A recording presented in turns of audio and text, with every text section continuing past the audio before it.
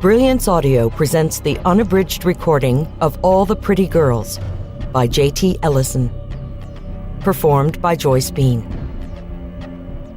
For Randy and my parents, love you more. Chapter 1. No, please don't. She whispered the words, a divine prayer. No, please don't. There they were again, bubbles forming at her lips, the words slipping out as if greased from her tongue. Even in death, Jessica Ann Porter was unfailingly polite. She wasn't struggling, wasn't crying, just pleading with those luminescent chocolate eyes, as eager to please as a puppy. He tried to shake off the thought. He'd had a puppy once. It had licked his hand and gleefully scampered about his feet, begging to be played with. It wasn't his fault that the thing's bones were so fragile, that the roughhousing meant for a boy and his dog forced a sliver of rib into the little creature's heart. The light shone, then faded in the puppy's eyes as it died in the grass in his backyard. That same light in Jessica's eyes, her life leaching slowly from their cinnamon depths, died at this very moment. He noted the signs of death dispassionately. Blue lips, cyanotic, the hemorrhaging in the sclera of the eyes, pinpoint pricks of crimson. The body seemed to cool immediately, though he knew it would take some time for the heat to fully dissipate. The vivacious yet shy 18-year-old was now nothing more than a piece of meat, soon to be consigned back to the earth. Ashes to ashes, dust to dust, blowfly to maggot. The life cycle complete once again. He shook off the reverie. It was time to get to work. Glancing around, he spied his toolkit. He didn't remember kicking it over.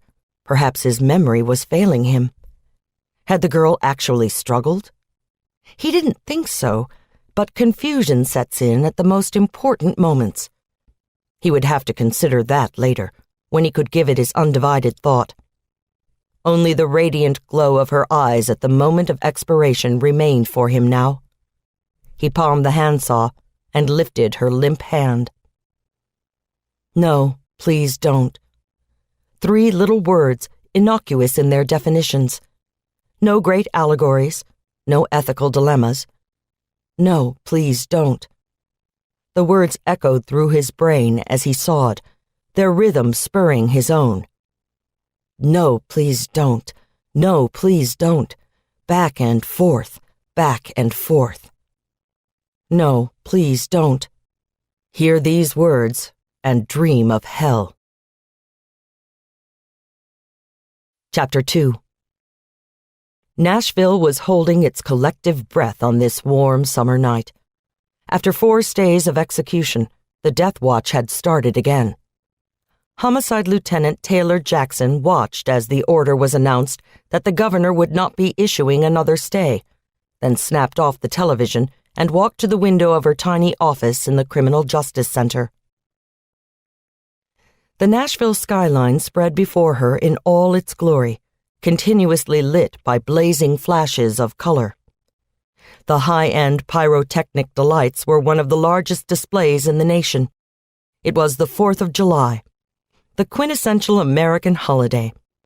Hordes of people gathered in Riverfront Park to hear the Nashville Symphony Orchestra perform in concert with the brilliant flares of light. Things were drawing to a close now. Taylor could hear the strains of Tchaikovsky's 1812 Overture, a Russian theme to celebrate America's independence. She jumped slightly with every cannon blast, perfectly coinciding with launched rockets. The cheers depressed her. The whole holiday depressed her. As a child, she'd been wild for the fireworks, for the cotton candy fun of youth and mindless celebration. As she grew older, she mourned that lost child, trying desperately to reach far within herself to recapture that innocence. She failed. The sky was dark now. She could see the throngs of people heading back to whatever parking spots they had found, children skipping between tired parents, fluorescent bracelets and glow sticks arcing through the night. They would spirit these innocents home to bed with joy, soothed by the knowledge that they had satisfied their little ones, at least for the moment. Taylor wouldn't be that lucky. Any minute now she'd be answering the phone, getting the call. Chance told her somewhere in her city a shooter was escaping into the night. Fireworks were perfect cover for gunfire. That's what she told herself. But there was another reason she'd stayed in her office this holiday night. Protecting her city was a mental ruse. She was waiting. A memory rose, unbidden, unwanted, trite in its way, yet the truth of the statement hit her to the core. When I was a child, I spake as a child. I understood as a child. I thought as a child. But when I became a man, I put away childish things. Or became a woman. Her days of purity were behind her now. Taking one last glance at the quickening night, she closed the blinds and sat heavily in her chair. Sighed. Ran her fingers through her long blonde hair. Wondered why she was hanging out in the homicide office when she could be enjoying the revelry. Why she was still committed to the job. Laid her head on her desk and waited for the phone to ring. Got back up and flipped the switch to the television. The crowds were a pulsing mass at the Riverbend Maximum Security Prison. Police had cordoned off sections of the yard of the prison, one for the pro-death penalty activists, another comprised the usual peaceful subjects, a third penned-in reporters. ACLU banners screamed injustice, the people holding them shouting obscenities at their fellow groupies. All the trappings necessary for an execution. No one was put to death without an attendant crowd, each jostling to have their opinion heard. The young reporter from Channel 2 was breathless, eyes flushed with excitement. There were no more options. The governor had denied the last stay 2 hours earlier. Tonight, at long last, Richard Curtis would pay the ultimate price for his crime. As she watched, her eyes flicked to the wall clock, industrial numbers glowing on a white face. 11:59 p.m. An eerie silence overcame the crowd. It was time. Taylor took a deep breath as the minute hand swept with a click into the 12 o'clock position. She didn't realize she was holding her breath until the hand snapped to 12:01 a.m. That was it then. The drugs would have been administered. Richard Curtis would have a peaceful sleep, his heart's last beat recorded into the annals of history. It was too gentle a death, in Taylor's opinion. He should have been drawn and quartered, his entrails pulled from his body and burned on his stomach. That, perhaps, would give some justice. Not this carefully choreographed combination of drugs, slipping him serenely into the Grim Reaper's arms. There, the announcement was made. Curtis was pronounced at 12:06 a.m., July 5th, dead and gone. Taylor turned the television off. Perhaps now she would get the call to arms. Waiting patiently, she laid her head down on her desk and thought of a sunny child named Martha, the victim of a brutal kidnapping, rape, and murder when she was only 7 years old. It was Taylor's first case as a homicide detective. They had found Martha within 24 hours of her disappearance, broken and battered in a sandy lot in North Nashville. Richard Curtis was captured several hours later. Martha's doll was on the bench seat of his truck. Her tears were lifted from the door handle. A long strand of her honey blonde hair was affixed to Curtis's boot. It was a slam-dunk case, Taylor's first taste of success, her first opportunity to prove herself. She had acquitted herself well. Now Curtis was dead as a result of all her hard work. She felt complete. Taylor had stood vigil for 7 years, awaiting this moment. In her mind, Martha was frozen in time, a 7-year-old little girl who would never grow up. She would be 14 now. Justice had finally been served. As if in deference to the death of one of their own, Nashville's criminals were silent on this night, finding better things to do than shoot one another for Taylor's benefit. She drifted between sleep and wakefulness, thinking about her life, and was relieved when the phone finally rang at 1 a.m. A deep, gruff voice greeted her. "Meet me?" he asked. "Give me an hour," she said, looking at her watch. She hung up and smiled for the first time all night. Chapter 3. I sure am glad we don't live in California. Detectives Pete Fitzgerald, Lincoln Ross, and Marcus Wade were killing time. Nashville's criminal element seemed to be taking a vacation. They hadn't had a murder to investigate in nearly 2 weeks. The city had been strangely quiet. Even the 4th of July holiday had procured no deaths for their investigative skills. No one was scheduled for court, and their open cases were either resolved or held up by the crime lab. They had hit dead time. The 3 men were crammed in their boss's office, watching TV. A perfectly acceptable pastime, especially since the department had inked a deal with the cable company. Ostensibly, the televisions were to be tuned to 24-hour news networks, but the channels invariably got changed, usually to accommodate the guilty habit of daytime soaps to which many of the detectives were addicted. Today, though, a car chase through the mean streets of Los Angeles had captured the 3 detectives' attention. Exciting, splashy. A kidnapping, a semi-automatic weapon at the ready, even a stolen red Jaguar. The car rolled through the various highways, rarely going under 70 miles an hour, captivating the news announcers that speculated breathlessly about whether the kidnap victim was in the vehicle or not. The homicide team cheered on their brothers in blue. Fitz swept a beefy arm up and looked at his watch. The chase had been going on for nearly 2 hours now. They put that spike strip down about 5 minutes ago. Wheels should start coming off here soon. There you go. Marcus pointed to the screen, where a large piece of tire had flown from the back wheel of the Jag, narrowly missing the pursuit car. His brown eyes were shining, excited. Fitz gave him a grin. The kid was just so young. You ever done a chase, Marcus? He asked, leaning back, arms over his prodigious belly. No, but I've done all the training for it. I can drive, man, I can drive. Remind me not to give you the keys. It's over now. Lincoln Ross stood and stretched, brushing invisible wrinkles from his charcoal gray Armani suit. He starts running on rims, they can do a pit maneuver and knock him out. See, there it is. The pursuit car slipped up on the Jag like a black and white snake, then gently bumped the back right fender. In a textbook reaction, the driver of the Jag spun out, slamming into a guardrail, losing a fender, and came to rest facing traffic.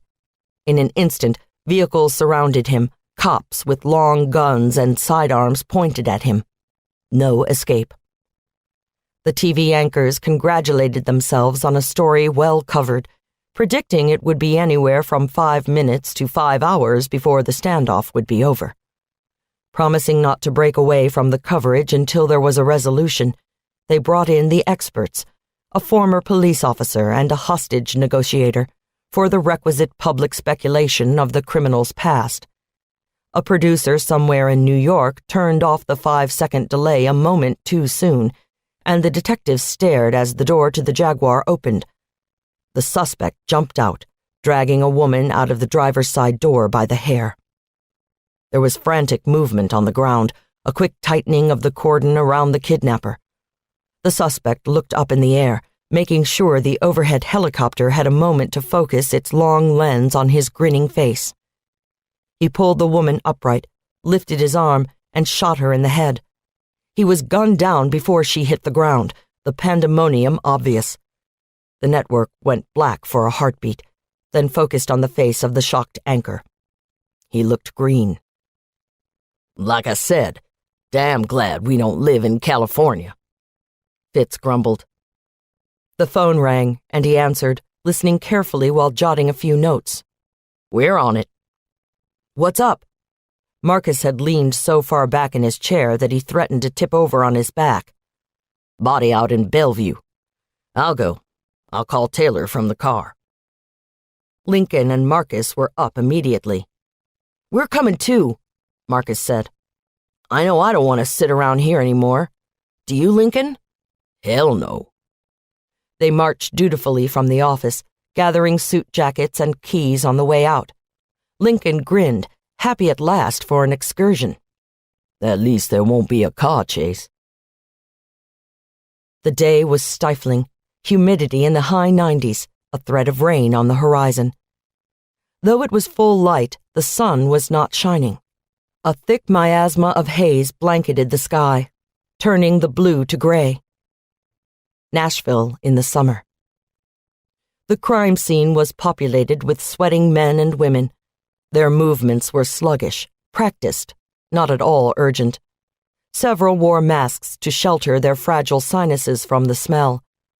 A decomposing body in 90-degree heat could fell even the strongest professional. They were assembled in a grassy field at the Highway 70 and Highway 70 South split, near the westernmost edge of Davidson County. The area was known as Bellevue, only 15 minutes from downtown. Another couple of miles and Cheatham County would have the job. It was Metro Homicide who had gotten the call instead. Taylor had felt the same sense of boredom her detectives were experiencing and was happy for the diversion. She stood over the body, drinking in the scene.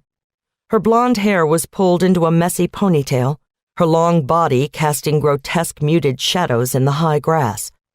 She wore no mask, her nostrils pinched and white, her mouth open so she could breathe without inhaling death. A Jane Doe, young, brown hair massed beneath her swollen body. Brown eyes glinted dully from cracked eyelids. The bugs had done their duty, ingesting, laying eggs, repopulating their masses. A struggling white larva spilled from the girl's mouth. Taylor nearly came undone, imagining that worm in her own mouth, and mistakenly took in a deep breath through her nose. She winced and turned away for a moment, watching the activity around her. Usually the death greeters would swarm like their own type of insect, but no one was in much of a hurry today. Fitz was ambling back toward the crime scene control area. He'd taken a cursory look at the body, covered his mouth, and politely excused himself. She could see Marcus and Lincoln conferring in the distance, waves of heat shimmering around their bodies. Crime scene techs carried brown paper bags to their vehicles. Patrol officers kept their backs to the body. The scene stirred, listless, the entire group indolent in the heat. Except the man striding effortlessly toward her. He was a big man, dark-haired, graceful. He wasn't one of hers. He stopped in front of one of the patrol officers, flipped open a small leather identification case, speaking loud enough for Taylor to hear. "Special Agent John Baldwin, FBI." The officer stepped aside to let Baldwin continue his trek toward Taylor. He slipped the case into his breast pocket, then came to her with his right hand outstretched. He winked as he took her hand. She felt the warm pad of flesh press her own for a brief instant. A concussive touch. She felt it all the way to her toes. She stood straighter. At nearly 6 feet, she generally towered over men. This one was taller by nearly 5 inches, and she had to look up to meet his eyes. They were the oddest shade of green, deeper than jade, lighter than emeralds. Cat eyes, she thought. Her heart beat a little faster. Taylor's right hand went to her neck, an unconscious gesture. The 4-inch scar was barely healed. She still looked as if she'd been garroted. A knife slash, compliments of a crazed suspect. A permanent souvenir from her last case. Gathering herself, she flipped her ponytail off her shoulder and gave Baldwin a brief but warm smile. "What are you doing here? I didn't ask for FBI backup, it's just a murder." She paused for a moment, concerned by the expression on his angular face. She knew the look. "Please tell me it's just a murder?" "I wish I could." "Why the posturing?" Taylor looked over Baldwin's shoulder. There were few people on the scene who weren't familiar with John Baldwin. Her team, Fitz, Marcus, and Lincoln, had worked with him before. "I needed this to be an official consultation. I think I know who she is." He gestured almost carelessly at the body prostrate at their feet. "Ah, out of state, I'd guess. We haven't had any missing persons reported in the right time frame for this." "Out of state, right. Mississippi." The statement was absent, an afterthought. Baldwin was circling the body, taking in all the details.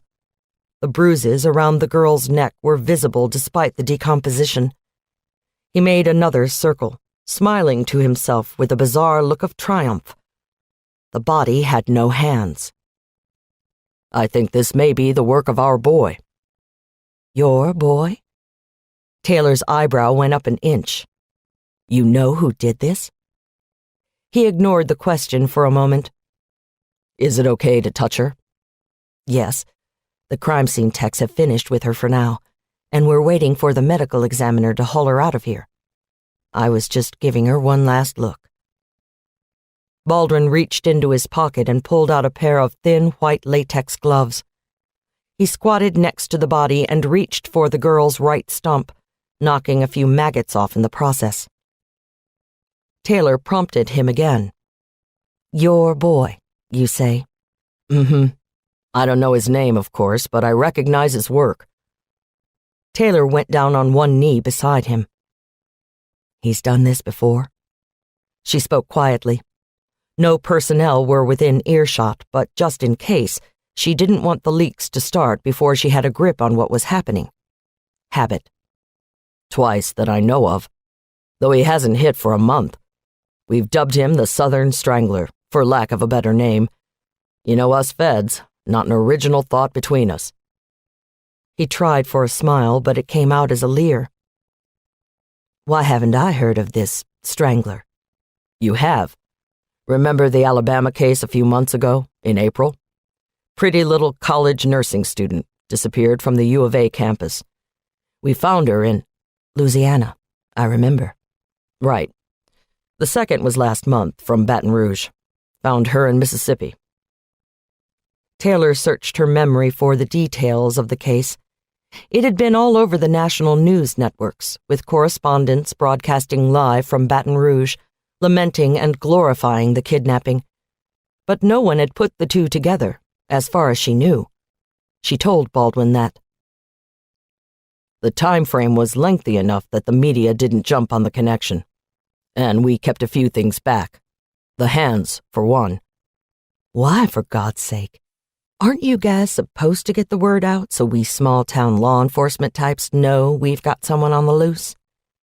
Her sarcasm missed its mark. Baldwin only nodded. "The lubricant, too. We think there's consensual sex. He uses a lubricated condom. Whichever ME catches it should look for that." Taylor shook her head, putting aside the strange reality that had marred her beautiful southern town. A serial killer, passing through her turf. Great. It wasn't something she was prepared to keep quiet. "I already called Sam. She'll take good care of her." Dr. Samantha Owens Laughley was the chief medical examiner for the mid-state of Tennessee and a friend. "You said you know who she is." She indicated the body with a jerk of her chin, eyes accusing. "Her name is Jessica. Jessica Ann Porter, Jackson, Mississippi. She's only been gone 3 days." Taylor looked down again. 3 days? The decomp was more advanced than that. Baldwin read her thoughts. "You know how this works. Heat speeding up the process. 2 weeks in this mess would be all it took to get her down to the bones. We're lucky we found her so quickly. Another week and it would have been hell to ID her in the field." "Tell me more." "There isn't a lot more to go on. He likes brunettes, young brunettes. All 3 girls have brown eyes, are late teens to early 20s, and we don't have really good victimologies on them. None of them had risk behaviors, none of them had been seen with strangers, nothing. They just went poof. One day they were living their lives, the next they were just gone. I've been working the periphery of the cases. I was kept informed, but I didn't do the investigation myself. Now that we may have 3 victims, I'm probably getting involved full-time." Taylor heard tires crunching on the gravel on the side of the road. The body, Jessica's body, she corrected herself, was only about 10 yards from the roadside. The news van would be able to get a clear shot. Too clear. She waved to Marcus standing by his car, motioned to the van. She didn't need to say a word. He started signaling to them immediately, forcing them away from the scene. Taylor watched as he maneuvered them to a very discreet vantage point, one from which they wouldn't be able to view the body. She smiled to herself. Screw the newsies. Baldwin had taken a notebook out of his back pocket and was writing furiously, scribbling notes as quickly as his mind could feed them through his fingers to his pen. "Have you found—" Baldwin's voice trailed off. A uniformed officer was waving frantically at Taylor. She eyed Baldwin for a moment, realizing he knew exactly what the fuss was about. He just shrugged and put out a hand in a "you first" gesture. She stared him down for a moment, then made her way to the gesticulating officer. The look of horror on his face was evident from 20 paces. "You have something there, officer?" Taylor didn't recognize him. He must have been fresh out of the academy. "Yes, Lieutenant," he answered, Adam's apple bobbing. Taylor reached him and followed his pointing finger. In the grass, lying quietly, was a hand. Taylor reared back, but Baldwin leaned over the hand with interest. She tried for glib. "Well, Special Agent, since she's missing both hands, I'd say we should find another right around this area, shouldn't we?" The sinking feeling in the pit of her stomach belied the bravado in her statement. She had the distinct feeling there was more to the case than he had told her. He confirmed it in the next moment. The way he gazed at the wayward hand was a dead giveaway that there was more to this than met the eye. She dismissed the patrol officer with a flick of her hand. He scrambled away, visibly relieved. "No, we won't." He gazed up at her, his green eyes troubled. "You can search for it if you want, but it won't be here." What the hell? He's taking the girl's hands off, leaving one in the field and taking one with him? Some sort of trophy? Baldwin nodded. "Definitely a trophy. There's just one problem." For the briefest moment, the reality of what a psycho could do with a severed hand crowded her mind. She shoved the thought away. "What's the problem?" "This isn't Jessica's hand." Chapter 4. Baldwin excused himself to call in to Quantico, and Taylor signaled for Fitz to join her. He tromped through the field like a general commanding troops, his oversized belly leading his feet. "What's the Fed doing here?" he asked, tone neutral. Taylor glanced at him, trying to gauge if there was anything more to the inquiry, but Fitz's face was closed, guarded. She decided it was just that, a question. Guess. Taylor shaded her eyes, watching Baldwin slink through the crime scene, an overgrown cougar smelling fresh blood. "He's here to profile the killer because there's a pattern," Fitz answered, following Taylor's gaze. There would only be one reason for a profiler to be playing in their sandbox. 2 before her. We have a possible ID at least. Jessica Ann Porter, from Mississippi. Where's Lincoln? Back at the car with Marcus. He needs to work his magic on the computer. Tell him I want to have all the information the feds have on these murders. The first was the girl from Alabama, the co-ed that went missing and was found in Louisiana in April. The second one was taken from Baton Rouge in June and dumped in Mississippi. Have him pull all the particulars, and let's see what we have to work with. The feds held back information on the cases, including the fact that the killer is transporting a hand from the previous victim to the new dump site. I'm sure Baldwin will share all that he knows, but I want to have our own file going on this guy. You sure he'll give you everything? Taylor winked and gave Fitz a full-watt smile, her gray eyes flashing in the white air. "I'm sure." Taylor was putting the finishing touches on a bolognese sauce. She tasted, stirred in another spoonful of oregano, tasted again. Garlic. Another clove went into the pot and she shut the lid, savoring the rich spiciness that wafted through the steam. The light was failing outside, darkness rapidly approaching. She busied herself cutting up a fresh 5-grain baguette, wrapping it in foil and setting it in the warming oven to toast. She took a sip of wine, a lovely Chianti from the Montepulciano region of Tuscany that she'd discovered with the help of the owner of her local wine store. She called the man Geppetto because of his resemblance to the cartoon version of Pinocchio's father. He was a kindly man, with a droopy gray mustache and excellent taste in super Tuscans.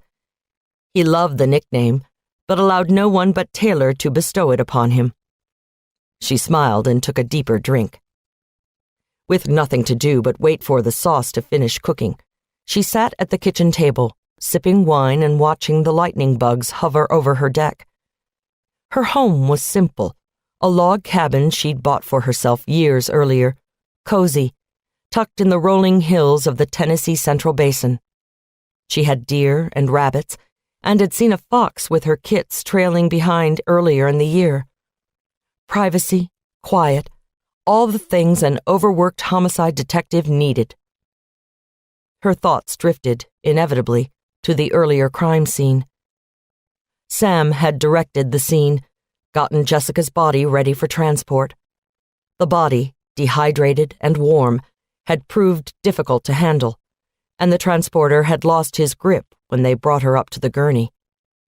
He dropped the head of the bag and the flies had buzzed angrily. Taylor cursed the muggy weather. Death wasn't easier in the cold, but it was more bearable. What kind of killer were they dealing with? Consensual sex, then strangulation and mutilation, like a bad date gone horribly wrong. Taylor knew Baldwin's profile would fill in some of the answers. Jessica Porter was being autopsied in the morning.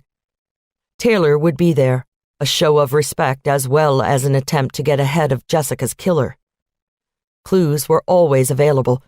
Even the most fastidious killer left something of himself behind. The fact that this could be his third murder was upsetting, to say the least. The missing hands bothered her.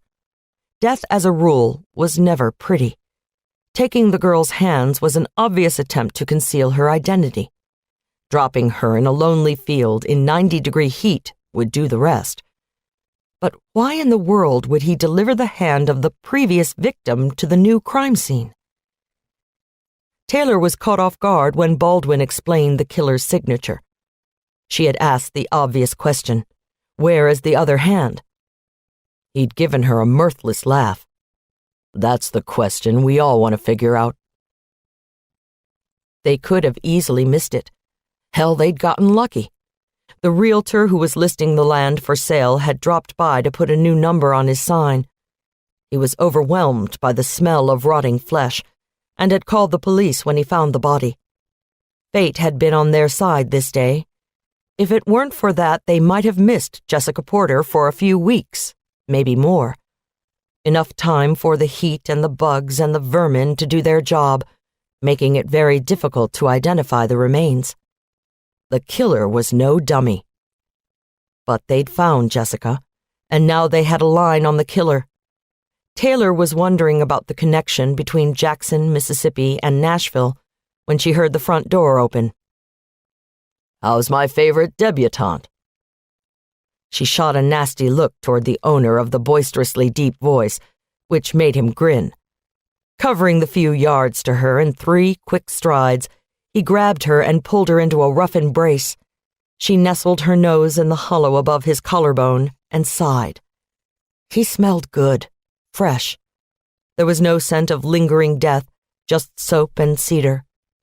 She nuzzled him once more, then pushed him away, hard. He stumbled back, putting up a hand like he could stop the torrent that was about to come. "Damn it, Baldwin, why didn't you tell me?" "We're having pasta, I presume. It smells great." Her look was murderous, and he gave her a sheepish shrug. "What did you want me to do, Taylor? How was I supposed to know he was going to come to Nashville? The Porter girl went missing 3 days ago, and I didn't get the call right away. Next time, I'll be sure to roll over and casually mention that a girl has been kidnapped in Mississippi. You might want to be on the lookout for her body here in town. Hell, Taylor, give me a break. I didn't have a clue where he'd be heading. I didn't even know it was the Strangler until I looked at her body." He reached out as if to stroke her cheek, but she turned away and went to the stove. She busied herself stirring the sauce. "Come on, sweetie. If I thought I had a handle on this guy, I would have told you sooner. He hasn't been active for a month.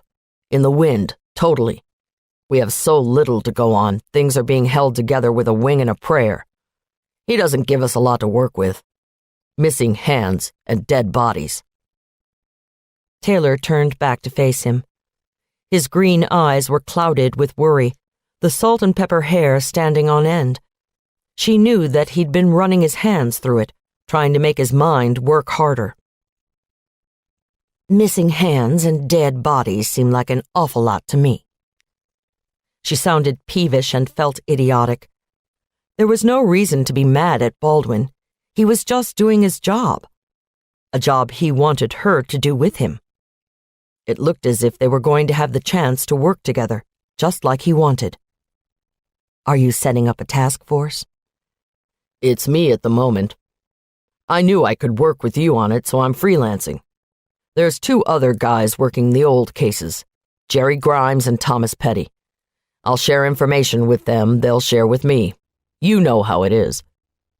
Baldwin had been acting in a consultant capacity, on loan from the FBI to Metro Nashville Homicide for 3 months now. His help had proved invaluable to her cases. Of course, sharing a bed with him wasn't such a bad perk. She gave him an appraising smile. "You work fast. Talked to Price, have you?" He sat at the table, nodding. "Garrett Woods made the call." Woods was Baldwin's boss at the FBI, and friends with Mitchell Price, the head of the Criminal Investigation Division for Metro. Homicide was his responsibility. Taylor turned back to the stove. "I'm hungry. We can talk about this later." Baldwin smiled at her. "Who says we're gonna talk?"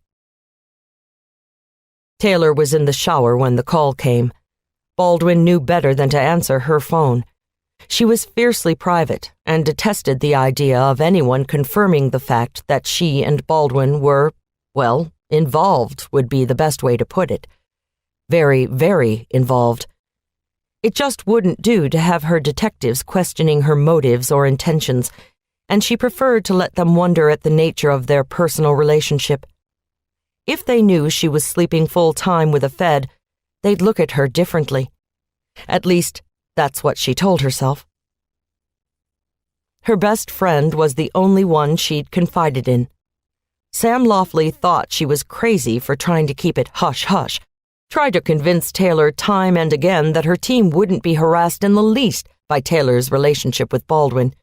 But Taylor liked to keep her work life and her private life separate. She stepped out of the shower, toweled off, and made her way to the answering machine. The message was brief. "Call in," the voice said, immediately recognizable as Fitz. It was late, and she was tired, but she dialed Fitz's cell and waited for him to answer. "Hello?" "Fitz, it's Taylor. What's up?" "Just thought you'd want a heads up. We got a missing persons report about half an hour ago. Girl named Shauna Davidson from Antioch. Don't know if it's anything, but she's been missing since yesterday. Never came home last night, so her mother says. She's been trying to reach her, but Shauna isn't answering her home or cell phone. The mother saw the news, heard the report about a dead girl in the field, and thought it might be her girl. She completely freaked out. Problem is, the girl in the field isn't Shauna Davidson, and Shauna doesn't seem readily available." Taylor felt her stomach sinking. "Is she brunette?" She heard Fitz flipping pages. "Yep. Brown on brown, 5'6", 140 pounds. 18. Any more information on her? Where does she work? Maybe she showed up there. Fitz flipped another page. Doesn't say. Kid like that, I'd bet some clothing store or waitress job. She's in Antioch, probably works at Hickory Hollow or something. I'll chase it down. I'm headed to her place now. Shouldn't be too hard to figure it out. There are officers on the scene. Word over the radio is possible foul play. Could be the lock's busted on her door, could be more. Well, get out there and see what it looks like. Hopefully she's just out of pocket. I'm on it. I'll call you if we need you. Thanks for letting me know. I'll see you in the morning, unless something happens tonight. She hung up the phone. The media would have a field day with this. It was one thing to keep murders and kidnappings from other states out of the news cycle. A murder and kidnapping in their own backyard, however, would be impossible to keep quiet. She checked her watch. 5 to 10. She grabbed a Diet Coke and went to the living room. Baldwin had fallen asleep on the couch, a thick case file clutched in his hands. She recognized the lettering. FBI eyes only. She stood looking at him for a moment, not wanting to wake him but knowing she should. He'd want to hear this. She shook his shoulder gently and he started. What's the matter? He sat up abruptly, the folder falling from his hand. It spilled onto the carpet. Taylor saw crime scene photos, horrific images of death. Helping him gather the photos, she wondered what the hell they were doing, dealing in death day after day. It was a thought she'd been having more and more often lately. Fitz just called. There's been a missing persons report filed on an 18-year-old girl named Shauna Davidson. He's headed to her place right now. He'll call if he needs me. I wanted to see if the newsies are carrying it. The look of dread on Baldwin's face was enough to confirm her fears. It was likely that Shauna Davidson wouldn't be coming home tonight. Taylor turned on the television and curled her legs under her on the couch. The lead story was the body found in Bellevue. They had full-blown coverage of the day's events in the field where they had discovered Jessica Porter's body. Nashville did so love its crime. Taylor flipped through the other local channels, all of which were tackling the story. Shit. Shit, shit, shit, shit, shit. Baldwin gave her a weak smile. Looks like the cat's out of the bag. Taylor flipped back to Channel 5. Whitney Connolly, their lead reporter, was at the scene. It looked like a three-ring circus. What were they hoping to find? Metro had cleared the scene. There was nothing left for them to see. But the B-roll from earlier was gold. The cameras were angled perfectly to catch the landscape of the field, the highway full of flashing blue lights and Metro cruisers. Taylor flinched when she realized Channel 5 had captured the crime scene techs losing their grip on the body bag as they placed it on the stretcher, the body being jolted. The photographer had gotten a close-up of the bottlenose flies scattering like a cloud of dust. Lovely. Taylor's cell rang again. Fitz was requesting her presence at Shauna Davidson's apartment. So much for a quiet night. She hung up and pulled on her cowboy boots. Whitney Connolly, who had no more dirt to dish, was asking for anyone who had information regarding the body that had been found in Bellevue to call Metro Police. Her report had been more thorough than the other channels, her words lingering with delight. Taylor sometimes thought that Connolly enjoyed her job a little too much. Reporting on death and disasters suited her well. Whitney Connolly is as tenacious as a pit bull. She's one of the few reporters that seem to enjoy taking on some of the local crime stories, wants to see them through. Baldwin spoke absently, giving credence to Taylor's silent opinion. She glanced at him. He was lost in thought, staring at the television screen. I went to school with her. That caught his attention, and he turned to her. A fellow debutante from Father Ryan? He teased. Jesus, Baldwin. Yes, I suppose she must have been. She and her twin sister Quinn. They were a year behind Sam and me. They would have been freshmen when you were a senior. I know you came into school late your senior year, but don't you remember them? That whole story?" She trailed off when Baldwin's phone rang. He answered it brusquely. "Yes? Yes, I've heard. No, I don't. I will. I agree. Okay. Tomorrow, then." He hung up, then started pacing the living room. That was Garrett, making sure I'd heard about the missing girl. I'm officially being tasked full-time on this now, not just as a consultant. Figured that was going to happen. Taylor gave him her sweetest smile as her own phone rang. She was already up, gun strapped to her side, ready to go. "Welcome to my nightmare. Let's go." Taylor pulled up to the yellow tape that was strung across the parking lot to the Davidson girls' apartment building. She smiled as a young officer lifted the tape so she could drive through. Leaning out the window, she pointed to the car behind her. "Let him through. He's with me." The officer nodded, and she watched in her rear-view mirror as Baldwin maneuvered his car under the tape. She pulled up to the bevy of vehicles, turned the engine off, and stepped into the night. Baldwin followed suit. She waited for him to join her. Then they made their way through the maze of blue and white vehicles toward the building. Fitz met them halfway up the stairs. He looked to be on his way down. Instead, he let them pass, then turned and followed them up, divulging information as they climbed. "First officer on the scene knocked on the door. Didn't hear or see any movement from inside. No signs of forced entry. The landlord gave him a copy of the key, so he proceeded to open the door. It was locked from the inside, but only the push button, not the deadbolt. The officer went in, looked around. Things didn't look out of place until he hit the bedroom. The bed's unmade, biologicals all over it. Crime scene kids are about finished with it. We've done a canvass, too. No one remembers seeing her last night or today. Doesn't look too good." They'd reached the door to the apartment and ducked under more crime scene tape. There were only a few people left in the room. Taylor nodded to them as she assessed the scene. Shauna Davidson lived well. The apartment was tastefully decorated with a modern flair. A flat-panel television took up one wall, surrounded by high-end stereo equipment.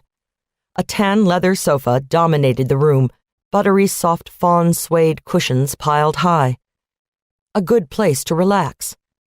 There were adjacent chairs in dark brown suede and a slate coffee table that drew all the colors together. Not a thing was out of place, as far as Taylor could tell. Magazines were lined up with precision on the corner of the coffee table. There were no errant drinking glasses or cans, no used newspapers. Good taste and a neat freak. Interesting for a young girl. To the right, Taylor could see a small kitchen and a short hallway that led off the living room. She followed the hall, seeing an unused guest room, an office, and finally, the master bedroom. Here, things were not so neat. The bed's comforter was lying on the floor, the sheets a tangle at the foot of the bed. Blood soaked the mattress. Taylor looked to the crime scene tech standing deferentially to the left side of the bed, waiting for her. "Do you have any Polaroids that show exactly how you found it?" "Yes, ma'am. We tried to take the samples without disturbing the scene too much." "You've put things back in order, then? Matches the Polaroids?" "Yes, ma'am. This is pretty close to how we found it. We came in, saw the blood, backed out, and started taking pictures. Then we took all the samples. It's not as much as it looks, and the biologicals were desiccated. Been there for at least a day. Dusted the bed and side table for prints, came up with a few. We'll get it all into the system, let you know. Soon as you're ready, we'll finish bagging and cart it out." Taylor nodded her thanks, and the young man left the room. She turned to Baldwin and Fitz. "Well?" she asked. Baldwin took in the room, the blood. Taylor could see the signs of recognition on his face. She waited him out. He crept around the room, making notes, taking a few of his own pictures. Taylor watched Fitz out of the corner of her eye. He was getting impatient. She was, too. "Baldwin, talk to us. What's up here?" He closed his notebook, slung his camera over his shoulder. "It all looks familiar. This is similar to what I've seen in the other girls' apartments. The unmade bed, the blood. I think he charms them, gets them to invite him home and into their beds, then strangles them and cuts off their hands. Transports the body to wherever he's picked next." He shook his head. Shauna Davidson. I don't know where we'll find her, but she makes number 4. He's speeding things up. Baldwin paced around the room. See, there's no sign of forced entry. That's consistent with the other 3 girls. I think he picks them up somewhere, a bar, a library, who knows. They invite him back to their place. Maybe things get out of hand. Maybe the sex starts out consensual, but just as quickly they're dead. There's no real signs of a struggle. We haven't found any drugs in their system. I think he must tie them up. He circled to the head of the bed. Hey, get your crime scene guys back in here. Fitz disappeared and came back with one of the crime scene techs. Baldwin motioned the man over and pointed to the headboard on the wrought iron bed. You missed something, he accused. The tech turned red, realizing he had missed something. A pale fiber was attached to the frame of the headboard. He quickly collected it, apologizing. As he left, Baldwin clapped him on the back. Probably from a rope. We found it at the other scenes as well. That's why there isn't much sign of a struggle. That he would tie them up fits. See, this kind of killer is excited by the helplessness. Anger, excitement, pleasure, they all come from the same place for this guy. He has a thing for their hands, which I haven't figured out yet. The fetishistic elements are all there. I don't think he's doing it to hide their identities. He's highly organized, plans in advance. The fact that he parts with any of his trophies is interesting. It's a clue, a trail of breadcrumbs that he's leaving for us. He wants to sensationalize the killings. Taking the bodies over state lines, the mutilations, all were calculated efforts to make these crimes heinous and splashy. A surefire recipe to get the FBI involved. He wants us to know him, to be sure that it's him. He won't deviate from this pattern. It's become his signature. Now we just have to figure out who he is. VICAP doesn't have a match to this MO in their system. Other than the forensics, we don't have any other information to go on. Witness statements are thinned and non-existent. He's a real ghost, which is part of his plan. The Violent Criminal Apprehension Program would guide them to corresponding murders if the system had a match. Baldwin had been watching for a hit, a fruitless endeavor thus far. He stopped pacing, a gleam in his eyes. It's a challenge. He enjoys the fact that he has us stumped. We can't predict where he's headed next. It assures that we're on our toes. Mark my words. He's begging for us to try and find him. Chapter 5. Whitney Connolly sat at her computer in her home office, tapping out emails to people around the country. It was her usual morning ritual. Regardless of the day, she got up from her lonely bed, ran to Starbucks for a latte, greeting people she knew and those she didn't with a humbled smile, returned home and turned on the computer. She had a vast network that she communicated with, and the mails were sorted by priority. Friends came first, because that category had the fewest mails to go through. And since they were generally the kindest of the lot, she entered the next grouping with a sense of peace. The fans. They came in all colors, shapes, and sizes. Female and male, young and old, pleasant and not so pleasant. The messages were hard to escape. The network broadcasted all reporters' email addresses on the screen as they gave their reports, and posted them next to their pictures on the station's website, so they'd be accessible to the viewing public. Whitney felt it was important to answer, thanking those who had enjoyed her work the night before, being courteous to those who hadn't. Being the top reporter in the Nashville market had its upside, that was for sure. Inevitably, she pissed some viewers off, and she felt a sense of responsibility to acknowledge their displeasure and attempt to set things straight. Community relations and all that. Today was a good morning, though. She had 40 fan mails and only 5 weren't happy with her performance. She read the comments carefully, disregarding the wackos with a simple, "I'm sorry you weren't happy with the broadcast. I'll make every effort to correct the problem." She effusively thanked those that sent generous, loving comments and seriously answered questions from those who thought they knew better than she did about the world they lived in. That done, she took a long drink from her cooling latte and set to work on the next group. The important group. The one that really mattered. The tipsters. Whitney had a vast network of people across the country who sent her information. She had been cultivating the group for years, adding legitimate and not-so-legitimate contacts as she went. She had aspirations, big ones. She knew she was one story away from making it. Being a ranking reporter in Nashville was a pretty good gig. Her station had the highest rating in the market, consistently achieving higher market share than the other network affiliates. She handled the beat during the week, sat in the anchor's chair on the weekend 10 p.m. newscast. But deep down, she felt she was better than even a full-time local anchor job. She'd been paying her dues for a while now, and at 34 it was time she got picked up by one of the big dogs. She wanted New York, not Atlanta, where they all looked the same and weren't allowed to express their own opinions. No, New York was the place to be, and she was one big story away from being there. She had the looks, that was a given. Tall, leggy, and blonde, she had a perfect nose that hadn't been surgically altered, full lips that had only seen a little work, and a pair of flawless breasts that had cost her a fortune. Finely drawn eyebrows 2 shades darker than her hair arched over what she had been told were spectacular blue eyes. Yes, she had the looks, all right, and the brains to go with them. Not to mention the ambition to get the job done. She just needed that one story on her reel that would blow them away.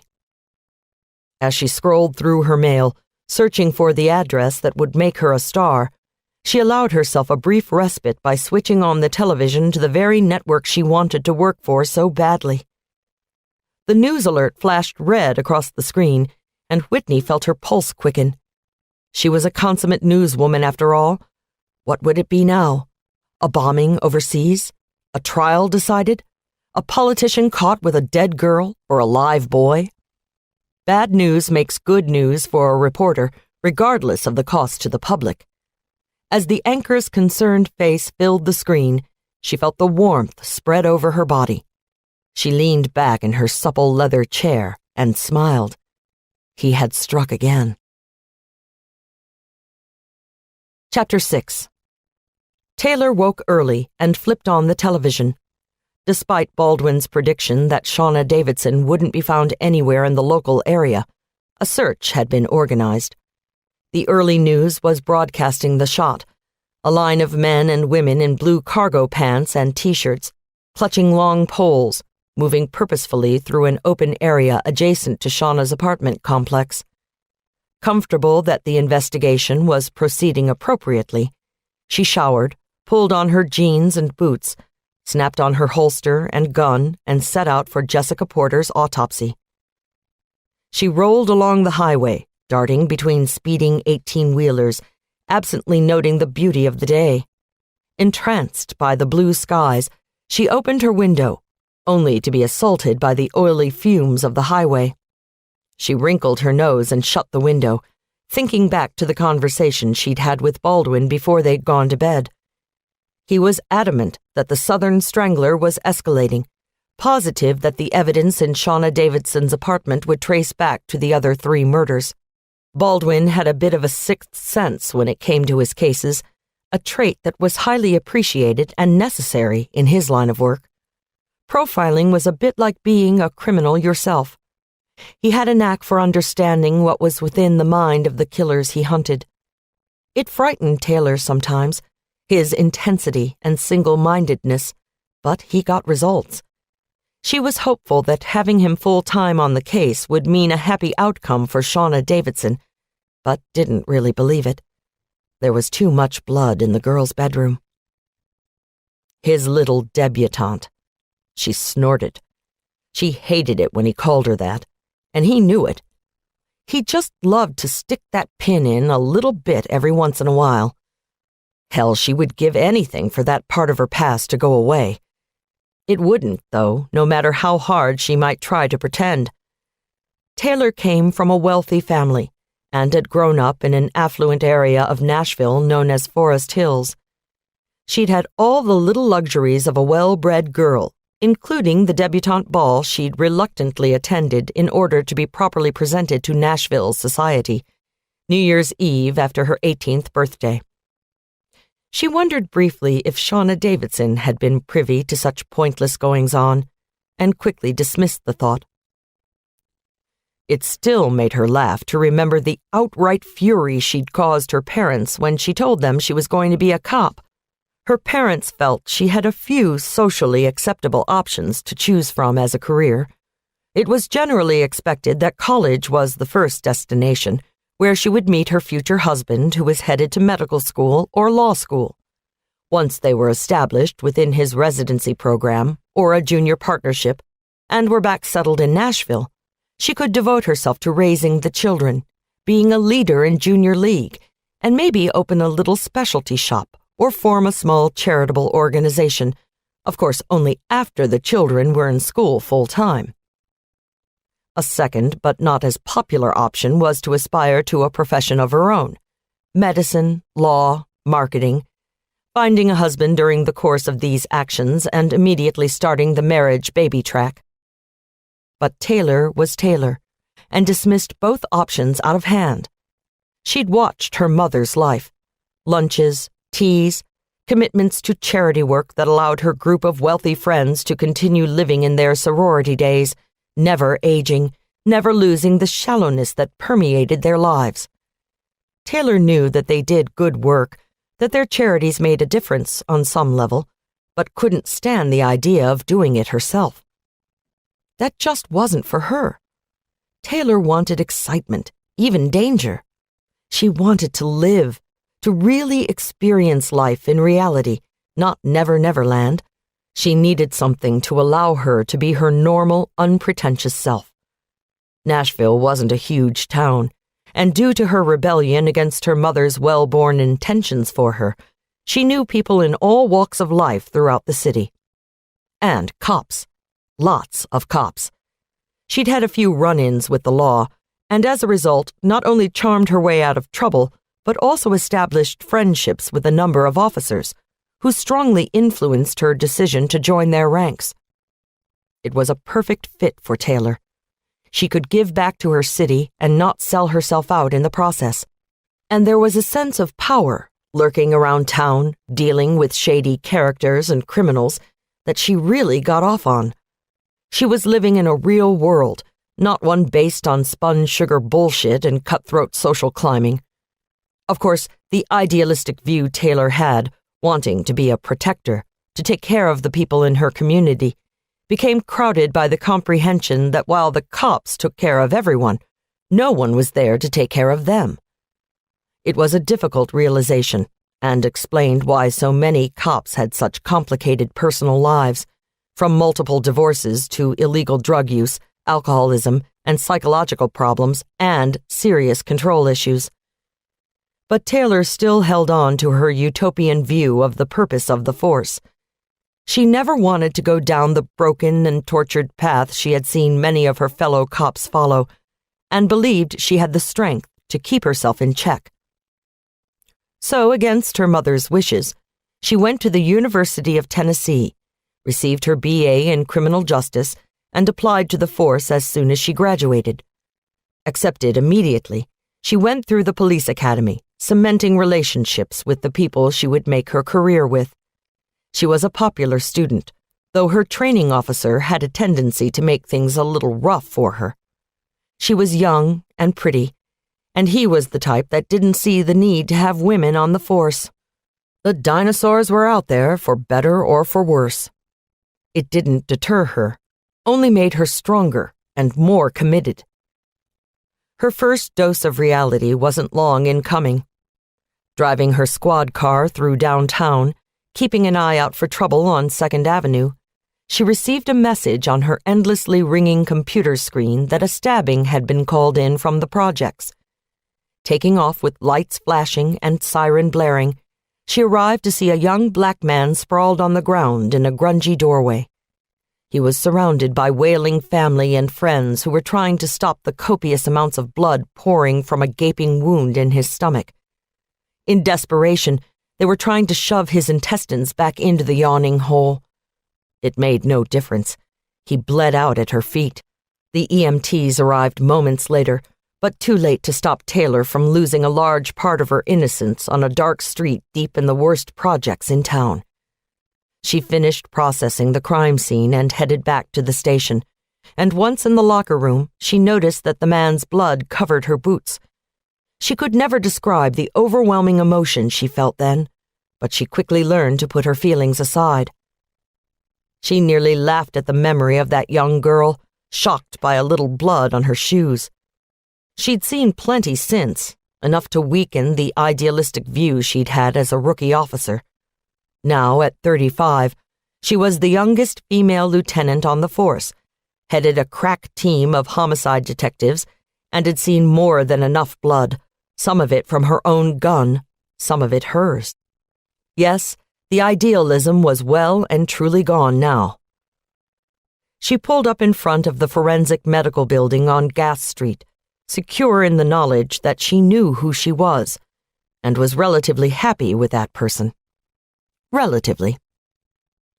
Baldwin had suggested she apply to the academy, go through the rigors to become an FBI agent, but she turned him down cold. She belonged to Nashville. Dr. Sam Laughley, medical examiner and Taylor's best friend, was sewing closed the Y incision on Jessica Porter's limp chest as Taylor rolled into the autopsy suite. "Wow, you were quick. Didn't know you'd be done already." Sam looked up and smiled through her plastic shield. "I'm not early. You're late. It's 7:30 already. Tim, could you finish up here for me?" "Sure, Doc, no problem." Sam handed off the tools to her assistant and walked toward the decontamination room, pulling off her smock and gloves as she went. Taylor followed dutifully. It was only after Sam was cleaned up, they both had a cup of tea and were ensconced in Sam's office, that she would comment on the autopsy. "She didn't take a terrible amount of abuse." "I don't know, Sam. Being strangled and having her hands cut off seems a bit excessive, don't you think?"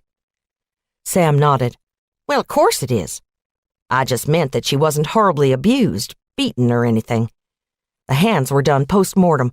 The strangulation was manual. There was no evidence of rape. It wasn't as bad as some I've seen.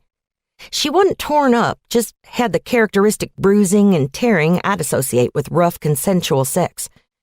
He used a lubricated condom, and I didn't retrieve anything that would qualify for DNA. I've taken all the samples and sent them to be run. Dr. John Baldwin, FBI agent extraordinaire, called early and told me to send all the trace and the blood work to the FBI lab. It'll go quicker that way." Despite all efforts to the contrary, Nashville didn't have their own forensics laboratory to process elements from their crime scenes. Baldwin had just saved them both a major headache. "So, do you have any other info for me?" "Not really, Taylor. The results won't be back for a couple of days. Cause of death was definitely manual strangulation. We'll just have to wait for the rest." Baldwin mentioned this was an ongoing case. He seems to think this is the work of a serial killer the FBI has christened the Southern Strangler. Based on the transportation MO, this is his third kill. She drifted off for a moment. "I wonder what he does with their hands. Why is he leaving one behind at every scene?" Sam grinned. "Probably an acrotomophiliac. You know, less is more? Taylor wrinkled her brow. What the hell does that mean? It doesn't sound good. Means he's sexually attracted to amputees. Aw, Sam, that's really... Relax, it was just a joke. The hand that was recovered yesterday didn't have the level of decomposition I'd expect from one that had been excised a month ago, so I'm operating on the theory that it was frozen. Running all the tests on that one, too. Come on, let's get out of here and get something to eat. I'm starving. They went to breakfast, catching up, pointedly not talking about the case. Sam was pregnant, effusive with excitement and joy at the impending arrival of her first child. All of their conversations lately ultimately found their way back to the being inhabiting Sam's belly. When they finished the umpteenth round of baby name options, Taylor dropped Sam off back at the medical examiner's office, then went to her own. Lincoln had pulled together the information on the previous murders, trolling information that must have been supplemented by Baldwin at some point, since the crime scene photos were copies of originals with the FBI stamp in the lower right-hand corner. The files were on her desk, and she delved into them. There was little more to be gleaned than what Baldwin had already shared with her. The first murder, Susan Palmer, had occurred April 27th. She was reported missing, and when police went to her house, they found an almost exact replica of the scene Taylor had witnessed at Shauna Davidson's apartment. There was no sign of forced entry. The bedroom was the source of interest. Taylor gazed at the bed, stripped of sheets, bloodstains on either side of the mattress. The blood was ultimately matched to Susan Palmer, and there were fibers adhered to both the bed frame and the blood that came from a national brand of industrial-grade rope. The photos from the area Susan Palmer's body had been found were also eerily familiar. Long sawgrass obscured her body in the first few shots. Close-up pictures of her handless arms had attendant blow-ups, detailing the wounds. She absently noted that the photographer was wasting his life working for the police. He was adept at making the scene come alive. There was one inconsistency in the photos that caught her eye. She pulled out a magnifying glass and examined it. Tracing back through the report, she matched the numbered card to the line in the report. Number 38, unidentified vomit. She tucked that tidbit away and went on. She opened the next file, immediately drawn to a picture of the victim. Jeanette Lernier had a wide smile and laughing eyes. She looked like someone Taylor would have enjoyed sharing an off-color joke with. Her animation bled through the photograph. Finally breaking the trance, she read through the rest of the report.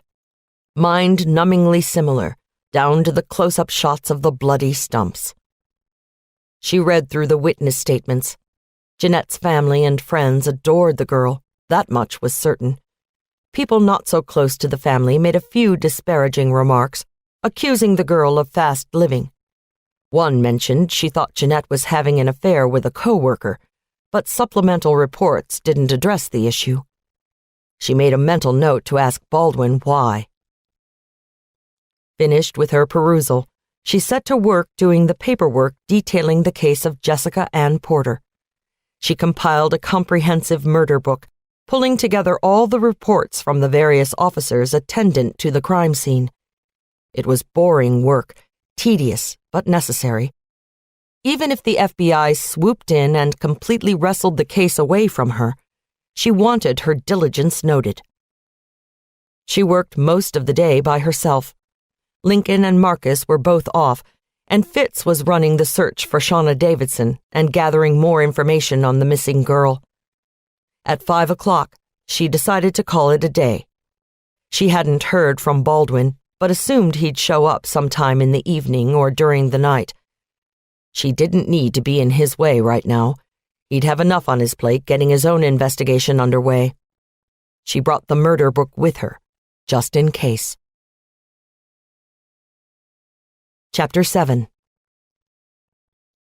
Taylor felt the hand slowly sweeping up the back of her thigh. She stretched languorously, burrowing her face deeper in her pillow.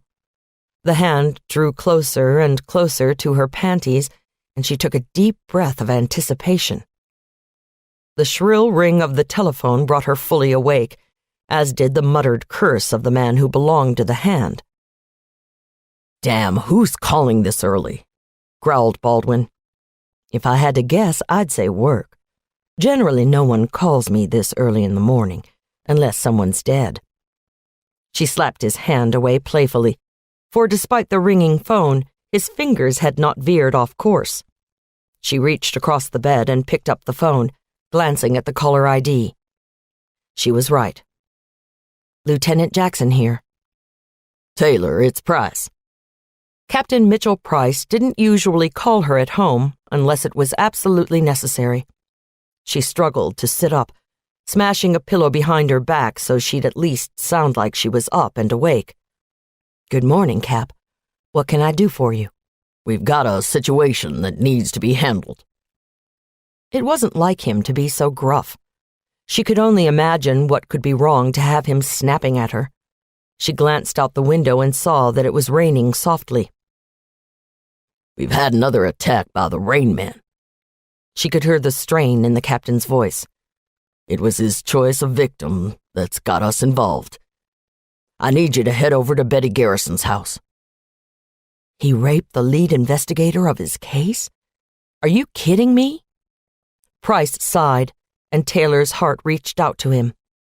"He damn near killed her. She's been taken to Baptist, but the scene needs some control, and the chief asked for you personally." Uh-oh, that can't be good. The Metro Nashville Police Department had come under new management, and the rank and file weren't pleased with the choice. "You wanted a ranking female on the case. You're the homicide lieutenant. If she dies, it falls under our auspices anyway. Maybe he's using some foresight, or maybe he just wants to make it look good for the press. I don't know. Things have been crazy down here this morning. The B shift caught 2 project murders, and with that Shauna Davidson girl missing. Either way, if you can extricate yourself from whatever you're doing, I'd appreciate you getting over there and letting me know what's happening." Taylor felt a brief moment of panic. Surely he didn't know what she had actually been up to. She weighed the thought, then decided no, he was just being funny. Price was like that. Half misogynistic old-school cop, half caring, sensitive police. She played along. "You're making assumptions, Captain." "I just figured you might be trying to have a life, Lieutenant. Now get over there and do me proud." He hung up the phone, leaving Taylor with an odd sense of satisfaction. She knew it had probably been Price's idea that she step into the case. She set the phone back in its cradle and glanced across the room at Baldwin. His phone had rung, but she hadn't noticed. As he talked quietly, a sense of dismay crossed his rugged features. That couldn't be good. He gave her a half smile and said goodbye to whoever had decided to ruin his morning. He came back to the bed, sliding between the sheets and giving her a small kiss. Taylor threaded her fingers in his dark hair, too long by bureau standards and perfect by hers. Silver bled from his temples and it curled slightly at the nape of his neck. She slipped her hand down, rubbing his neck softly. "Bad news, babe?" she asked. "I have to go to Georgia. They found Shauna Davidson." And those 4 words stopped the gentleness of their mourning. Chapter 8. Taylor was on full alert when she arrived at Betsy Garrison's home. Betsy lived in East Nashville, once the habitat of drug lords and crack whores. But the neighborhood was coming back, as the residents liked to say. Hip new restaurants nestled in with Victorian homes, restored to within an inch of their former glory. Young professionals ruled the area, BMWs and Lexus SUVs gleaming in the driveways, ones bought with earned money rather than by illegal means. Trees soared into the sky with abandon. Even the birds and squirrels had taken on a prosperous hue. But the street where Betsy lived seemed to be in mourning on this rainy day. When Taylor rolled up in her black Xterra, she only recognized one other car parked strategically along the street, a beat-up Ford F-150 pickup. She sighed. No marked cars for this trip. You could say the police were undercover, protecting one of their own. There was no yellow crime scene tape blowing giddily in the breeze. No news vans lined the street. Word had been kept quiet. A need to know only. Nothing broadcast over the air. All calls made to private phones and cells. An ambulance hadn't even made its way down the narrow streets. Betsy had been taken out her back door and stuffed into the waiting car of her partner in sex crimes to be transported to the hospital. Taylor shook her head at the ratty truck. Fitz definitely needed new wheels. But he stubbornly refused, swearing to stand by his rust bucket until the bitter end. From the looks of it, the end wasn't far off. She pulled behind it, stepped carefully to the curb to avoid the puddle in the gutter, and snapped open her umbrella. She walked quickly up the driveway and around to the back door of the house. Fitz was standing there, the ever-present cigarette dangling from his lips. It was lit, and though Taylor felt a rush of annoyance at Fitz, who had quit smoking a number of times unsuccessfully, she immediately dug in her pocket for her own pack. Drawing up beside him, she lit her own and inhaled deeply. Only a slight tickle in her throat reminded her that the doctors would be royally ticked off if they knew she was smoking, but she dismissed the thought with a wave of her hand. Fitz caught the motion and grinned. Justifying your addiction to the noxious weed to your doctors in your head again? Taylor gave him an affectionate smile. Fitz just knew her too well. They'd worked together for several years, and despite the fact that she was nearly 20 years his junior, and a woman to boot, he'd never had a problem with her being his boss. Just the opposite. He had been the one who'd stood by her promotion to lieutenant last year when many in the force did not. And he was one of the few who didn't mind the new chief either. But that was Fitz. Always willing, near retirement, and couldn't give a care to politics. Besides, the new chief had restructured the department in such a way that Fitz had gotten a promotion and pay raise, which did nothing but improve his mood. More to retire on, as he jovially put it. Now homicide was set up so that Fitz was the sergeant and had 6 detectives working under him. He reported only to Taylor, and she, as the department lieutenant, reported only to Mitchell Price. It was a top-heavy hierarchy, but the people of homicide had managed to come out unscathed and with more power than they had before. Price, being the captain, had control over all the CID, Criminal Investigations Division, and the lieutenants for each division reported to him and him alone. It gave him more authority but less oversight, so he depended heavily on his LTs to make all right in the world for him. He now reported directly to the chief, and the political headaches were worth it to him, since he could keep his people out of the fray. Taylor sucked on her cigarette and forced the thoughts of doctors' disapproving glares out of her head as she ran 2 long fingers along the scar on her throat. She gave Fitz a brief hug, tamped the half-smoked cigarette out on the sole of her cowboy boot, and pocketed the butt. No sense disturbing the crime scene. So, tell me what's happening. You got the background on Shauna Davidson for me, right? I did. Wasn't a mall rat like I thought. She wasn't working. Taking some summer courses, but that's it. The idle rich. He smiled at Taylor, and she shot him the bird. He laughed and continued. She'd been out with some friends after class. No one has a lot of details to share yet. We'll get it, don't worry. Okay, then. We'll have to report all the information to Special Agent Baldwin. He's going to be working the case. Taylor, about Baldwin? What? What about him? He looked at her hard, and she realized he knew exactly what type of housekeeping she and Baldwin were doing. Fitz had always been able to figure her out. She blushed. Yeah, whatever. Let's not worry about that right now. Let's focus on this for the moment. Then we can go over all the information you got on Shauna Davidson. Let me ask you this. Is Betsy okay? Fitz took one last lung-numbing drag on his cigarette and extinguished it. He pulled out a pack of gum, politely offering it to Taylor.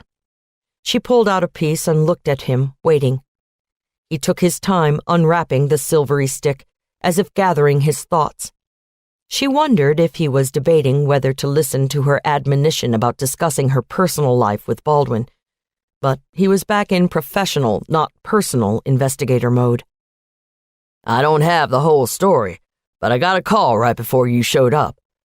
She's gonna make it, but they had to take her into surgery to clean something up.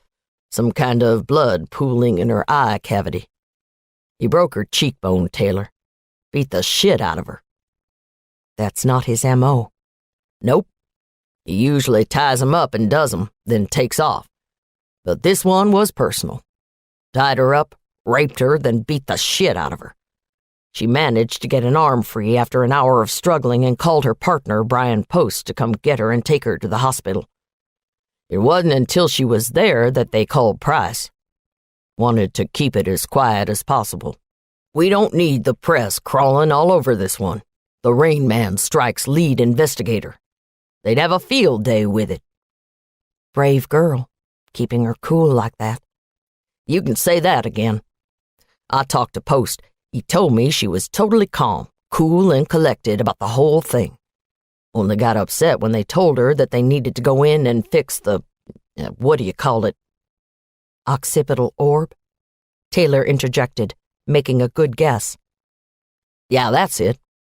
She was upset that she'd be out of it for a while and couldn't help with the investigation.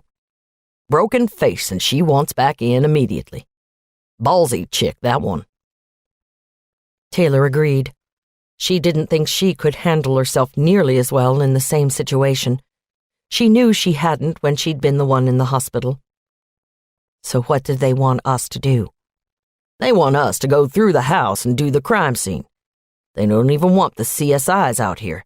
That's how deep this is getting buried. So far, only you, Price, the chief, her partner, and me know. They'd like to keep it that way. Do you have a crime scene kit with you? And a camera? He gestured to his feet, where a large case that looked like a tackle box sat. Picked it up on my way over.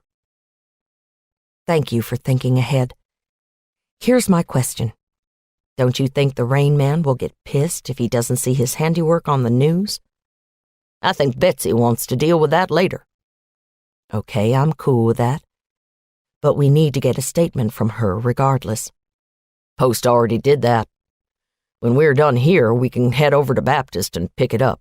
Talk to her if she's out of surgery. Taylor contemplated the back door, the lock obviously jimmied. They had a job to do, so they may as well get on with it. Let's do it. They snapped on latex gloves, slipped soft booties over their own boots, and started working the scene. Taylor started with the broken lock, dusting for fingerprints and thanking the awning above the door for keeping the handle dry. She lifted a decent print from the door jamb, took pictures of everything, and then they slowly worked their way inside. The inside of Betsy's home looked like a small tornado had come through. The kitchen table was overturned, the glass top shattered.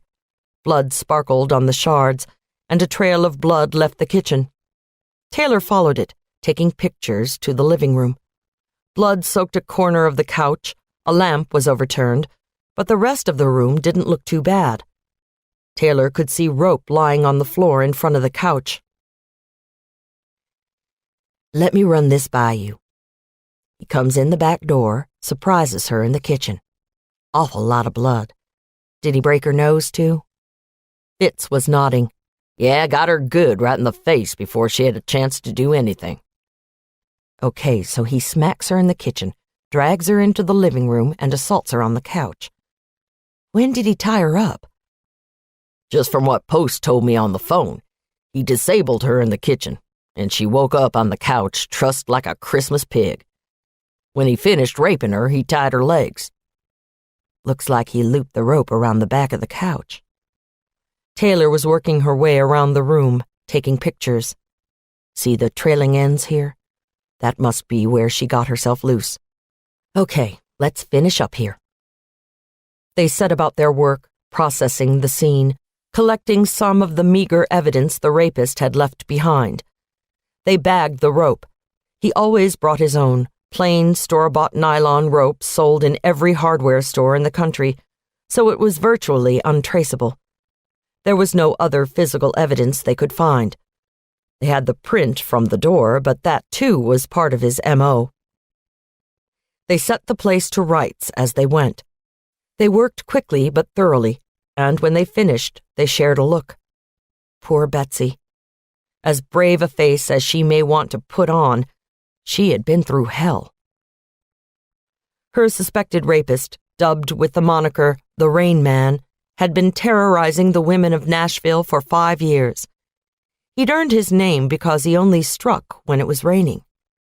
He'd attacked 7 women, 8 now, by forcing his way in their back doors, tying them up and raping them. Simple, straightforward crimes. He never spoke, wore a ski mask, always used a condom. His victims had been known to say that it seemed he was almost disinterested in what he was doing. Just tied them up, slipped on a condom, forced his way into their bodies, and left through the back door. That was it, nothing more. He'd never hit a single one, just threatened them into compliance with a gun to the head or a knife to the side. He had a unique but relatively innocuous M.O., one some experts classified as a gentleman rapist. Until today, none of his victims had been physically injured. Taylor and Fitz finished up and made their way to the backyard. They smoked companionably in silence for a time, until Taylor felt the need to point out the obvious. Think it was a copycat? I think we have to look at the possibility, given this new M.O. We'll know soon enough. If that print on the back door was his, they'll be able to match it to the other rapes. What a kook. Leave the rope and your print behind. They've never gotten a hit off the print. He's obviously never been in trouble with the law. So how does a law-abiding citizen suddenly turn into a rapist?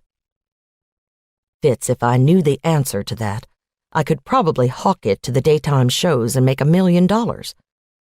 Let's get over to the hospital and see if Betsy's out of surgery yet. Chapter 9. Baldwin sat as far back in the cramped seat as his legs would allow and fastened his seatbelt for the quick trip to Atlanta. As soon as the plane cleared 10,000 feet and the pilot finished greeting the passengers, he pulled out his laptop and opened his email. The file for the missing girl appeared before him. Shauna Lynn Davidson. The call had come from Jerry Grimes, the field agent that had been running the cases from Alabama and Louisiana. He'd been instructed to keep Baldwin up to speed on the cases, and he'd complied, albeit reluctantly at first. Handing off his case to the FBI's most celebrated profiler rubbed him the wrong way. But now the note of panic in his voice was near the surface. Baldwin, they've definitely identified Shauna Davidson in Georgia. Her body's in a field off a rural exit near Adairsville off I-75. Looks the same. Body dumped in a field, strangled, and she's missing her hands. What the hell is this guy up to? Grimes, you've told them what to look for, right? They need to find it. Aw, shit. I know. They're looking for the hand now. I'm on my way there. Are you coming? The accusatory note was not lost on Baldwin, but he chose to ignore it. I'm on my way, man. Hang in there. Baldwin glanced at his watch and saw it was too early to order a drink. This was supposed to be a beautiful, quiet day, spent in bed with the woman he loved, not a day to go traipsing through death. Yet here he was on a plane to Atlanta to hunt for the strangler. Being a profiler meant long hours in strange locales, but the longer he worked for the FBI, the more he was struck by the commonality of every situation. Madman kills innocent, then does it again. An M.O. is established. The FBI is consulted, and Baldwin would be thrown on a plane. He'd chosen this life, this world. He had the rare ability to disengage, to be unaffected by the horrifying details of the cases. But it was starting to wear thin. He didn't know exactly what he should do, stay with the FBI or strike out on his own. He'd love to steal Taylor away from Metro, but he knew in his heart of hearts that wouldn't happen anytime soon. He pushed those thoughts away. He needed to stay focused, and thinking about Taylor Jackson would derail even the strongest of men. Local law enforcement in Alabama and Louisiana had done all the right things in processing their cases. The Alabama authorities worked closely with the Baton Rouge cops. They ran all the right tests, did the right investigation, and still had no clue who had strangled 18-year-old Susan Palmer, cut off her hands, and dumped her body in a field in Baton Rouge. The crimes seemed connected. There were definite similarities: manual strangulation and missing hands. But it was Jeanette Lernier's case that had drawn the FBI's attention. When she was examined in the field, the medical examiner had rolled her and found a hand underneath the lifeless body. Everyone assumed it was Jeanette's. When DNA showed the hand belonged to Susan Palmer from Alabama, people had gotten interested. Grimes and his partner, Thomas Petty, had been called to give interagency cooperation and support to the local authorities. When nothing happened for a month, the hunt was scaled back. Grimes and Petty went back to other cases, and the murders went into the annals of cold crimes that permeate small-town law enforcement. Grimes still kept a finger in the case, doing interviews with friends and family, but Petty caught the disappearance of a 9-year-old boy and was pulled off to work that crime. Time marches on. New crimes are committed. The cases weren't forgotten, just relegated to the back burner. The details of the two cases were kept quiet in the hopes that somewhere down the road an answer would surface.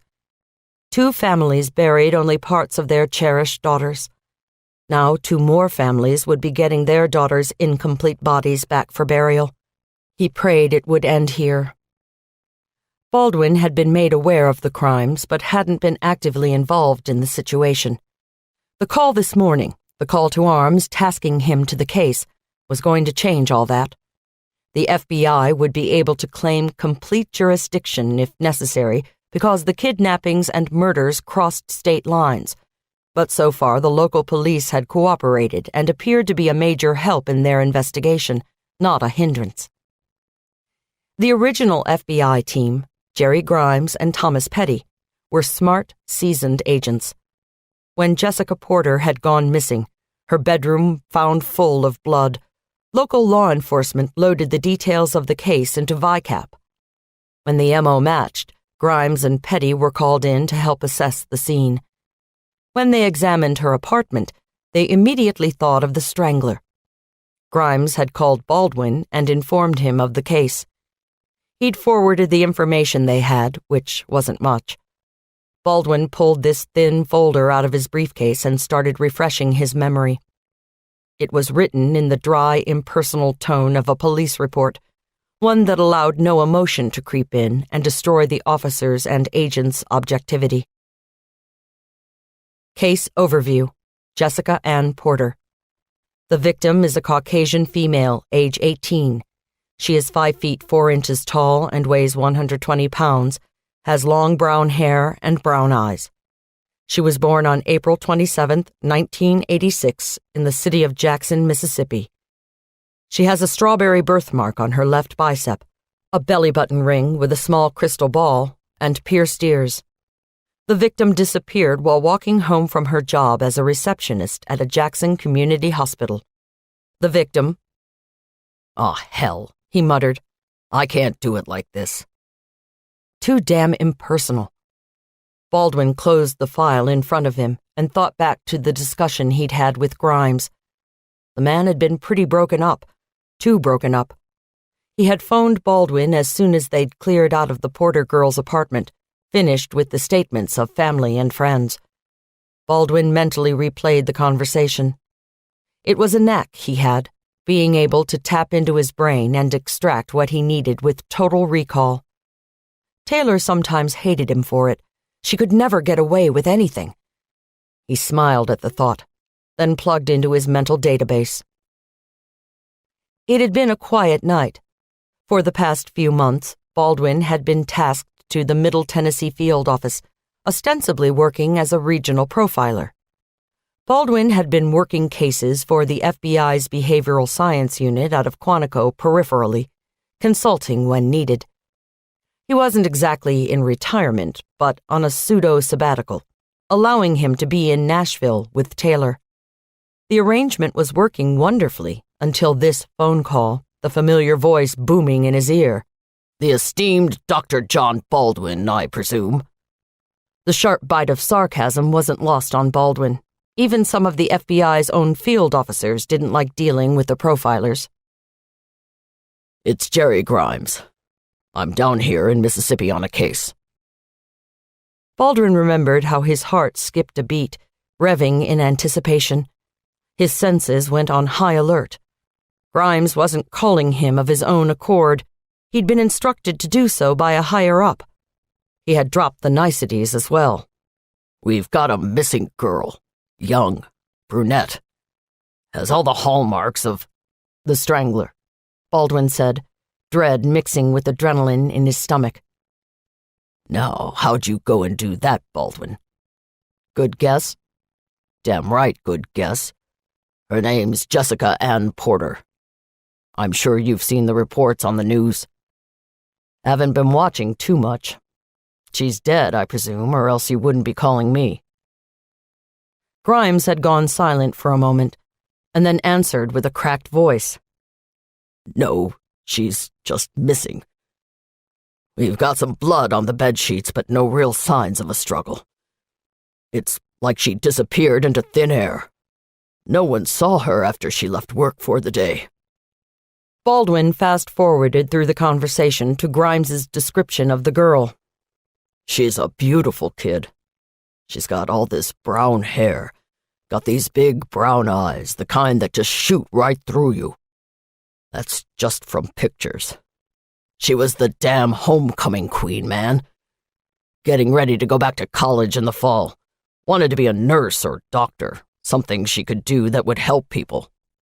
She volunteered at the homeless shelter in town and delivers meals to shut-ins. The kid's a saint, and no one we've talked to has anything bad to say about her." Baldwin remembered thinking, uh-oh, Jerry's taking this kind of personal.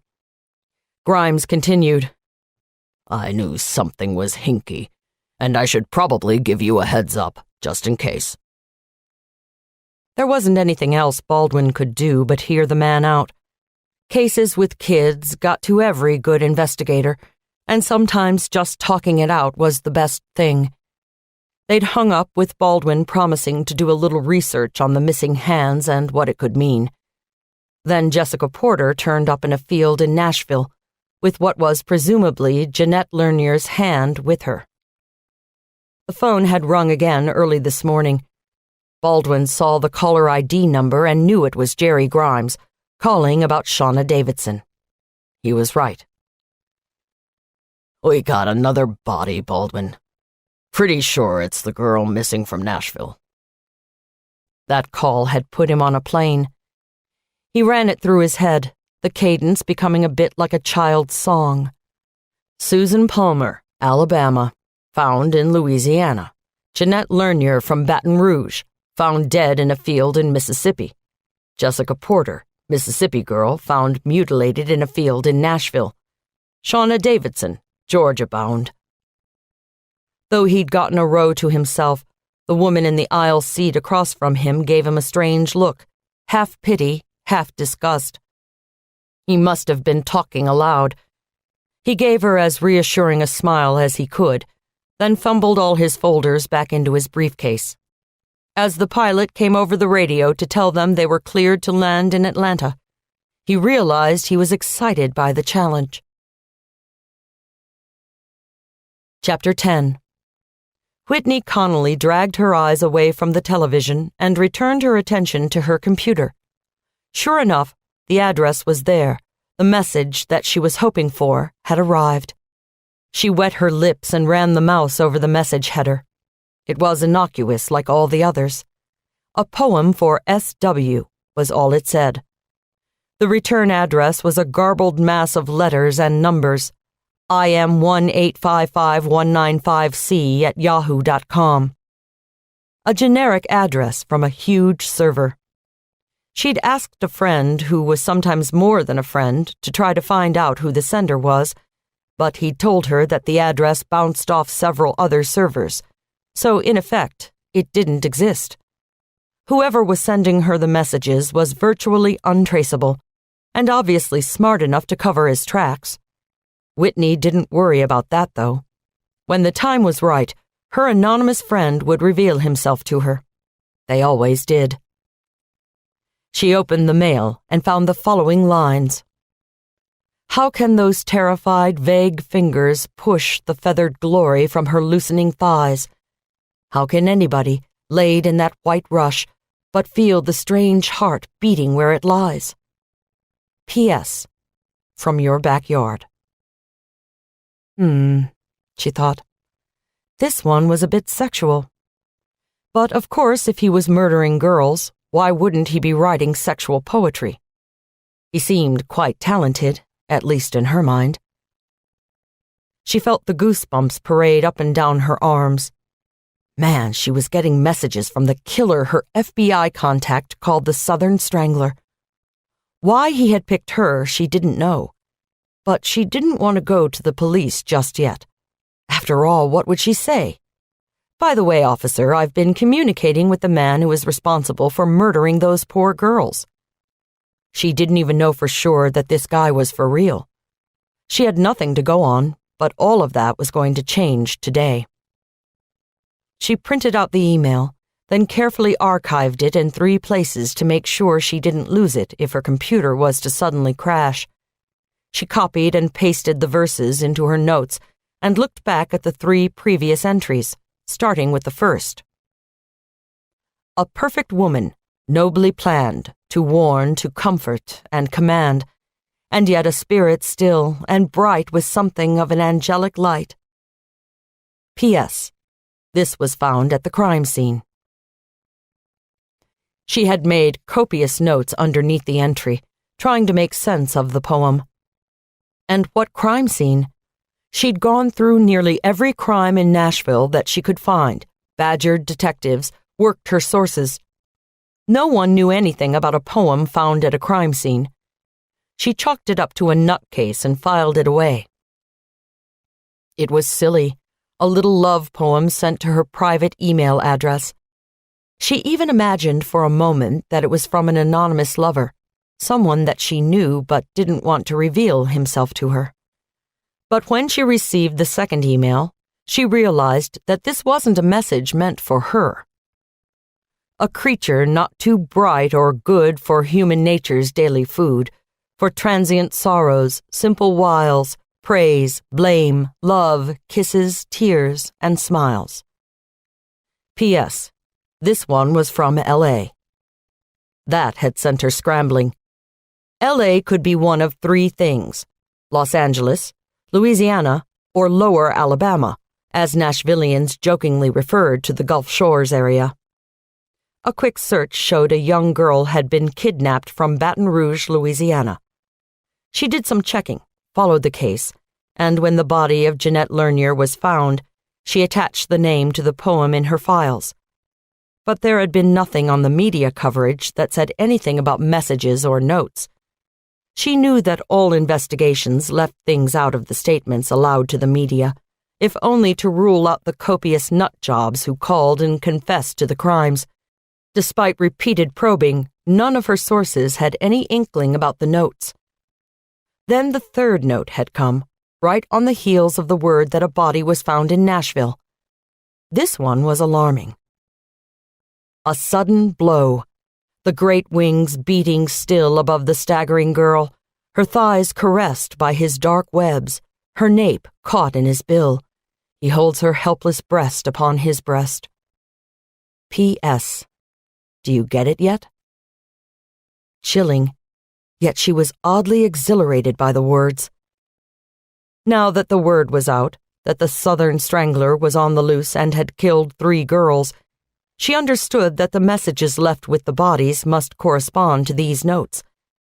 After realizing the pattern, she'd gone back and marked the first entry Susan Palmer, then corresponded the notes to the names of the dead.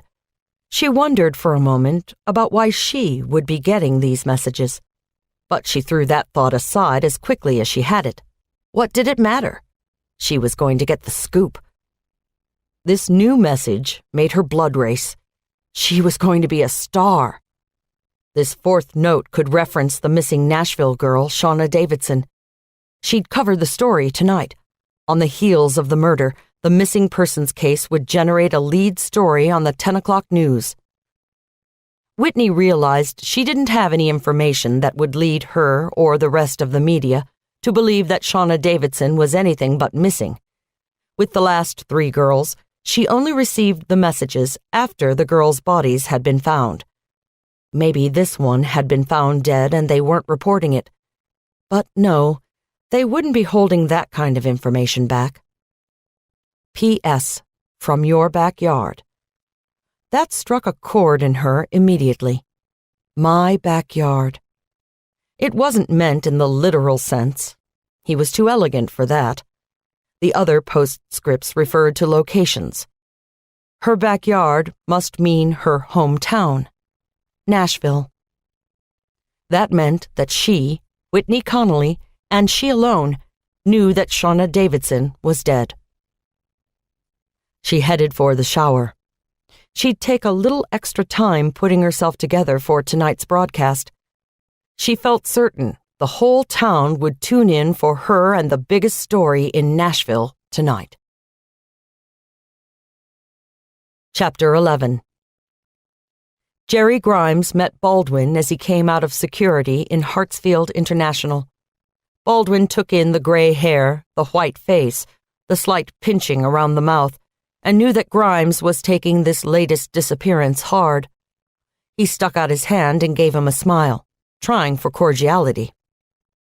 Grimes, you're getting grayer by the day. Grimes looked vaguely alarmed for a moment, as if he hadn't realized that age was leaching the black out of his hair. Then he recovered and ran his hands through the silvery strands. Well, at least I still have some. That's saying a lot in this job. They walked out the doors to Grimes's waiting car. He had left the car on the curb in the departures area. FBI got special privileges at airports these days. A uniformed officer stared with frank curiosity as they climbed into the sedan. Grimes removed the FBI placard from the windshield of the car. Pulling away from the curb, he got down to business. Okay, here's the deal. Media has the story. The locals couldn't keep it quiet. They found the hand. It's been sent to the medical examiner as well. We'll head straight to the morgue in this little town, Adairsville. I want to hurry up and get there, so buckle your seatbelt. All that bravado, Baldwin thought. Oh well.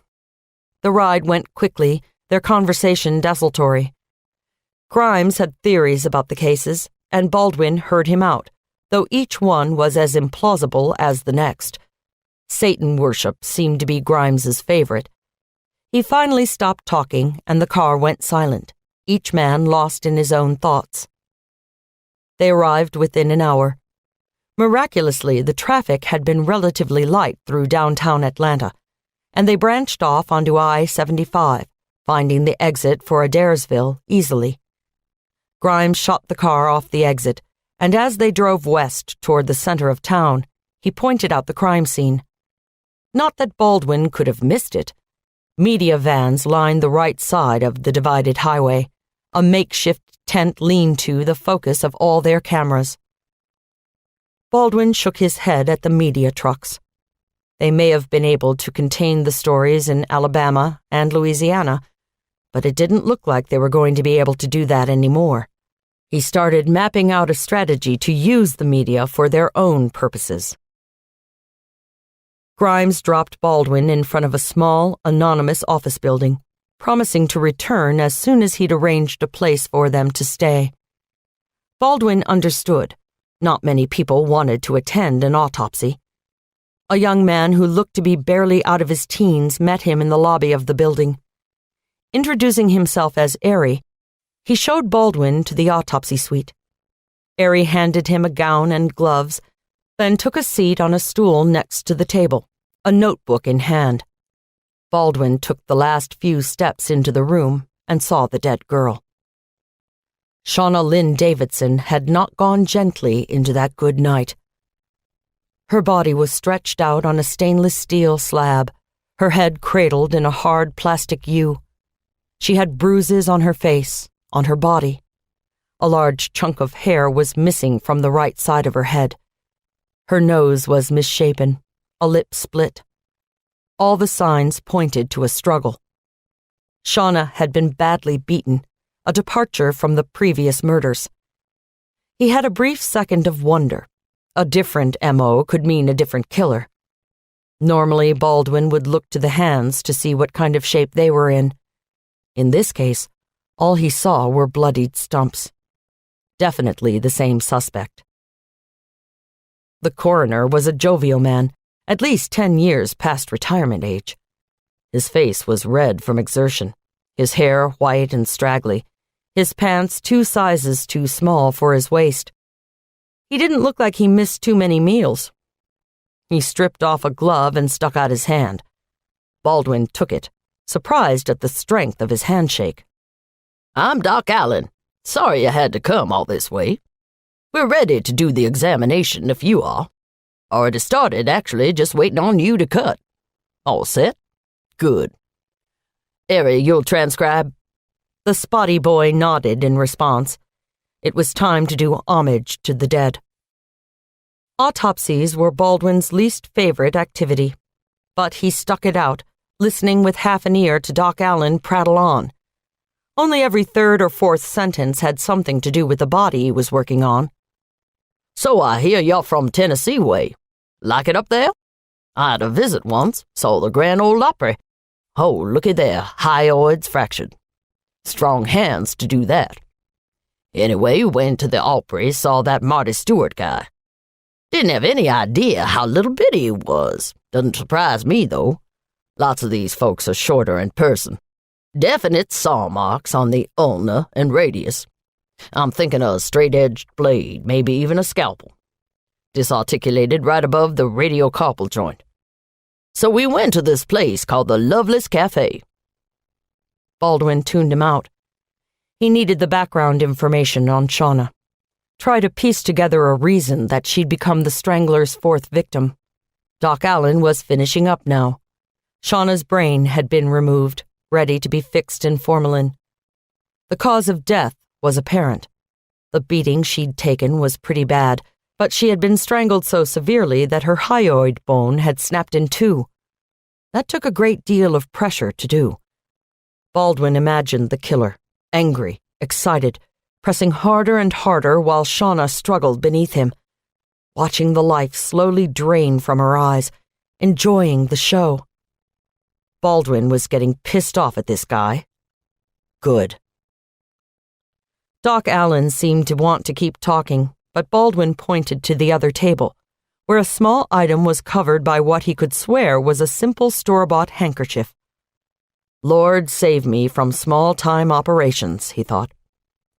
The doctor bustled to the table and whipped the fabric back with a flourish, like a waiter removing the cover from a dinner dish. Here's your hand. Well, it's not yours, of course. Word on the street is you've got a whack job moving body parts. I assume it belongs to your Vic up in Nashville. Oh, was it Mississippi? I can't keep up with all your killers these days, much less the poor victims. Did I tell you about the time? Dr. Allen, I hate to interrupt, but I'd appreciate it if you could get this hand printed and DNA samples drawn. We won't know if this hand belongs to the previous victim or not until we have the comparisons run. I don't mean to rush you, but I need to get out to the scene where Shauna's body was found, and I'd like to do it before it gets dark. Thanks so much. He turned away, ignoring the good doctor's grumbling, and ran a hand through his hair. He'd give anything to be out of here as quickly as possible. There was nothing more to be learned. Grimes and Baldwin made their way back to the site where Shauna's body had been found. The sun was setting, the media had moved off, and they had the field to themselves. Baldwin stalked around, looking for anything that might give him a sense of the man who'd been here before, carelessly dropping Shauna's lifeless body in this anonymous grave. There was nothing. That wasn't the right way to think of it. This killer wasn't careless. He was exceptionally deliberate. So far, every move was so precise it felt almost scripted to Baldwin, choreographed. But it was done to seem careless, like the bodies were just thrown away like so much trash.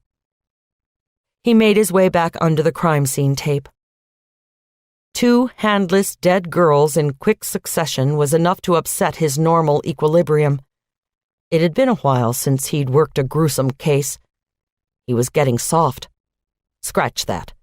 He'd allowed himself to get soft.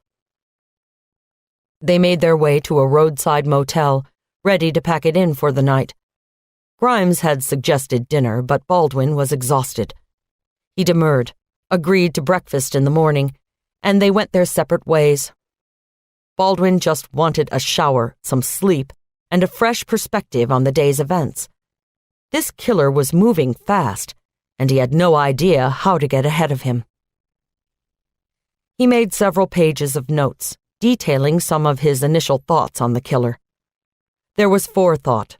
Though he was moving quickly, he wasn't in spree mode just yet. Baldwin wished there was a definitive way he could decide what would happen next, and contented himself with a second, thorough read of all the files. A picture was forming in his head, a view into the killings, into the psyche of the man responsible. He finally packed it in, hoping for a few solid hours of sleep. Baldwin dreamed of wolves dressed in sheep's clothing, and woke intrigued. What an odd dream to have. He showered, shaved, placed a quick call to Taylor, and made his way from the room. As he shut the door behind himself, he saw Grimes hustling toward him, beckoning with one hand. Baldwin went to him, eyebrows raised. "What's up?" "Missing persons report from a neighboring town, Noble." Wolves dressed in sheep's clothing, indeed. Chapter 12. Grimes was talking a mile a minute. "We're headed to where Marnie Fisher was last seen.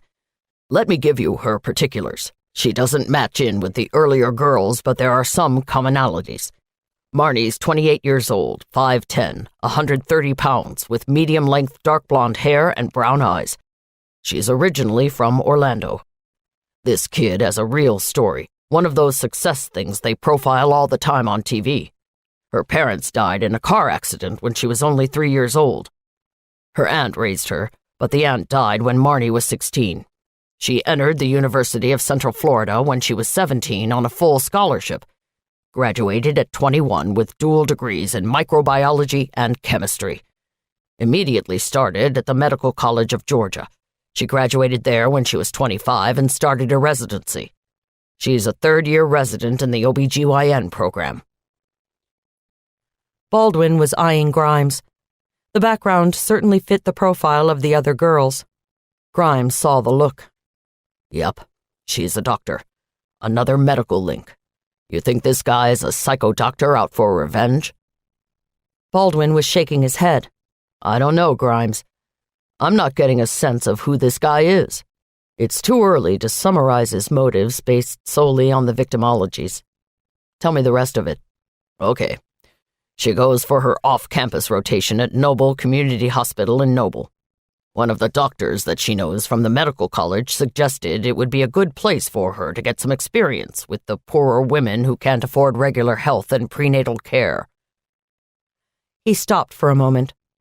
"By the way, she's engaged to be married. Guy named Greg Talbot, 4th-year resident in the OB/GYN program. Their plan is to move to a small town somewhere in the rural South and provide prenatal care, as well as delivering babies for poorer women who don't have access to great health care." Grimes had delivered this latest tidbit with a sly smile. Baldwin knew what Grimes was thinking. The fiancé was a perfect place to start. But he didn't comment. He wasn't going to leap to any conclusions, not this early. Grimes took the hint and continued with the story. Okay, where was I? Oh yeah, so Marnie was supposed to go to her friend Sharon Baker's house in Augusta when she got off work at the community hospital. Her rotation was finished for the month, and they were going to celebrate. She was due in Augusta by 7 o'clock. It's about a 2-hour drive from Noble to Augusta. When Marnie didn't show up at Sharon's house, she tried to call her on the cell phone, which said it was out of range. Sharon started worrying. It wasn't like Marnie to not check in if she was going to be late. She finally called Greg, the fiancé, who was supposed to be in Atlanta for the weekend with some friends. He got in the car the second he got her call, drove up to Augusta, and on Sunday morning they started looking for Marnie. Traced the route she would have taken back to Noble, checking all the rest stops and gas stations along the way. No sign of anything amiss at her house. When they made it back to Noble, they went to the hospital and found her car in the parking lot. Her keys were under the car, her purse and cell phone on the front seat. They called the Noble police, who had the foresight to call us, and here we are. Baldwin looked out the window, watching the massive mounds of kudzu as they drifted past. His mind was churning, trying to put it all together. The pattern was clear. Take a girl, then dump her in another city. Take another from that town. In which new town would they find Marnie Fisher? Alabama to Louisiana, Louisiana to Mississippi, Mississippi to Tennessee, Tennessee to Georgia, and Georgia to... Hey, Grimes, do you have a map here in the car? Yeah, should be one under your seat. I bought a southeast map when I drove out from Virginia. Baldwin reached under the seat and pulled out the map. He flipped through until he found the page showing all of the southeastern states. Let's see. Huntsville, Baton Rouge, Jackson, Nashville, Noble. Would he go back one state west to Alabama in some kind of convoluted circle? Or move 2 states over to North Carolina? Baldwin shook his head. That wasn't the right way to look at it. He folded the map and placed it under the seat. No, he was going to have to examine the commonalities of the victims if they hoped to get ahead of this twisted mind. Grimes, talk me through the girls' profiles. Pretend I haven't heard anything about them. Start from scratch. Baldwin dug in his briefcase and brought out a notepad. Opening to a fresh sheet, he waited. Okay, anything you want. I'll start with Susan Palmer. Quiet girl, according to her family. She just graduated from nursing school, gotten a job at the Huntsville Community Hospital. She was a bit mousy, not a beauty like Jessica Porter. She lived in an apartment above their garage. Mother has some sort of debilitating illness, and Susan liked to be close by. They had a full-time nurse, but it was a woman and she was cleared immediately. No father. He died when Susan was young. It was just her and her mother. She was found by a canal in an old section of Baton Rouge, not a great part of town. No reason for her to be there. That's why we assumed he transported her, rather than her going to Baton Rouge then getting killed. The ME's report showed hesitation marks in the cut on her right arm. Said it looked like he was trying to get up the nerve to get the hand off. The left didn't have anything but the saw marks. Grimes cleared his throat, looking out the window as if he'd conjured the autopsy scene right there in the kudzu-choked hillside. It was weird. No one can remember her leaving after work. She didn't have a lot of friends at the hospital. Came in, did her thing, and went home. We haven't figured out how she came across our boys' radar. She kept her nose clean and didn't make any waves. Invisible, Baldwin murmured. What's that? Invisible? Yeah, I guess you could say that. A safe choice, then. But Jeanette Lernier, now, she wasn't invisible. Brash, daring, vivacious, all those words were used to describe her. She had a paid internship with some marketing company in Baton Rouge, trying to get some experience between college and graduate school. She had boyfriends, girlfriends too, if you know what I mean, and was a regular on Baton Rouge's social circuit. There was word that she just had an affair with some big muckety-muck at the company she worked for. Was very upset that things hadn't worked out. Came from a good family, had 2 brothers and a sister who are still in complete shock. It was like she was the life of the family, and when she was gone, they died right along with her. Really sad case if you think about it. She had everything going for her, but she ends up dead on the side of the road. Honestly, if we hadn't found Susan Palmer's hand at the scene, there's a good chance we wouldn't have connected the crimes. Even though the MO was the same, they just seemed so different. At least to me. I can understand that, but it definitely is the same killer. So tell me this. Why did he take a month off? Seems like he was on a roll, then quit. That's an excellent question. I'm getting a better sense of our suspect, but I'd like to know the exact why behind these killings, too. There must be some motivation. Anyway, keep going. Jessica Porter. Jessica Ann Porter, 18 years old, 5'4", 120 pounds. Born in Jackson, shared an apartment with a friend. She was really trying to be independent. Her parents were dead set against the idea, but she charmed them into it. Tina and Steve Porter. Dad's a mechanic, mom's a teacher. Down-home American family. She's got 2 brothers, Joseph, 16, and James, 13. They're pretty broken up. They worshipped her. She was attending the University of Mississippi, studying for pre-med or nursing. She hadn't decided which. She was working as a receptionist in the Mississippi Community Hospital so she could get a taste of being around medical personnel. I told you she was volunteering at the local homeless shelter and delivering meals. What's it called? Meals at home? Yeah, that's it. Meals at home.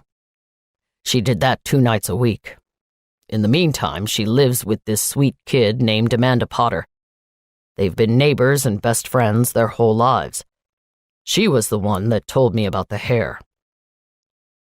Grimes, I want to hear everything, even if you duplicate information you think you've given to me before. Okay? Grimes was gripping the steering wheel so hard his knuckles were turning white. Yeah, I know. Sorry. Where was I? At her hair. Right. So her friend Amanda tells me that Jessica has this long, curly brown hair that everybody would kill to have, but she hates it, so she straightens it. She also told me that they'd done a little experimenting, with alcohol and such. But Jessica never really liked it, so she's not a big party girl. She smokes on the sly. Her parents don't know about that. She's just this smiley, sweet, soft-spoken girl with a head full of smarts. Seemed pretty grounded to me. Her buddy told me that she thought Jessica was a little naive, especially when it came to the boys. She's definitely a virgin. Or was until this asshole got a hold of her. Okay, that's good. Tell me about how she disappeared. She was walking home from work, wearing green scrubs like all the staff. It's a pretty small hospital. They cater more to the indigents and poorer folk who don't have stellar health care. So, anyway, her usual routine was to walk home, change clothes, and go to the gym. Amanda indicated Jessica was pretty insecure about her body, that she spent a lot of time working out. Of course, Amanda thought Jessica was perfect, but you know how young girls are. Never believe in themselves the way their friends do. At least, that's what I get from my daughter. You don't have any kids, do you? No, I don't. Please, go on. Okay, don't get so touchy. She left the hospital at 5:15 and never made it home.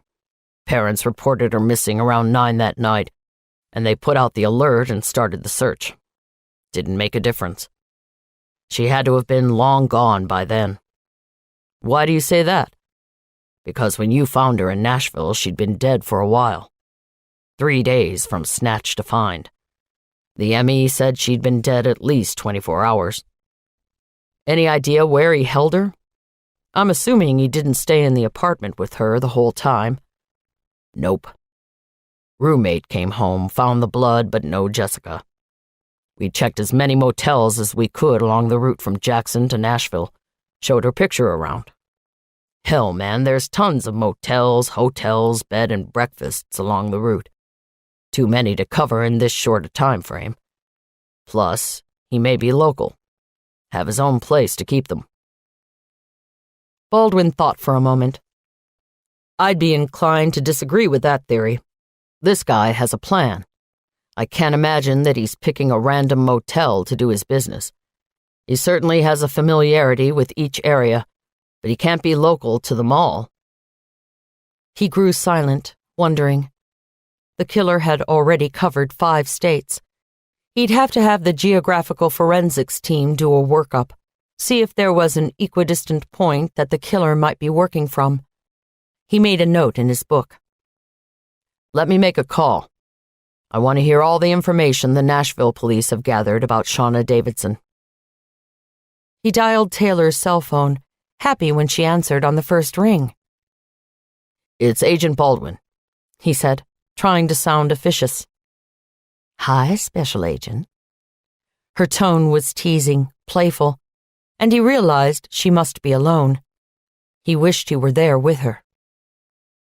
I'm going to put you on speakerphone.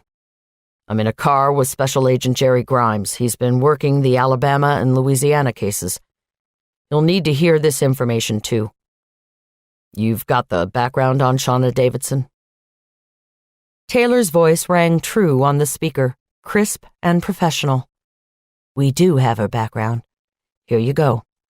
21, 5'6", 140 pounds, brown on brown. Attended Middle Tennessee State University, studying pre-med. Parents are Carol and Roger Davidson. Both of them are accountants. Pretty well off, which explains the apartment being so nice. She was an only child, a bit spoiled according to her friends. She ran with a group of girls. They call themselves the Posse. Names are Megan, Kimber, and Tiffany. They do everything together. They were all out together the night Shauna disappeared. They were bar hopping, got a little drunk, and went on the make. They went into a bar called Jungle Jim's for their last stop. Megan and Kimber were talking to a couple of guys and trying to get them to buy some drinks. Tiffany had separated from the group when they got there. Her boyfriend showed up and was all kinds of put out, saw her dancing with another guy. She was drunk, he was pissed. She sat with him and got engrossed in their conversation. Shauna was with Kimber and Megan while they were talking to the boys. Apparently, she didn't think things were going anywhere, and when one of the boys made a pass at her, she blew him off. According to Megan, Shauna made the loser sign at him, put her hand up to her forehead in an L, which made Kimber and Megan laugh. Kimber pointed out that Shauna wasn't an angel, but she was pretty picky about who she'd fool around with. And that's the last they remember seeing her. They're all feeling horribly guilty about it. They were really drunk, and no one was paying a lot of attention. Megan and Kimber saw Tiffany leave with her boyfriend, and when they were ready to go, they didn't see Shauna and assumed she'd gotten a ride with Tiffany.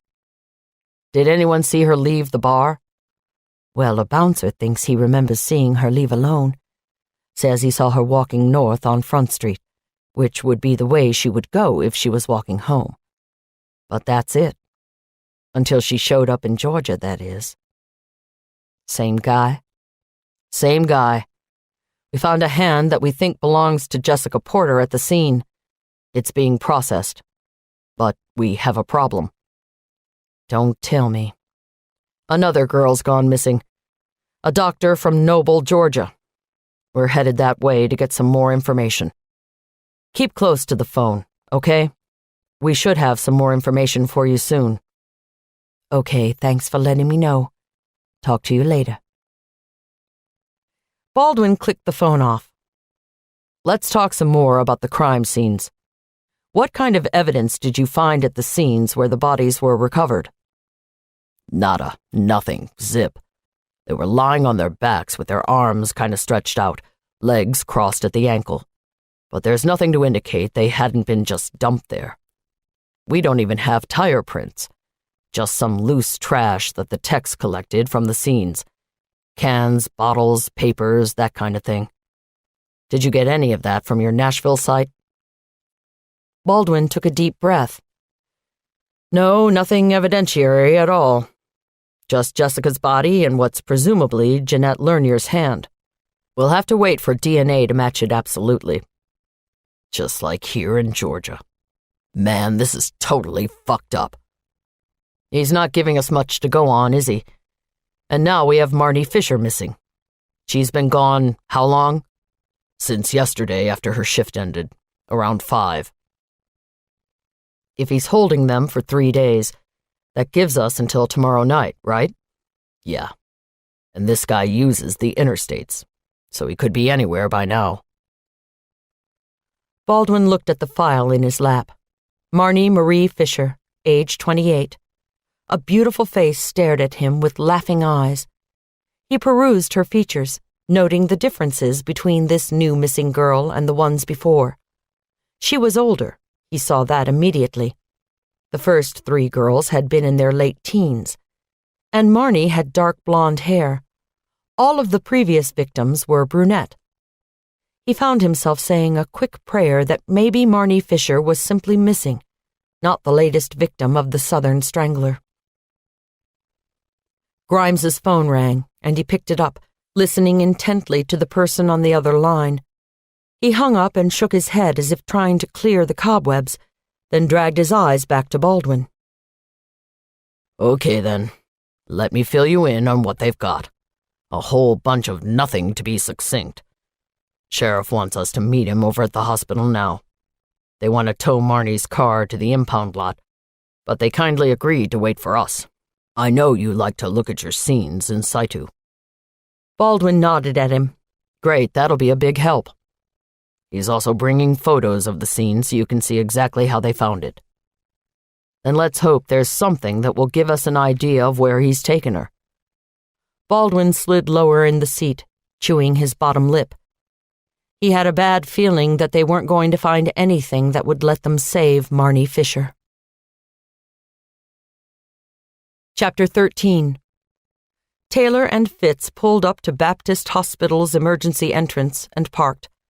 Making their way through the emergency room throng was an adventure.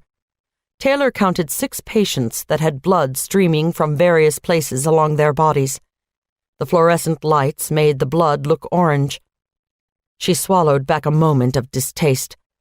The last time she had come through these doors was on a stretcher, her own blood threatening to spill onto the linoleum floor. Her last major case popped into her mind. It was always there, just below the surface. She and Baldwin had met on that case 4 months prior. He'd been in town on a sabbatical. Metro had needed the help of a profiler. A mutually beneficial relationship ensued, one that pushed Taylor and Baldwin into long hours and tense situations.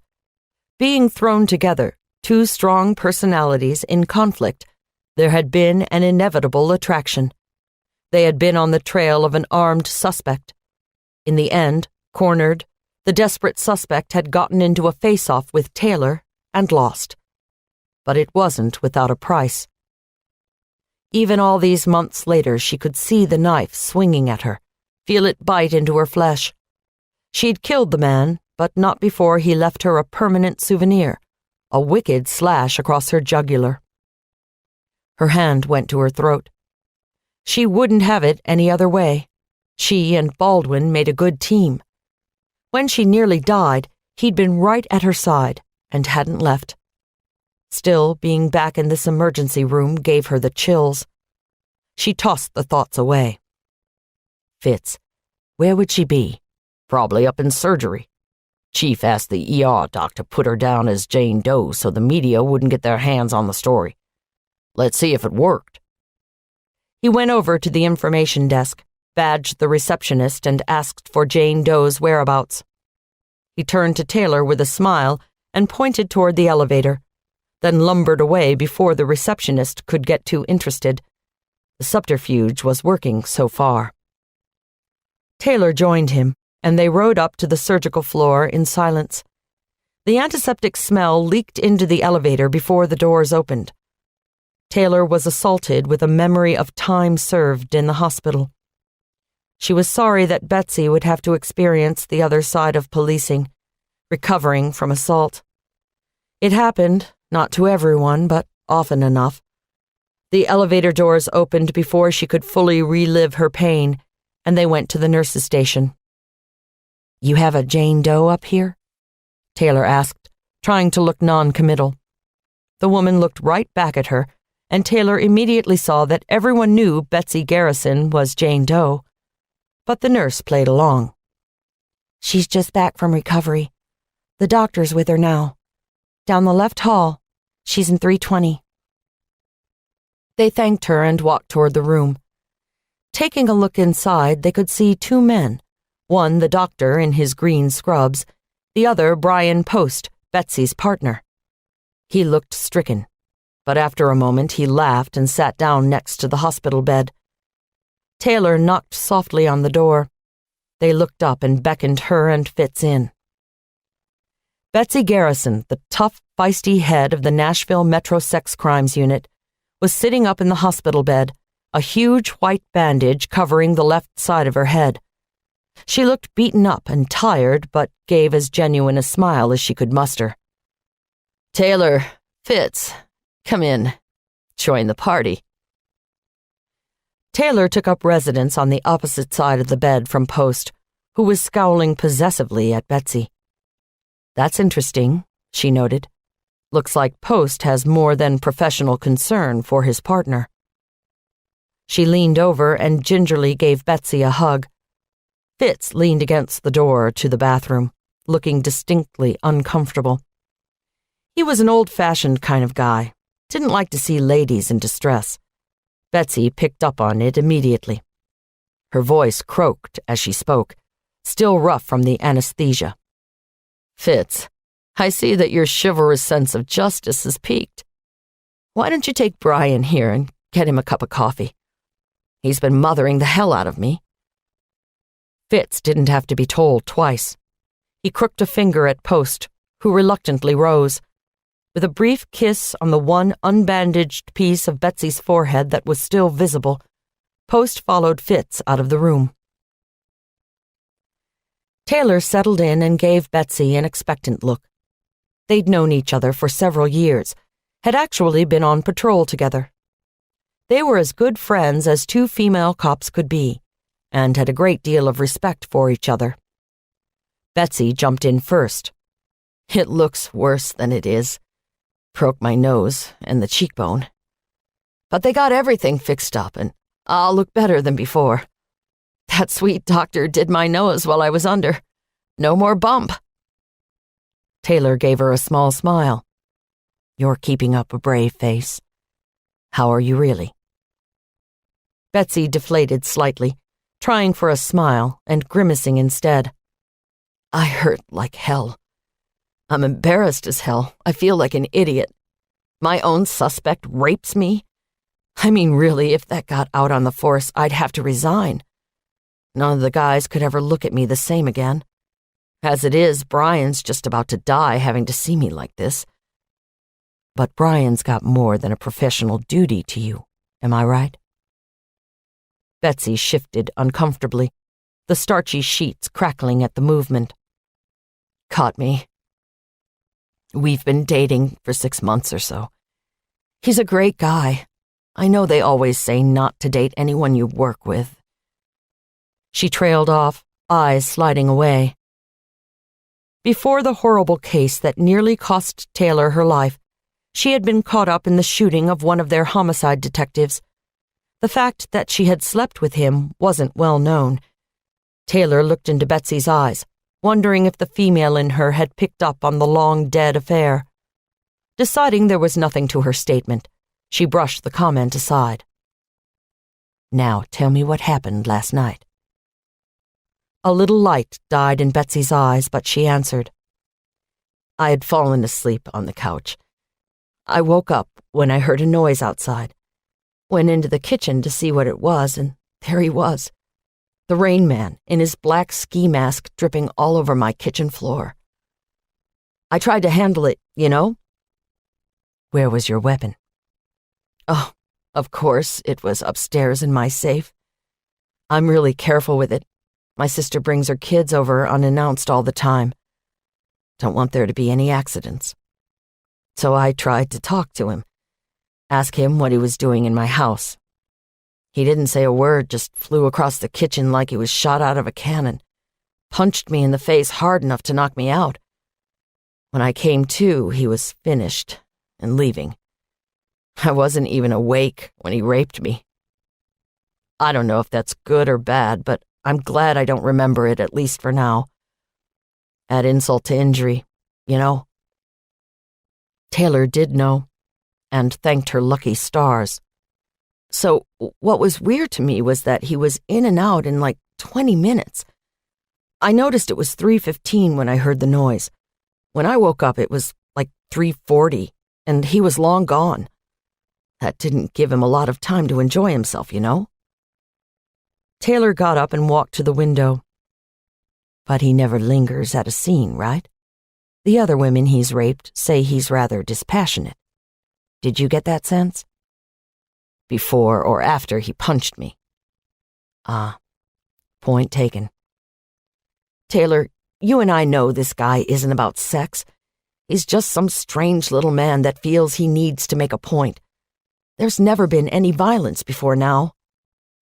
Do you think he's going to keep at it? I honestly don't know. Let me ask you this. How do you know it's the Rain Man? Oh, they didn't tell you? Rape kit came away with DNA. You've never gotten DNA before, have you? That's great news.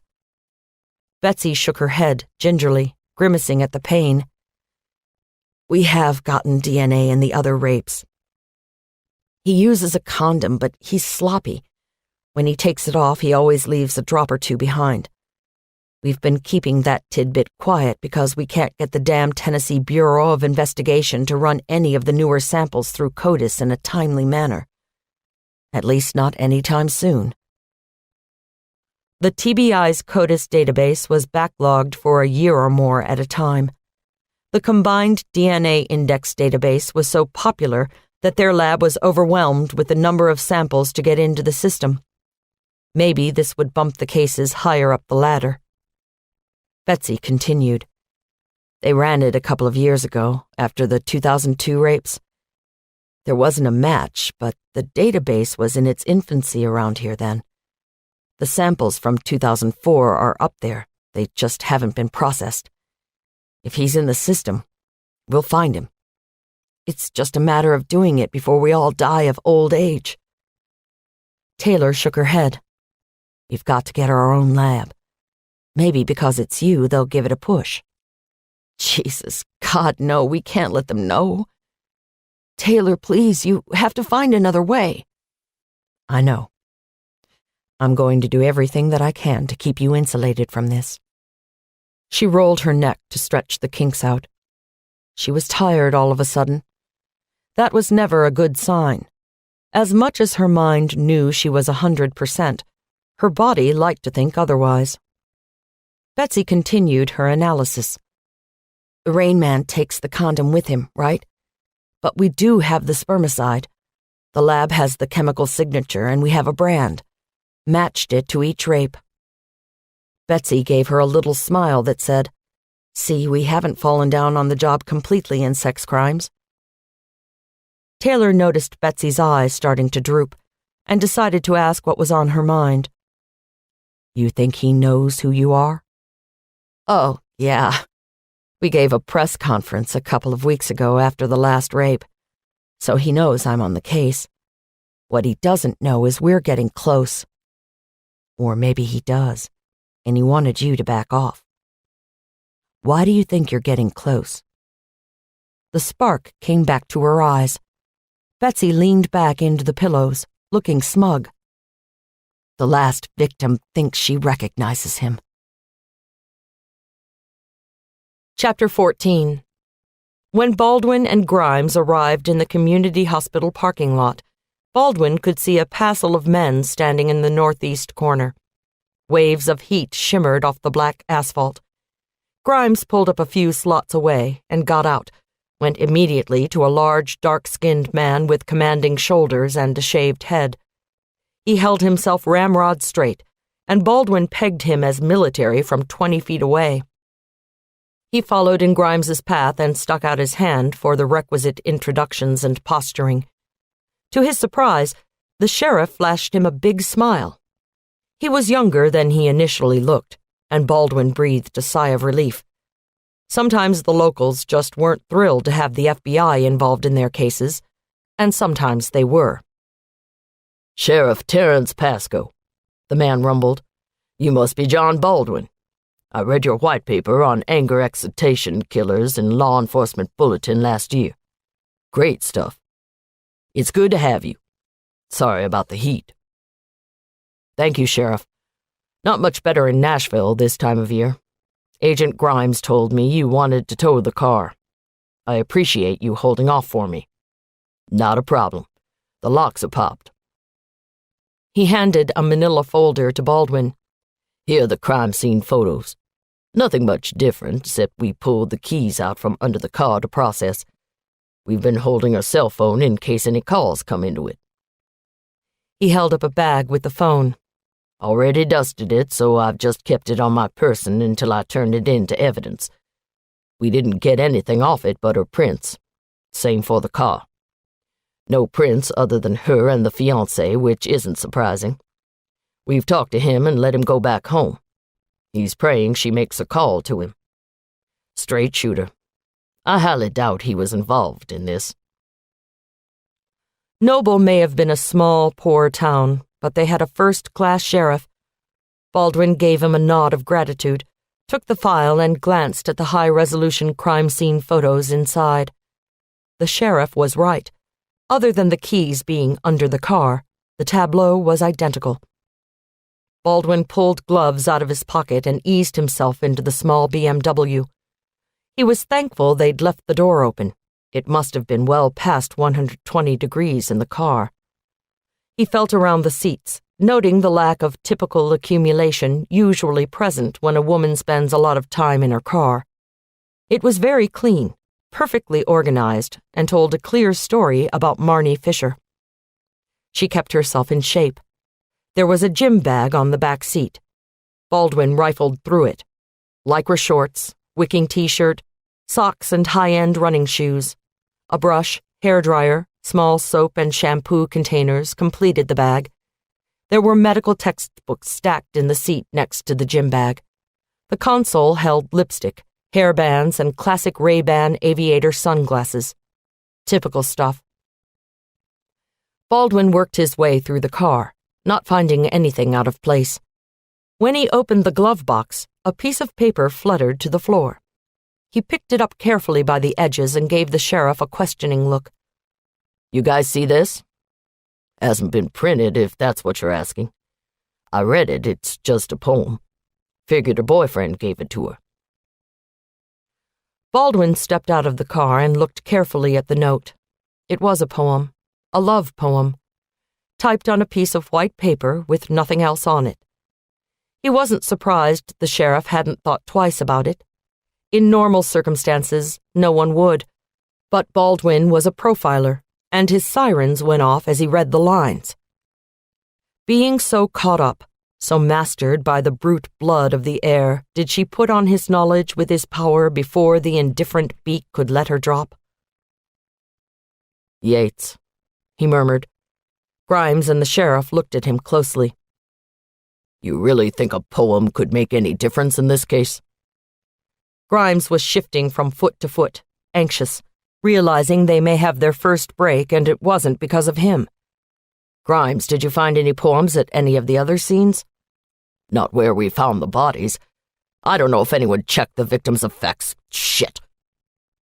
He pulled out his cell phone and punched in a number. "Thomas, it's Grimes." Baldwin recognized whom Grimes had called. Thomas Petty was Grimes's partner and had handled the start of the investigation. He had been on site for 2 of the murders, present at the death scenes. Grimes was pacing in circles. You're still in Alabama, working that missing boy case, right? Do you have some sharp contacts that can do something for us? Good. Here's what we need. You need to get in touch with the police in Alabama, Louisiana, and Mississippi. Have them go back through all the girls' effects. If they need to call the families, go out and visit the houses, do it. Have them look for a piece of paper with a poem on it. That's right, poetry. Make sure they look in the girls' cars, too. He cleared his throat. His voice sounded jumpy and anxious. Baldwin could read his face. Had he missed the most important clue in their case? Especially the glove boxes. Call me back as soon as you can. He hung up and shook his head. You really think this is from the killer? Baldwin nodded. This guy's playing games.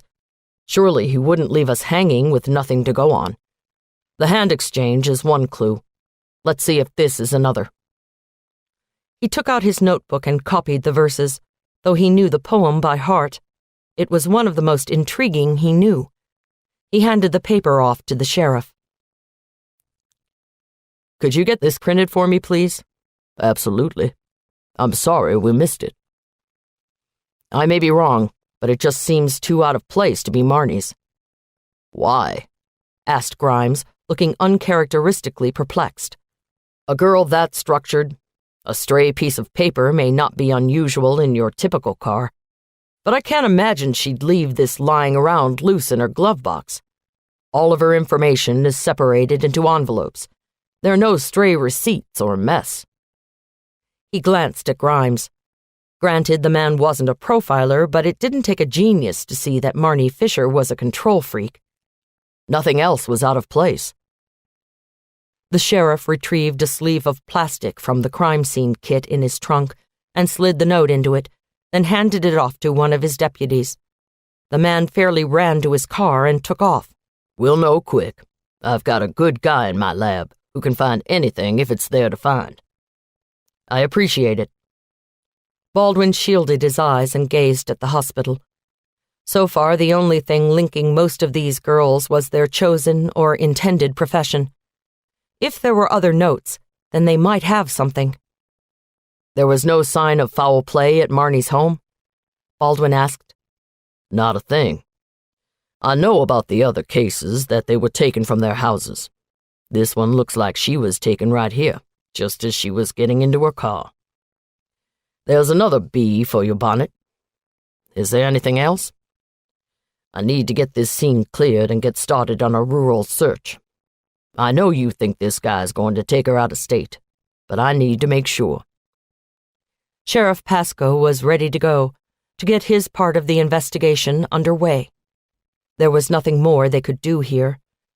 Baldwin shook his hand and thanked him for all of his help. He and Grimes went back to town in silence. Grimes parked at the motel, and they walked in the strong sunshine to get food and to go over their next moves. Grimes looked rough, unshaven, and red-eyed. He was taking every aspect of this case to heart. If Baldwin were to evaluate him from a psychological perspective, he'd say Grimes was teetering on the edge. They went to Joe's Diner, a local establishment worn with age. The entire restaurant could have fit in the lobby of their motel. Pictures of locals plastered the walls, some fresh and new, some so old and grainy that the black and white images merely suggested their occupants' features. The walls were yellowed from years of nicotine, and the formerly white lace drapes drooped gray and unhappy over smeary windows. Baldwin and Grimes got looks from tired men who appeared to have grown into the stools at the counter. The smell was intoxicating, and Baldwin realized he was starved. They sat at a metal table covered by stained and cracked formica laminate. A huge woman with shoulder-length braids pranced over. Baldwin couldn't believe how lightly she moved, considering her bulk. Her waitress uniform was spotless, and Lorene was stitched in fancy black embroidery above her ample left breast. She slapped down 2 cups, filled them with strong black coffee, and gave the men a look. "Good morning," Baldwin said. We'd like— Let me guess, sugar. The works. She yelled back over her shoulder to a rheumy-eyed black man with grizzled hair who could be seen in the kitchen. Eugene, 2 full plates.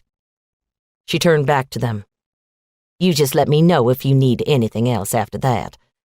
She chuckled, a deep, throaty laugh that brought a smile to Baldwin's face. She gave him a dazzling smile of her own and stepped back to the counter. Every eye in the place was trained on her, and she knew it. She may have been a big woman, but she exuded sensuality. Baldwin turned back to Grimes, amused to see the look of appreciation in his eyes. That's some woman, huh? He enjoyed the blush that spread over Grimes's cheeks. Their waitress returned with 2 plates groaning with food. Pancakes, scrambled eggs, bacon, sausage, and a bowl of grits filled platters big enough for 10 men. To top it off, soda biscuits paraded off the edges of the plates. Baldwin couldn't hold back a laugh. This is the works, isn't it? It is, sugar. And you leave anything behind, I'll have your hiney. You 2 look like you could use a good meal. She placed the plates with a flourish, pulled an assortment of jams from her apron pocket, reached behind her and refilled their coffee, all without her gaze leaving Baldwin's eyes. Her braids clicked softly as she moved about, getting them settled. He sensed she wanted more, so he sat silent, not making a move toward his plate. He was right. Sugar, you hear about that sweet young doctor that went missing? Yes, ma'am, we are. Grimes looked at Baldwin, excitement and hope brightening his eyes. Mamming a waitress was the universal signal that meant, "Please tell me everything you know." She obliged. You know, she came in here all the time. Had a thing for my Eugene's pancakes. Said they were the best she ever tasted. She raised a disapproving eyebrow. You're not tasting yours. Baldwin tucked his fork into the fluffy mound and steered a bit to his mouth. It was heaven. Marnie wasn't off the mark as far as Eugene's pancakes were concerned. He told Lorene so. She nodded gravely. He's got a secret. Won't tell me a thing. We've been running this place for 20 years, and he still won't tell me what he does to 'em. Grimes had watched this exchange absently while shoveling food into his mouth. He tried to croak out a question, but Lorene gave him a stern look. Don't talk with your mouth full. Grimes covered his mouth sheepishly, sending Baldwin a mental message instead. Get her to talk, his eyes implored. This could be the best information we get. Lorene, you said Marnie Fisher came in here often. When's the last time you saw her? Friday morning. She always comes in before work on Friday. Says it's her treat for the week. Boy, that girl sure could put away some food. Always had what you're having. Finished the whole plate and usually asked for more biscuits. They're my own recipe, you know. Baldwin took the hint and demolished a biscuit. He was amazed. He'd never had anything quite so good. Having grown up in the South, that was saying something. He gave Lorene the compliment and she practically purred. Baldwin imagined Eugene must have his hands full. So you say you saw Marnie on Friday. She didn't stop in Saturday? Nope, sugar, she didn't. Any chance you had a stranger in here on Friday? A man, maybe? She pursed her lips and thought hard, air leaking out of the small O where her lips weren't entirely closed in a tinny little whistle. Honey, we have strangers in here all the time. There was a boy in here, cute kid I hadn't seen before, but he was just a kid, maybe 17, 18. He wasn't legal, I'll tell you that. Figured he was in here while his mama had an appointment or something. What did he look like? 18 was younger than Baldwin expected the killer to be, but it wouldn't hurt to ask. Handsome boy, dark hair like yours. Don't really remember much about his features, just a good-looking kid. Came in, ate, and left. He was only here about 20 minutes, tops. Didn't linger like you men. She winked at him. I'm sorry for that girl. I liked her a lot. You finish your breakfast now, yeah? She topped off their coffee and left them to their thoughts. They finished as much of the food as they could, and Grimes wisely mopped up the remainder of his eggs with the last biscuit. They got up and went to pay, but Lorene waved them off. You just find that girl, okay? We'll do our best, ma'am. Thank you for a wonderful breakfast. Baldwin surreptitiously slipped a $20 bill under a salt shaker on the counter, and they made their way out onto the quiet street. They sat in Baldwin's hotel room, waiting. At least Baldwin sat, thinking about how young his killer could actually be. A kid, that wouldn't fit. This guy was too organized, too mobile to be that young. He needed his own place, his own wheels, and a lot of cash to circulate himself around the Southeast. Nah, that didn't work. Grimes paced a few feet away. A member of his team had called a few minutes earlier. Shauna Davidson's apartment had been searched, and a poem found in her desk drawer. Baldwin read and reread the lines Grimes gave him. How can those terrified, vague fingers push the feathered glory from her loosening thighs? How can anybody, laid in that white rush, but feel the strange heart beating where it lies? This was not good at all. Baldwin closed his eyes to shut out the sight of Grimes's relentless pacing. He could still hear the man's shoes passing through the industrial-grade carpet. Swoosh, swoosh, swoosh, swoosh. As Grimes made his latest turn, his phone rang. He looked at Baldwin. Finally. He snapped the phone open. Grimes. He listened, then motioned for a pen and pad to write on. He scribbled furiously, nodding and ahhing for a few minutes, then hung up and looked at Baldwin. I really fucked up, didn't I? Grimes's admission of the mistake was surprising. An undercurrent of animosity had plagued their relationship from the beginning, yet here he was, ready to confess all his sins, to be absolved by the one man he didn't want in the investigation. Desperate times call for desperate measures. Baldwin couldn't justify the blunder, but he could understand it.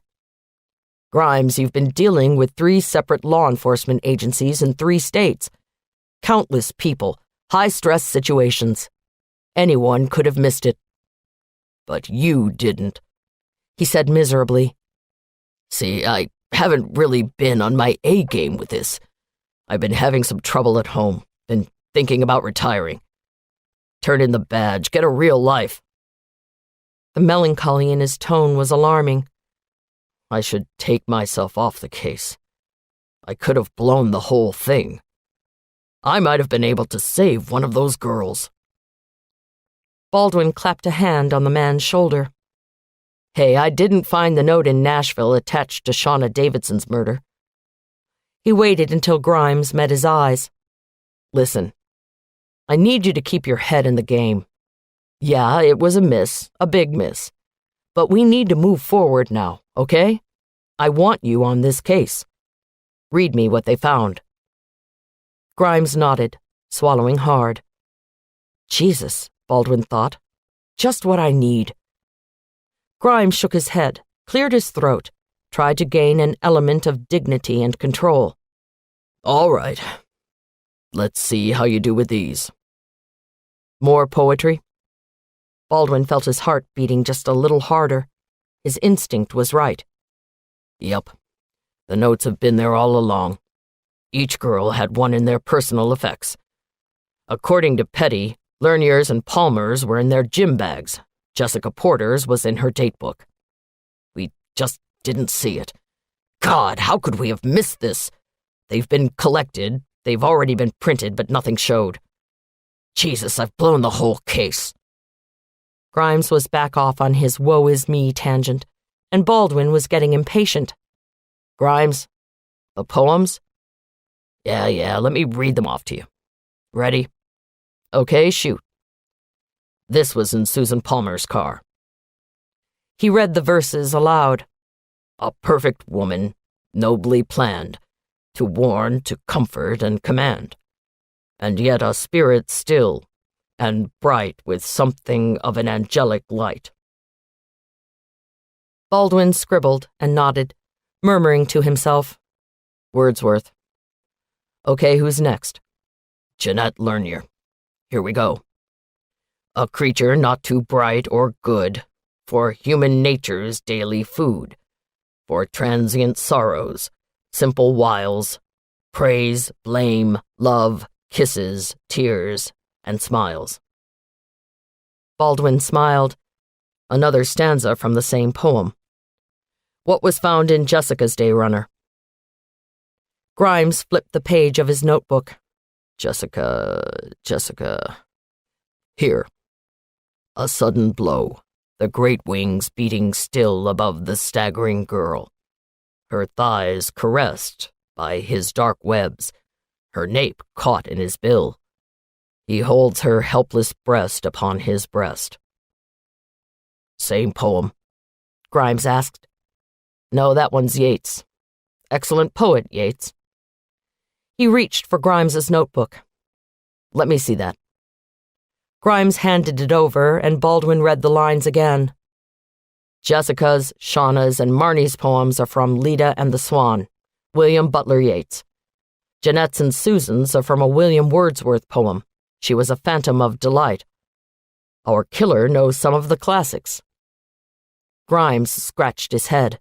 Apparently you do too. But what does it mean? See, that's the problem. It means something different to different people. What I'm concerned about is this stanza of Marnie's poem. Being so caught up, so mastered by the brute blood of the air. Indifferent beak. When he started with Susan and Jeanette and Jessica, he worked hard. He stalked them, took his time, seduced them. Now he's picking up speed, moving too fast to get involved emotionally with his victims. These girls are a means to an end now, not an object worthy of worship and desire. And if he's become indifferent to their plight, then we're going to see an escalation in violence. Leda and the Swan is classically recognized as a rape poem, a violent poem. Marnie has drawn the mention of blood. I wouldn't be surprised if she didn't have some sort of brutality done to her that's more severe than was done to any of the other girls. But I'm just guessing, Jerry. Grimes had his hands shoved deep in his pockets, his head bowed. I wouldn't have known all that. Wasn't much good with that stuff in school. Baldwin drew in a breath. I think we'd better go regroup. Give you some time to get yourself back together. And give me some time to think about this. Chapter 15. He looked at his watch. It was time. He'd been sitting in silence in the rest stop, waiting for the right moment. The highways had quieted, the light of dawn still 2 hours away. He had been driving all night and had reached his destination right on time. Just enough time to sit back and reflect for a few moments. It was perfect. It was all perfect. He looked over his shoulder into the back seat of the car. Luminous brown eyes glared back at him. She wasn't cowed, not this one. She was a fighter. Well, we'll see how she feels when she's under me, when she feels the breath leave her. He felt himself harden and licked his lips. Half an hour later, the defiant eyes no longer burning a hole through his brain, he put the car into drive and slid, silent as a shark, toward the on-ramp. Chapter 16. Taylor walked across the steaming parking lot at the Criminal Justice Center in Nashville, mentally planning her day. She shielded her eyes against the sun, gazing at the office building she called home. The CJC was a squat, nondescript building that housed the main units of the Criminal Investigations Division, as well as the administrative headquarters for the Metro Nashville Police Department. In the reorganization, a number of offices moved out of the headquarters building and into various sector offices. The chief had killed the 5 sector divisions and cut them into 3, South, West, and North. Detectives that were originally slated to work in departments like homicide and robbery were now housed in the sector offices as general detectives. Taylor's team of homicide detectives had gotten to stay in the old headquarters and worked on homicides that had an element of ambiguity to them. If there wasn't a suspect, there was no evidence or the job just looked too tough, Taylor's team got the case. It meant a lot less busy work for them. The rest of the detectives scattered across the mid-state region pulled up the slack, covering basic plainclothes duties. The Strangler case was spinning out of control. The media was screaming for answers. Cable news had seized upon the story and was creating a panic, updating every half hour, pointing out the failures on the part of law enforcement in all 5 states. Jessica Porter was lying in the morgue in Nashville, and Shauna Davidson's parents were begging for their daughter's body to be returned to them for burial. That part of the case was out of her hands. The FBI was working with, cooperating fully with local law enforcement agencies, but in essence, they had taken the case from them. She let Price deal with the politics of the situation, duking out the jurisdictional issues. And no one could deny that the Phoebes had access to better labs and more timely results. At least the forensics would be handled quickly and thoroughly. She made her way up the back steps, stepping around the industrial ashtray that crowded the landing. She felt a brief pang of addiction and desire but soldiered on, slipping her access card through the slot. The door opened with a hiss, and she entered the bland linoleum hallway. Following the green-striped arrow, she made her way to the homicide office. It was quiet this morning. Granted, most of the weekly departmental meetings were going on, so none of the brass was around. She wondered briefly if anyone had found out about Betsy, but dismissed it. That wasn't her job right now. Her job was to look over the Rain Man case. As she passed the homicide office, she felt a moment of bitterness toward Baldwin. Her most interesting murder in weeks had been slipped right out from under her, another tasty case whisked away into FBI jurisdiction. She understood, but she couldn't stop the sense of disappointment. Not that a serial rapist was anything to sneeze at. On the contrary, the Rain Man had proved so elusive over the past few years that she welcomed the chance to look at the files, see if she could find anything that the other detectives had missed. But she wished, for a brief moment, that she was out on the road, tracking the Southern Strangler. She walked through the overcrowded homicide office. Even though a number of detectives from each of the 3 shifts had been moved to other offices, discarded junk remained.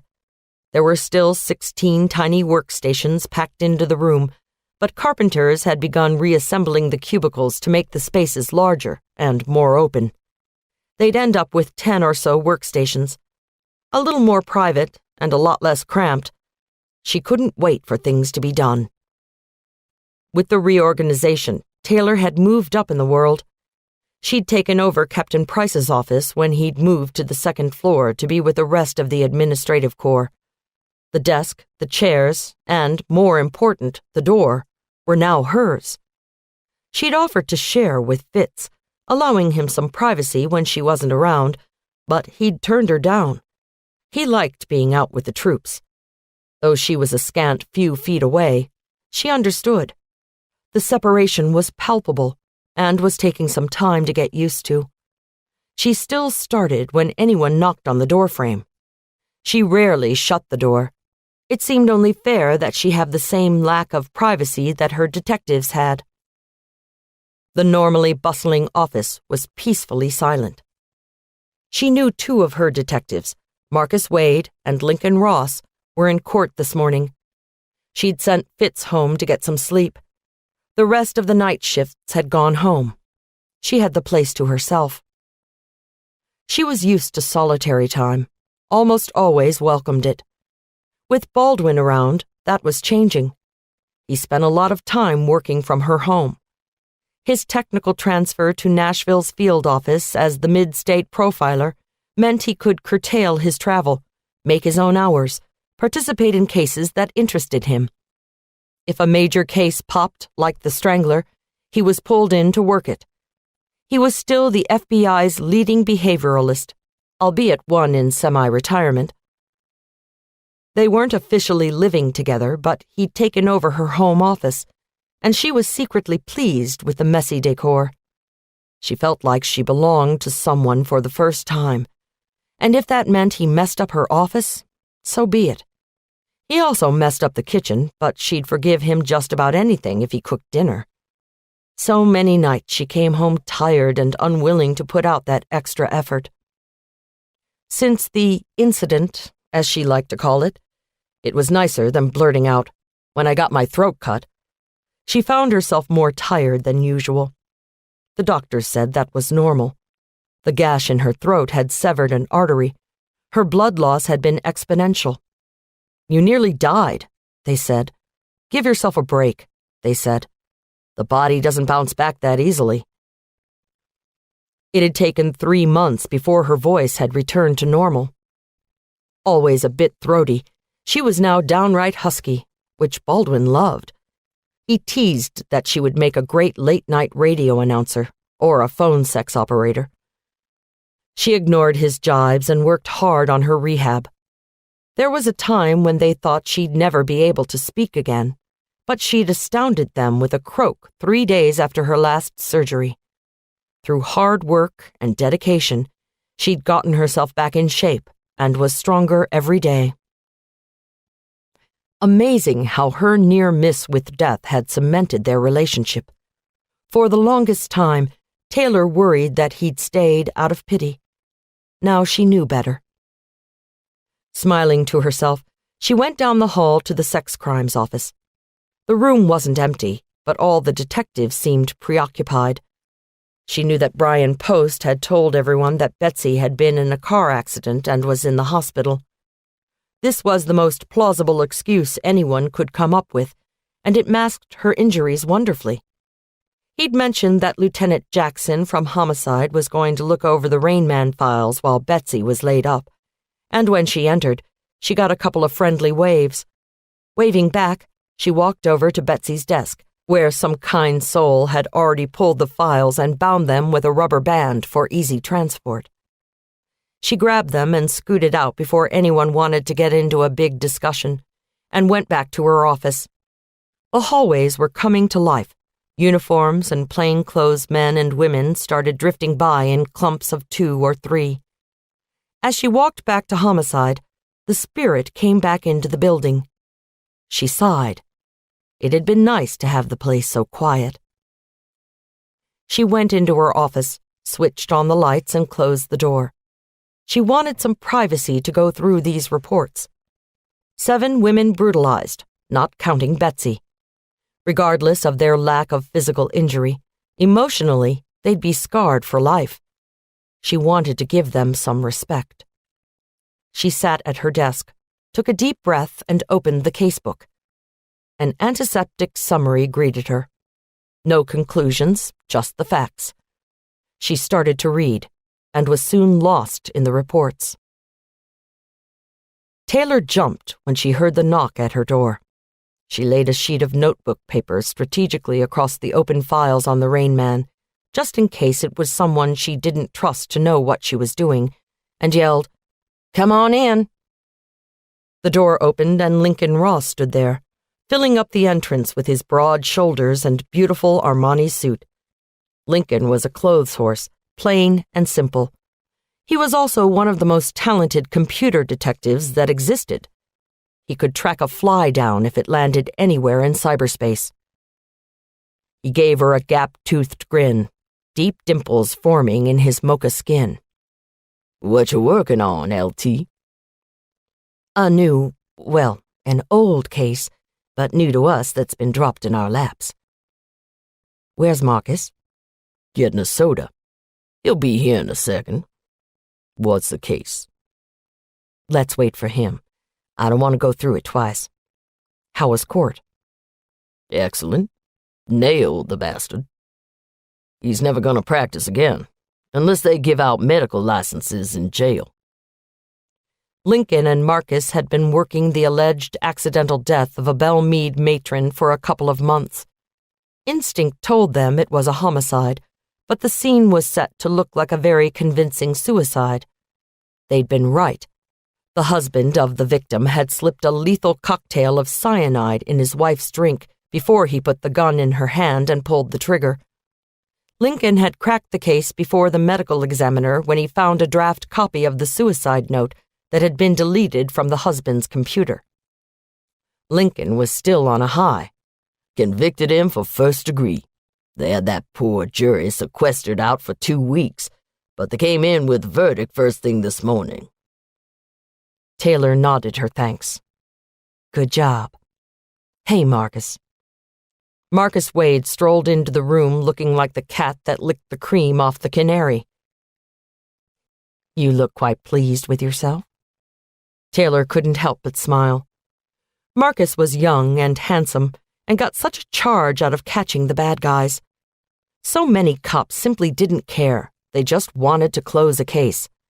Marcus and Lincoln took a lot of pride in their capabilities, and Taylor was glad for it. It kept them motivated. I'm just the greatest homicide detective that ever lived, he bragged. Next to you, of course, Lute. He winked, and she blew him a kiss. Lincoln coughed into his hand, the muffled explosion sounding suspiciously like bullshit. You're right. You are fantastic. So are you, Link. Come on in and shut the door. They looked at her skeptically, but did as she asked. They got seated in the not-so-comfortable chairs across from her desk. Lincoln pushed the door closed with his foot. With the three of them in the room and the door latched, it felt more like being in a cell. Though the office afforded more privacy, the room was tiny. Taylor filled them in. We are going to be working on a new case. You're both familiar with the Rain Man? Lincoln's eyes grew wide. The rapist? Did he kill someone? No, he didn't, but he raped Betsy Garrison last night. She waited for that news to sink in. Lincoln opened his mouth, then closed it with a brief shake of his head. Marcus spoke first. I assume you want this kept quiet? Got it in one, puppy. We need to keep Betsy's name out of it at all costs. She doesn't want the people in her unit to know she's been raped. She got beat up pretty badly, too, and Brian Post's been informing people she had a car accident. Bless her heart. She's okay about the rape. I was at the hospital talking to her, and she really was holding up well. Better than I would be. Did she have any information that we can go on? Marcus had already switched into investigator mode. Fitz and I processed the scene, and we got a whole lot of nothing. There was a print on the back door that I lifted, and we need to see if that matches up with the prints on file from his past rapes. There's good and bad news, too. They have DNA from all the rapes. They haven't released it to the public, or any of us for that matter, because TBI can't get the more recent rapes into CODIS. We've got DNA from Betsy, and the spermicide that was found in her perk matches the condom brand he's been using. We've got the rope, but it's the same generic kind he's been using all along. Here's what I want. Both of you look at this like it's never happened before. New rapist on the street. Brand new case. We have no usable evidence, no leads. Just find out who he is for me. Start here. She handed them both a copy of the summary sheet. While identifying information was scarce, the Rain Man had an incredibly unique pattern that was baffling the police. He only raped in months that ended in the letter Y: January, February, May, and July. He only struck when it was raining, sometimes even in violent thunderstorms. Every attack came on the third Thursday of the month. And he'd only done 2 rapes a year. He'd struck twice in 2000, 2002, and 2004. This is the name and address of his last victim. She thinks she may have an idea of who he is. You're kidding, they both chimed. No, I'm not. Betsy spoke with her after the latest rape. Said she was really reluctant to relive the crime and give decent information. Problem is, she couldn't identify him. Doesn't know his name, can't remember where she knew him from. It's more like something about him seemed familiar to her. So go talk to her and see if you can jog her memory. Marcus was reading the summary sheet. There are a couple of major discrepancies here. He didn't hit on a Thursday, for one. We'll have to wait on the DNA. Taylor, are you sure we don't have a copycat?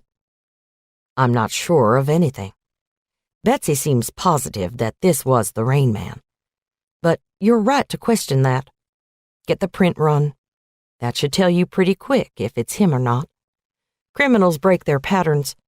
Trust the evidence, it won't lead you astray. Okay, LT. We'll let you know. Marcus stood and stretched. Yeah, no problem, boss. We're on it. Lincoln gave her another crooked smile and they left her office, talking to each other quietly about the next steps they'd take. Okay, she thought, one down. The nice thing about management, she got to give more orders. She smiled to herself. She would be right there with them. She just had one thing she needed to do first. She picked up the phone and dialed her doctor's phone number from memory. The constant tests and checkups were past tiresome.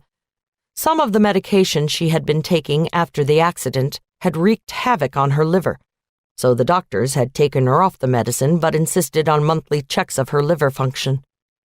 A cheery voice answered the phone. Dr. Gregory's office? Shelby, it's Taylor Jackson. I wanted to get my test results. The cheer kicked up a notch. Oh, Taylor! Hi! Dr. Gregory was just about to call you. Hold on a second while I get him to pick up the phone. Taylor stared at the watermark in the corner of the ceiling.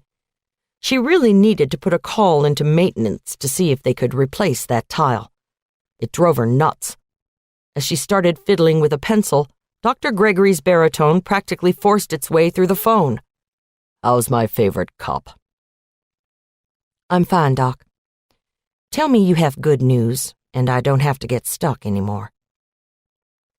The doctor was quiet for a second, then cleared his throat. Taylor's heart sank. Damn it. She'd done everything they'd told her, and she felt fine. Well, as fine as she could, considering everything she'd been through. Please, Dr. Gregory. I thought everything would be okay by now. She heard the whine in her voice and straightened in her chair. She sounded like a petulant 8-year-old. No, Taylor, your liver function is completely back to normal. Are you feeling okay otherwise? Well, yeah. A little tired maybe, but that's nothing new. He breathed a slight laugh into the phone. Well, honey, you're probably going to feel that way for a while. As he continued talking, Taylor felt the world spin. Chapter 17. The sun leaked into the room, its wavering light barely brightening the small square space where Whitney Connolly was working furiously at her computer. She'd broken protocol this morning, skimming through her emails, but not bothering to answer them.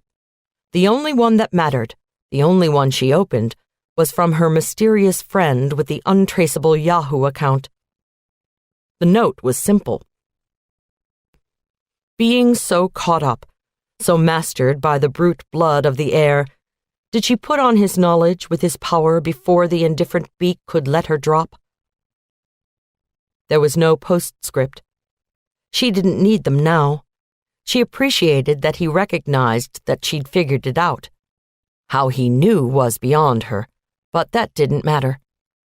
After seeing that note, knowing what must have happened, Whitney got to work. Another girl was dead, so she was doing research. Any good journalist would, right? If she was getting messages from the Southern Strangler, she needed to have background.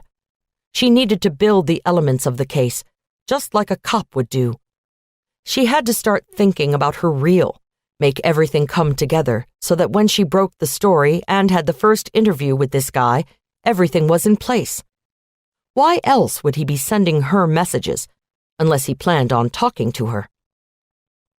She flew through cyberspace, fingers clicking on the keyboard. She decided on Court TV's ultra-informative website on serial killers.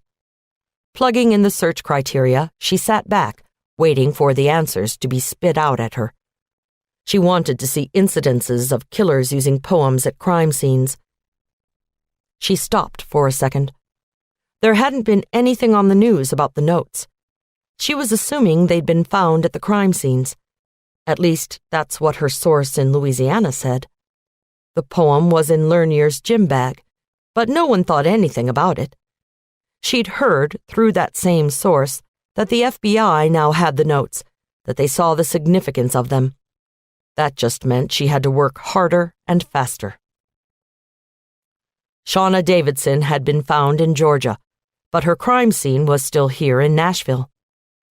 Whitney placed a call, just trying to confirm that there was a note in Shauna's effects, and was shut down entirely. No one was talking to her. That, in and of itself, confirmed it for her. She was tight with her source in Metro's police, and if he wouldn't talk to her, things must really be heating up. She went back to the computer. The search results were varied and numerous. Apparently lots of serial killers like to use poetry. Some wrote their own, some copied others. Some sliced famous authors into their own works. She bookmarked an article about the BTK killer in Wichita, Kansas for good measure. At the very least, maybe something about bind, torture, and kill would jump out at her. She sat back and thought for a minute. At the very least, maybe she could find out if the poems were originals or copies. She bookmarked the site and pulled up Google, typing a line in from Susan Palmer's poem. "A perfect woman, nobly planned," she typed, and hit enter. Bingo. Apparently the Southern Strangler wasn't creative after all. The poem was written by William Wordsworth, 4,950 hits on the search engine, from a poem called She Was a Phantom of Delight. Well, how apropos.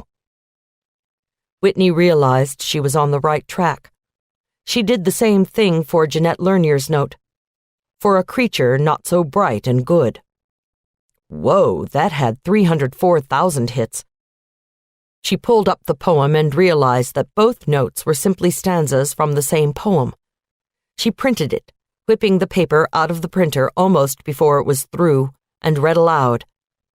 She was a phantom of delight, when first she gleamed upon my sight, a lovely apparition, sent to be a moment's ornament. Her eyes as stars of twilight fair, like twilight's too her dusky hair, but all things else about her drawn from Maytime and the cheerful dawn. A dancing shape, an image gay, to haunt, to startle, and waylay. I saw her upon nearer view, a spirit, yet a woman too. Her household motions light and free, and steps of virgin liberty. A countenance in which did meet sweet records, promises as sweet. A creature not too bright or good for human nature's daily food, for transient sorrows, simple wiles, praise, blame, love, kisses, tears, and smiles.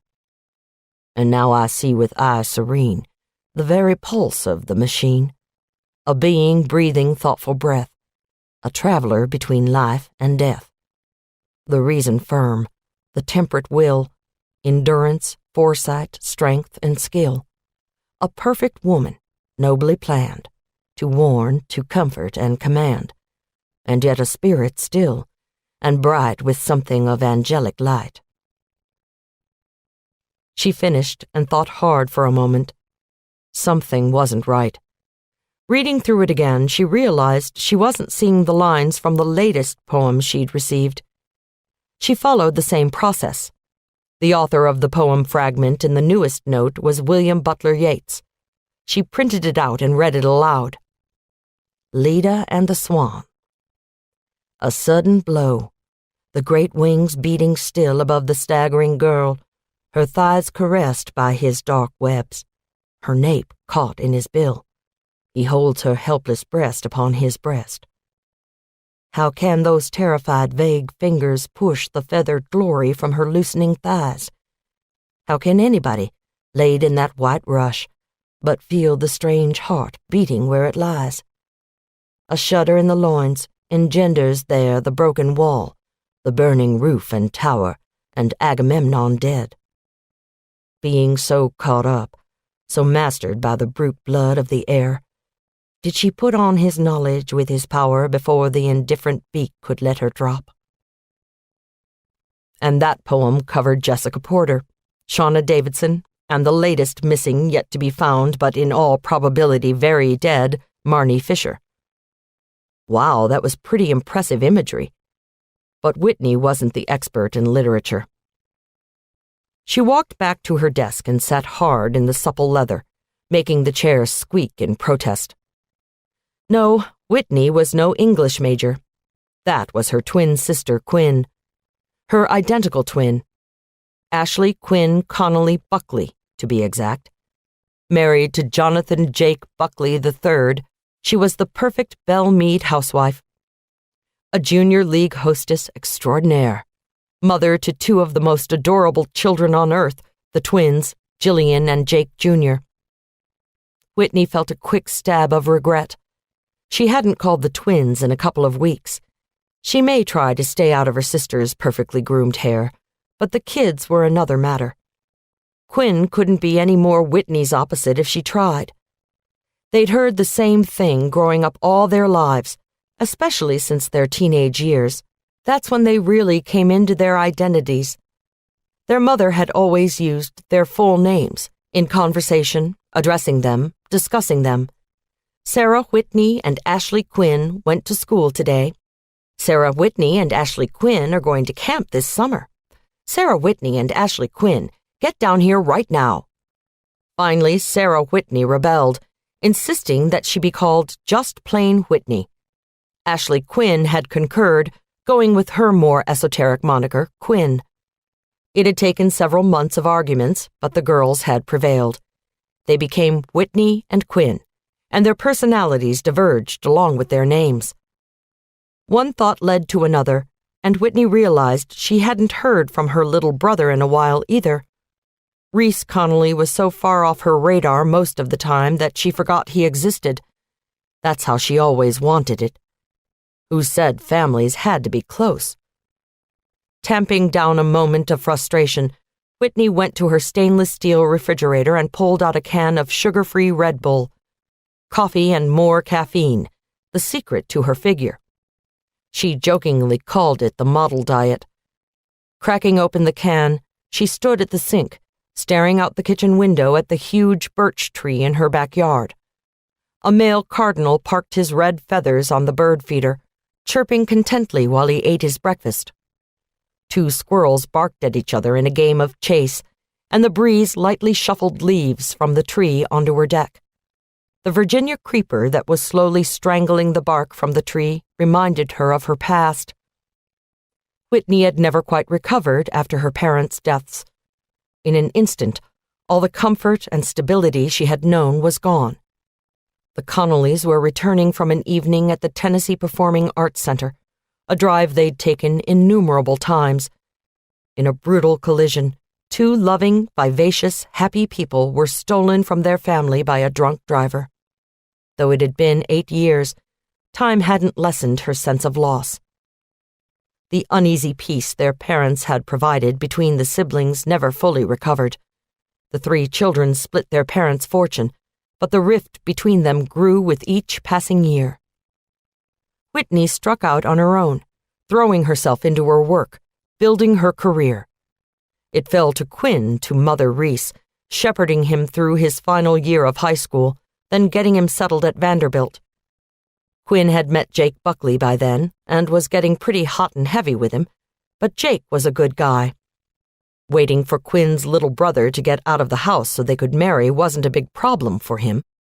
Quinn's money would cement his place in the world. The unwelcome thought of Reese made Whitney's stomach turn. Even all these years later, she still resented him. Reese had always been an exceptional child, gifted in ways Whitney would never be. He was brilliantly smart and driven. He entered Vanderbilt when he was 15, finished his undergraduate coursework in 2 years, and started in their medical school program. Now Reese was finishing his final year of residency in psychiatry. Whitney thought back to the last time she'd seen him. It wasn't a planned meeting. They'd just run into each other at Quinn's home. He'd been talking about going to some godforsaken country in South America to work with a group operating on poor people. What lofty aspirations the boy had. Yet Quinn had been all dewy-eyed about it. Such an amazing opportunity. He's so young. Blah, blah, blah. Grudges could last a lifetime. Whitney knew that better than anyone. Quinn understood. She didn't approve. She just understood. Maybe she should give her sister a call. She looked at the clock. Surely Quinn was finished with tennis or dropping the twins at school or whatever it was she did in the mornings with all of her and Jake's money. Taking one last look at the birch tree, she shook off the past. She picked up the phone and speed-dialed her sister's cell phone. The voicemail answered instead, requesting in Quinn's perfectly cultured Southern accent that she leave a message. Whitney hung up without saying a word, instantly relieved. She'd just try again later. Slamming the empty can into the sink, she walked back to her office. She wheeled her chair back to the desk and pulled out her file on the Southern Strangler. Maybe she could get some more work done on the background story. She was theorizing on many of the killer's attributes, working off research that she had gathered over the years on serial kidnappers and killers. She worked quietly, the hour passing quickly. Closing the file, she stretched and decided it would be a good idea to hit Starbucks for another coffee. She always asked for Starbucks cards as presents. She lived off their espresso. She walked to the living room, gathering her purse, when something on the television screen caught her eye. A news alert was flashing across the screen. They'd found Marnie Fisher. She sat and turned up the volume. The anchor was intoning that Marnie Fisher's body had been found off Highway 81 in Roanoke, Virginia. Roanoke. Something niggled at the back of Whitney's mind. She ran back into her office and pulled the file out again, reading the names of the cities involved. Huntsville, Baton Rouge, Jackson, Nashville, Noble, Roanoke. Huntsville, Baton Rouge, Jackson, Nashville, Noble, Roanoke. Her heart was starting to beat just a little faster. Hands shaking, she pulled out the notes again, copies of the poems she had printed from her email. She read through them, her breath coming in little gasps. Read them again and again. Then it hit her. She knew who the Southern Strangler was. She dropped the files and grabbed her cell phone out of her purse. Journalistic creed be damned. Screw the anchor job in New York. She had to warn her sister. Chapter 18. Taylor sat back in her chair, her hands entwined in her long blonde hair. Sunlight glinted through the slats of the Venetian blinds behind her, the window one more small concession to her rising credibility in the world. The words of the doctors slapped through her brain like a pinball. Pregnant, pregnant, pregnant. She ran the conversation with Dr. Gregory over and over in her head, as if she could rearrange the words, realign their meaning. That's impossible. I'm not late. I haven't ever been late. I think I'd know if I was late. And I'm on the pill. Trust me, it's not something I forget about, so you have to be wrong. Taylor, these things happen. The tests are very sensitive. They can detect pregnancy hormones almost immediately. What you need to do is relax. I'm going to prescribe a prenatal vitamin for you, and I want you taking 1 milligram of folic acid every day. No drinking, of course. And I don't suppose I have to tell you no smoking. Taylor felt like throwing up. Psychosomatic, she told herself. She couldn't have morning sickness just because the doctor told her she was pregnant. I'm telling you, Doc, this just can't be. I never... It can, and it is, he said gently. Now, I want you to make an appointment with your OB-GYN, and she can go over all of the additional information with you. His voice had quieted even more. This is a blessing, Taylor. With the damage done to your body, you should be jumping for joy that it happened so soon. It's going to be fine, I promise. I have to run now, but I'll talk to you soon, okay? He'd hung up as soon as she whispered okay back to him. She stared at the phone receiver, then tossed it across the room like it was a snake that tried to bite her. Damn. It wasn't that she didn't want to have a baby, just not now. At least, not until she knew if Baldwin was into that kind of stuff. They had been too busy doing what it took to make a kid rather than talking about the consequences. Consequences. Hell, she sounded like a 13-year-old in an after-school movie. What in the name of God was she going to do? She picked up her cell phone and dialed Baldwin's number. As soon as she hit send, she hit end and put the phone down on the desk in front of her. The tears started to come, and she felt even worse. As a woman in her mid-30s, she should be thrilled at the mere thought of a healthy child. Nearly everyone she knew had at least one child in the stable. The ones who didn't were desperately trying. Innocuous prescription bottles of Clomid suddenly appearing on the bathroom vanity, the fervent prayers that the little stick would turn pink and the bleeding wouldn't begin. Then that heart-stopping moment when it did. The shots of Overdrel, once daily, the woman bent in half in front of the mirror, making sure her man is sticking her right. The prayers again that the maturation of the follicle would kick out that magic egg. The basal thermometers, the ovulation kits, tired husbands jacking off into plastic cups, their despair and embarrassment nearly as bad as their wives' desire for offspring. The in vitro fertilization, the bank accounts dwindling, all in that desperate search for something permanent of themselves to be left on this earth. Most of these women had spent years trying not to get pregnant, suddenly finding themselves unable to fulfill that one promise of womanhood was more than they could take. The level of guilt Taylor felt rose appreciably. She wasn't trying to get pregnant. She didn't want to be pregnant. Hell, she and Baldwin were just finding each other. How would that fragile union support another life? They had never spoken of children. Their lives didn't seem to have room for that kind of future right now. A knock on her door startled her. She quickly wiped away the tears, cleared her throat, mussed her hair, and said, "Come in." The door opened, and ADA Julia Page stepped into the room. Glancing over her shoulder, she shut the door behind her, then leaned back against it. She looked Taylor up and down. "Bad time?" "No, not at all. I was just—" Taylor shrugged as her voice trailed off. No need to explain herself. Julia wouldn't be interested in the details. Julia Page was one of the assistant district attorneys representing Davidson County. Smart as a whip and about as tall as a dandelion, she looked more like a Pomeranian fluffed out for Westminster than the cutthroat attorney that she was. Her light brown curls framed her face, making her seem innocent and pure, a tactic that had snowed many a criminal. They got on the stand and saw her sweet blue eyes and cupid bow lips and just knew that this sweet young thing was no threat. How wrong they were. "Good, because we need to talk." Page stayed standing, keeping her eye level with Taylor's sitting form. "I think we have a problem." Taylor groaned. If ADA Page was visiting with a problem, it must be a doozy. A headache began to take hold behind her right eye. She reached into her top drawer and drew out a bottle of Excedrin, popped the top, then shook 3 out into her hand. She put them in her mouth and chased them with a swig of tepid Diet Coke. A thought hit her hard as she swallowed. Caffeine. She probably shouldn't be having either the pills or the soda.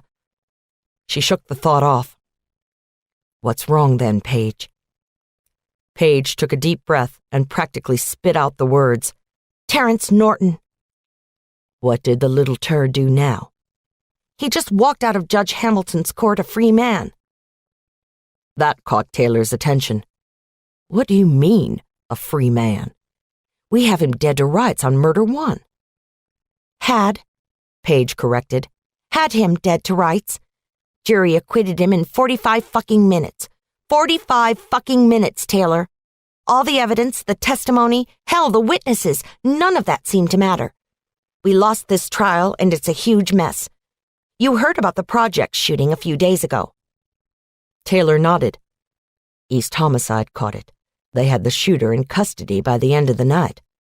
Well, the Vic was going to be a witness against Terrence in this trial. A few weeks ago, he changed his mind and his testimony, decided that he didn't see what he thought he saw, refused to testify. We dropped him from the list. We had other witnesses. It smells like a hit, just in case he changed his mind again. The shooter is from Atlanta. He's claiming he was in town to see a friend who lived at the apartment next door to the witness. Says he and his friend had an argument over the price of a package of heroin. The kid was lingering and was shot accidentally. That's just too damn convenient for me. I agree. There's more there. So Terrence is running drugs out of Atlanta now? Paige snorted. Huh.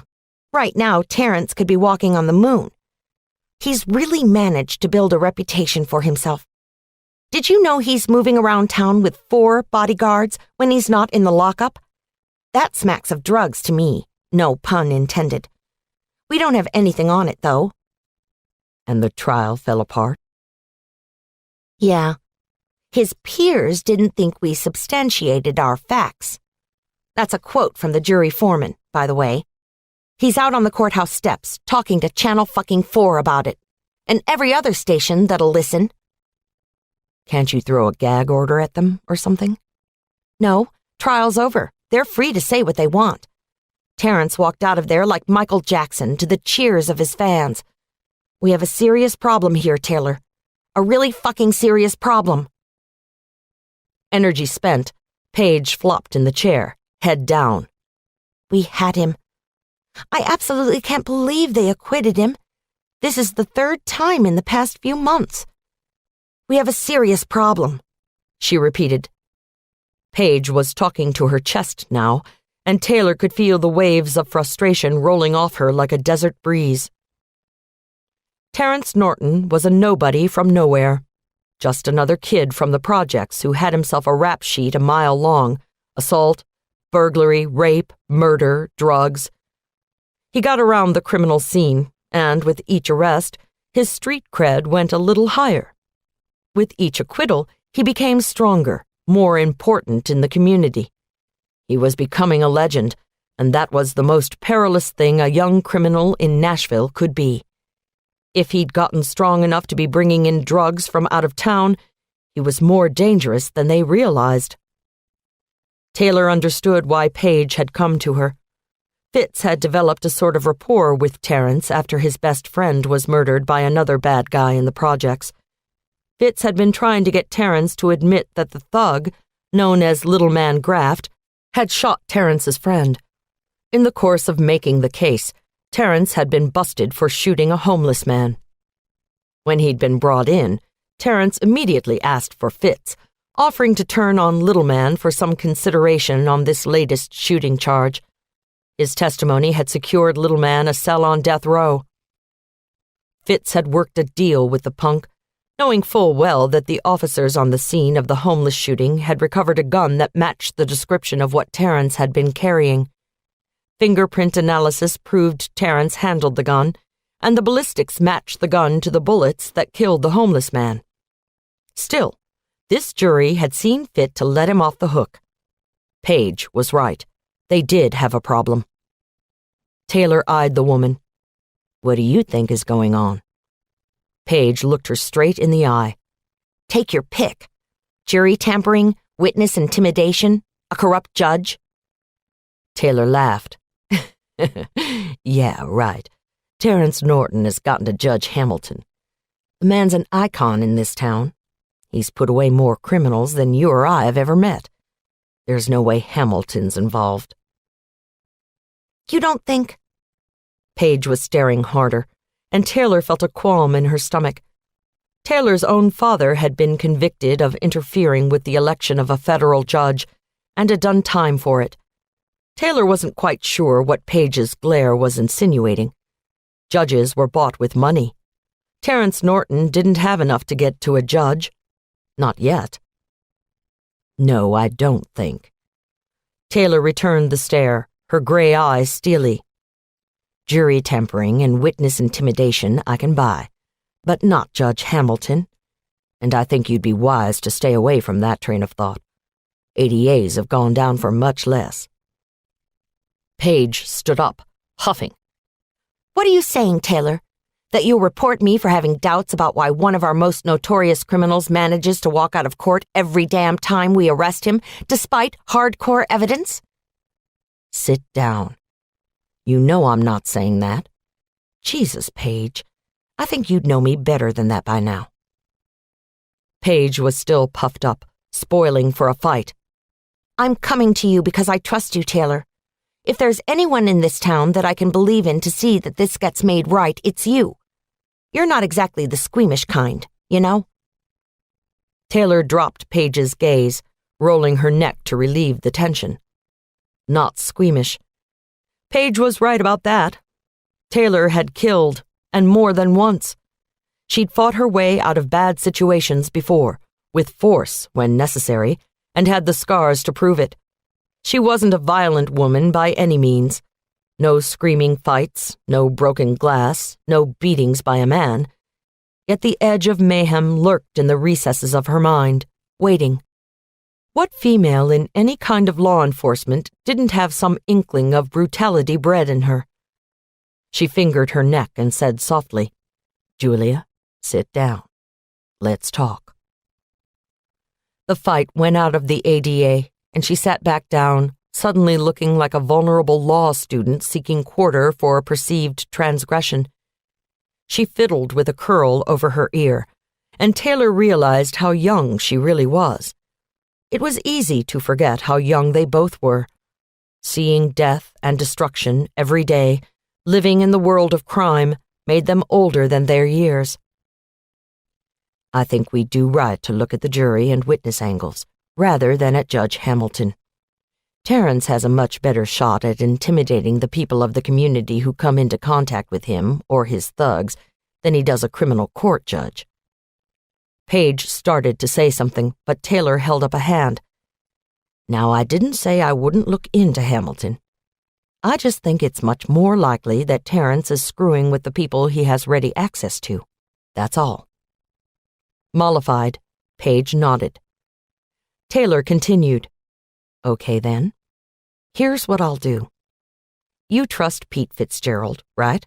My sergeant? Of course I do. Fitz helped make this case against Terrence. From what I hear, he has some kind of relationship going with Terrence. A mutual distrust society. I have no worries about him. Then I'll assign Fitz to you. I'll make sure he's up to speed on the situation and send him over this afternoon. You guys come up with a plan for investigating this. And that's all, Paige. I don't want to hear anything more from you about Hamilton. I'll handle that side by myself. We can't have you getting fired now, can we?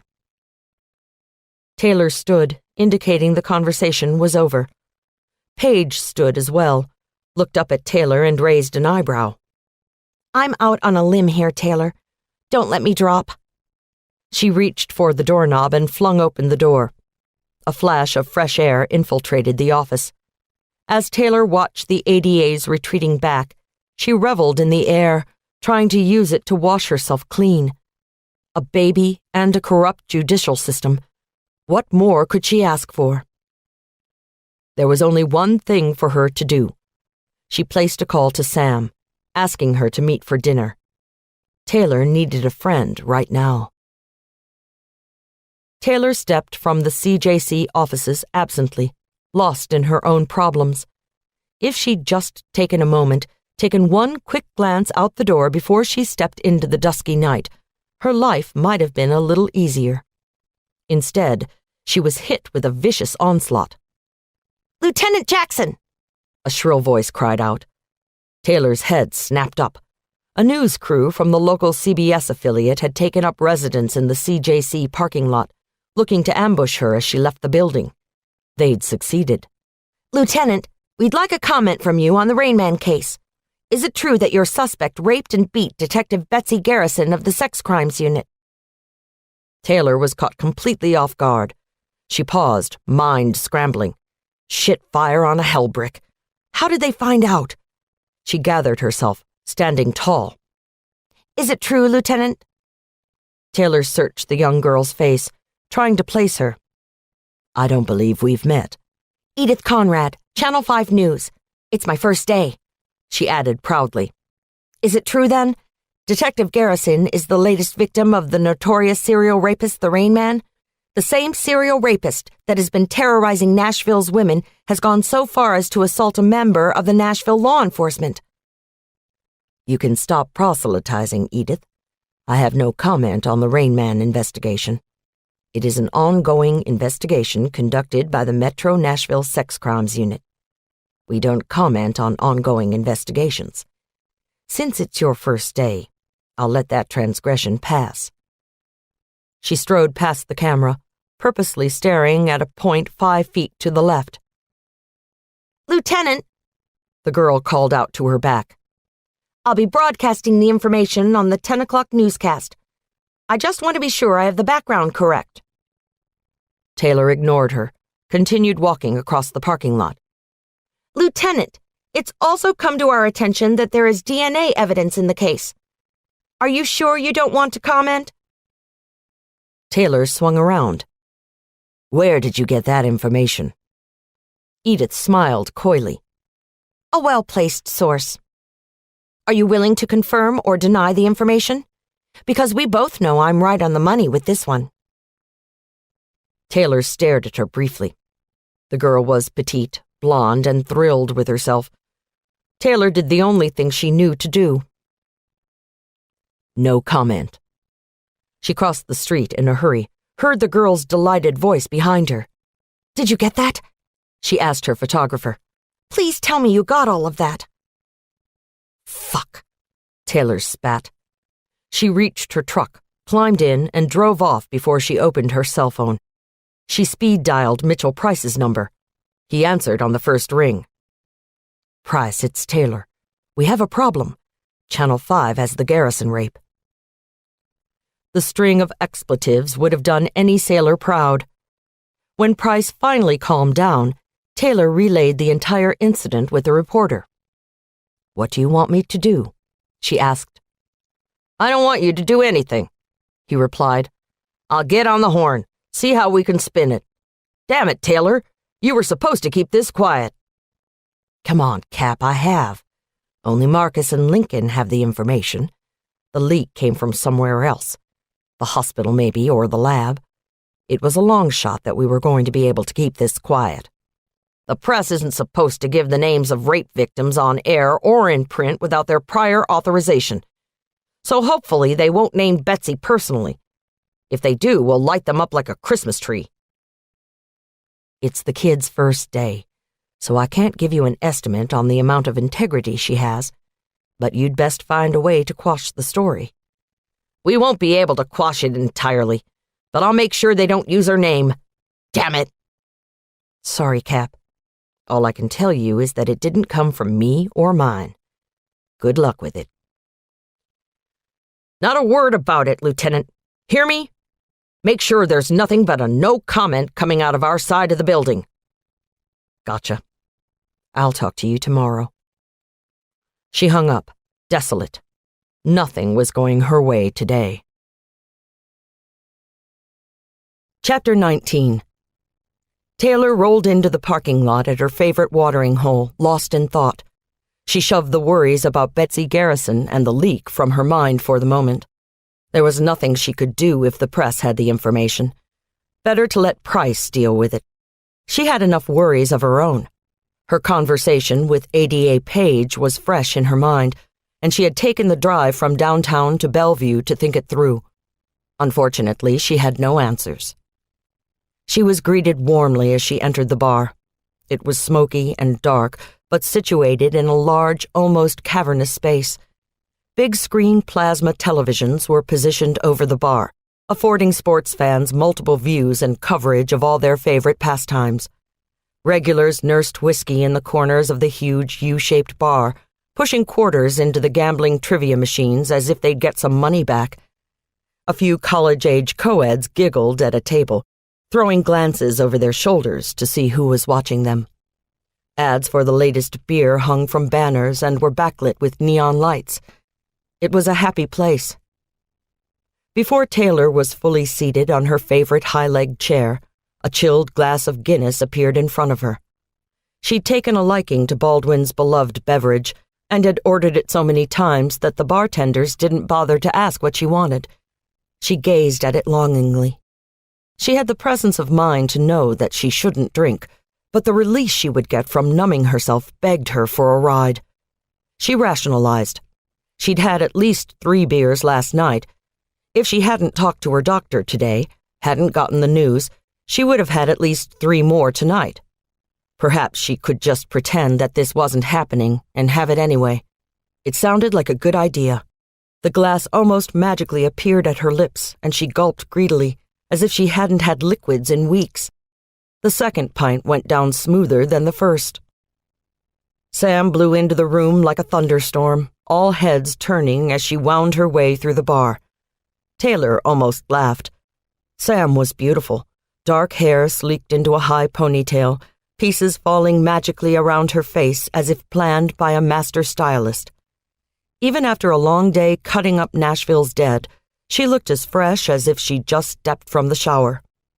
As she enveloped her best friend in a hug, Taylor smelled the blissful scent of baby powder. She almost choked on it. Sam looked her over, and Taylor saw realization dawn in her eyes.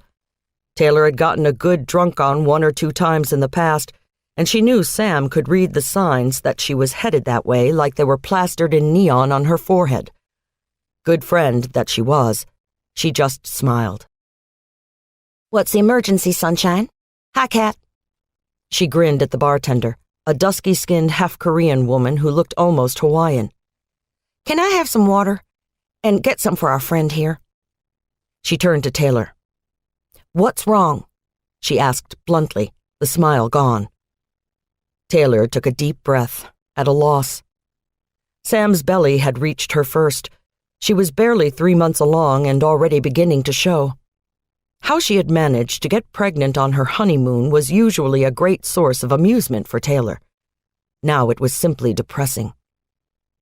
I honestly don't know where to begin. The Rain Man case, you're familiar with it? Yeah. Why you worrying about it? That's sex crimes' case, right? I've been helping with it, and it's going to hit the news tonight. Another victim, and I'm afraid they're going to name names. That's all I'm going to say about it, okay? Sam nodded. She was savvy to the inner workings of investigations. Then there's Julia Page, all in a dither about a case she lost today. Thinks there's jury tampering. Dropped that in my lap this afternoon. Not to mention all the crap Baldwin's going through with the Southern Strangler. Do I need more to be upset about? Give me a break, Taylor. That's all in a day's work to you. Now what's really going on? Taylor looked at her sharply. Typical. She couldn't pull one over on Sam. Might as well get it off her chest. She took a deep breath. I talked to the doctor today. Oh no, honey. Is your liver not showing the right levels? Taylor barked a laugh, drinking deeply of her draft. No, the liver's just fine. There's a whole new problem. She tried to look Sam in the eye and failed. She knew Sam would understand. Taylor wasn't ready for a child. She and Sam had talked about it many times in the past, especially once Sam herself had gotten pregnant. But the immediacy of having to share the news was pressing on her like an anvil. She decided she'd best be out with it before she chickened out. I'm pregnant, she whispered. Sam didn't miss a beat. So you're sitting here trying to get in your cups. Excellent way to manage the stress, Taylor. Taylor started shaking her head back and forth, a pendulum of distress. No, that's not it at all. You're at a complete loss. You're not ready to have a baby. You haven't told Baldwin because you don't know how he's going to react. You don't know what to think, how to behave, what to do. That about sum it up? Taylor gave her a dirty look. Well, leprosy cases are on the rise, too. Besides, you're supposed to be encouraging me here. Not what? What do you want me to do? You're a big girl. You can make decisions for yourself. Did you want me to toss the beer over the railing and lecture you? I'll do it if you want, but I don't think that's why you wanted to talk to me. So get drunk and talk. Taylor leaned back in her chair. Shit. That was the problem with good friends. They wouldn't condemn, wouldn't fly off the handle. She realized she was spoiling for a fight, much like Julia Page in her office earlier. As she fought back a snapping reply, she saw Sam motioning to Kat. A pack of fresh Camel Lights appeared at her elbow. Sam broke open the pack, pulled out a cigarette, held it out to Taylor, and lit a match. Here, why don't you have a smoke while you're at it? Get it all out of your system now, girl, because tomorrow things have to change. For now, just shit! The match had burnt down far enough to burn Sam's finger. She tossed the pack of matches on the bar and stuck her finger in her mouth. Free ride. That's exactly what Taylor had been praying Sam would give her. Sam was a doctor. She knew the risks. If she said it was okay, then it was. She lit the cigarette, drew in deeply, and blew blue smoke into the air, mindful to direct the noxious stream away from Sam's delicate state. Sam spoke more softly this time. Sweetie, I know you're so freaked out right now you can't see straight. Let's just ride this out. It's gonna be okay. Taylor let the tears start to fall. Chapter 20. Whitney was driving in a panic. She'd tried Quinn at home, on her cell phone, at the country club for the remainder of the day yesterday and well into this morning. There was no answer at home or on the cell, and the country club staff hadn't seen her since Monday after she'd finished her morning workout on the tennis courts. Whitney had continued to hit redial throughout the evening, finally getting desperate when she reached the answering machine at Quinn's home for the 8th time this morning. She left a message telling her sister she was on her way over and to wait for her if she came home. If she got the message, she was to call immediately. She left the same message on Quinn's cell phone, realizing she was starting to sound slightly hysterical. She needed to get a grip on herself. She might be wrong. It wasn't out of the realm of possibility that it was just a coincidence, but she needed to tell her sister face to face so they could work it out together. They may not have been close, but Whitney did love her and would do anything to protect Quinn. The station had called too, wanting her to come in and cover some new angle on the serial rapist that was breaking, but even that had to wait. Imagine, she was putting her own career on hold. She'd deal with that later. First, she had to see Quinn. She forced her brand-new BMW X5 through the meandering traffic on Highway 70. This stretch of road, over 9 Mile Hill from Bellevue into the West Mead area, always lagged. All the locals knew that a speed trap waited to catch drivers as they blew over the hill faster than the 45-mile-an-hour speed limit allowed. She weaved and touched her brakes as she came through the yellow flashing lights in front of St. Henry's, warning her to slow down to 15 miles an hour so she wouldn't run over any lingering school children. She slowed to 65, then punched the gas as she passed through the intersection. She saw a crosswalk monitor shaking a fist in the air in her rear-view mirror, but didn't slow. The SUV gleamed in the sunlight, briefly blinding other drivers as it flashed past, narrowly missing bumpers and side mirrors. Horns blared, fingers were thrown, but Whitney ignored the danger she was putting herself and the other drivers in. The West Mead split at Highway 70 and Highway 100 was congested as usual, the awkward traffic pattern begging for an accident of mammoth proportions. But she caught all the lights. She found the short stretch of open road where Highway 70 briefly became the Memphis-Bristol Highway that indicated the wealth of the land had just increased tenfold. The sign for the Belle Meade mansion flashed by in a blur of white, and she realized she'd missed her turn onto Leek Avenue. No matter, she could get to Quinn's house through the main entrance to Belle Meade. The railroad tracks flashed by on her left, and suddenly she was on top of the entrance. She knew she was going too fast as she tried to take the right turn. She braked hard, and the X5 slid into a 90-degree turn onto Belmead Boulevard. As the Beamer tried to obey its master and turn on a dime, Whitney lost control.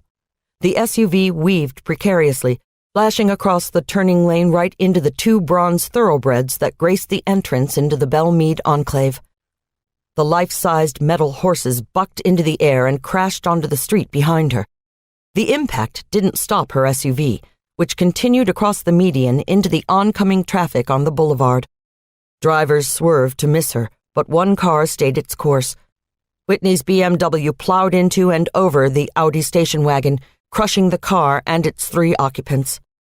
In her panic, she'd neglected to fasten her seatbelt. Without the restraint to hold her in place, the impact hurled Whitney through the windshield as if she were a missile.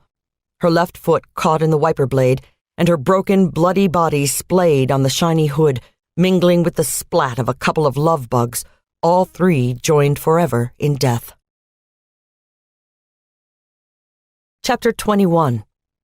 Baldwin had just arrived at the airport, checked his bag at the curb, and was heading inside to grab a cup of coffee before his plane returned to Nashville, when his cell phone rang. He looked at the number and smiled. Taylor had tried to call him late last night, or early this morning, seeing as the time code on the message was 3:30 a.m. She hadn't left a message. He must have slept through the ring.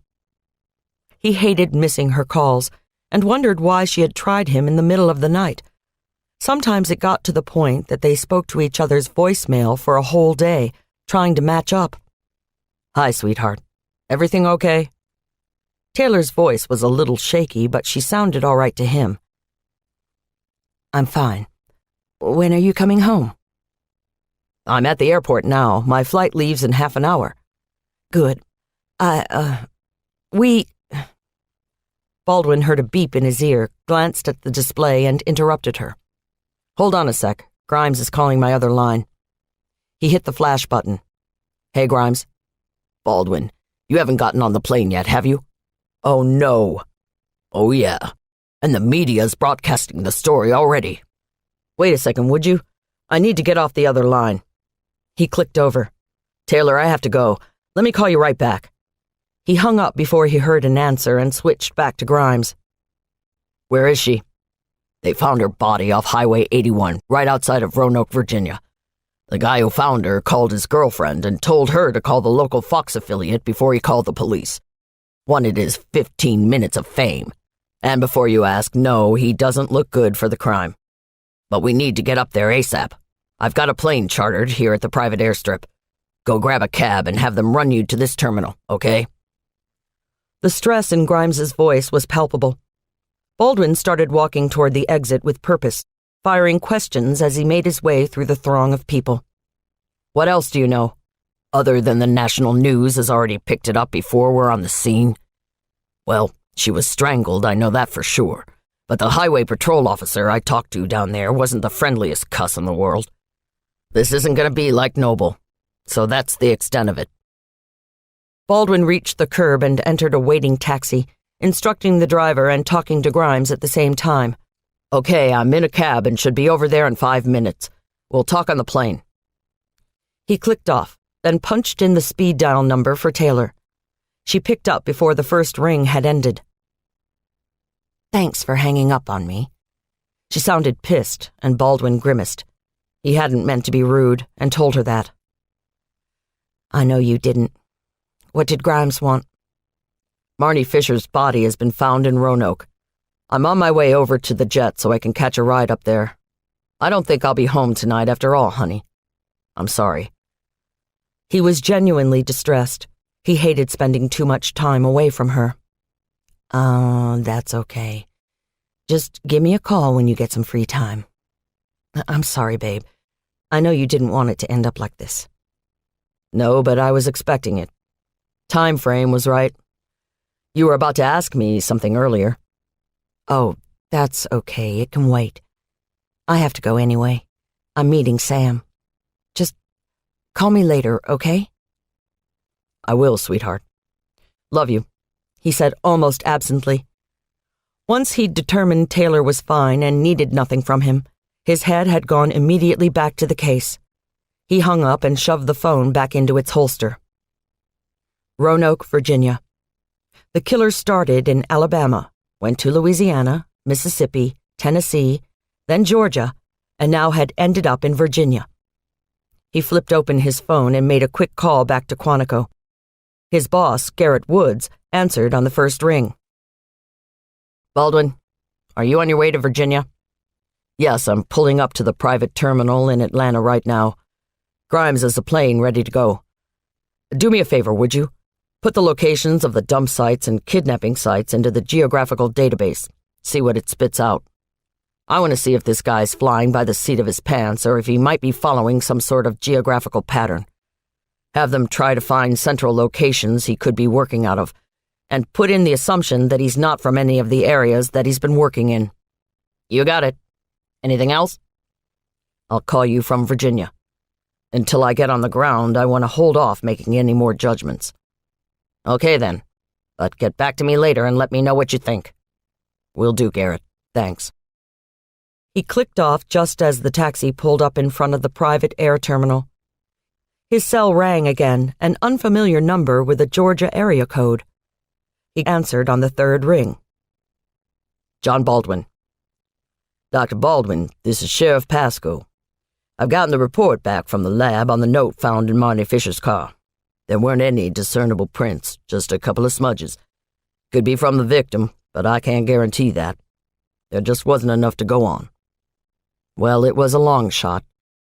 He's not making a lot of mistakes. There's no reason for him to start now. Particular and precise, that's our boy. Thank you, Sheriff. I appreciate your working so quickly on that. You'll keep me up to date on what happens, right? Absolutely. You have my number. Feel free to call any time. I have to run. I'm at the airport now. You take care. He shut the phone, overpaid the cabbie, and made his way through the glass double doors. Grimes was standing in the middle of the large room and looked relieved when he saw Baldwin. We're wheels up as soon as you get on the plane. You ready to go? Let's do it, Baldwin said. Chapter 22. Taylor was as hungover as she had ever been. She vaguely recalled the night before, crying into her beer, and later in the evening Crown Royal. That had been a mistake. She hated whiskey. It tasted like firewood soaked in grain alcohol, like she was chewing on wood chips. She'd thrown up almost as soon as she finished it. That's when Sam had decided Kat should follow them home in Taylor's truck. The ride was short, and Sam had poured Taylor into the bed. She woke with a headache, feeling nauseous, a gnawing certainty that something was wrong momentarily obscuring her thoughts. Then she remembered and felt sick again. After her brief chat with Baldwin, she'd managed to shower and set off for work, dark-lensed Maui Jims on in an attempt to shield her eyes from an overly bright sun. When had the sun become so powerful, started giving off mid-afternoon light so early in the morning? She was sure that it had never glowed with such a vengeance. She opened the door of her Xterra and got in, grimacing. She sat back in the seat, turned her XM radio on, flipped to Lucy, her favorite alternative rock station, turned the volume to a bearable level, and lost herself in the music. She'd tried many times to figure the exact moment she'd fallen in love with Baldwin. It was his vulnerability that had attracted her in the first place. She had sensed the emptiness in him the moment she'd met him, felt it reflect in her own heart. Was it love at first sight? Was it the first time they'd touched, a casual grazing of the hands? She'd been drawn to his tortured soul, searching for her own forgiveness as she tried to help him achieve his. She shook herself out of the reverie, her headache starting to lessen. Baldwin. He was her man now. She wished he were here with her. He would placate her with his strong hands, lift the hair on the back of her neck, murmur in her ear as he caressed her body. And she would let him. But now, so early into their happiness, she was going to blow the whole thing. Her hand went to her forehead as a wave of nausea pulsed through her. Shit. She turned the engine over and put the truck in gear. Driving toward West End, she tried to focus on the news she had received and failed. Things felt different this morning, but she chalked that up to her killer hangover. She glanced in the mirror and gave herself a lopsided smile. She'd figure her life out later, when her head didn't feel like it was going to explode. She made her way through the traffic in West End and drove into the outskirts of Belmead.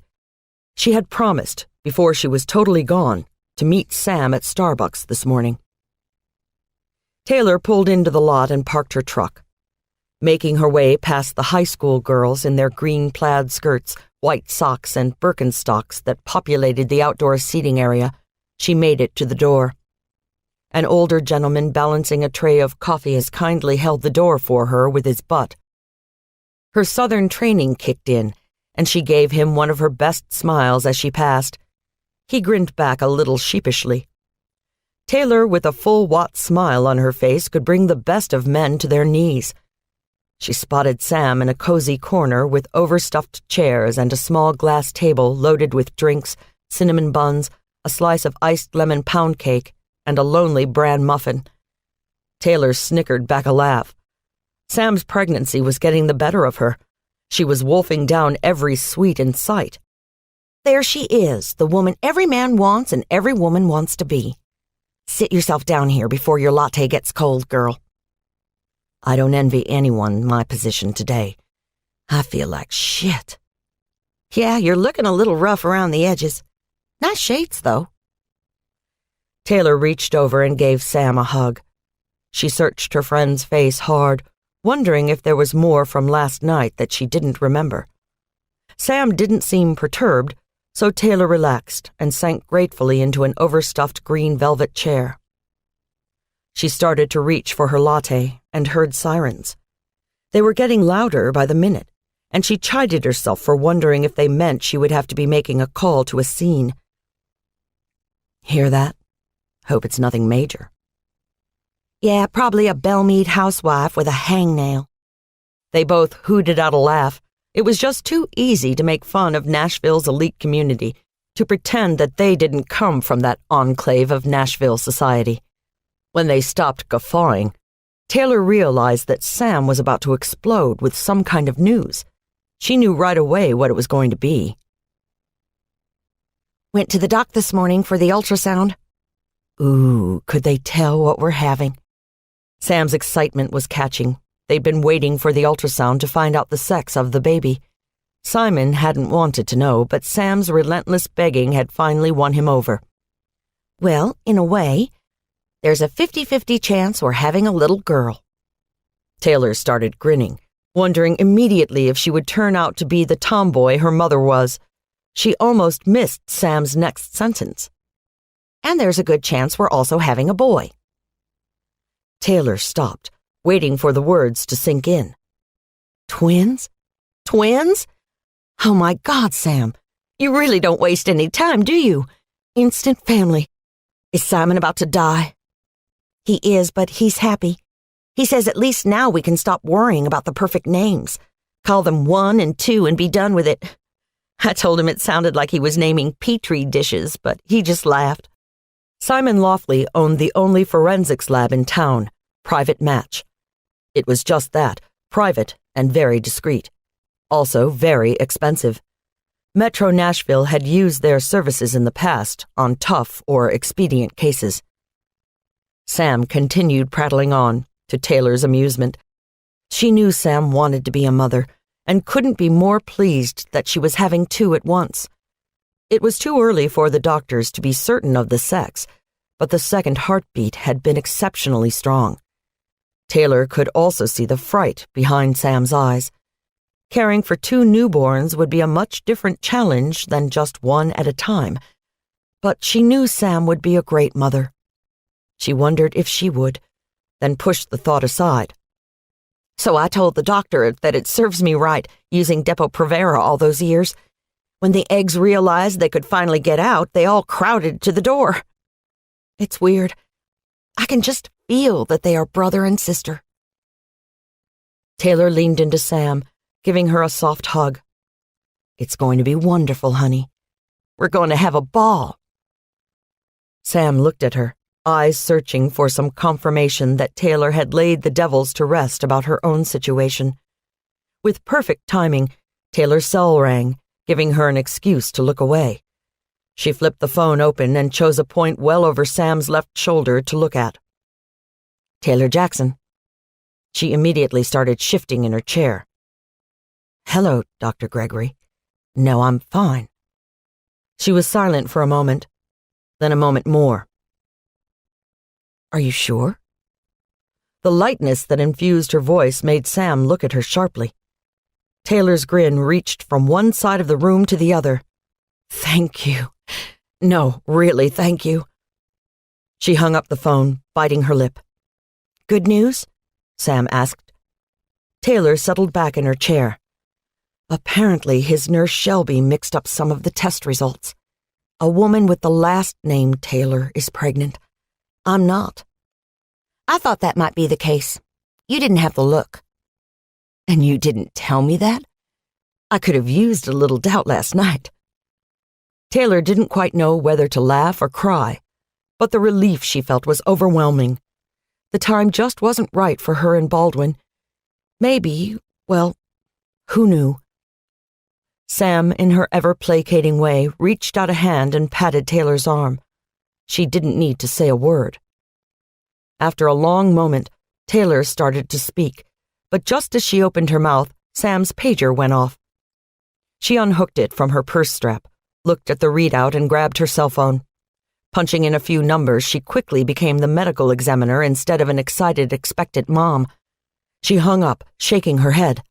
Damn, I've got to go. Fatal car wreck at the entrance to Belmead Boulevard. That's what all the sirens were about. Want to come along?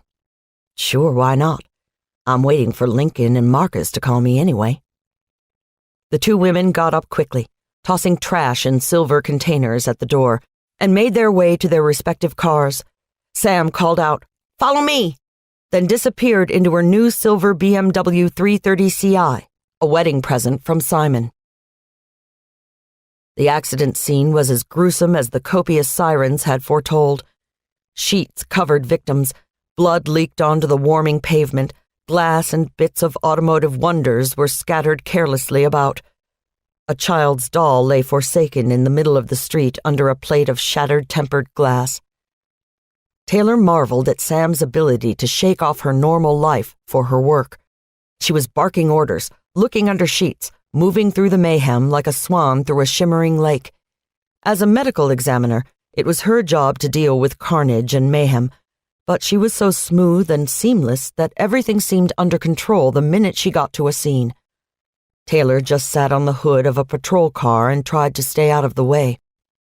This wasn't her case, and there were enough people milling about that she didn't need to get in the way. Sam came over to her, her face a bit ashen. You okay?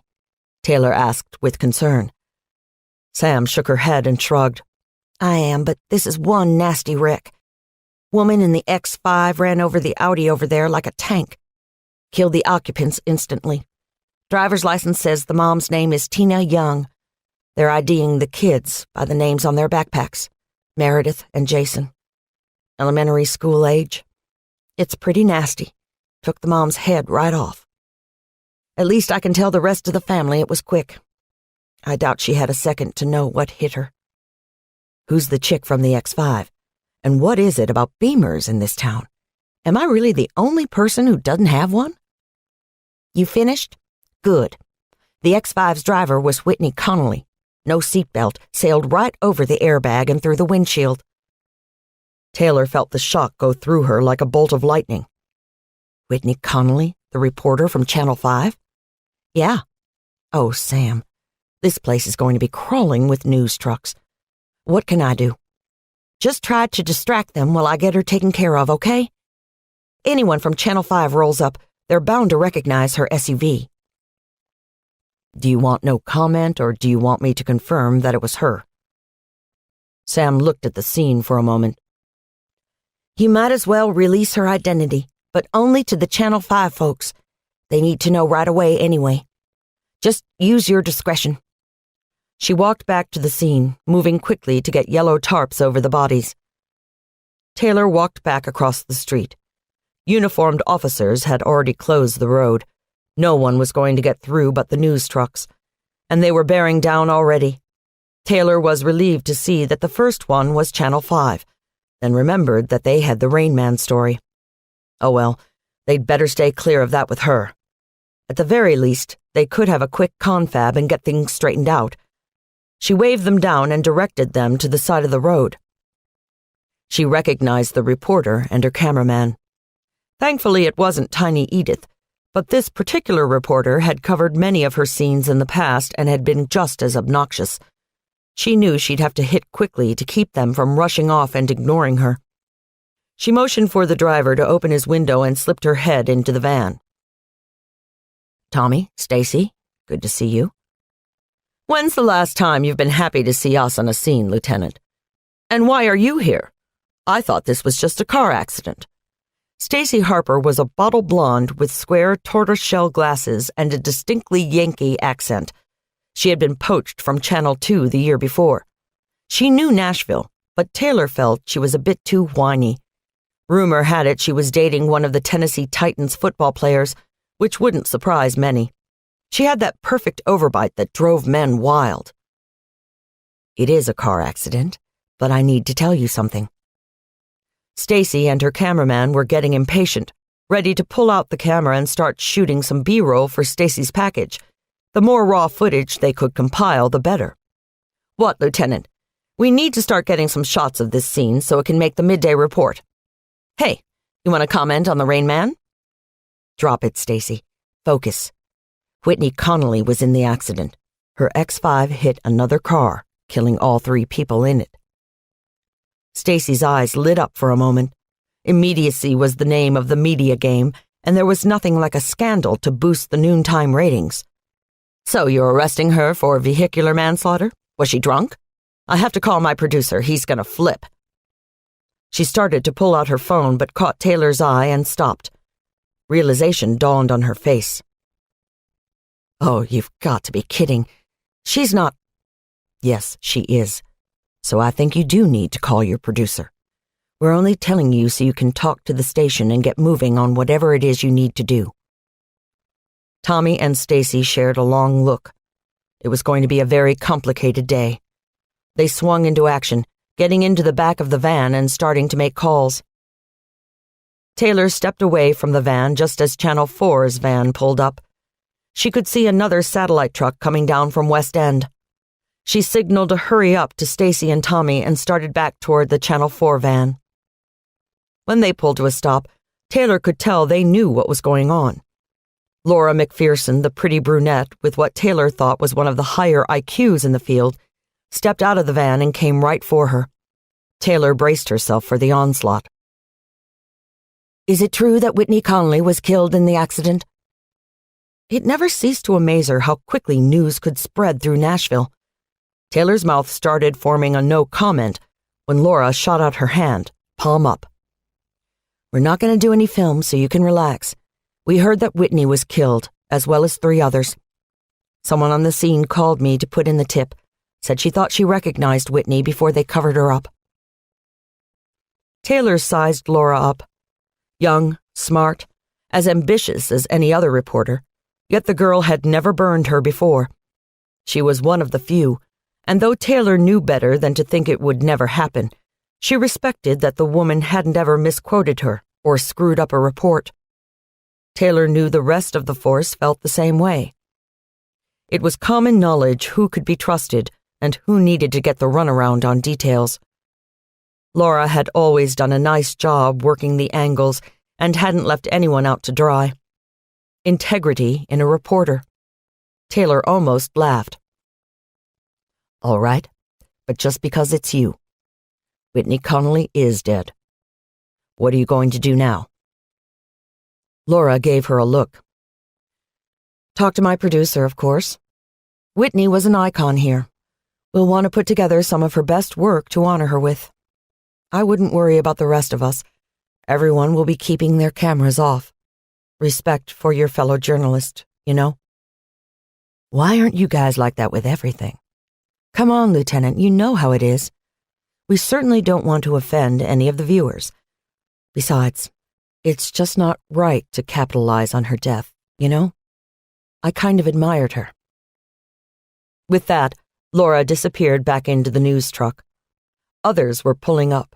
The whole contingent of ABC, CBS, NBC, and Fox local affiliates were in attendance, but there wasn't any activity from them. No satellites going up, no cables being unrolled, no copy being written. They were all huddled together, allegiances to individual stations forgotten, grieving the loss of one of their own. An unscheduled funeral cortege on West End. That's how we do it, she thought. When one of our cops goes down, that's how we handle it. All the animosity is forgotten. All the hate and fear is gone. We all grieve together. Most of the time. It had never occurred to her that the media would react in the same way. Thank God at least none of them were clamoring for information on the Rain Man. They were too shocked to think clearly, for once. Taylor left them and walked back across the street toward Sam. She thought her friend still looked a little pale and could only imagine what she herself looked like. The first rush of adrenaline had passed. The hangover was back with a vengeance, and she was very tired. As she reached Sam, she went to put an arm around her, then drew back when she saw the smear of blood on her sleeve. "You've got some blood on you." Sam looked down in surprise. Clumsy of me. Oh well, it'll come out. How's everything with the newsies?" "They're all standing down. No photos, no film. They're pretty shook up. Most are just trying to decide how best to lead the show without upsetting the whole city. Actually not being vultures, which is nice. You don't need to worry about a thing." Sam gave her a smile. "Thanks, T. You're the greatest. I've got to get to the morgue. You all set?" "Yeah, I'm going to head into the office.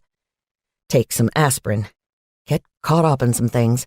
Hope the boys have solved all my cases so I can put my head on my desk and sleep for an hour." "All the men in the world and so little time. Tell Baldwin I said hi." Sam gave her arm a squeeze and walked away. Chapter 23. Baldwin stood in the glaring sunlight, shielding his eyes and watching the panoply of activity around the body. Each person at a crime scene had a specific task, yet it looked like ants at a picnic, chaotic and busy. The similarity to the previous crime scenes was disconcerting, and he tucked the thought away to be brought back out later. He ducked under the yellow tape and worked his way to the periphery of the activity. Marnie Fisher was certainly getting the best attention a body could get. He made his way to her, slipping on his Ray-Bans so he wouldn't have to squint. Mesmerized by what had been a beautiful young woman, he squatted for a closer look, swatting flies away from his face. Marnie Fisher was naked, lying on her back, arms spread out to either side. Her arms ended at the wrist, her hands no longer in their proper place. That's where the similarities ended. He'd been right on the money. The killer was escalating, the violence increasing. His eyes traveled to what had been her face. Knife slashes had rent channels over an inch deep in a crisscross pattern from her forehead to her chin. The deep cuts were born of rage. Baldwin wondered what she'd done to piss him off. He made a mental note to check the sexual activity. Seduction had been the previous MO. That might be different here, too. Her legs were demurely crossed at the knee. A gold chain nestled incongruously around the fragile bones of her right ankle. It struck Baldwin that it looked more like a shackle than purposeful decoration. Another smaller zone had been created a few yards from Marnie's body. A pale hand, palm up in supplication, was nestled in the long grass. They were getting more adept at finding the hand of the last victim, at least. The local cops knew what to look for. They found it rather quickly. Why had the killer started leaving the hands away from the body?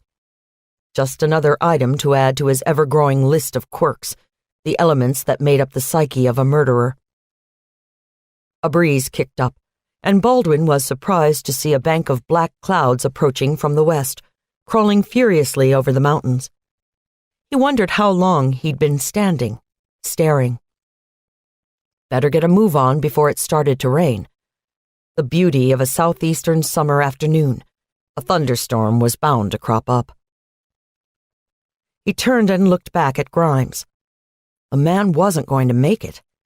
He'd been going downhill steadily since they'd gotten the call that Marnie had been found. Right now he was trying to avoid the Klieg light of a news truck instead of accompanying Baldwin to peruse the corpse. He was going to have to find a way for Grimes to get some rest, but while this killer was on the loose, that wasn't likely to happen any time soon. Giving Marnie Fisher one last lingering look, he started to walk to Grimes, but a voice rang out behind him. Can we move her now, Agent? The voice was tinged with sarcasm. Baldwin looked toward the source, a beefy young sergeant with red hair, freckles, and large hands that were balled into fists. Locals upset that their turf was being trampled on by the FBI. He could understand their frustration. FBI swoops in, literally, to steal the case right from under them, just like he'd done to Taylor. He turned and signaled to Grimes, an implied question in the wave, and Grimes shook his head. Baldwin felt a tap on his shoulder.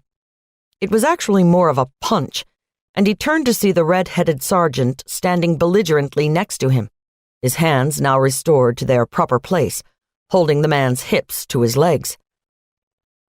He moved a few feet away and rubbed his hand vigorously through his thick hair, making it stick out in all directions. He felt the frustration rise in him. A local sergeant copping attitude was going to give him a headache.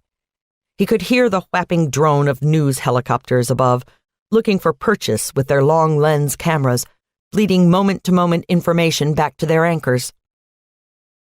I asked you if we could move her. It wasn't a statement, but a challenge. Tell me something, Sergeant, Baldwin said quietly. The man glared at him as if Baldwin had murdered the girl at their feet. Was she posed, or was she dropped here? The man scratched his head. Well, it's pretty obvious that she was posed. Don't they teach you that kind of stuff where you come from, Mr. FBI agent? Baldwin gave the man a rueful smile.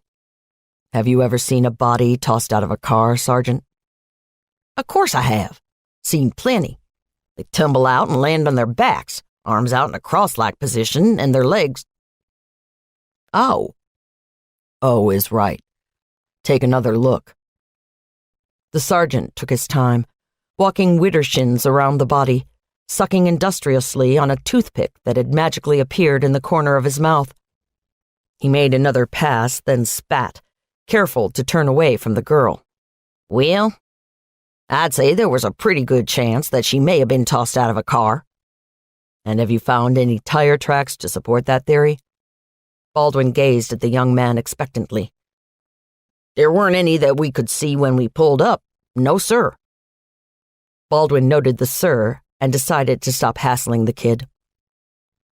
So there's a good chance that the killer parked on the road, then carried her out here and posed her, rather than dumping her out of the car right at this spot and speeding away.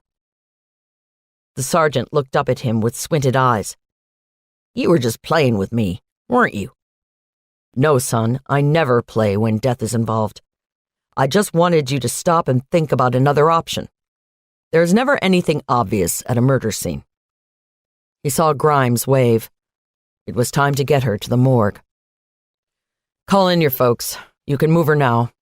Besides, it's going to rain. He turned his back and walked away from the dead girl. Maybe he'd taught the young sergeant a lesson. Especially in a situation as dicey as this one was shaping up to be, never make assumptions. He pulled his cell phone out of its waist clip and punched a number on speed dial. A voice on the other end barked, "What?" in a semblance of a greeting. Garrett, it's Baldwin. I'm out here in Roanoke. Same guy? Looks that way. Baldwin felt rather than heard the great sigh that whistled through the phone. He empathized. When he'd first gazed upon the dead girl, he felt like all the wind had been knocked out of him. Do you have anything from the geographic profile yet? No, it hasn't finished running. I was looking at the map myself. I think you're onto something. Problem with this software is it takes at least 8 points to be accurate. So whatever it coughs out is going to be incomplete at best. I'd plan on working without it. Right. Well, if it spits anything out, let me know. It's better than nothing, which is what we have right now. He's definitely escalating, Garrett. Took her hands like the others, but cut her face up pretty good. If this was a generic killer, I'd say he was buying himself some time so we don't get an ID so quickly. But thanks to the media, everyone in the country knows Marnie Fisher is missing. He's not trying to mislead us, not taking their hands so we can't ID the bodies. He's collecting them. I don't know, Garrett. Something feels all wrong about this. It's definitely contrived. He's posed her like the others, but I'm not getting a handle on the why of this case. Moving too fast, traveling through this many states, I don't know if we're going to catch him in the act. He's building up to something, and he'll let us know what that is when he's damn good and ready. How many more will he take before he gets to that point? He sighed and ran his hands through his hair again. He'd have a mohawk going by the end of the afternoon. Then, Baldwin, I suggest you get 5 steps ahead of where we are now. I'm doing the best I can. I'm going to go in with her, be there while they do the autopsy. I need to see... Garrett cut him off. I know. Go on. Baldwin put the phone in his pocket and leaned against a sheriff's cruiser. He steepled his fingers in front of his mouth and blew out a sigh. In the midst of all this, he missed Taylor. She had saved him from himself, from the world of death and dying. She'd saved his soul, which was more important to his continued living than a heartbeat would ever be. Just the thought of her made him smile. A moment alone with her would make everything better. It always did. He imagined her puttering around the kitchen in Nashville, tossing out comments over her shoulder while she put together dinner. He saw her smile, her teasing gray eyes, one slightly darker than the other, those full lips, the honey-blonde hair cascading down her back. He thought of the night he'd made love to her for the first time, and was embarrassed to feel himself harden. He shifted around so he was facing the cruiser and put his head in his hands. God, just the idea of her excited him, filled him with a longing that was almost painful. It was the inconsequential things that got to him. Her throaty laugh, that husky voice, the body that wouldn't quit, the silky skin on the back of her neck, leading into the scar that nearly took her life slashing across her throat. He ached for her touch, a kiss, her voice, anything that would draw him away from this desolate field and into her warm embrace. It never ceased to amaze him how closely linked sex and death were. He supposed that was why men killed for love. He looked around, taking in the leaves turning up in anticipation of the rain, the pollen that attached itself to every inanimate object in sight. The sun was getting dusky. The storm was moving in, clouds darkening the sky, and he was surrounded by flashing lights and the smell of death. Voices shouted around him, impatient, testy. Yet crickets chirped, unfazed by the threat of rain, making the scene feel like a big camping trip. He asked himself for the 100th time what he was doing. Out chasing another killer when he could be home, warm in Taylor's embrace, protected from the reality of his life. He should quit for good, he knew it. Taylor had healed his heart, but killers still roamed his mind. He just wanted to go home, but he hauled himself off the cruiser. He needed to get to the morgue and witness the autopsy. No more time for love in his heart. He hardened it, turned off his inner psyche, and approached Grimes. Hey, you ready to go to the ME's office? They said they'd do the autopsy pronto for us. Baldwin, you go on ahead. I'm gonna stay out here with the crime scene people, see if we can find anything, something useful before the rain washes away any evidence. Baldwin nodded and looked for the red-haired sergeant. Within an hour, he found himself gloved and smocked. He opened his mouth to speak, but was cut off by the medical examiner, a kind young doctor named Rusty Sampson. Uh-huh. Uh-huh what, Doc? She fought him. Hard. See the bruises on her forearms? defensive wounds, no doubt. She's got a knot on her head, too. May find a subdural hematoma when we get to the brain. She got knocked pretty good. That might have put her out. And there's a hyoid fracture. Could see the bruising around her neck pretty well out in that field. But here it is. He strangled her before or after he cut her up. There was some clotting in the knife slashes on her face, so I'd have to say it was paramortem. But her hands were definitely cut off after she was dead. Not that that helps. He really tore the poor thing up. Was she raped? I don't know if I can say rape definitely, but look what I found in her.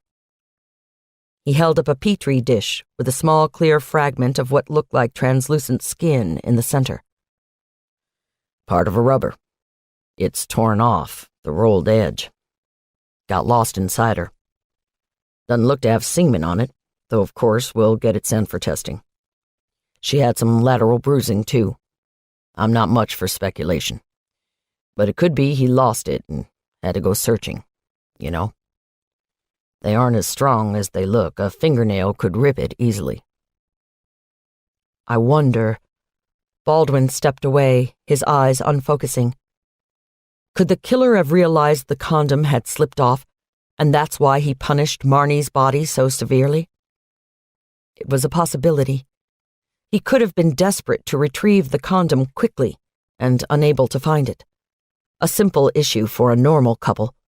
For a killer trying to hide his identity, a whole different matter. A failure of any kind would be enough to set him off. Another rung up the escalation ladder.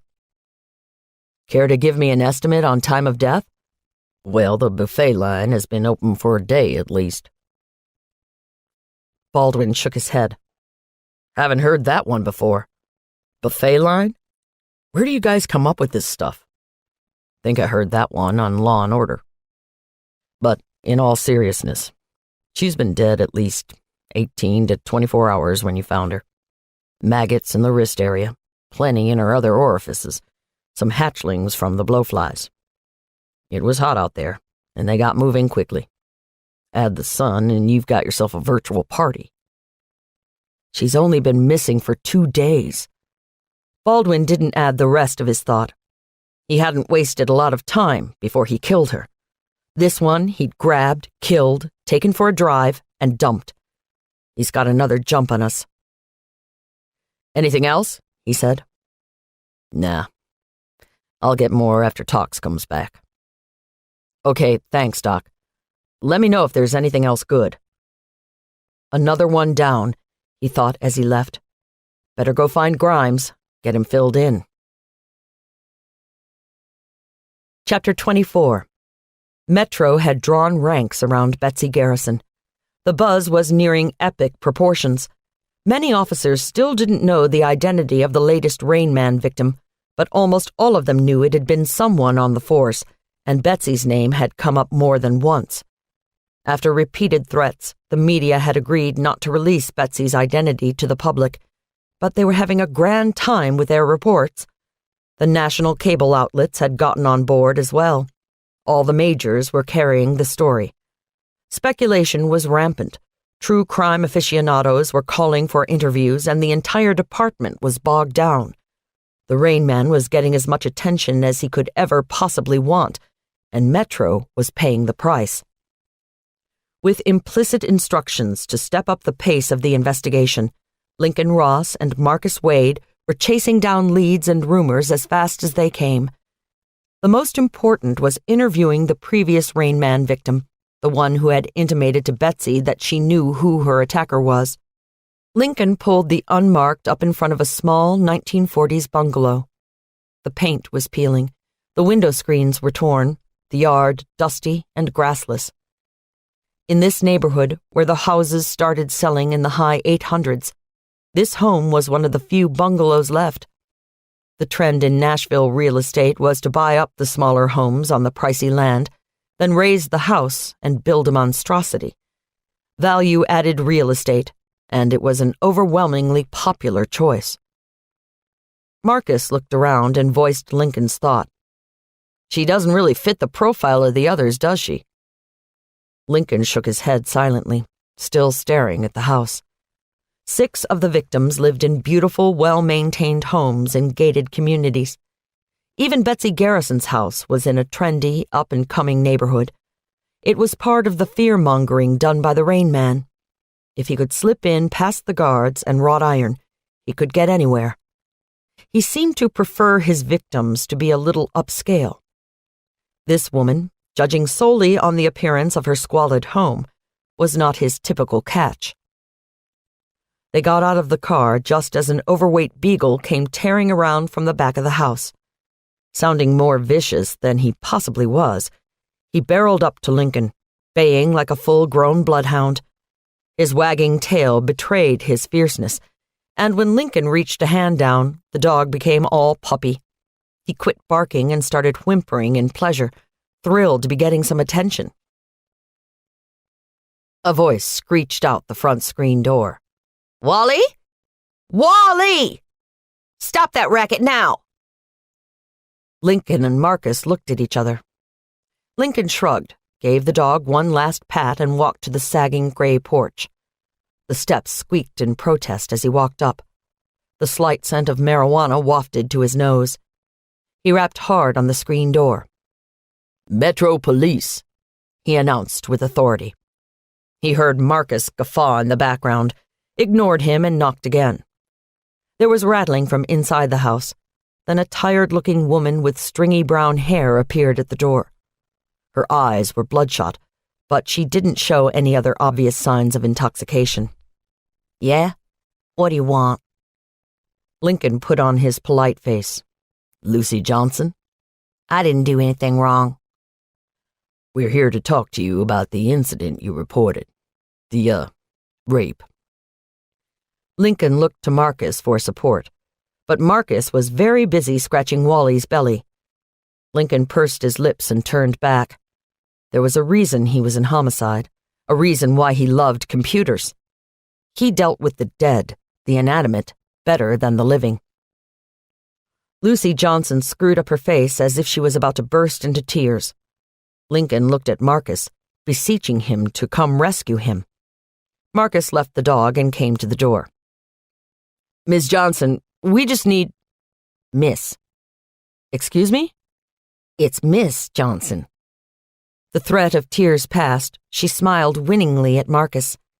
He glanced at Lincoln out of the corner of his eye. Maybe she just didn't like big black men in designer suits. He stepped around Lincoln and motioned at the door. "Can we come in, Miss Johnson?" She threw a quick, desperate look over her shoulder. "Nah, let's do it outside. This place is a mess." She banged open the screen door, and Lincoln jumped out of the way before it came into contact with his suit. Marcus covered a laugh by clearing his throat. In the daylight, Lucy Johnson didn't look quite as rough as she had in the shadows. Her hair was a day past fresh, but she had short shorts and long legs, attributes she wasn't past using to get on the good side of the detectives. She slipped her feet into a pair of ratty plastic flip-flops and walked out into the yard, swishing her hips for maximum effect. The beagle cowered for a moment, then went to his mistress, tongue lolling out the side of his mouth. Marcus raised an eyebrow at Lincoln, who shook his head slightly. She'd responded better to Marcus. Let him take the interview. Lincoln folded his arms across his chest and braced his legs so he wouldn't have to lean on the weathered porch column for support. Marcus followed the woman into the scraggly yard.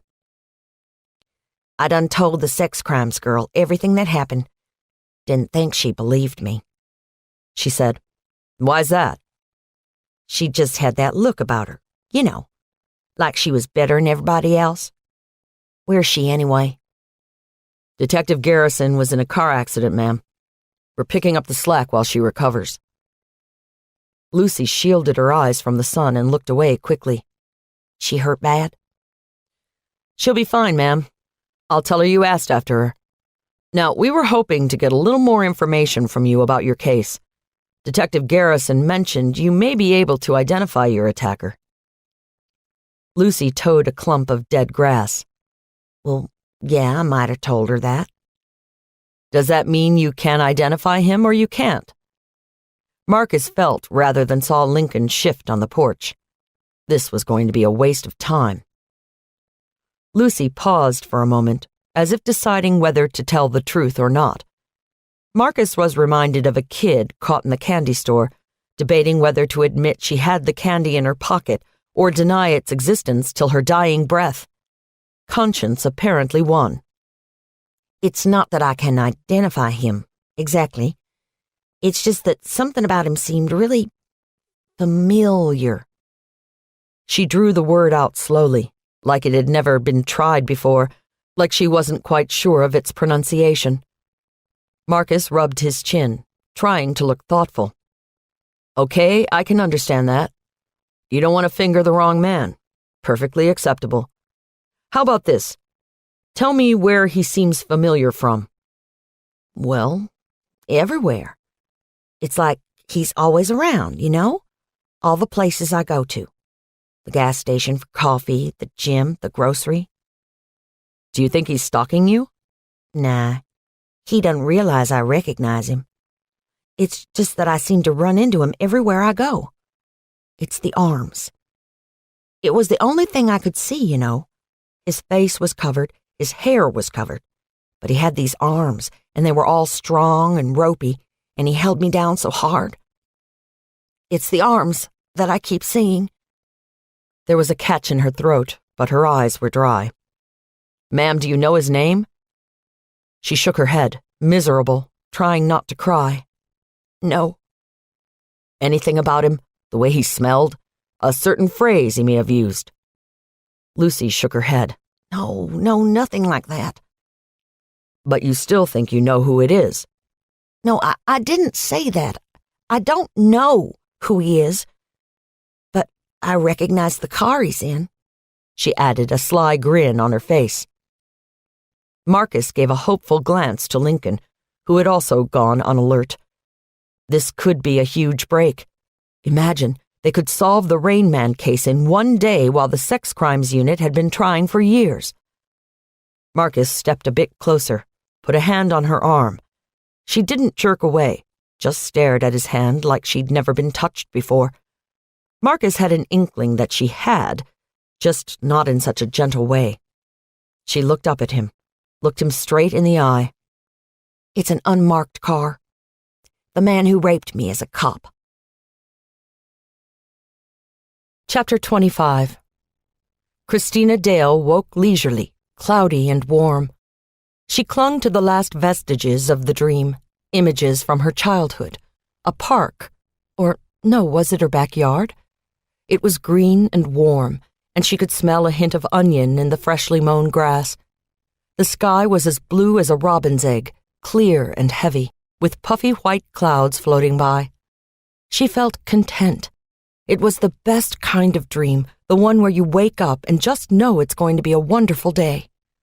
A languid smile moved across her face, and as she began to swim into focus, the images drifted, blown away on the winds of her mind.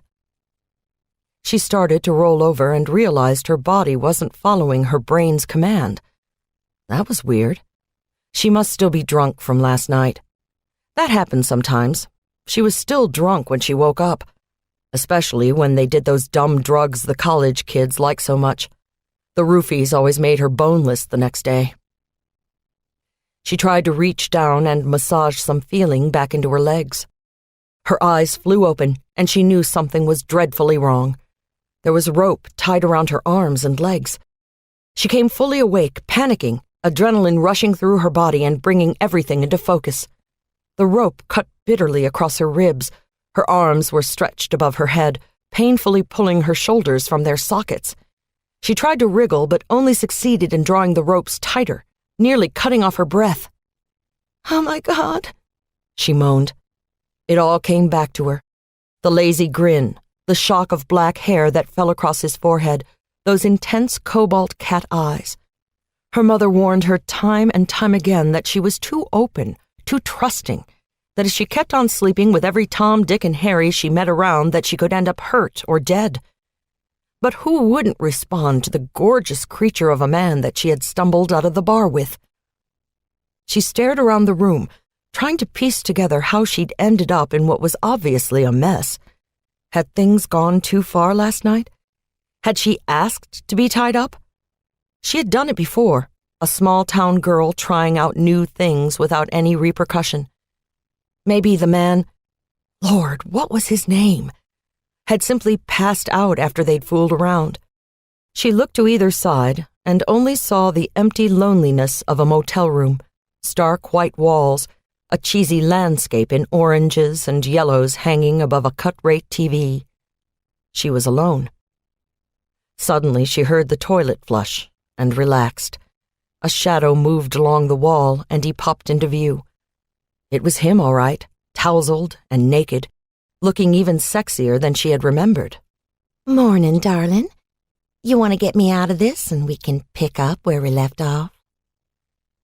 He smiled and moved no closer, just stood watching her like a feral cat in heat. Seriously, get me untied. This is starting to hurt. She realized even before she saw the knife that he had no intention of letting her go. Ever. She opened her mouth to scream, but he was on her, slapping a piece of duct tape over her mouth, so all she could hear was her own hysterical cries, muffled and caught in her throat. As her mystery man dragged the tip of the knife slowly across her face, his cheerful grin disappeared, and he spoke only one word, the last Christina would ever hear. Bye. Chapter 26. Taylor was back in her office, waiting for Lincoln and Marcus to return from interviewing the previous alleged victim of the Rain Man. She had missed a call from Baldwin, which left her moody. She wanted to talk with him, but he was up to his ears in dead girls. As she fiddled with a few reports that needed to be completed, Fitz rolled in, with Marcus and Lincoln on his heels. He got to the office door first. Everything okay? He asked gruffly. Taylor gave him a startled look. Everything's fine. Why? You're just looking a little ill, that's all. You're not catching something, are you? Taylor waved his concern away. Had a long night. I'm fine, really. Ready to go over what the kids got on the Rain Man? She nodded. Yeah, let's do it. But let's go into the conference room. I don't feel like crowding in here. She led them to the room down the hall, then locked the door behind herself so they wouldn't be interrupted at an inopportune moment. Okay, give it to me. Marcus and Lincoln, you first. Lincoln leaned back in his chair and flipped a file open in his lap. We talked with the last victim of the Rain Man, Lucy Johnson. She was victim number 7, and had told Betsy she thought she recognized the guy, right?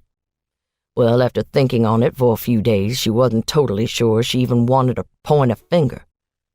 Marcus charmed her right out of her panties, so to speak, convinced her that it would be the right thing to do. Here's where the problem is. She thinks it's a guy that works out at her gym. She also sees him around town a lot, the Mapco where she goes for gas, Publix when she's shopping. So he's local to the area. Too local. Taylor nodded. Think she's legit? Lincoln shook his head. We know he's been working a specific geographical area. He went pretty far out of it to get to Betsy in East Nashville. All the other rapes occurred out in the west and south parts of town. Bellevue, Forest Hills, Franklin, and Brentwood. Where does Lucy Johnson live? Taylor interrupted. That south part of Davison County off Highway 100 that straddles Williamson County. And what gym does she use? She goes to the YMCA at Maryland Farms. Lincoln was pulling more notes from his file. At least 3 of the other victims work out at that gym, so there's a connection between them. I guess I can understand why Betsy got excited when Ms. Johnson told her that she thought it was a guy from her gym. Well, that's great, but did she identify him? Marcus gave a half smile. Well, that's the problem. She's a treadmill and bike. He's apparently into the free weights. She didn't see his face anyway, so there's no ID to go on. She recognizes his arms. Taylor looked at the file, flipping back through the witness statements. Free weights? I thought he was supposed to have a slight build, she asked. Slight, not tall, but muscular and strong. That's what Lucy Johnson said. Fitz had been quiet throughout the exchange. Can she pick him out of a lineup? That was Fitz, taking it down to brass tacks. It's not a face that she remembers. It's the arms, the body, the way he walks. She also said she hasn't seen him at the gym in a while. So unless we pull their records and go through all the ID cards, then get all of their arms in a lineup, there's no way to go this route. Taylor chewed her lip. I thought you said she recognized him from around town, running errands and the like. Marcus glanced at Lincoln, and they shared a silent look.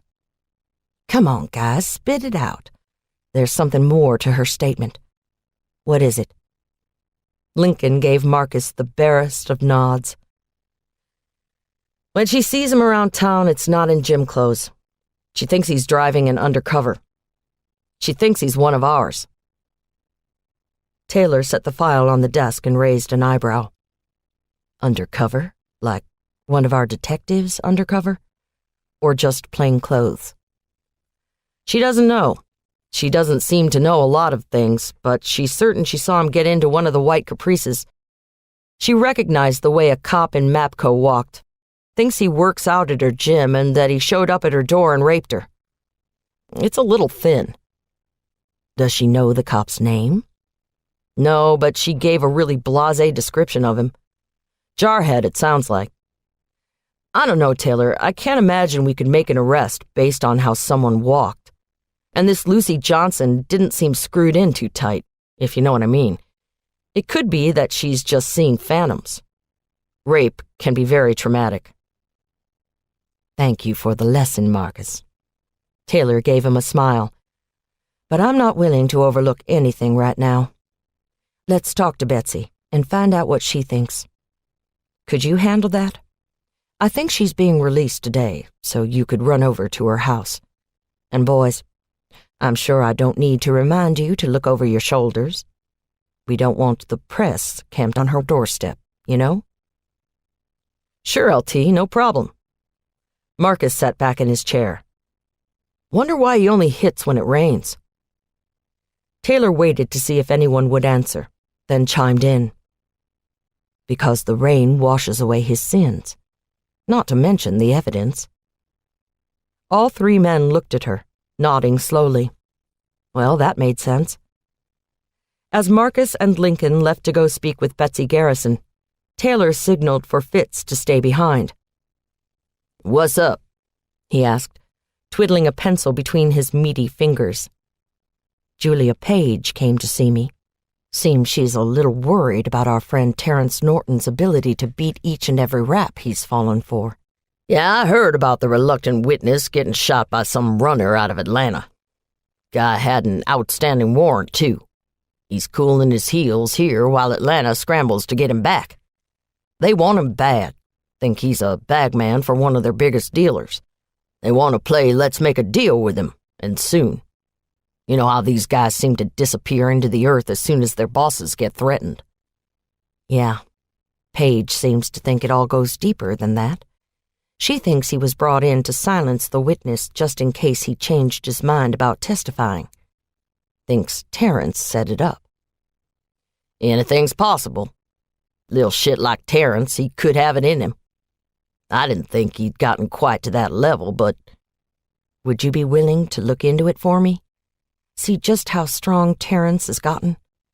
Paige would love to get him for tampering, intimidation, anything that could take him down. Fitz stood and stretched, his ample belly reaching for the sky. Sure, I'll get with her. Talk to a couple of confidential informants. See what the word on the street is. I got to tell you, he's starting to insulate himself pretty well. Maybe a bigger mess than we expect. Uninsulate him for me.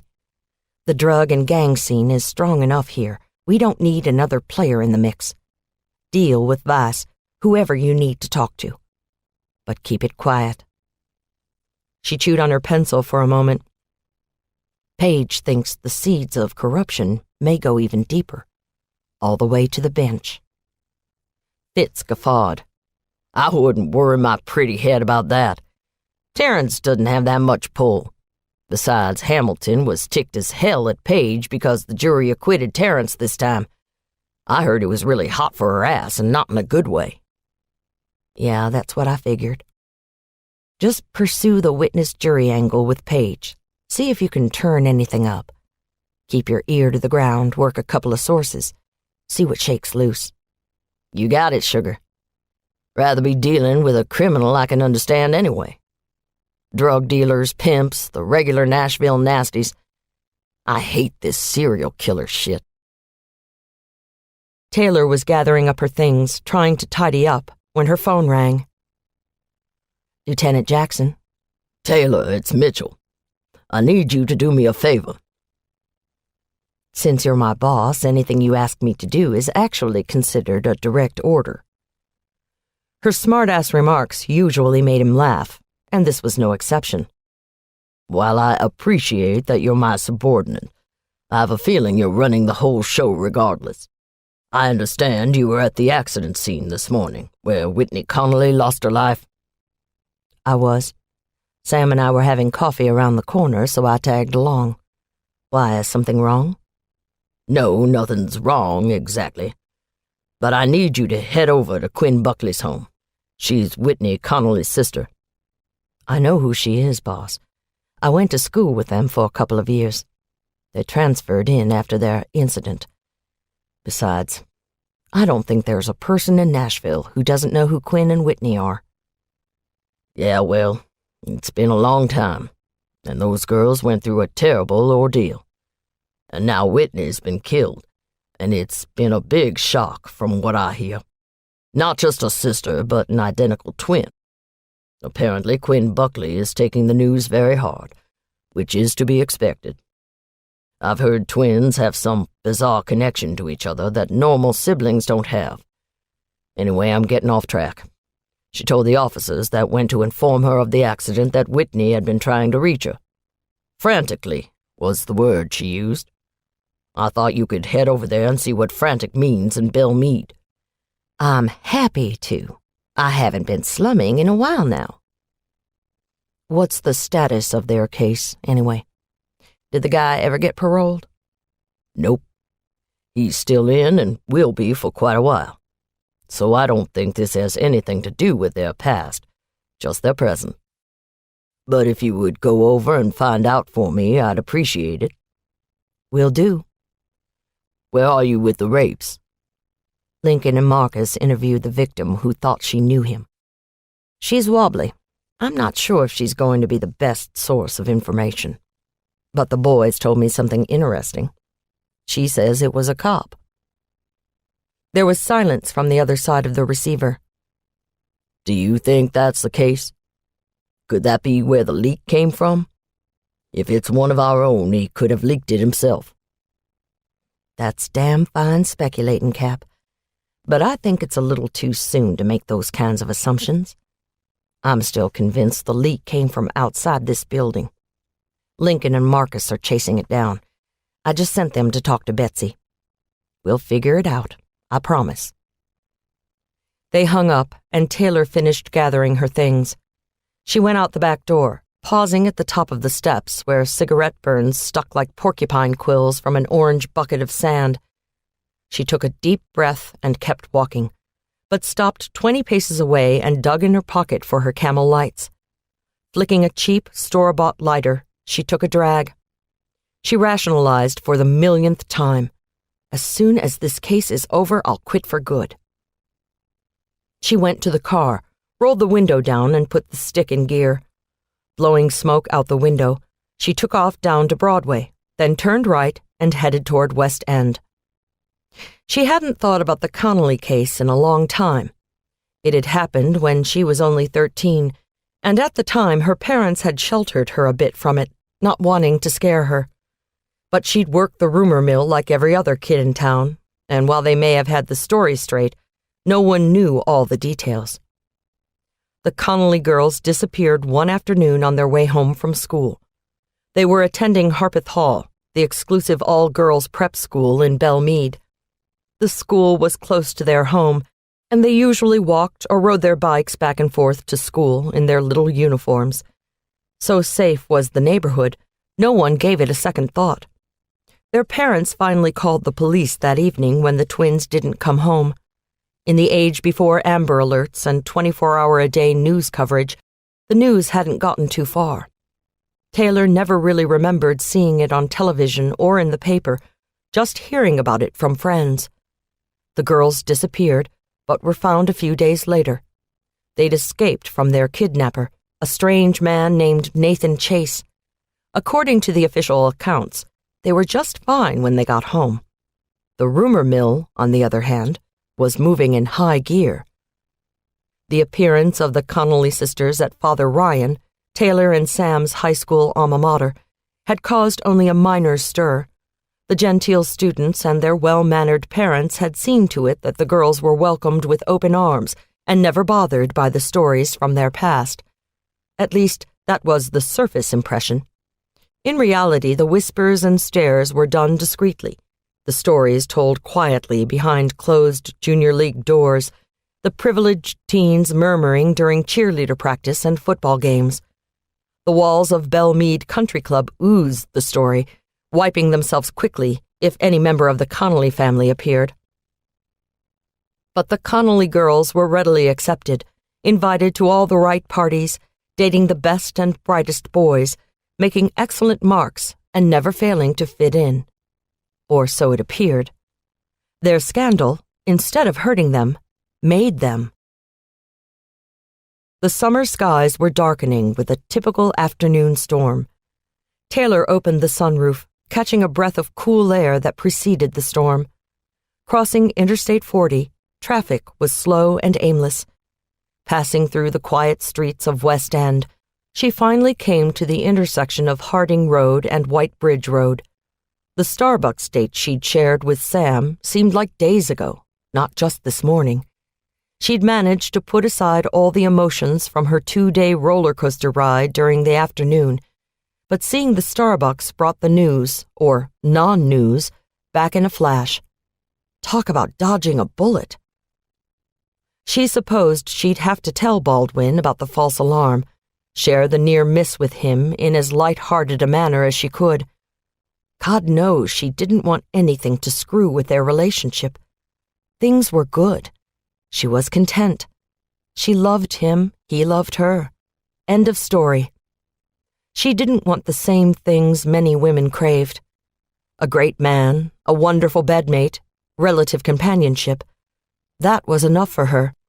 Certainly her plan didn't have room for 2.5 kids and a dog. She'd never been married, hadn't ever come close. Before Baldwin, she'd always taken her physical pleasure where she could, avoiding all emotional entanglements. Discreet, short-lived affairs on her terms. Sex, not love. Funny, she'd never realized how lonely she had been. She slowed as she came up on the entrance to Belmead. The accident had been cleaned up and the road was back open, but there was still glass scattered carelessly in the roadway and the grass of the median. Cars whizzed through the intersection without a care in the world, their drivers oblivious to the 4 lives that were lost in this very spot. A shiver of apprehension rippled through her, and she put the window up, blaming the feeling on the breeze billowing forth from the gray skies. She turned left and began making her way along the sedate and gracious boulevard. She ignored the side street that led to the home she grew up in. The drive for Quinn Buckley's mansion appeared. She turned into the entranceway and came to a black wrought iron gate with a small box standing at window level to her left. She opened the window and stuck her head out.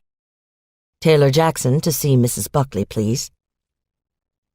There was no verbal acknowledgement, but after a few moments the massive gate creaked open. As Taylor maneuvered her car through the gates onto a narrow path, a deciduous forest swallowed her, beckoning and forbidding. The drive meandered through the woods for a few hundred feet. As she rounded a curve, the estate sprang into view.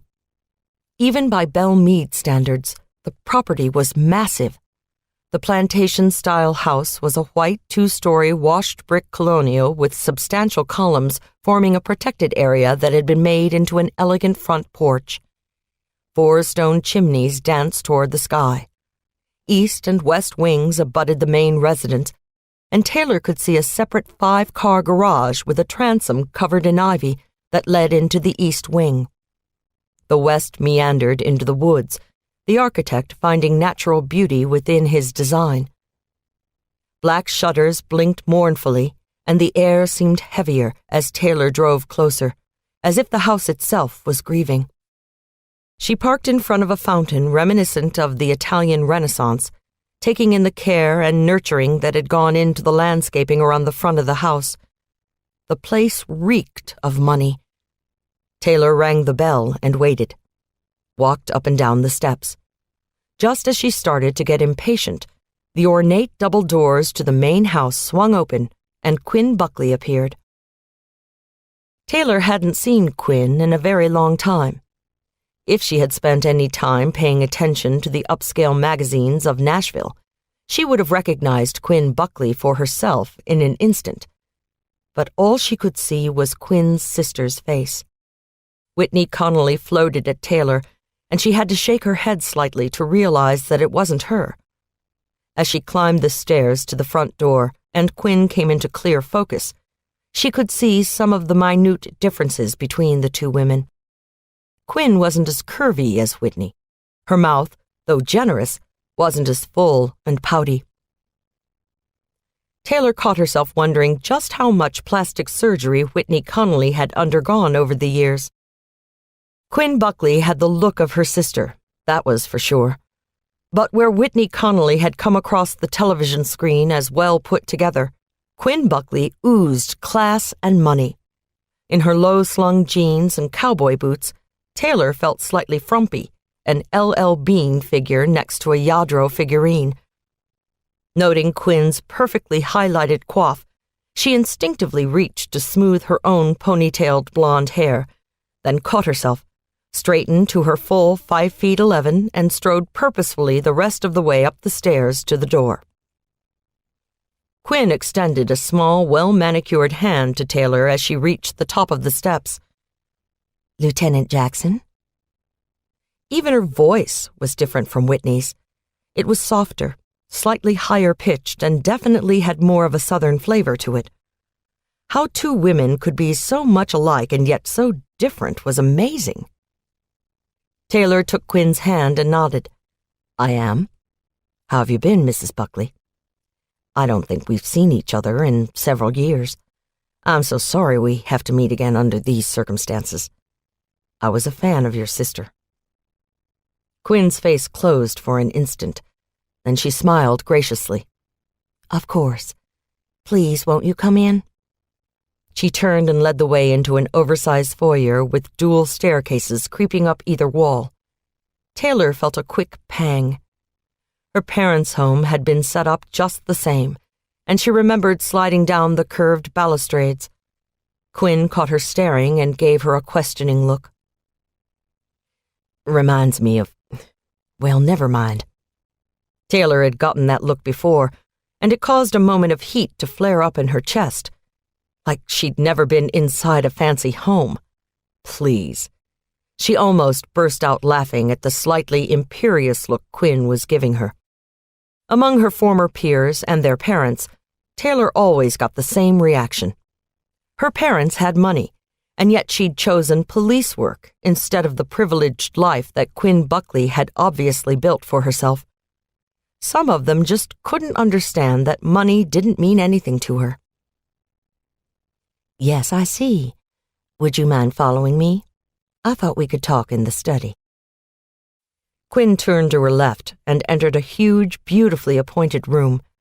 The rich scent of leather tickled Taylor's nose, and she caught the fleeting tang of lemon oil. As she got farther in the room, she nearly gasped aloud. A study, my foot! This was one of the most beautiful libraries she had ever seen. Wall-to-wall bookshelves, warm furniture. Oh, she could get lost in here for years. It didn't have the coldness and sterility Taylor had sensed from the rest of the first floor. This was a comfort room, a getaway room, some place to literally let down your hair and get cozy. She looked at Quinn and noted her lips twitching in amusement. I assume you're a reader? Quinn walked over to one of the walnut shelves and plucked a book at random. I am too. Whitney was once, but she stopped enjoying it when she was in her teens. Me, I can't think of a better way to spend an afternoon than curled up in a chair losing myself in a good book. I'm the same way, but I don't have such a wonderful place to do it. This room is amazing. Quinn gave her the first genuine smile Taylor had seen. It's mine. I encourage the rest of the family to allow me privacy when I'm in here. It's my own little escape from the rest of the world. She sounded so weary that Taylor felt sorry for her. She had just lost her sister, and here was Taylor, scoping out the room like a kid in a candy store. She got herself back under rein and turned to Quinn, her features carefully aligned to project the appropriate amount of grief and professional concern. She wondered briefly why Quinn would bring the police into her sanctuary. It seemed out of character. Quinn didn't strike her as the chummy type. I truly am sorry about Whitney. My captain told me you mentioned she'd been trying to get a hold of you. Quinn sank into her chair, pulling up her feet and curling them under her like a cat. Trying is understating it a bit. She must have called 25 times in the past day. My cell phone, my home phone. She left messages at the country club. Ah, Taylor thought. Belmead Country Club, the social denizen's favorite Nashville campground. If you don't mind me asking, where were you? Quinn gave her an unreadable look, then stood and walked around the room, touching things as if to reassure herself that they were still among her possessions. I was just out and about, getting ready for dinner, running errands. Nothing special. I have a great many responsibilities, and I have a tendency to run around quite a bit. Sometimes I forget to charge my cell phone, sometimes I forget to check my answering machine. And Jake was in town, so I certainly wasn't going to answer the phone. My husband is out of town quite a bit, and I try to make time for him when he's here. So we had a nice dinner and went to bed early. This morning I went out for a walk and didn't bring my phone with me. By the time I got back and noticed that all the calls I'd received were from Whitney, it was too late. She'd already been in the accident. Quinn's voice caught, and she turned to the French doors. Taylor gave her a moment to compose herself, then asked a question. Mrs. Buckley, were you and your sister close? Did you talk every day, once a week? Quinn had recovered her composure. No, Lieutenant, we weren't terribly close. Strange for identical twins, but we just grew apart as we got older. There was a gleam in her eye, either tears or a memory, and Taylor made a mental note to find out why they'd grown apart. I'm sorry, Lieutenant, I'm being horribly rude. Can I get you a drink? Coffee? Tea? I think I'll have a Diet Coke if that's okay with you. Soda would be wonderful, thank you. Quinn turned to the desk and picked up a small crystal bell. Taylor almost laughed aloud. It just seemed so incredibly pretentious. Quinn rang the bell, and a moment later a young woman with flowing black hair and liquid brown eyes came into the room. Si, Signora Quinn. Quinn gave her a warm smile that belied the master-servant nature of their relationship. Gabrielle, possiamo aver due cola lights, per favor? Grazie. Gabrielle disappeared, and Quinn turned back to Taylor. She's wonderful. Italian girl, family's from Florence. She wanted to come and work in the States to improve her English and take a few classes. We needed someone to look after the twins and handle a few things around the house. She's acting as their au pair officially. They just love her. They can speak Italian better than I can now. Not that I'm fluent. This explanation came out fast and furious. Taylor got the feeling that Quinn was hiding something interesting. And twins? Taylor knew Quinn had children, but she hadn't thought to ask how many, boys or girls. Sometimes such pleasantries born of politeness slipped her by. Quinn graciously answered the unspoken question. The twins, Jillian and Jake Jr., are at school right now. They're nearly 4 and are so wonderfully bright. I've been blessed. School? That young? Well, it's never too early to get them started. They attend a pre-kindergarten 3 days a week. Do you have any children, Lieutenant? The sudden shift threw Taylor for a loop. How was she supposed to answer that? Let's see. 2 days ago I was told I was pregnant. Yesterday I found out I wasn't. I didn't tell my lover, so I have to have a long conversation with him after he finishes chasing a serial killer through the southeast. She nearly laughed aloud before recovering and answering as truthfully as she could.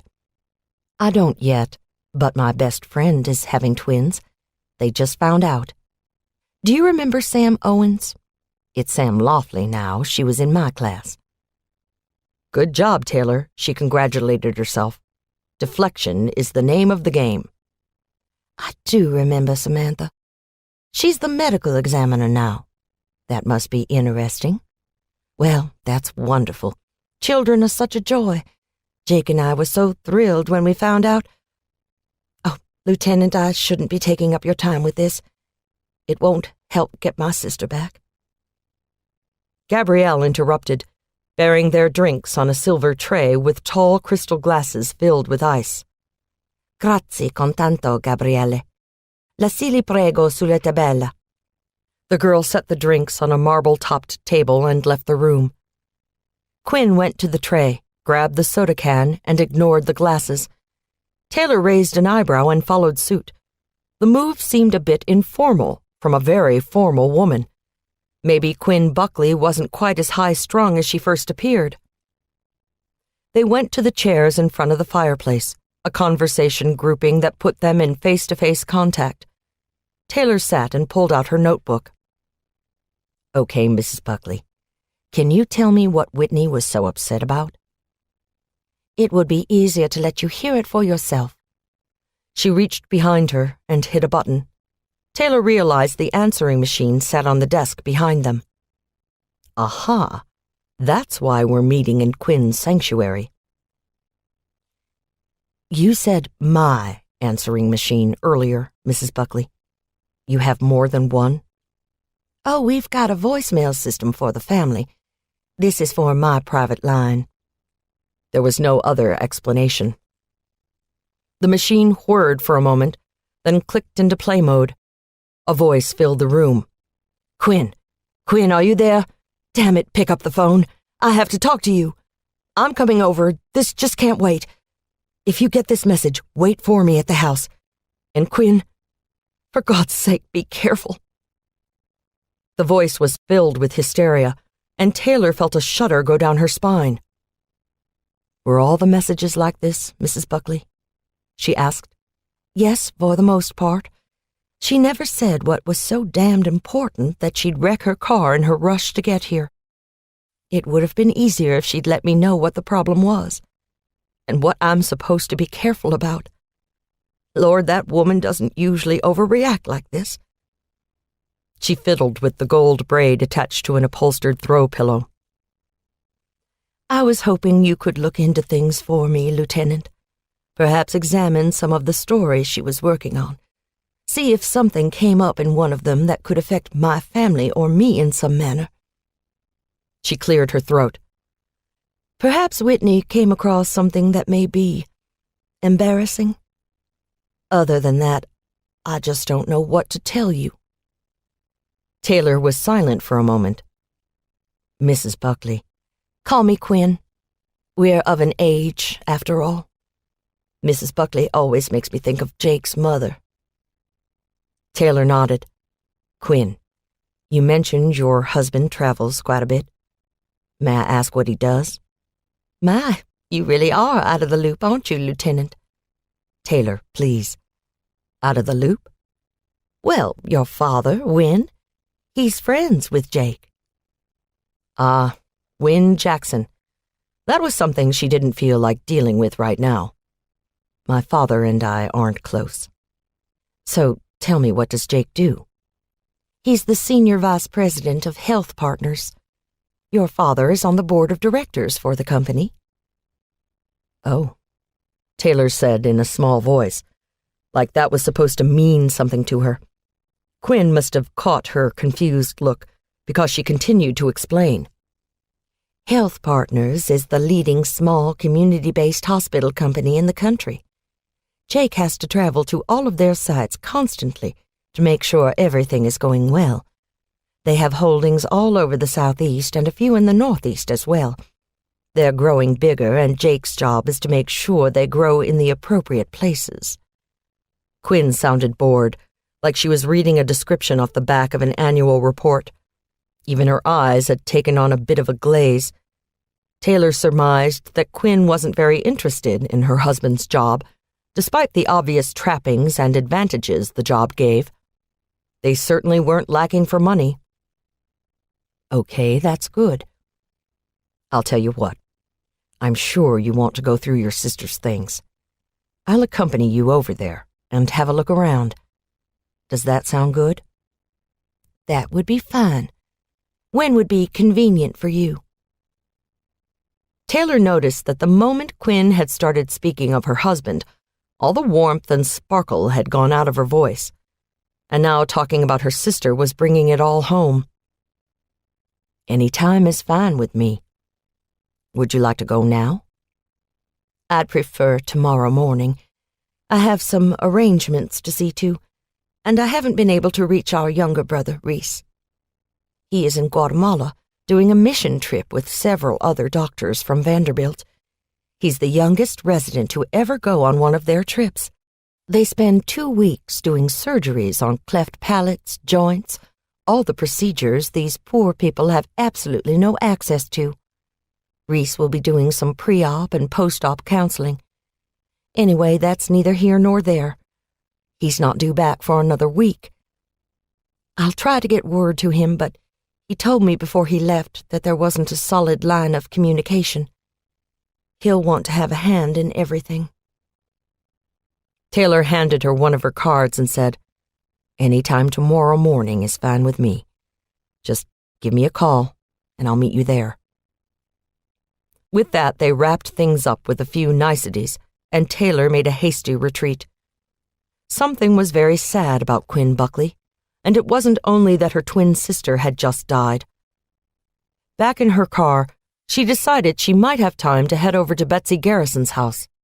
She dialed the number, and Brian Post answered.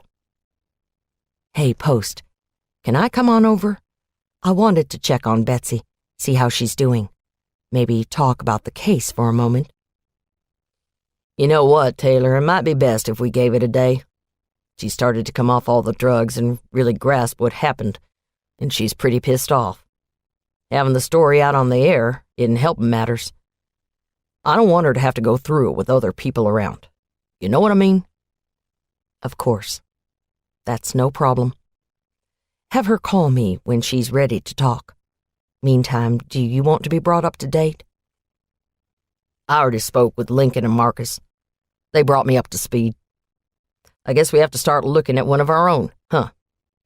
"Well, there are lots of police uniforms in the mid-state. Maybe it's one of theirs." "That would be great," he said a bit sarcastically. "Tell you what, I'll give your boys a shout in the morning. We can decide where to go from there." "Sounds good. Give Betsy my best. Sounds like she's lucky to have you around." "Will do, Taylor. Thanks." Chapter 27. Baldwin got the call in his stifling hotel room nearly a full minute before the news alert flashed on the TV screen. "It's Grimes. We've got another one missing." "Are you kidding me? It hasn't even been 24 hours. Baldwin was wide awake now. "Who is it?" "Local girl, Christina Dale. Didn't show up for work this morning. This whole town is on alert because we've been here tending to Marnie, and when she didn't show up, they immediately called it in. And one more thing. We've got a leak." Baldwin saw a flash out of the corner of his eye. He looked to the TV.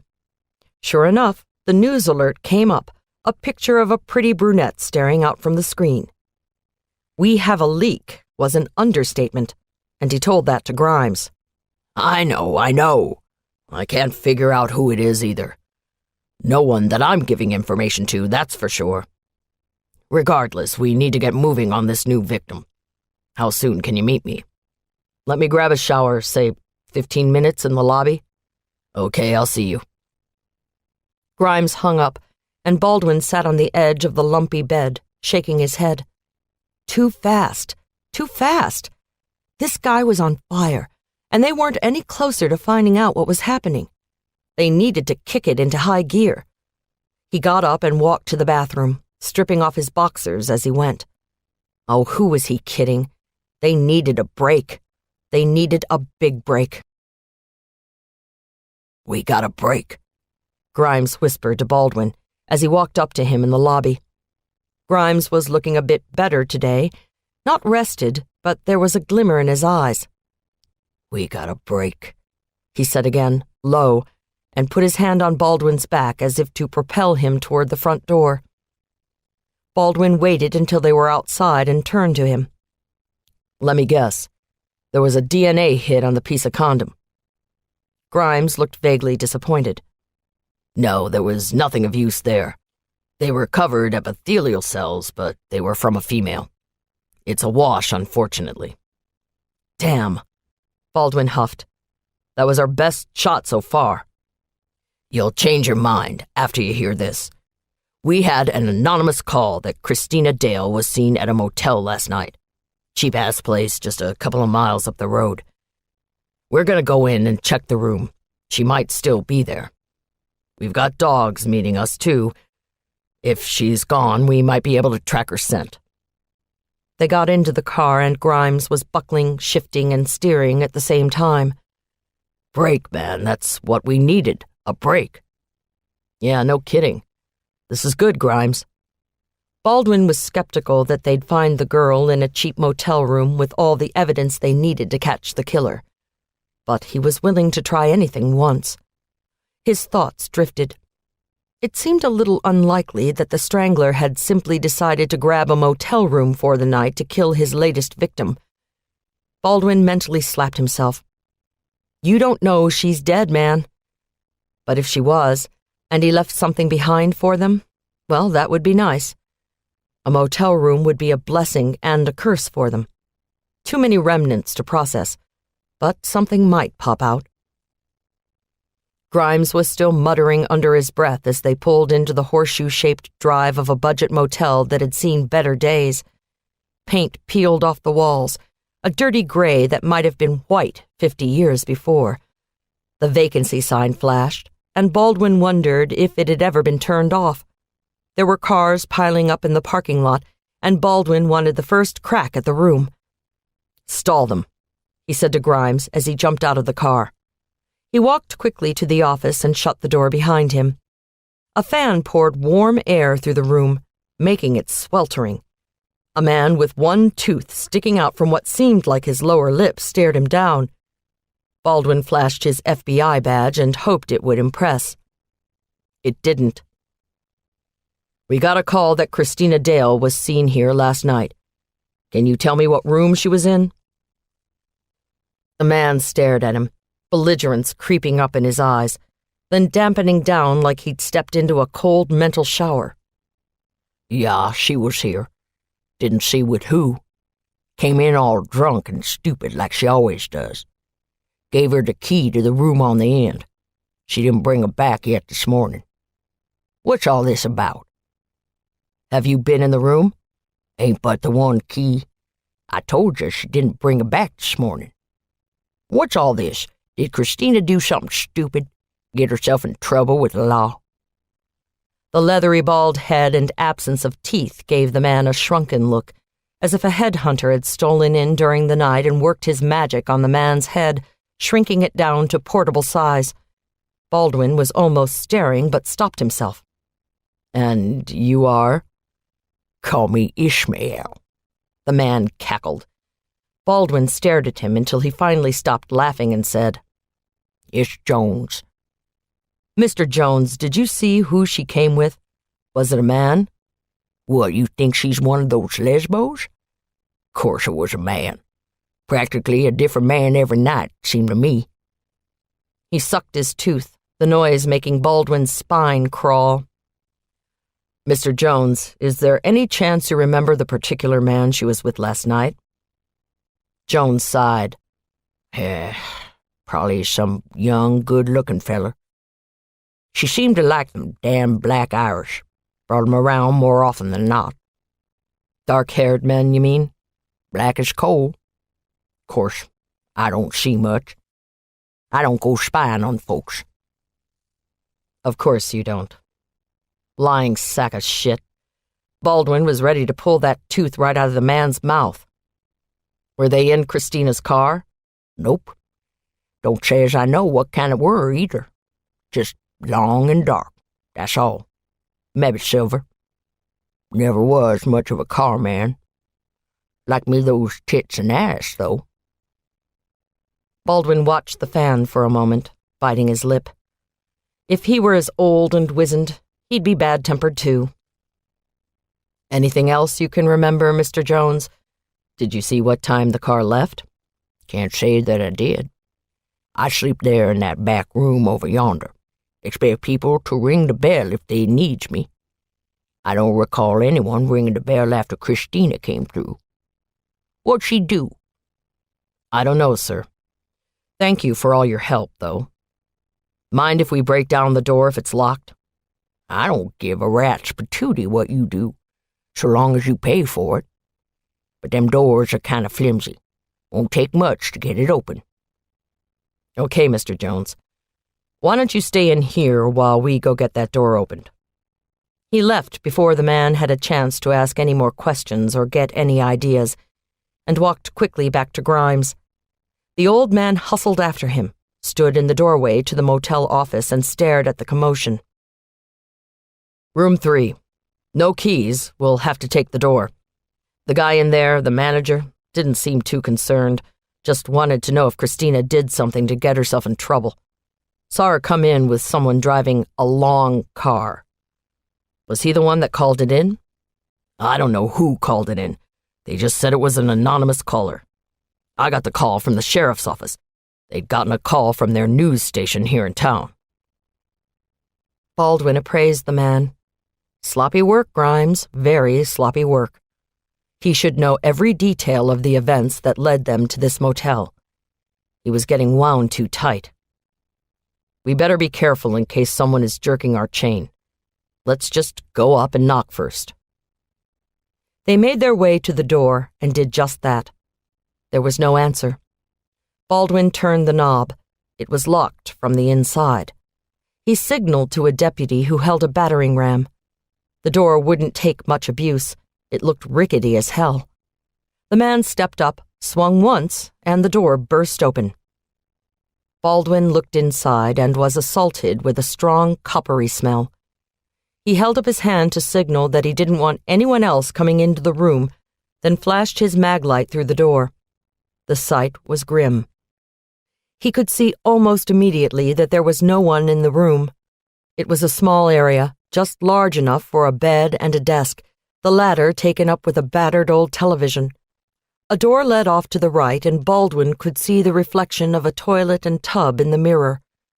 He could see blood on the unmade bed, enough blood that his mind told him the story. If this was Christina Dale's last known resting place, she was most likely no longer with this world. He looked back out into the parking lot at the expectant faces and shook his head to signal that she wasn't in the room. He signaled to Grimes. I need gloves and boots and a crime scene tech to start collecting evidence. Do you have a camera in the car? We need to get some pictures of this. Grimes went to the car and came back with a digital camera. You can use this for now. The tech should have his own, but I always carry this in a pinch. He also handed Baldwin gloves and booties to cover his shoes, then put his own on. They were ready to see what had happened in the indifferent little room. Baldwin took one step inside and felt the energy, a palpable mass that nearly took his breath away. Maybe because this was the first mobile killing site they had found, there was a different power to this crime scene, a deeper sense of evil. He hoped they would be able to learn more about their killer, and his anticipation ran high. Many of the other members of behavioral science didn't feel the necessity of physically being at a crime scene. They were meant to draw conclusions about personality types, not process an event off the ground. Baldwin had always felt differently. He found that being at the scene gave him an honest taste of the killer. Being in the same room helped him understand on a far deeper level what actually happened. Seeing the blood firsthand, tasting that coppery tang in the back of his throat, his eyes assailed by red, his olfactory senses working overdrive, gave him an overwhelming ability to know what the killer was thinking at the time he committed his crime. He shone the flashlight throughout the room, and then focused on the light switch at the door. He didn't want to run the risk of destroying a possible print, so he decided to leave the light off and make do with his maglite. He swept the beam back to the bed. The sheets were soaked with blood. He flashed the light around the walls. There was blood spray and droplets everywhere. The spray, the copious blood. He'd changed his pattern, without a doubt. Christina had been alive while she was separated from her hands. Intuition told him that she was dead.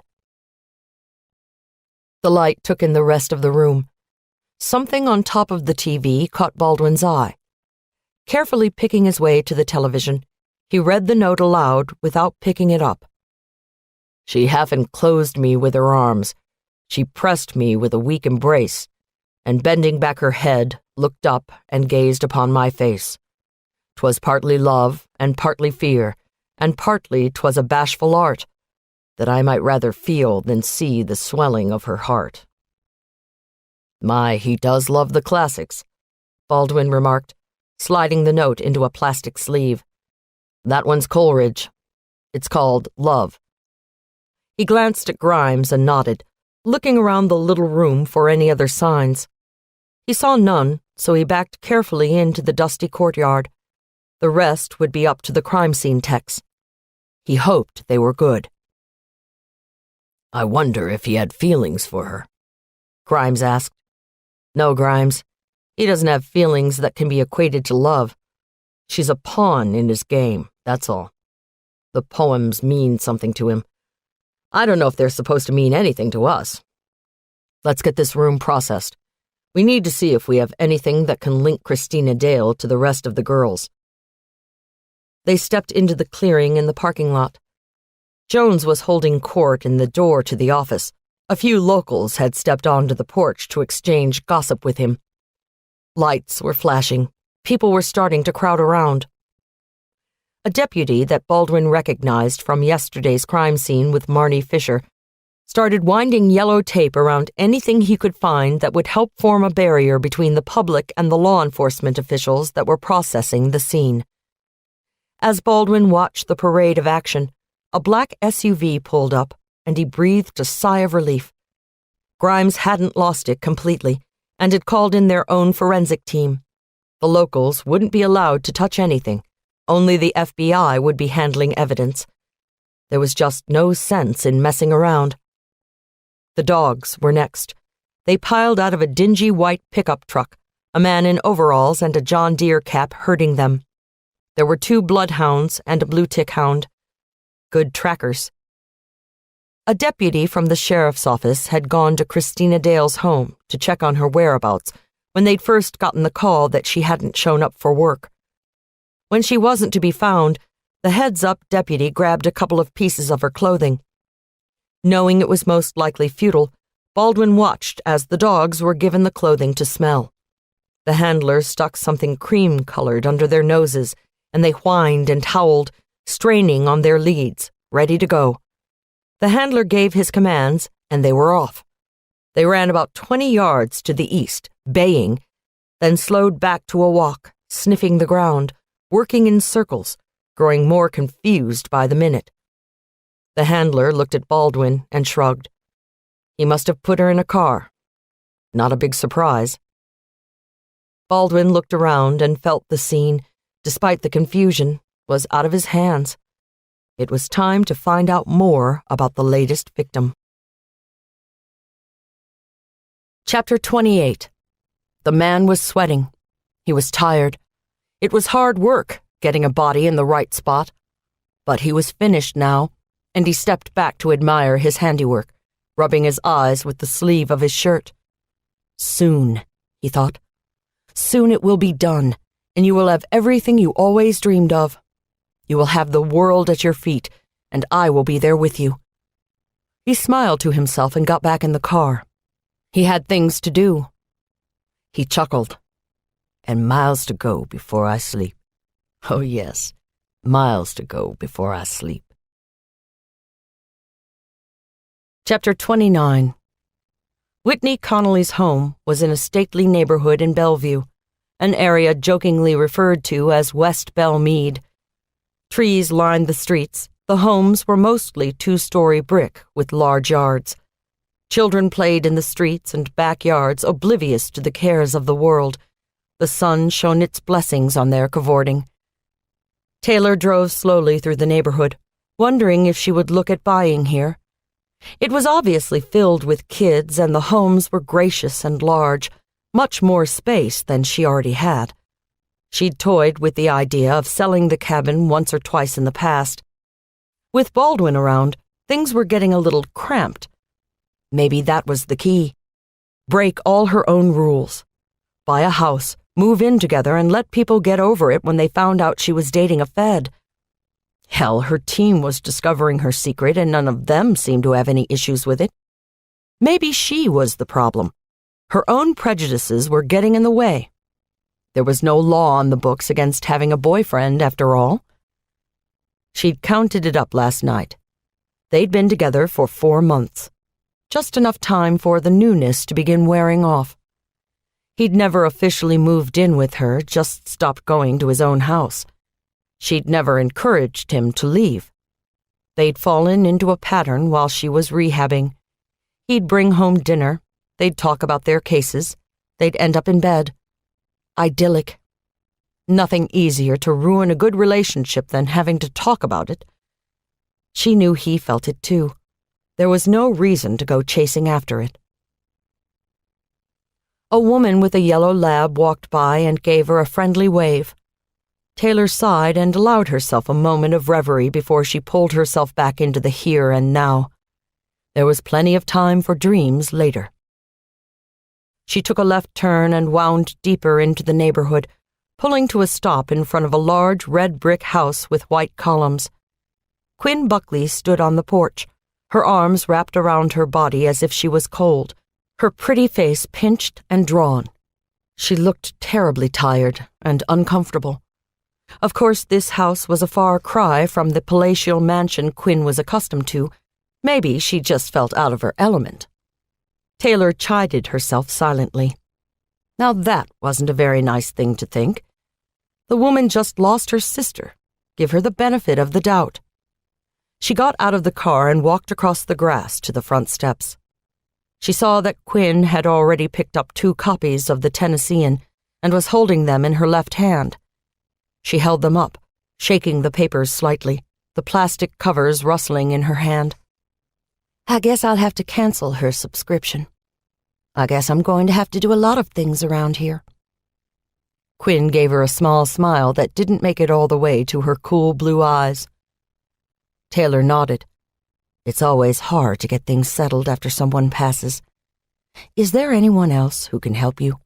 Did Whitney have a boyfriend? Someone who was familiar with her everyday things? Quinn laughed, a bitter sound. No, Whitney didn't have time for a boyfriend. She didn't have time for anyone but herself. I'm sorry, Lieutenant, but my sister was one of the most selfish people you could ever meet. Everything revolved around her and her plans, her dreams. She couldn't be bothered with anyone else. She turned and stuck a key in the lock. She left it under the mat for the cleaning lady. She told me that a while ago. I assumed it would still be there, and it was. Here we go. The oak door swung open, and Taylor was assailed by the smell of furniture polish and Clorox. Her heart sank. Did the cleaning lady just come? She asked Quinn.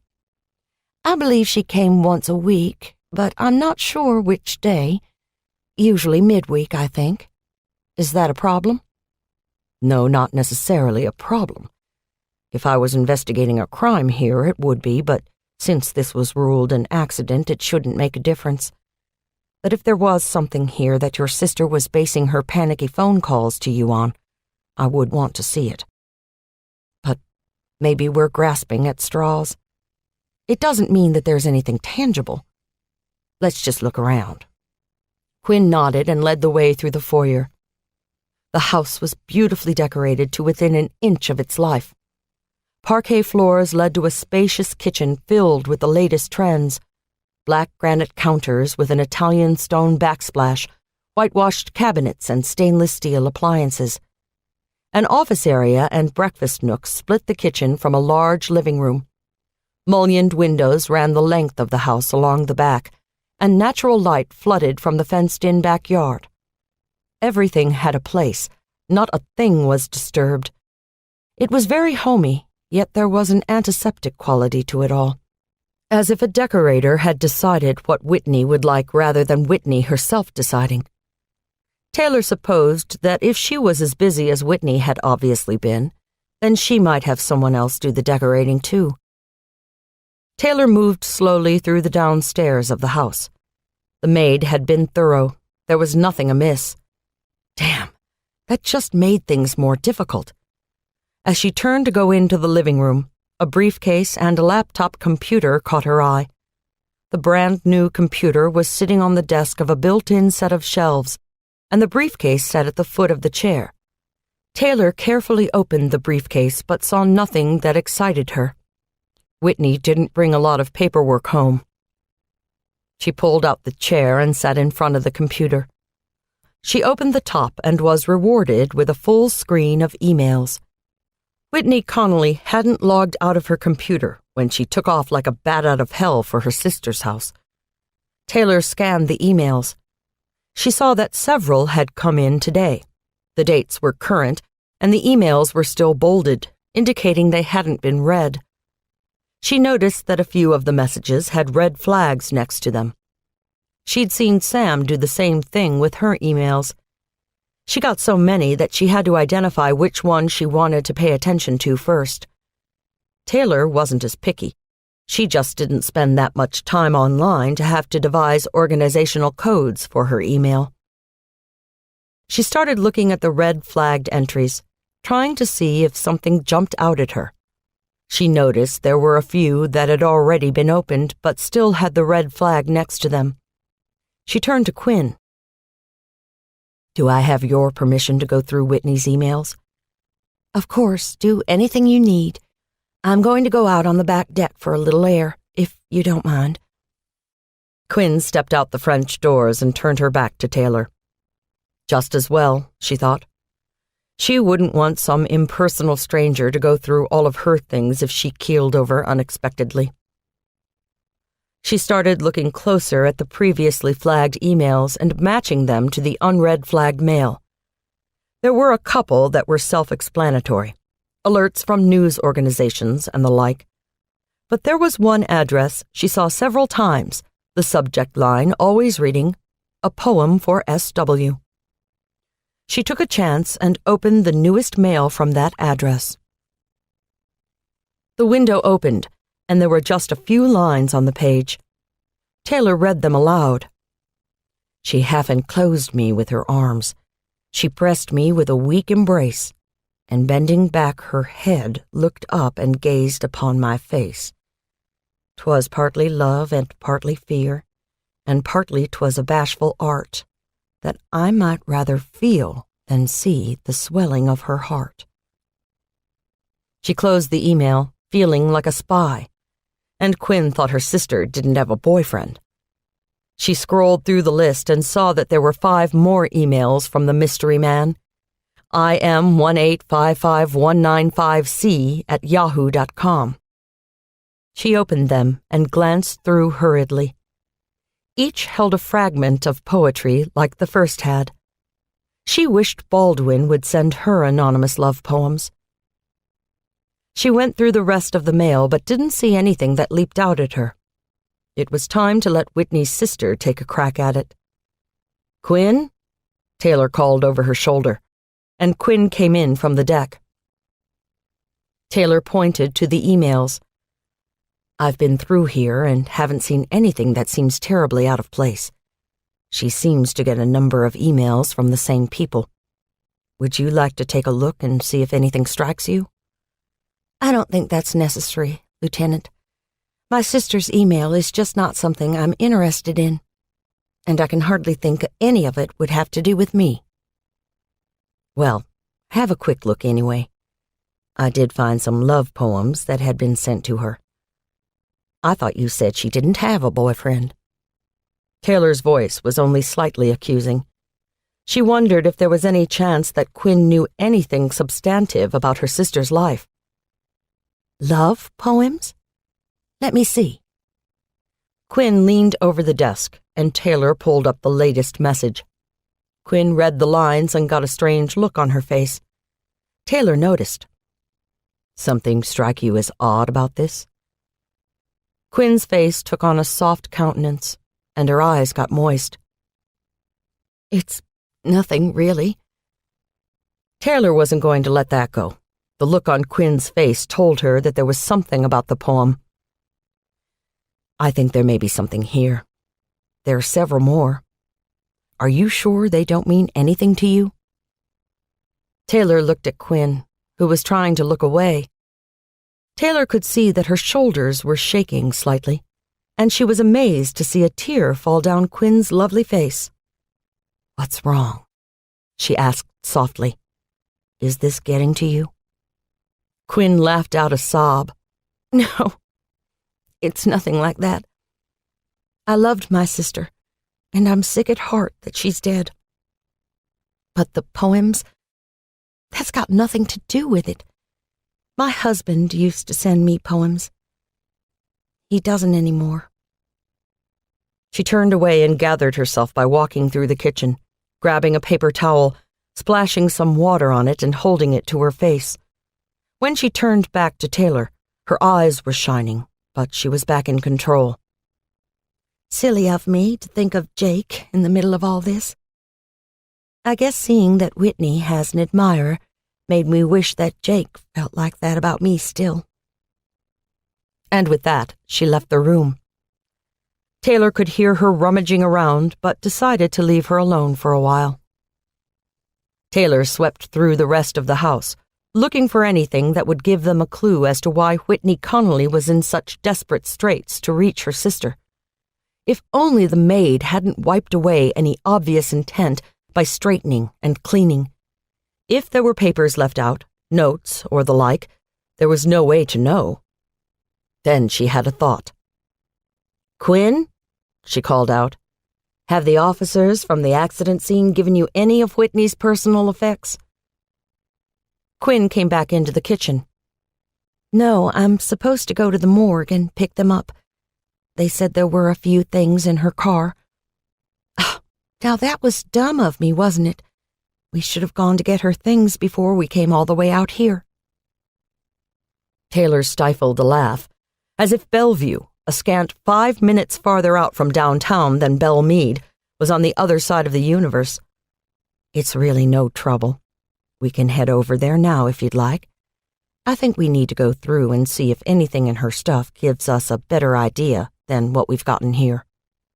"That's fine. I can write you a release and you can go through the information on your own, if that's okay." Taylor studied her for a moment. "I can do that, but you may want to be there." She hesitated, then decided it would be dumb not to ask. "Quinn, you don't think this has anything to do with Nathan Chase, do you?" Quinn's face drained of color. "Oh, dear God. You don't think he's... Could he have gotten in touch with Whitney somehow?" "Well, I don't know. Has he ever reached out to you or your sister before?" Quinn started pacing, a pale manicured hand clasped to her throat. She looked as if she might shatter into a million pieces all over the foyer. "No, we've had no contact from him. It was part of his sentence.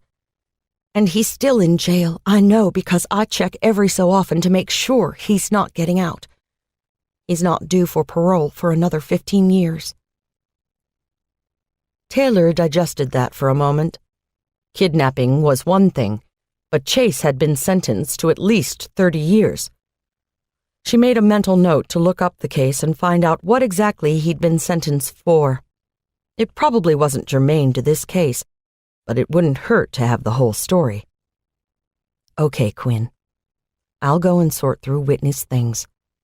If I find anything of note, I'll let you know. Thank you. Tell me, when will her body be released? I need to start making plans for the memorial. Just give the ME's office a call. They'll be able to give you all of that information. It'll be soon, I promise. As they made their way toward the door, they didn't hear the chime go off on the computer to announce that Whitney had another new email. Chapter 30. Christina Louise Dale, better known as Christy to her family and friends, was a sad case. 19 years old, petite and brunette, Christy was always hustling, always looking for a way to get it done. She didn't have the money to go to college nor the grades to get a scholarship, so she worked hard and associated with the college students around Roanoke as often as possible. She was autodidactic, and when she mentioned that, most of the college kids didn't even know what it meant. On one hand, it was outrageous that she could be so much smarter than the rest of them and still not have a chance to go to school with them. But on the other hand, she secretly gloated, knowing that no matter what, she was better than all of them. She continued her quest to educate herself and read everything she could in her spare time. She landed herself a job that would afford her the opportunities that had been denied to her so far in her short life. The parent company of her small community hospital had a program to give scholarships to those needy employees who demonstrated a will and a dedication to getting a higher education, but only in the medical field. That was fine with her. She could always do her time with the company and then branch out when she got a little older. Christy bided her time. She was a diligent employee, even if the things she did outside of work were a little questionable. Admittedly, she drank too much. She drank too much and smoked too much. And oftentimes, she did a few drugs that probably weren't the most legal things in the world. Nothing hardcore, but the soft stuff, the campus drugs. That way she felt she was experiencing the same things that all 19-year-old college girls experience. The booze, the drugs, the boys. Oh yes, the boys. She really liked the boys. But that wasn't exactly a bad thing, at least in her mind. She was in control of her body. She had the last word in everything she did. The fact that she might have sex on a given night with a guy that never asked for her number wasn't a problem. If she wanted to see him again, she could find a way to do it. So maybe she dressed a little provocatively. Maybe she drank too much, slept around a little too much. What difference did that make? Baldwin knew all of this, and more, so when he stared down at Christy's lifeless body, tossed off the edge of the road in Asheville, North Carolina, he couldn't help but wonder if poor Christy had any idea of the danger she was putting herself in, over and over, having sex with strange men, riding off in cars that didn't belong to her, and, most importantly, taking a stranger back to the motel that she used when she didn't want her mom to know she was out fooling around. But Christy's mother had known. She knew everything her daughter did, and either didn't care enough to do anything about it, or just didn't believe she could make a difference. When Baldwin had sat down with her, mere hours after they knew Christy's body had been taken from room 3 at the Happy Roads Inn, Charlie Dale didn't seem surprised. Charlie Dale smoked continuously throughout their interview. Baldwin thought he would choke in the dim air of her trailer, and wondered if there had ever been an open window in the place. It was stacked with laundry. Washed or unwashed was anyone's guess. Trash, full ashtrays, and dirt. layer upon layer of dirt. Charlie wasn't much of a housekeeper, and told Baldwin that. He'd smiled and pretended things were fine, which he assumed Charlie had been doing for at least a decade. She didn't have a lot of nice things to say about her daughter. Christy had been a surprise in her mother's life, a surprise that had come along when Charlie was 15 and madly in love with a boy from uptown Roanoke. When she found herself pregnant, she never heard from him again. It had been her and Christy all along, she told Baldwin. And that girl was never going to amount to anything, the way she ran around, whoring and drinking. Just 'cause it was good enough for her mama didn't mean it was good enough for her. I always wanted something better for Christy, she told Baldwin, but I never knew how to get it for her. As Baldwin gazed down at Christy, he felt a sadness that was as much sorrow for the girl's death as it was for the raw deal she'd gotten in her short life. When they'd gotten the call that a body had been found in Asheville, North Carolina, Baldwin hadn't even blinked.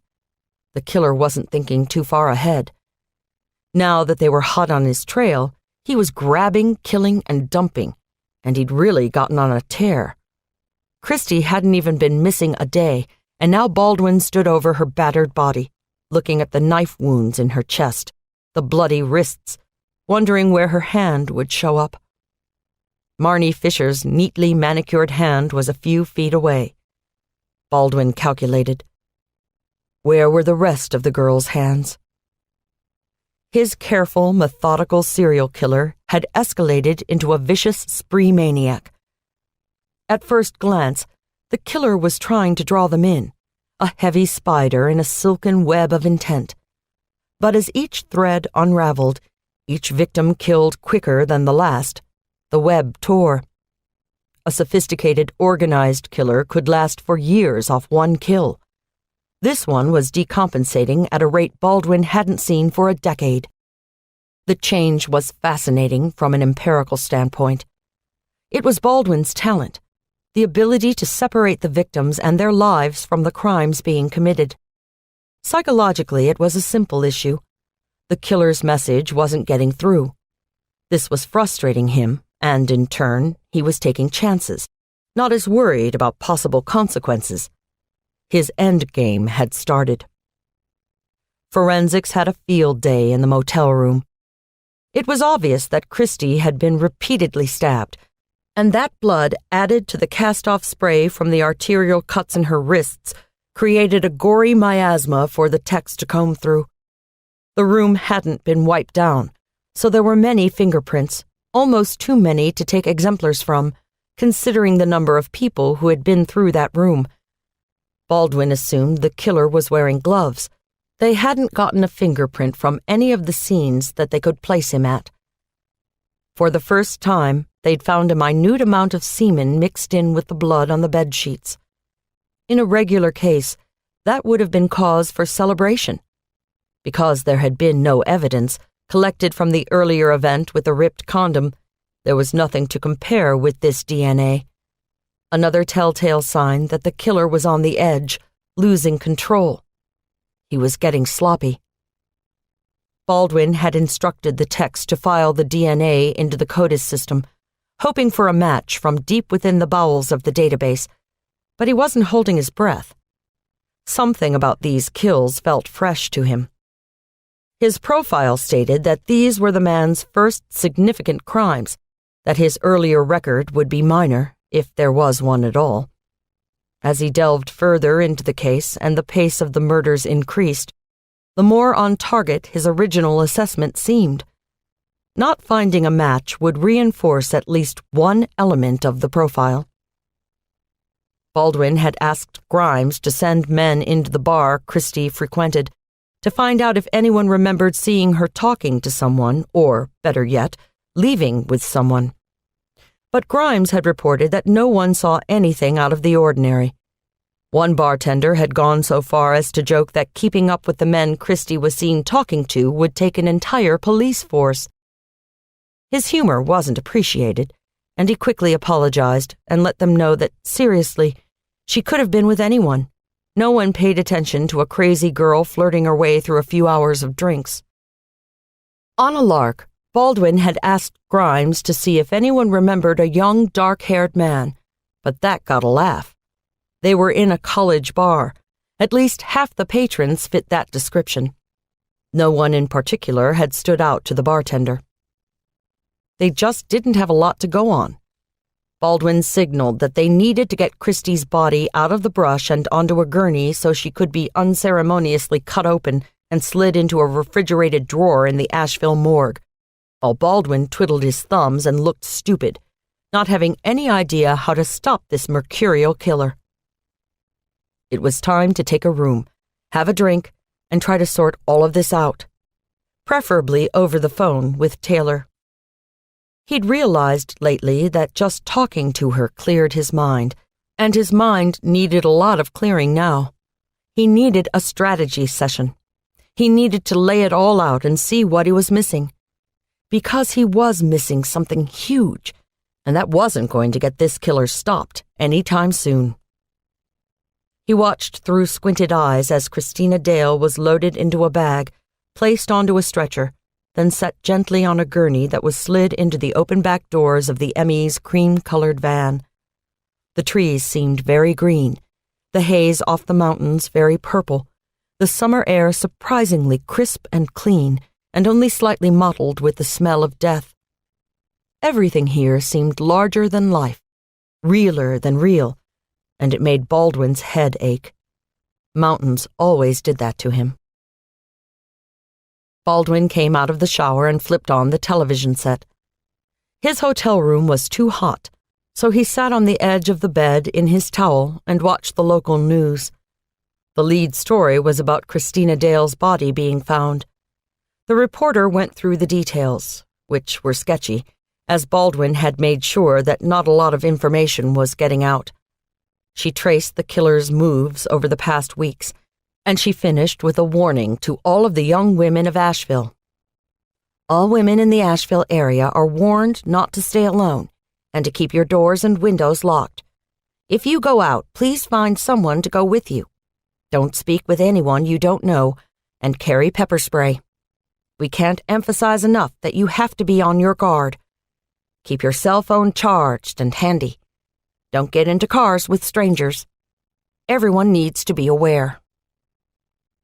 It was a good warning, nothing that any woman didn't hear on any given day, but given with such vehemence that it should give one or two women pause. Unfortunately, there was nothing in particular they could tell the women of Asheville to actually keep them safe.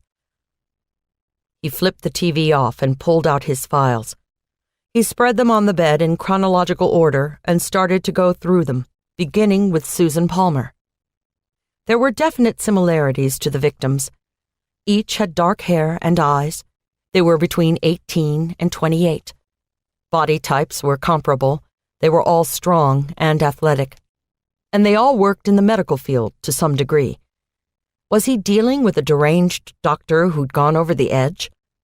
That was as good a theory as any he'd had so far. He was beginning to feel impotent. This killer was moving fast, and though there was a distinct pattern to his motions, there was no way to predict what city he would hit next. All they could do was catch him, and they weren't getting any closer to that goal either. He'd had cases like this before, that the killer's actions overrode the police investigation. He was more accustomed to the kind of killer that took his time. Patterns generally were established over weeks and months, not in days. This guy was on a frenzied killing spree, and spree killers were the most dangerous. But they almost always tripped up and were caught quickly. They certainly didn't go from state to state, taking women and depositing their bodies minus their hands in other states. His escalation was actually a good thing.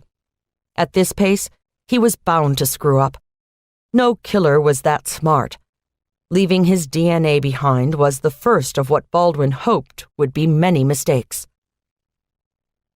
Baldwin's cell phone rang as the number to the FBI tip line appeared on the screen. He shut the TV off and glanced at the caller ID. It was Taylor. "Hi, sweetheart," he said gently. "Baldwin, are you okay?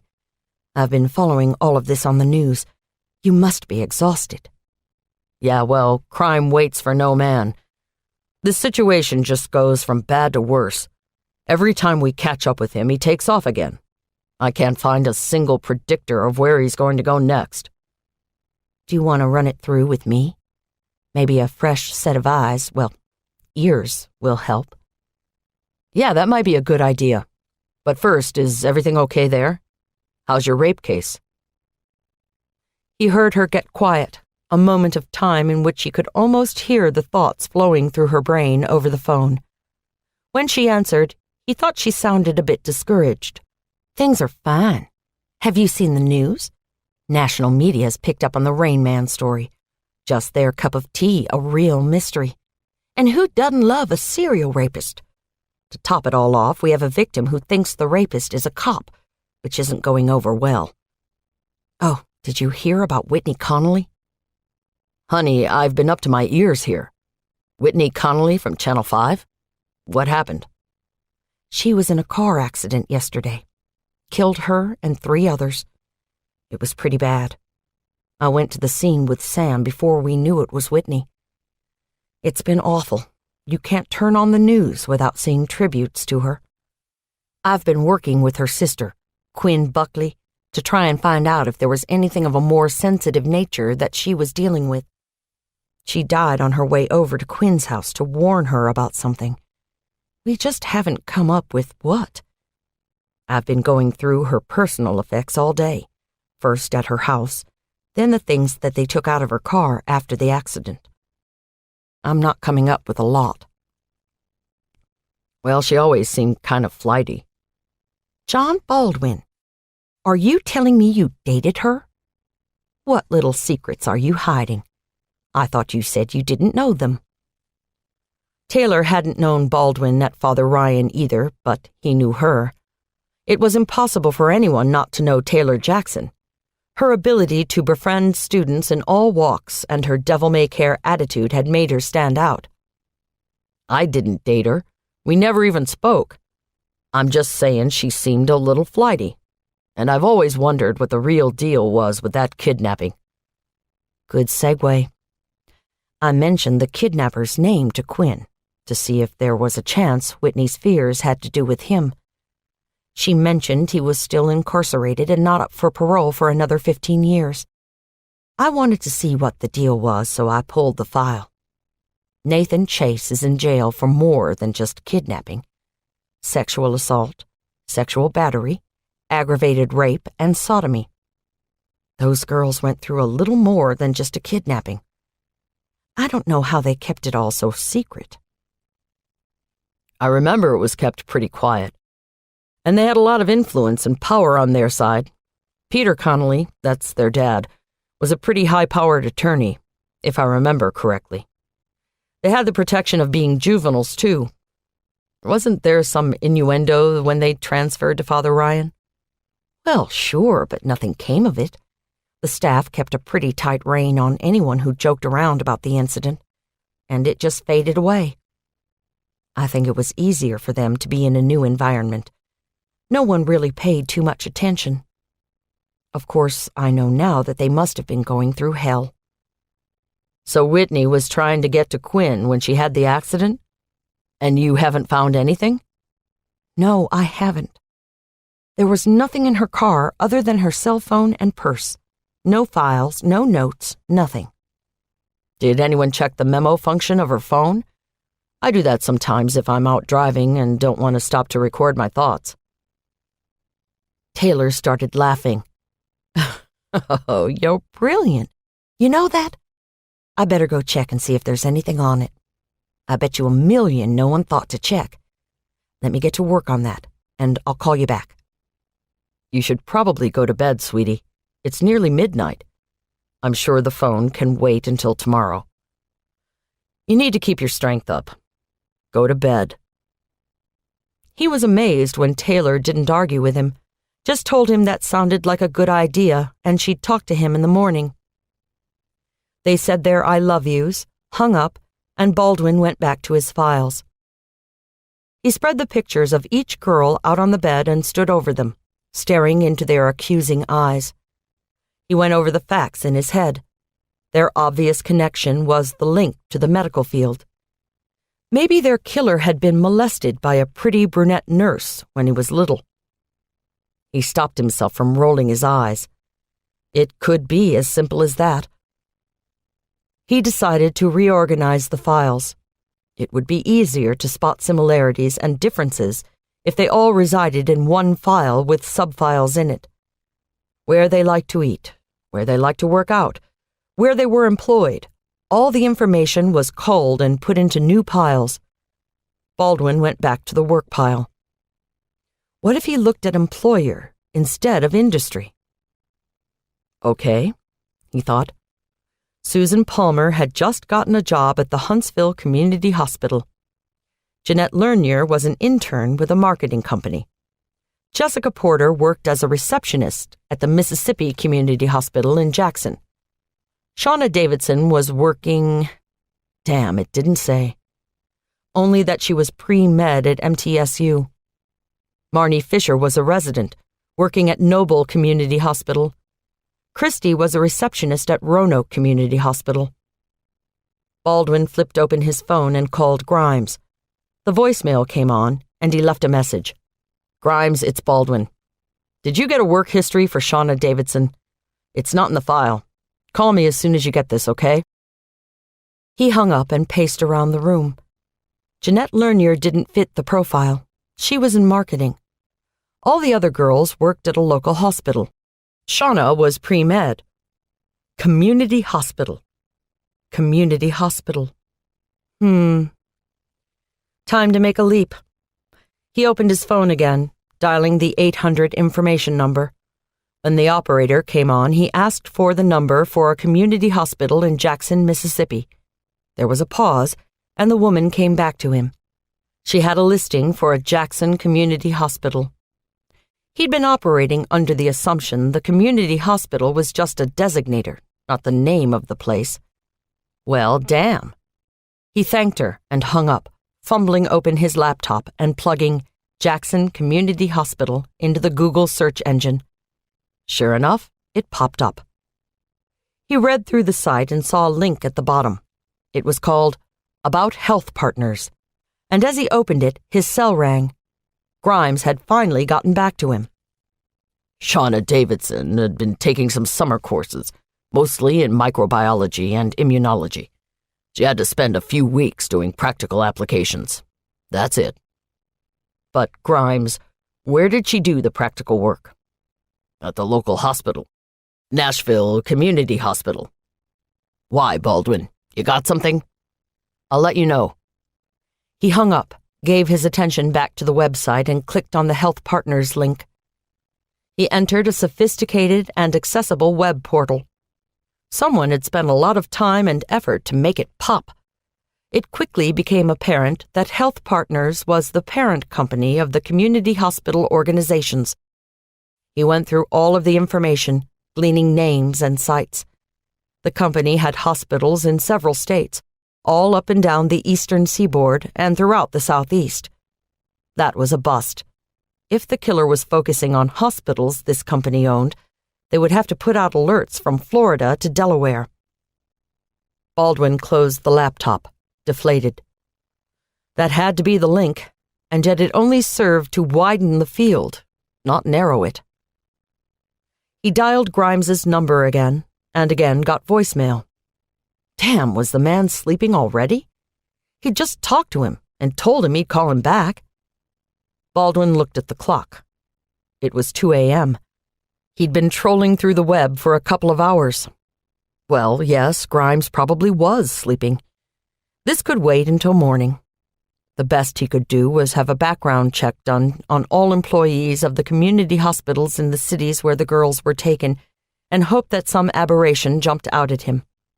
There had to be something else. Baldwin decided he'd better get some sleep. Maybe something would come to him in his dreams. Chapter 31. Noelle Pazia stopped pedaling, rested her foot on the gravel, and coughed for what felt like an eternity. She'd been coughing like this for a week, and the Student Health Center, realizing she needed more than they could provide, had finally sent her in for chest x-rays. She suffered from asthma and used an inhaler, but it wasn't touching this nasty cough. So she'd pedaled her mountain bike down to the Asheville Community Hospital, sat for 2 hours, gotten her x-ray, and cycled back toward campus. Not that cycling was great for her cold or bronchitis or pneumonia or whatever sickness she had that made her feel so horrible. She could hear her father now, in his heavy Italian accent. Noelle, you know you shouldn't be riding your crazy bike up and down those hills when you're sick. You're smarter than that, Kara. Yes, she was, but she didn't have a car, nor did she feel like begging a ride off of one of her friends.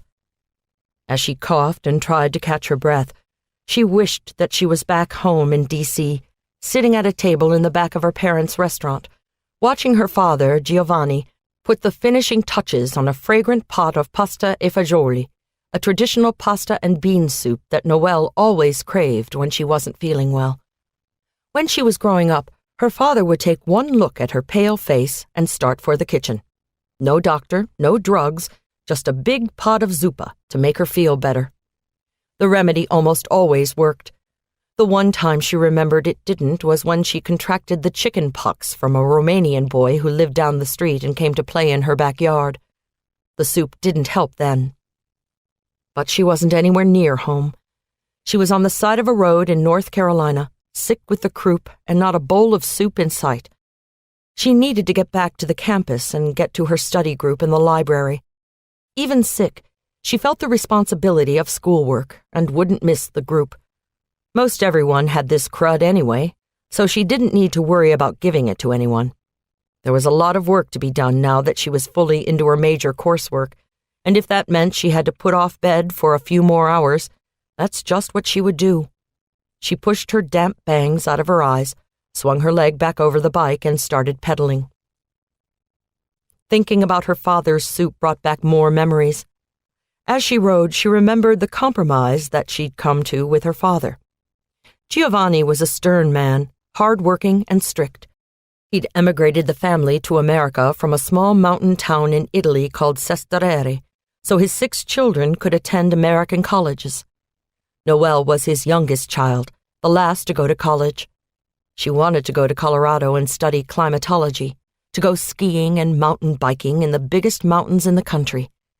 Giovanni thought that Colorado was too far away, so they'd come to a deal after Noelle found the Department of Atmospheric Sciences at the University of North Carolina, Asheville. It gave her the mountains, and it gave Giovanni the peace of mind that she was only a few hours from home instead of 3 days' drive. For the quiet, serious Noelle, UNC Asheville was a dream come true.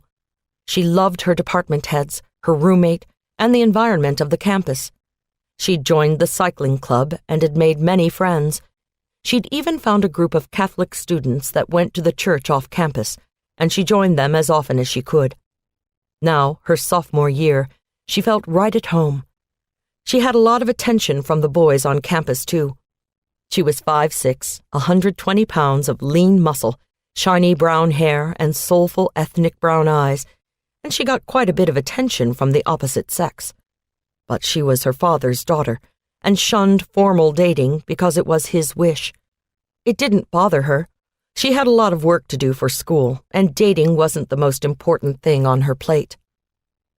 She pedaled back through the gates to the university, rode through campus, and pulled up to her dorm, West Ridge Hall.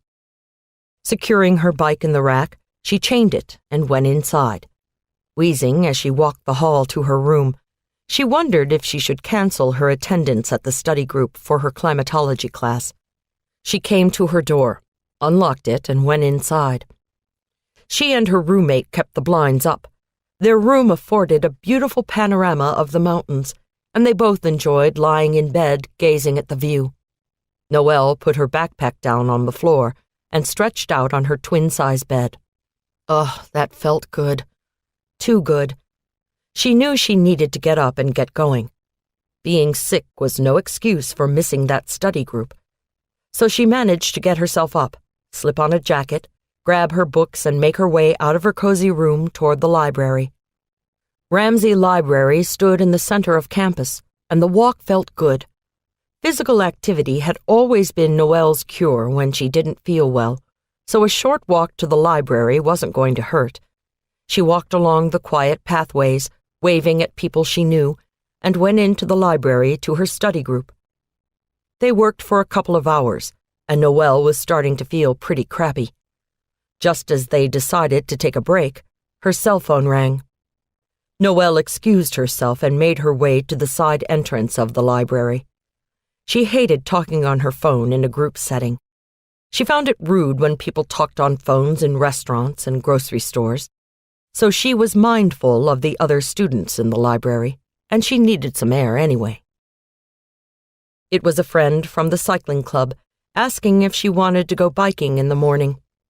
As much as she wanted to, she turned the offer down. Until she was done with her antibiotics, it just wouldn't be smart to push herself too hard. They chatted for a while as Noelle walked out of the library and sat on the steps. It was getting full dark, and as she hung up the phone, she thought she saw a shadow on the side of the building. She shook it off. There were so many people on campus, anyone could be walking around the corner of the building. Regardless, she decided it would be a good idea to go inside. She'd heard about that poor girl from Virginia, and as she moved toward the door, the hairs on the back of her neck stood up. She glanced behind her and saw that the shadow had become a man, but she laughed when she realized it was just another student. He was certainly too young and too handsome to be anything but. She gave him a smile and held the door for him. He smiled back, and that was the last thing Noelle remembered. Chapter 32. Taylor woke up with a sense of purpose.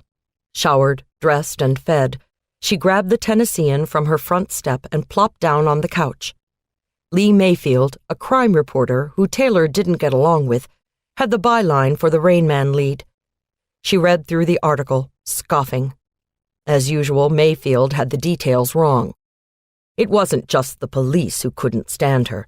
Her fellow reporters got fed up with her, too. She was infamous for showing up at the end of a press conference or after shootings had wrapped at a scene and getting her stories from the other media on the scene rather than doing her own work. Taylor didn't bother finishing the article, or the paper for that matter. Disgusted, she threw the paper on the floor and turned to business she had some control over: Whitney Connolly's cell phone. Scrolling through the options, she found Memo and hit playback. Whitney's voice floated through the air, running down a to-do list. The last item was interesting, and Taylor replayed it several times. Need to talk to Quinn about the notes. That was it. No clues, no other directions. It didn't even sound like this was important.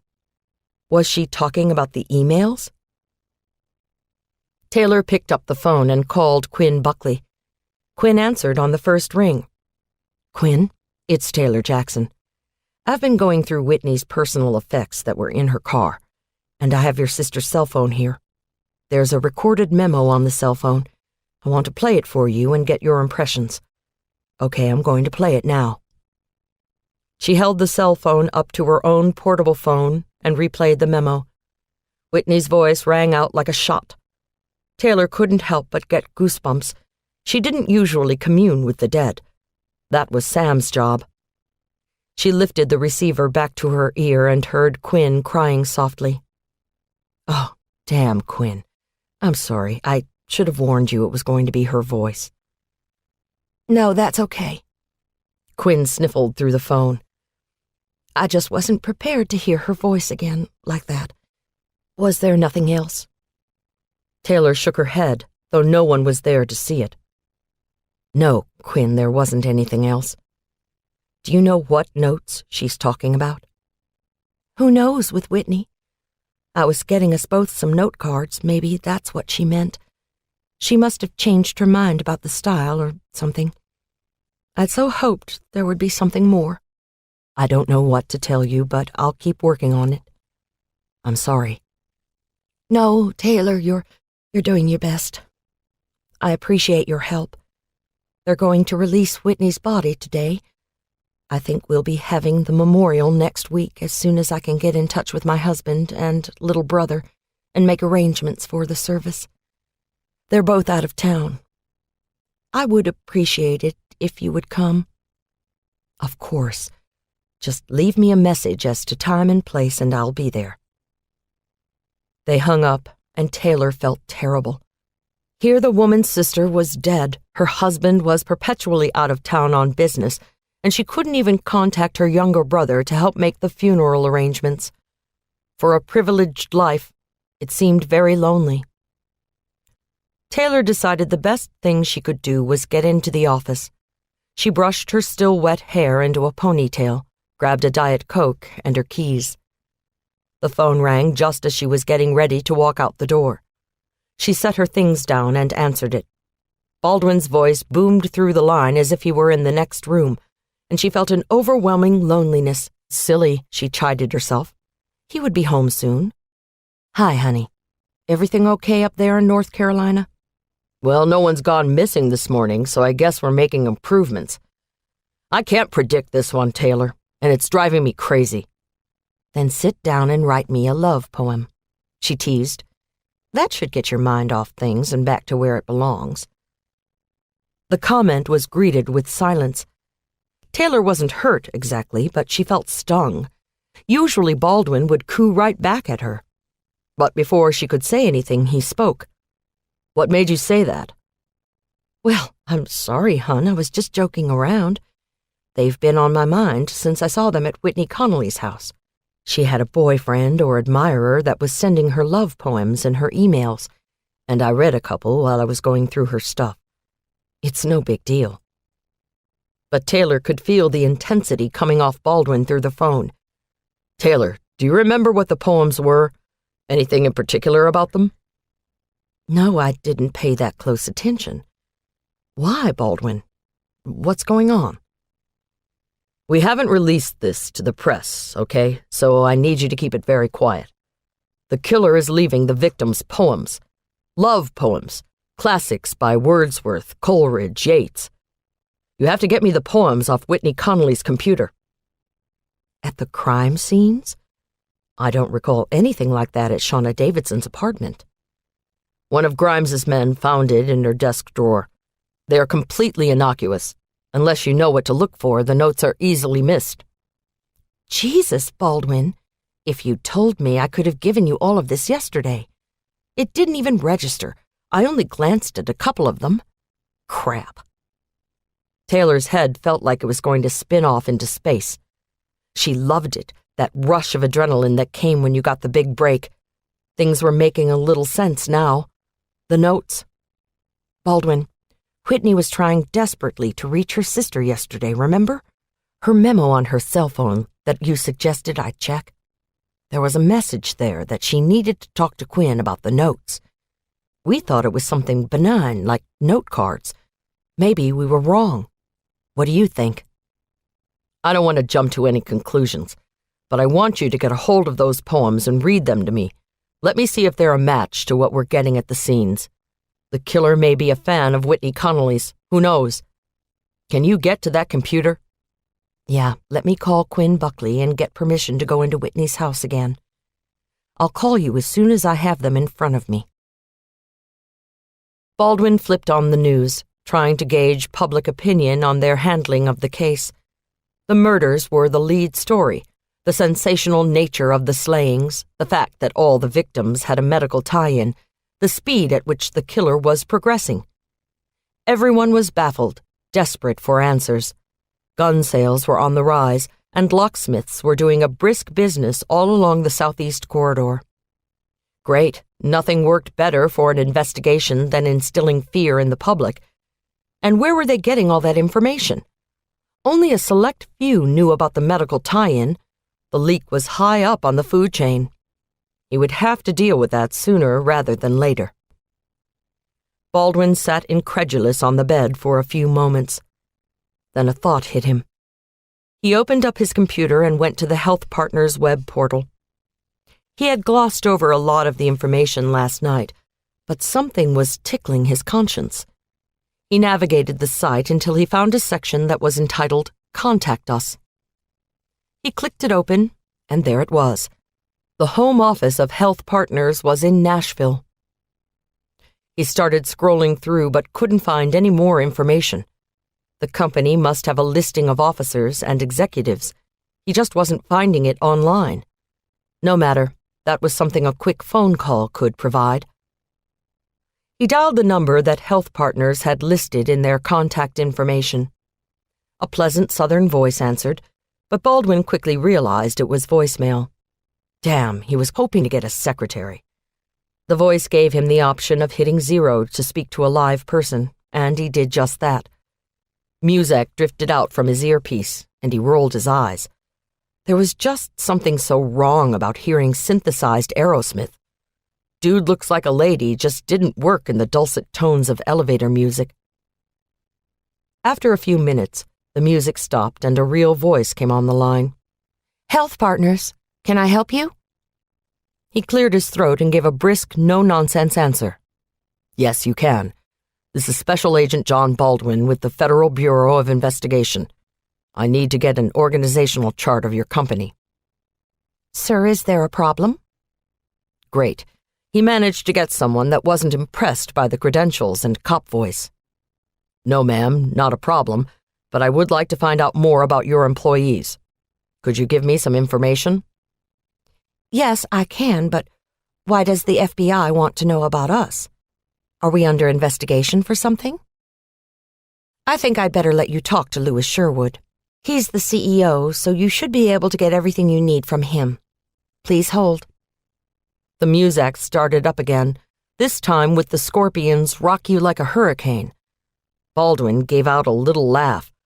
Whoever decided hard rock made melodious, calming music was crazy. It seemed as though he had been on hold for an hour, but it was probably more like 5 minutes when a voice came back on the line. I'm Louis Sherwood. Is there something I can help you with, Agent Baldwin? Yes, sir. I'd like to get some information about your traveling executives. I'm in the middle of an investigation, and your company's name has come up in relation to the case. Would you be willing to give me some information? Sherwood didn't hesitate. This is about the Southern Strangler, isn't it? Yes, sir, that's the case I'm working on. You are familiar with it? Silly question, he knew. Anyone who owned a TV, lived next door to someone who owned a TV, drove a car with a radio, walked, slept, or ate knew about the cases. The virtues of modern media. I am familiar with it, and I'm glad you contacted me. I understand that 3 other victims work for our company in one capacity or another.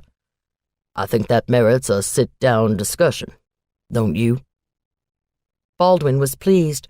Anything that would shed light on any aspect of the case was important. Absolutely, sir. When would you be available? I'm free any time for you. Are you here in town? No, sir, I'm in North Carolina. But I was planning on coming back to Nashville today, if nothing keeps me here. Yeah, like another girl getting snatched. Back to Nashville? Do you have some interests here in town already? Oh, sorry, I actually live in Nashville. I work out of the field office, handle national cases as needs be. I can be back in Nashville by late afternoon. Will you be available then? I will be waiting for you. Do you need directions? Baldwin took down the information and thanked Sherwood. It felt good to do a little old-fashioned detective work rather than stand over dead girls. Now he needed to get the information about the poems from Taylor, and it was time to head back home. He figured he might as well rent a car and drive back instead of flying. Grimes was going to be here in Asheville for the time being anyway, finishing up with Christina Dale's autopsy and the other aspects of the investigation. Baldwin needed some time to think, and the 4-hour drive to Nashville was the perfect opportunity. He called Grimes and told him what he was planning on doing, and told him about the meeting with Louis Sherwood. Grimes thought that sounded great, and asked for Baldwin to keep him filled in. Baldwin didn't mention the poems on Whitney Connolly's email. He figured it would be better to have some kind of confirmation on them before he threw that little wrinkle into the mix. They hung up, and Baldwin called down to the front desk of the hotel and asked for them to secure a rental car for him. They told him it would be quicker for him to get it himself. The rental car agency was on the same block, just on the opposite side of the building. He agreed and checked out of the room. Within 10 minutes, he had a car and was on his way home. Chapter 33. Taylor was sitting in front of Whitney's laptop computer, looking through the email that had been piling up in the 2 days since Whitney's accident. She was distracted, worrying. Baldwin's case was completely out of control, but hopefully these notes would be the key. She had to search through at least 200 emails, some boring, some interesting, most completely irrelevant.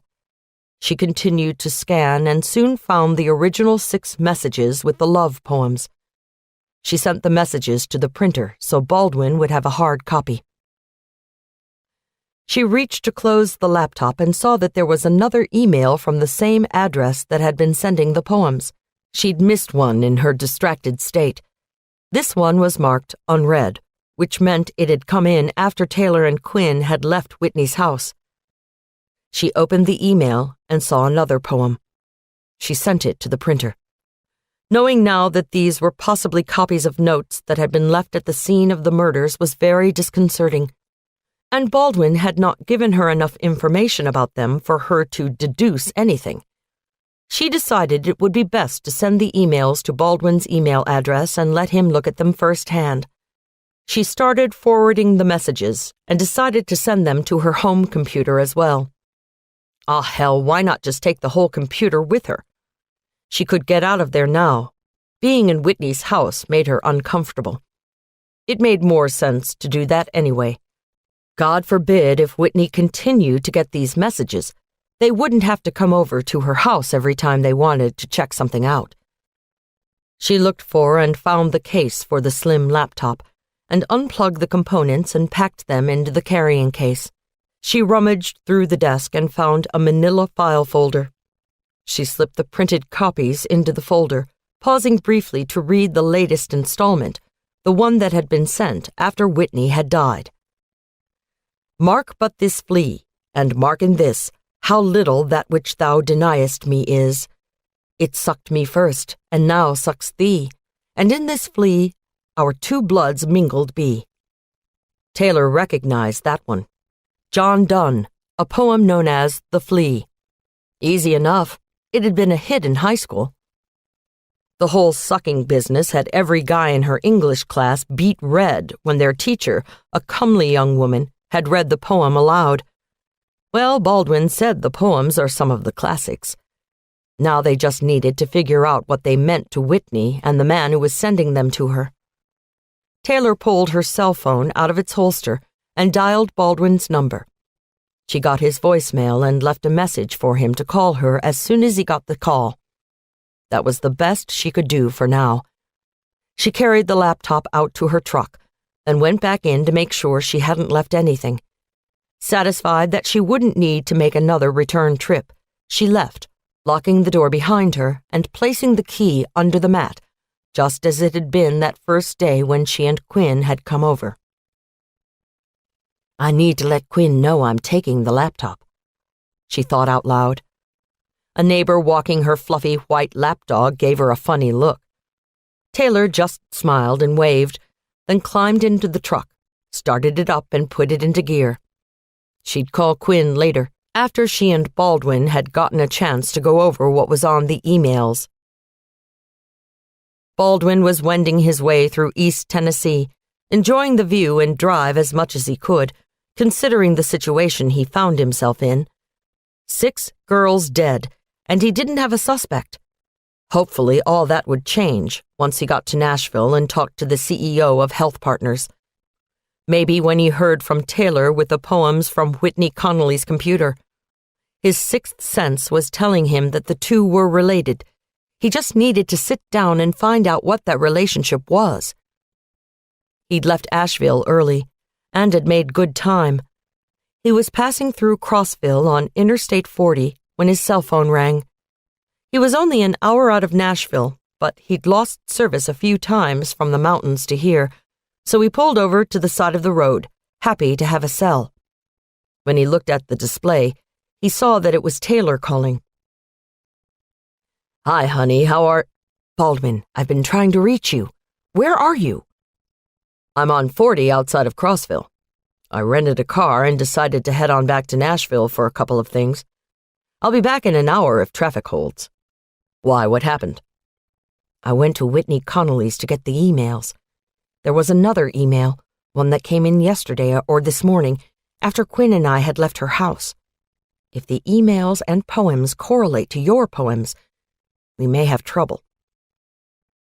Baldwin gritted his teeth. Damn. It was very possible that another girl had been taken from Asheville, and no one had reported it. What was the poem? I actually recognized it. It's a few lines from The Flea, John Donne. You know that one? Actually, yes. I used to use it on girls all the time. Okay, I need you to do something for me. Do you have the poems in front of you right now? Yeah, I just brought the whole laptop with me. In case there are other emails that come in from this address, I thought it would be best if we had the computer in front of us. Okay, I'm going to start driving again. Bear with me a second. If I lose the cell, I'll call you right back. He started the engine and pulled out onto the highway. Okay, I want you to read what each email says, starting with the earliest one. He could hear Taylor flipping through pages. The poems were going to match. He already knew that. He was starting to feel it, that connection that things were about to break all over the place. Taylor came back on the phone. The first one is dated a month ago. The content reads, "A perfect woman, nobly planned, to warn, to comfort and command, and yet a spirit still, and bright with something of an angelic light." Uh-oh, there's a postscript here I didn't see before. This is the first time I've read them on paper. I didn't see it on the screen. This was at the crime scene. She paused. Baldwin, she knew. She knew and she didn't come to us. Stupid reporter. Baldwin's heart started pounding. That's the same as the note found in Susan Palmer's bag, without the postscript, of course, he said quietly. All right, the next one came in 2 weeks ago. Here goes. A creature not too bright or good, for human nature's daily food, for transient sorrows, simple wiles, praise, blame, love, kisses, tears, and smiles. Here's the P.S. This one was from L.A. That's Jeanette Lernier's. Shit. This guy was sending Whitney Connolly the same poems that he was leaving at each kidnapping scene. That second P.S. makes it sound like she hadn't figured it out, that he was giving her more to go on. Taylor, honey, you are the greatest. Please keep going. The next is from Sunday, right after we found Jessica. A sudden blow, the great wings beating still above the staggering girl, her thighs caressed by his dark webs, her nape caught in his bill. He holds her helpless breast upon his breast. The P.S. says, "Do you get it yet?" Baldwin was getting excited. That's the poem they found with Jessica's things. Right on, Taylor. Thank God you were there to find these. What's next? Taylor read him the next email. How can those terrified, vague fingers push the feathered glory from her loosening thighs? How can anybody, laid in that white rush, but feel the strange heart beating where it lies? P.S. From your backyard. That's Shauna Davidson, no doubt about it. What else? The next one reads, being so caught up, so mastered by the brute blood of the air, did she put on his knowledge with his power before the indifferent beak could let her drop? Taylor stopped for a moment. Marnie Fisher? Yeah, that's right. No P.S.? No, this one is just the poem. What's up with that? I don't know. Either he felt he'd made his point or he got into a rush. What else do you have there? The next one's dated 2 days ago. It goes, "She half enclosed me with her arms. She pressed me with a weak embrace, and bending back her head, looked up and gazed upon my face. 'Twas partly love, and partly fear, and partly 'twas a bashful art, that I might rather feel than see the swelling of her heart." Taylor could hear what sounded like paper being brushed against the phone. She envisioned Baldwin raking his hands through his hair. "That's what we found at the motel room where Christina Dale was killed. But you said the flea came in last night?" "I have to pull it up and double-check the timestamp, but it came in sometime after Quinn and I left Whitney's house yesterday evening. I take it you didn't have any missing persons reports when you left Asheville?" "No, we didn't. But if this follows the pattern, he's taken another girl. Damn it, this guy's on overdrive. I better get the word to Grimes, but we can't be absolutely sure he struck in Asheville. Of course, he could have taken someone that no one's missed yet. Listen, I've got a meeting as soon as I get into town. I've got to talk to the CEO of the company that owns some of the hospitals where 3 of the girls were employed. It's called Health Partners. He's going to go over some of the—" "What did you say?" "I'm meeting with the CEO of Health Partners," he said, and you could hear Taylor's breath quicken. She spoke softly.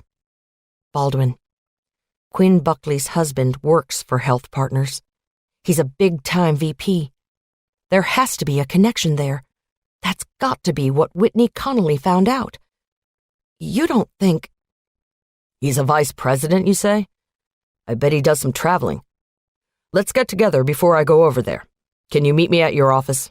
I'll be there in less than 30 minutes. Hurry, Baldwin." Chapter 34. He flashed by the car with the FBI agent in it. How funny was that? Here the man was looking all over the southeast for him, yet if he had just looked to his left, just for that one moment, he would have seen the grinning visage of the man he was trying to find. Such a pity, really. They just didn't have a clue what he was up to. He'd been watching the tall man from the FBI. He'd seen him stand quietly over Christina's body, seething, wondering. He wouldn't need to wonder much more. It was nearly time. He wrinkled his nose. The smell in the car was getting worse. He was going to have to give his car a bath. Clean out the trunk, too, that was for sure. Get some fresh ice for the cooler. It was a good thing that he had tinted windows. The look on his face must have been enough to cause some stares. There was always the bag on the floorboards in the back seat. A relatively nondescript leather bag. It was the contents that would get the tongues wagging. The man smiled. This was going too well. He only had one more to go. Then it was time for his triumphant return to watch the fireworks from the safety of his own home.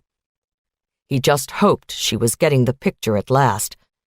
He knew how smart she was. This would make everything right. Chapter 35. Taylor sat at her desk, tapping her fingers on the bleached wood. Where the hell was Baldwin? She had caught his excitement over the phone and had been trying to go through the case herself. She was lacking the details, and the frustration mounted. She wanted to be out there chasing the killer rather than sitting in her office. She knew she'd helped, but damn, it would be great to be out there, gun in hand, stalking the stalker. Lincoln and Marcus came into Taylor's office, interrupting her fantasy of shooting the bastard between the eyes. She started and smiled at them. For at least an hour, she'd forgotten all about Betsy Garrison and the Rain Man case. She tried to play it off. "Hi, guys. Good timing. Did you catch me a rapist?" "Would that it was so easy to woo me, lady. Simply drop a bad man in her lap and call him rapist." Lincoln gave her a smile through his pigeon Shakespearean answer. "I take it that's a no." "It's a no. The print you lifted belonged to Brian Post, so that was a dead end. Marcus and I have been going through all the personnel files from the area, looking for a cop who lives in the general vicinity that would go to those stores and that gym. We also asked around about the gym, and there are a few guys that go there. Problem is, none of them match the description of the cop that the latest victim is giving. And we talked to Betsy, and she can tell us for sure that it isn't any of these guys. She's familiar enough with them that she really didn't think they were worth looking at any further. Taylor nodded to the chairs in front of her desk, indicating that they should sit. They did, and she leaned back in her own chair. Marcus, what do you think? Do you think it's a cop? No, I don't. At least not one of Metro's. Now, it's possible that she got the uniform or the car wrong, that it belongs to a Williamson County cop or something like that.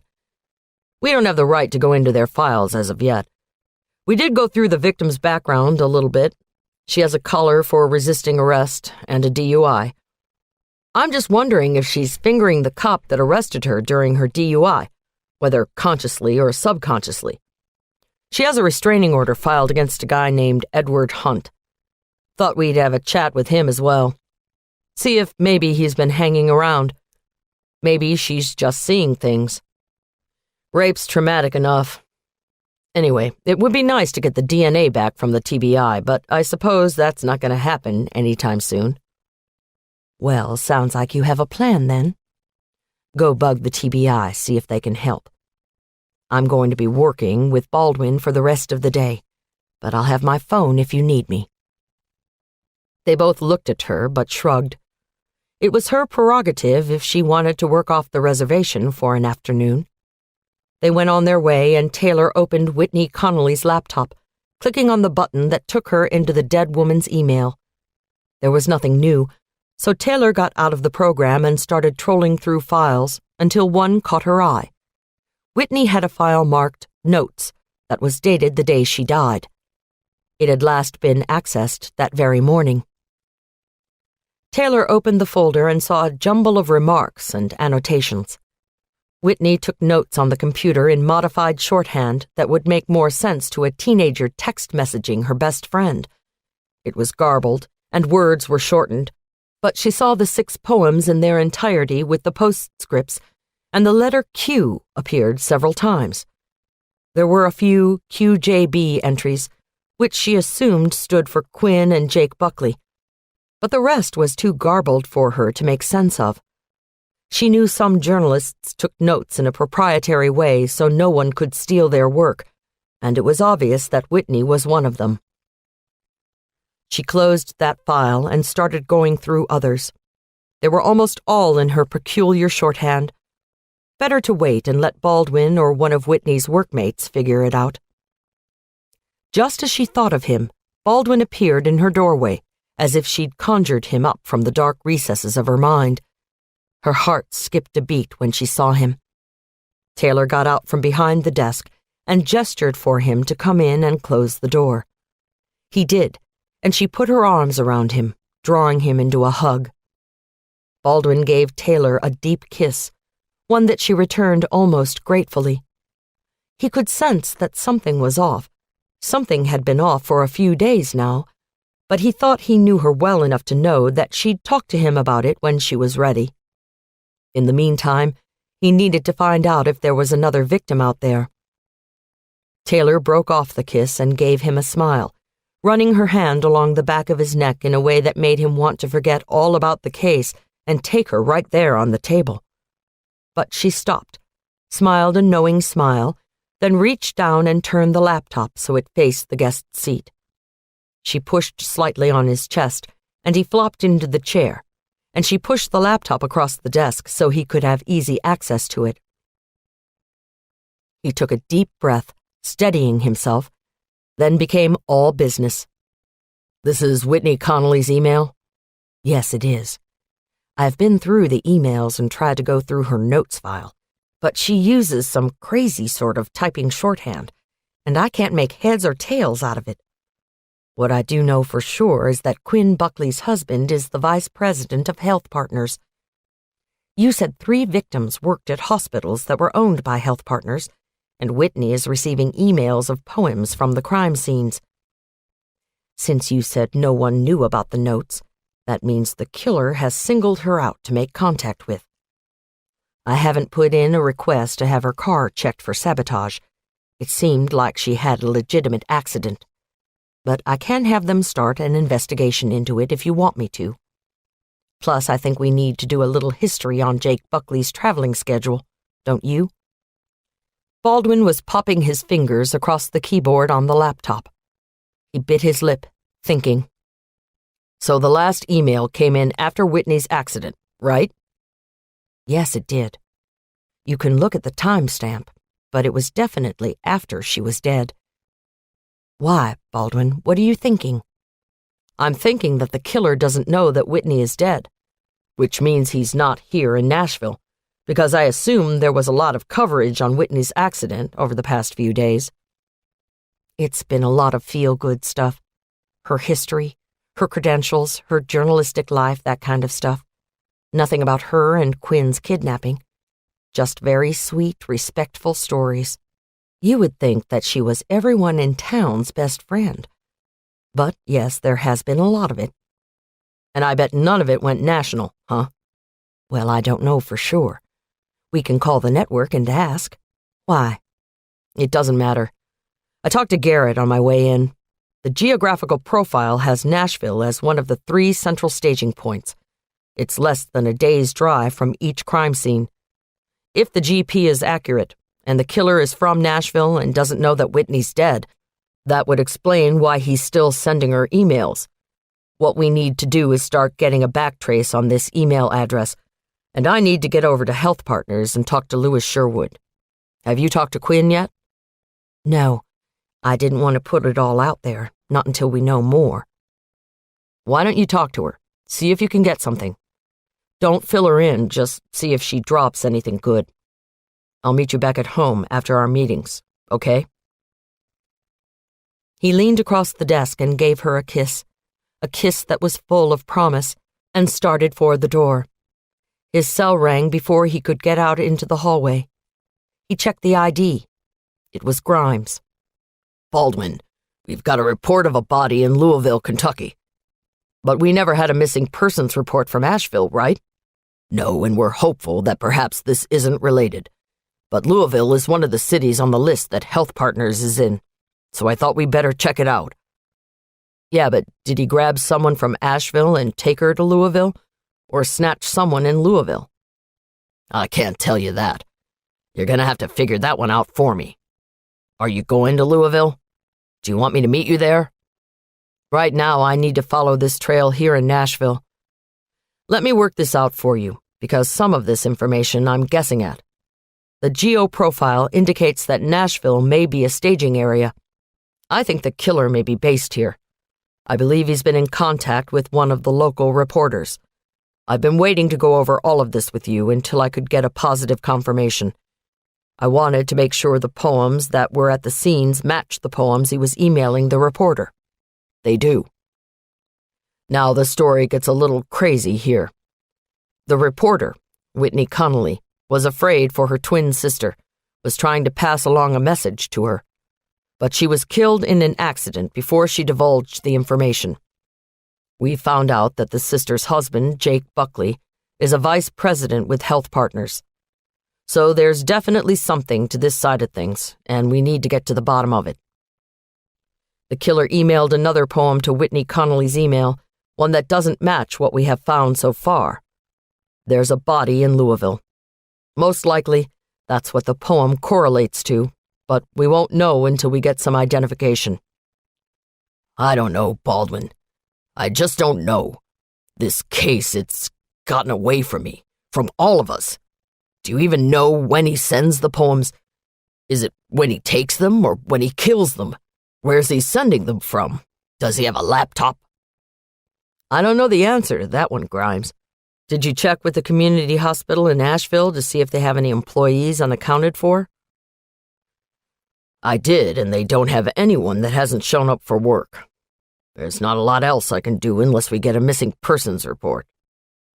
What about the colleges? There are several schools in Asheville. We know that Shauna Davidson didn't work for a Health Partners hospital but attended a class there. Maybe there are students who come in to do lab work or something. Baldwin. I know, man, I'm grasping at straws. I'm just trying to think. No, Baldwin, wait. I think I've got an idea. Student health centers, right? They probably wouldn't have any ability to do lab work. Maybe they send out. Grimes, that's a great idea. Start at UNC Asheville. It's the school closest to the hospital. Double-check they don't have anyone missing. Make some calls to the other schools. Try to track this down. Then you can head out to Louisville. I'll do what I can here to find out what's going on. Disappointment spilled from Grimes's mouth. Okay. I'm waiting on some more information to come in from Louisville, but I'll check things out here.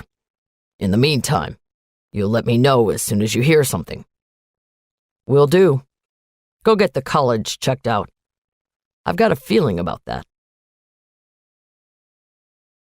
Chapter 36.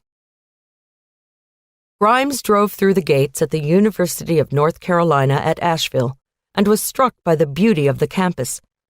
It seemed like a very nice place to spend 4 years of your life.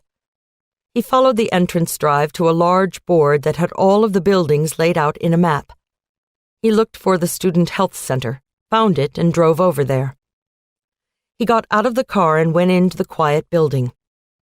There was a reception area, and he asked a pretty blonde girl sitting behind the desk if he could speak to the head of the center. She told him to hold on and disappeared. While he waited, he thumbed through a brochure that extolled the virtues of the campus health system. A few minutes later, a woman came out from a back room, black hair shot with gray, hard lines etched deep in her upper lip. I'm sorry, sir, but this is a private health center for the students of the university, and you have to leave.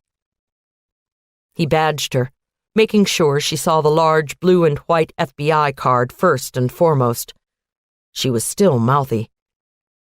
I suppose you have questions about that poor dead lamb that showed up here in town? Well, that wasn't one of our students, and we didn't have anything to do with it. So I'd appreciate it if you left. Are you done, lady? 'Cause I've got a few questions, and I'd appreciate it if you'd shut up and answer them. The rudeness shocked her into silence, and Grimes took advantage of the quiet. I need to know if you ever send lab work or anything else to the Asheville Community Hospital. The woman looked at him for a moment. If there's something that needs to be done for a student, we simply send the student there to the hospital. They can do things we can't in a few cases, a very few cases. We do have a full-service health center here, she boasted. Give me an example. When's the last time you sent a student down to the hospital? Well, we had to send one young lady down yesterday for a chest x-ray. Our machine is down. She's been ill, and the doctor thought it would be a good idea to rule out pneumonia. Grimes leaned into the woman's face. Who is the girl you sent? Now, I can't tell you that. That's private information. I would... Lady, tell me who it was, or I'm going to arrest you, so help me God. I don't have time for this crap from you. Who? The woman became indignant. Well, you don't have to yell. Her name is Noelle Pazia. There, satisfied? No. Tell me how I can get in touch with Noelle. Well, I suppose I could call her if you insist. He put a hand on her elbow and propelled her toward the door to her tiny office. Let's go make that call. I'm trying to make sure one of your students isn't in trouble. The woman gave him a look that made him think of his daughter's pet rabbit, nose twitching in fear, and picked up the phone. She dialed an extension, asked for Noelle Pazia, and held up a finger to indicate she had been put on hold. The campus operator is routing the call, she whispered, though there was no reason for her to keep her voice down. Grimes paced a few feet in either direction until the woman spoke again. Is Noelle there? This is Nurse Brooks at the Student Health Center. She isn't. When did you see her last? You know she's very ill. She needs to be in bed. She didn't? Oh, my. Yes, dear, thank you. She hung up the phone and gave Grimes a look he could not distinguish, Whether it was anger or delight, he would never know. She wasn't in her room. She didn't sleep there last night, as far as her roommate can tell. I assume that means she went to stay with one of her male friends. The nurse sniffed self-righteously, obviously not approving of such outrageous behavior. A lot of the girls here do that. You know that Noelle has a boyfriend? Well, no, I don't. I just... Call that number again. I need to talk to the roommate. Tell her to meet us right now. Go on, dial the phone. Then take me to her dorm. The woman started to sputter but picked up the phone. She got the roommate and told her to meet them downstairs in her dormitory. The second she hung up, Grimes got a hold of her arms and propelled her toward the door before she had a chance to speak.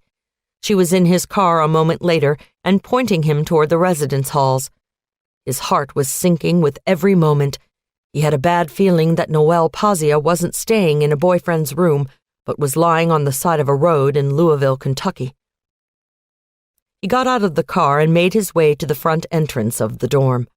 A very pretty redhead stood in the doorway, a multicolored scarf wrapped around her neck, ends trailing almost to her knees.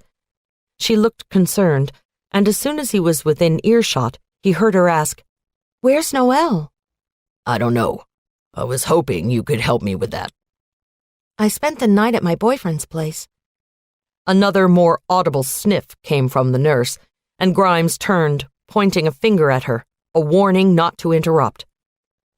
Go on, he prompted. The redhead complied.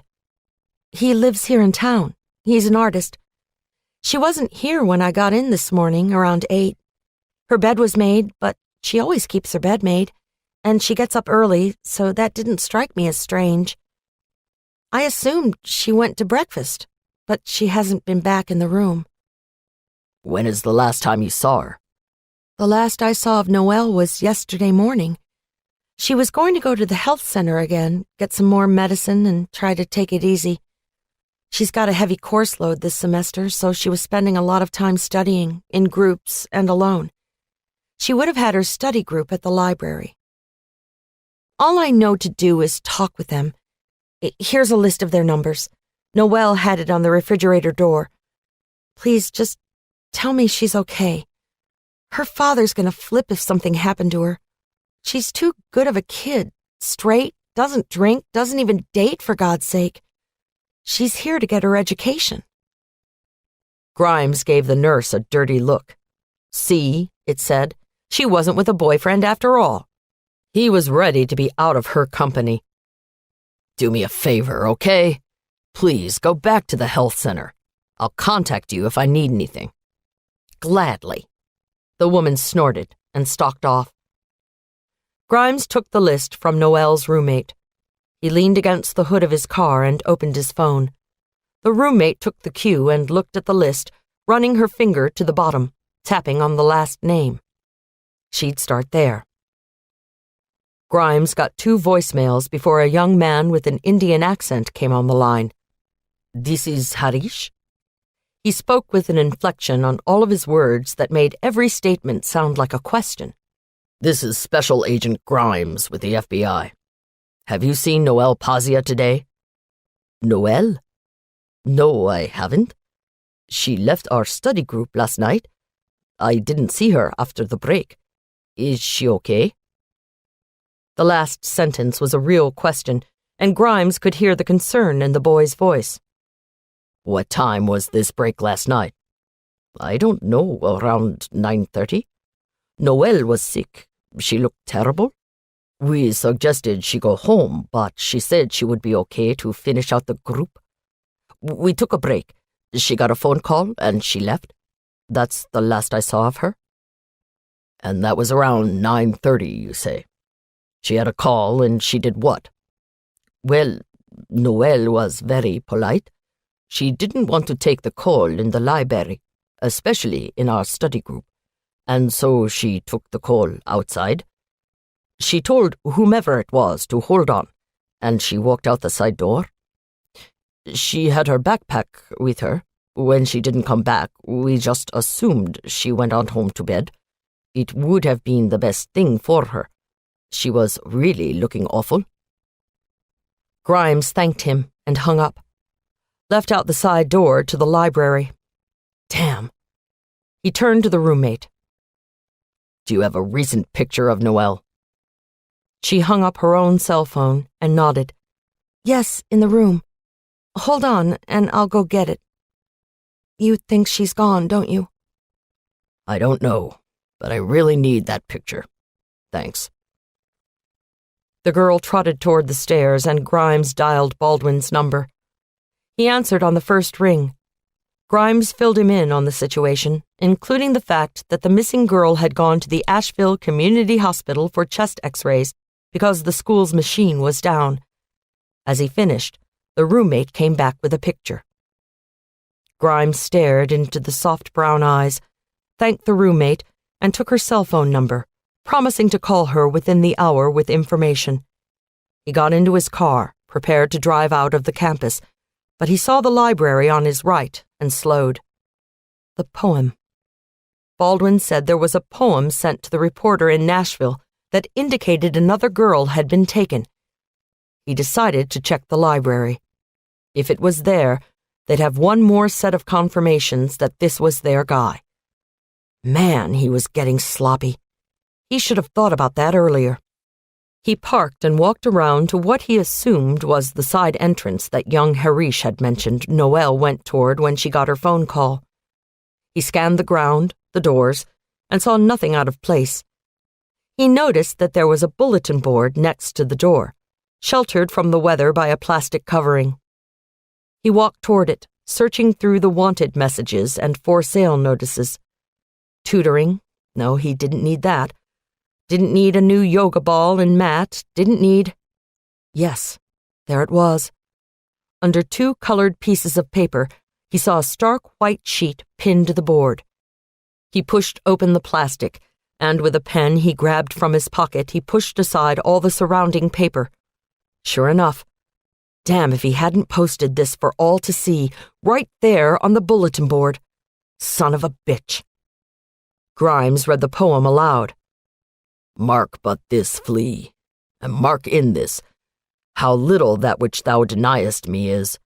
It sucked me first, and now sucks thee, and in this flea our two bloods mingled be. Shit. Another one. He looked around wildly, as if the killer would be sitting nearby, enjoying the show. There was no sign of anything amiss. The fact that he'd been left behind was not lost on him.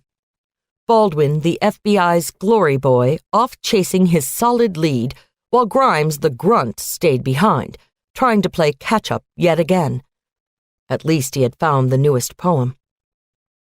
A girl in a stocking cap walked by, grinning at the crazy man, mumbling to himself. He flipped his hand in front of his face, hoping to dismiss her gaze. He took a bag out of his pocket, angled the pushpin out of the note and the corked bulletin board, and managed to get it into the bag without touching it.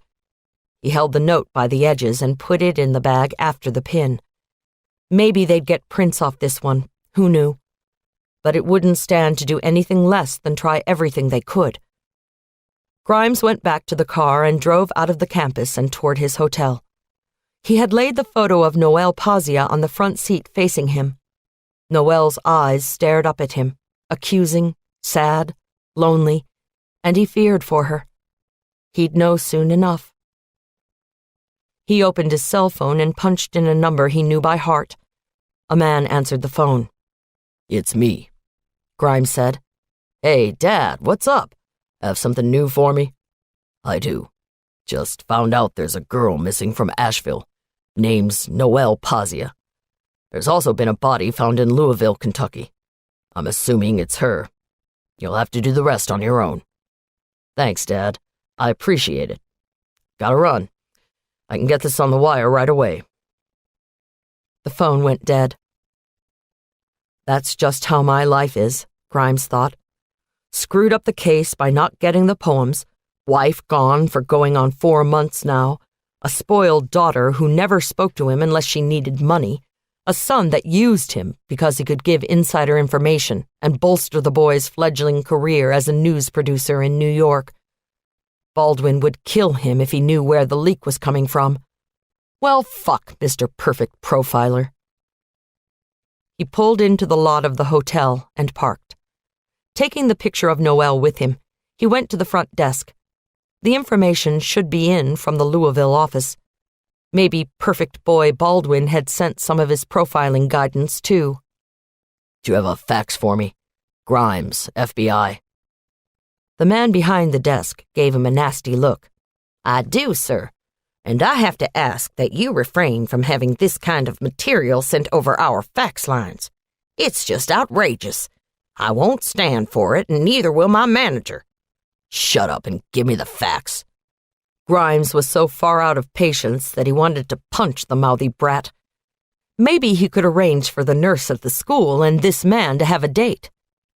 The man flounced around the side of the desk and disappeared into the back room. He came out a moment later with a manila folder in his hand. There, he huffed dramatically. Grimes just gave him a smile and slid the folder under his arm. He walked over to the bar and ordered a scotch. It was drawn and poured, and he took a sip, trying to calm his heart. He didn't want to know if Noelle Pazia was dead. He didn't want to imagine those bottomless brown eyes, dull and gray. But he didn't have a choice. He could hardly ask the bartender to compare the photos. So he swallowed the liquid courage in a single gulp, pulled out the picture Noelle's roommate had given him and set it on the bar. He poised the folder above the picture and opened it. The sight made him want to vomit. There was no question. Noelle Pazia was dead. He looked away from the file and caught the bartender's eye, signaling for another shot. The man slid the bottle to him. It was as if he decided it wasn't worth the time it would take to refill the glass again and again. Grimes nodded his thanks and poured himself a glass to the brim. His hands were shaking as he brought the liquor to his lips. He needed to call Baldwin, give him the confirmation. Before he had a chance, his phone rang. The call didn't take long. As he hung up, staring in disbelief at the cell, all thoughts of calling Baldwin left him. He set the phone down on the oak-planked bar. He pulled out his credentials case, eyes lingering on his FBI shield. All the things it meant to him. Fidelity, loyalty, bravery. This fucking case. All he wanted to do was suck down a few more drinks and float away. Fuck the Southern Strangler. Fuck Baldwin and the FBI while you're at it. Fuck it all that 7 girls had died at the hands of this maniac. The hand burglar. For fucking what? Noelle stared up at him with those baby brown eyes, and he heard her voice in his head. You're drunk, Grimes. It's okay. You don't have to get so upset. These things happen. You know that. These things happen, and there's nothing you can do about it. You just have to try and catch the man who did this to me. To all of us. Do you understand what I'm saying? You need to catch him and stop him. He's gonna do this again. The big brown eyes started to cry, and Grimes slammed the folder closed. Jesus, he couldn't take this anymore. What was this freak hoping to accomplish? And here he was sending the poems to a reporter. Did he want to get the story out on the news? Or did he just have the hots for this chick? Did he just want to impress her? Well, it was going to be pretty hard to impress her now, buddy. She's dead and you don't even know it. You can come and fuck her and get off on all the wonderful things you did for her, you stupid son of a bitch. She's dead and cold, and all of these girls are dead and cold, and you can't have any of them anymore, you bastard. Grimes was shouting, hysterical, flinging his arms around and becoming more incoherent by the minute. He'd chugged his way through more than half the bottle of scotch and was looking like he needed a good place to sleep it off. That's what the bartender saw. He had come over to try and slow him down. Grimes was crying and blubbering, spilling liquid from his glass on the bar and the seat next to him. His hand was on his gun, and when the bartender tried to get him to stop, he swung out his arm. Crying, he told the man to tell Baldwin he was sorry. He put the gun to his temple and pulled the trigger. Chapter 37. Baldwin beat the early evening traffic out of town, heading south on I-65 to Franklin. He took the exit onto Highway 96 into the heart of downtown Franklin, passing picturesque row houses and the quaint downtown square. Precise choreography got him through the traffic circle. He came out the other side and found himself in front of Health Partners headquarters. He parked and went inside. The cool air conditioning gave him goosebumps. He introduced himself to the receptionist, who sat behind a clear glass desk, showing off young, supple legs. He was expected. She gave him a charming smile that he returned, then rose and indicated a door to her left. Coming out from behind the desk, she brushed against him provocatively as she walked to the door. He smiled. The girl couldn't be more than 18. Nice to know he was still remotely attractive to the younger generation. Not attracted to, of course. With a woman like Taylor at home, he wasn't attracted to much else these days. "Do you need anything?" she asked, and he shook his head. "Too bad." The girl pushed a combination of numbers on a keypad, and the door unlocked with an audible click. He followed her through the door, down a spare hallway and into a larger, more comfortable waiting area. A tall black man with crinkly gray hair came out of an office and made his way to Baldwin. He stuck out a hand and introduced himself. Louis Sherwood. You're Agent Baldwin. Good to meet you. That will be all, Darlene. Thank you. The girl shot her boss a look of annoyance and left them. Sherwood ushered Baldwin into a spacious office decorated in dark mahogany. Just the kind of office you'd expect from a CEO. Tastefully decorated, expensively accented, yet understated enough to make it seem that Health Partners wasn't totally rolling in dough. A nice presentation, overall. Sherwood motioned to a matching set of overstuffed brown leather chairs with brass nails running up the sides. Was there an office anywhere that didn't have this kind of chair? Baldwin took a seat, and Sherwood sat opposite him. Can I get you anything, Agent Baldwin? Coffee? Tea? No, thanks, I'm fine. Darlene already offered. So then, what is it that I can do for you? Like I said on the phone, I'd like to ask about your traveling employees. Sherwood leaned forward and started running a rake through a Zen garden. Any in particular? Baldwin's antennae went up. Are there any in particular that you think I should be looking at? No, I just wondered if you'd narrowed it down.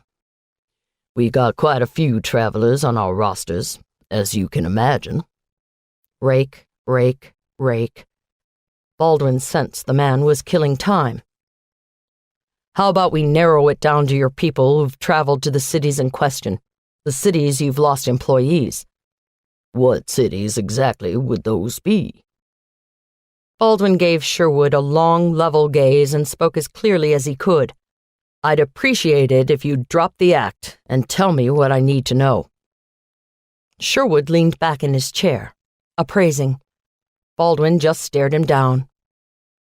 After a moment, Sherwood broke into a huge smile. Just testing there, son. Wanted to make sure you was on the up and up, you know? Just can't ever tell with folks these days.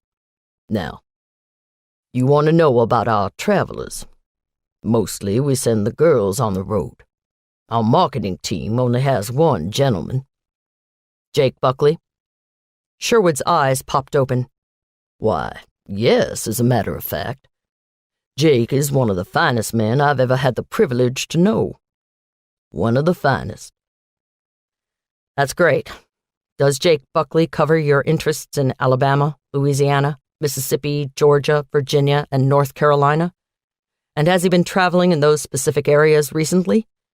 I'm aware that he was here in Nashville during some of that time. That's all I need to know. He sat back in his chair and waited. Sherwood's mouth drew into a firm line. And I don't think it's wise to go around sullying the man's name, if you know what I mean. He has a lot of very powerful friends, but that's neither here nor there. Mr. Sherwood, you don't seem to understand. You're in an interesting position. Several of the killer's victims worked for your companies. The media hasn't seized upon the connection, but rest assured they will. Sherwood's eyes narrowed, and Baldwin could see the wheels spinning. He picked up a pen and started twirling it, breaking eye contact as soon as he started to speak. Baldwin prepared himself for the lies to come. Now, Agent Baldwin, you have to understand. We're a small company here, just trying to make the world a better place for some people that normally wouldn't have the chances we give them. Do you understand that, son? It breaks my heart that we've lost 3 employees to violent deaths. It surely does. But could Jake Buckley be involved in those deaths? There isn't a snowball's chance in hell of that. You mark my words. He leaned in close, ready to impart a great secret. Baldwin stayed put. Buckley hardly knows what to do with a live woman. I can't imagine he'd know what to do with a dead one. Sherwood leaned back, guffawing. Nah, good old Jake couldn't have done this. He's too twitterpated by that wife of his. He can't afford to fuck things up. She's got the money, not him. God knows I'm not paying him enough to live on. How much are you paying him, Mr. Sherwood? Baldwin felt pure disgust. Over the phone, he sounded like a man seriously intent on helping with the investigation. Now it was obvious that he was just an ass. Aw, son, that's neither here nor there. It's much more than a couple hundred, give or take. How much they paying you FBI boys these days? Bet I could make you an offer that would blow your socks off. How about it? Come work for me, personal security. I can make it worth your while. This was a fruitless endeavor. The man wasn't going to tell him anything. If he were a bit more jaded, he would think Sherwood brought him in to gauge his knowledge of the cases and the company, but he dismissed that thought. No, this was just a guy who had some power being a jerk. That's awfully kind of you, Mr. Sherwood, but I'm happy with my current position. I suggest you think about cooperating with me. It won't take me long to procure a warrant for your records. He stood and stalked to the door. Sherwood just laughed. You get a warrant, and then I'll chat with you. Count on it. Baldwin grabbed the handle and threw the door open, then retraced his steps to the locked entrance that led to reception. He banged through it to find Darlene, smiling expectantly at him. Seeing the fury on his face, she dropped the cutesy affectation and gave him a sympathetic smile. He realized she was older than he first thought, probably more like 25. Sherwood being an ass again? She asked with a sigh. Baldwin nodded. I don't know how you stand him. I don't. Here, I have something for you. She handed him a plain manila file folder. He opened it and read Itinerary in boldface at the top. Jake Buckley was directly underneath. A quick scan showed that Jake's travel had taken him all over the Southeast, confirming Baldwin's suspicions. No more wasting time, and no need to get that warrant. Baldwin looked up to see a tear in Darlene's eye, but her voice was hard. Nail him. If he did this, nail him for me. Baldwin nodded, not knowing exactly what to say. He had the impression that perhaps Jake Buckley did know what to do with a live girl after all. He took her hand, squeezing it gently, and sincerely promised to do just that. Baldwin was finally home. The weather had cooled off after the storms, so he'd showered and defrosted a container of Taylor's homemade vegetable beef soup. He settled in to wait for Taylor to come home. He was also waiting to hear from Grimes. The man should have called by now to let him know if there had been any reports of a missing girl in the Asheville area. He'd talked to the men on the ground in Louisville, and it was starting to seem like this may be a different killer. Though the girl they had found was a brunette that seemed to be in her late teens or early 20s, there was no visible cause of death, And she still had her hands. The Louisville police were desperately searching their databases and tip lines to see if anyone had reported a girl missing that fit the description of their Jane Doe, but there hadn't been so far. Maybe they were in luck. If Buckley was their killer, he seemed to be taking a break. Baldwin went to the kitchen, pulled a Guinness out of the refrigerator, popped the top and poured it into a glass, then walked back into the living room. He should call Grimes, check his status. He dialed the number, and an unfamiliar voice came on the phone. "Who is this?" The voice demanded. "This is Special Agent John Baldwin with the Federal Bureau of Investigation. Now who are you?" "I'm the one wiping blood off this damn phone so I can answer it. Do you know a Jerry Grimes?" Blood? Shit, what was happening? Had Grimes managed to get himself into an accident? "Yes, I do. I'm working a case with him. Can I speak to him?" I'm sorry, sir, but you're gonna have to wait on that. I'm Detective Moss, Mike Moss, with the Asheville Police. It seems your friend Grimes had a little accident with his gun. Shot himself in the head. I'm sorry, but he didn't make it."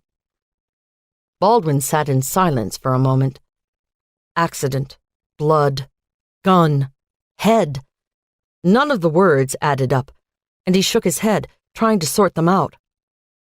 Wait a minute. Are you saying Grimes shot himself, or was shot by someone else? Baldwin was up off the couch. This was bad, very, very bad. "No, sir, he shot himself.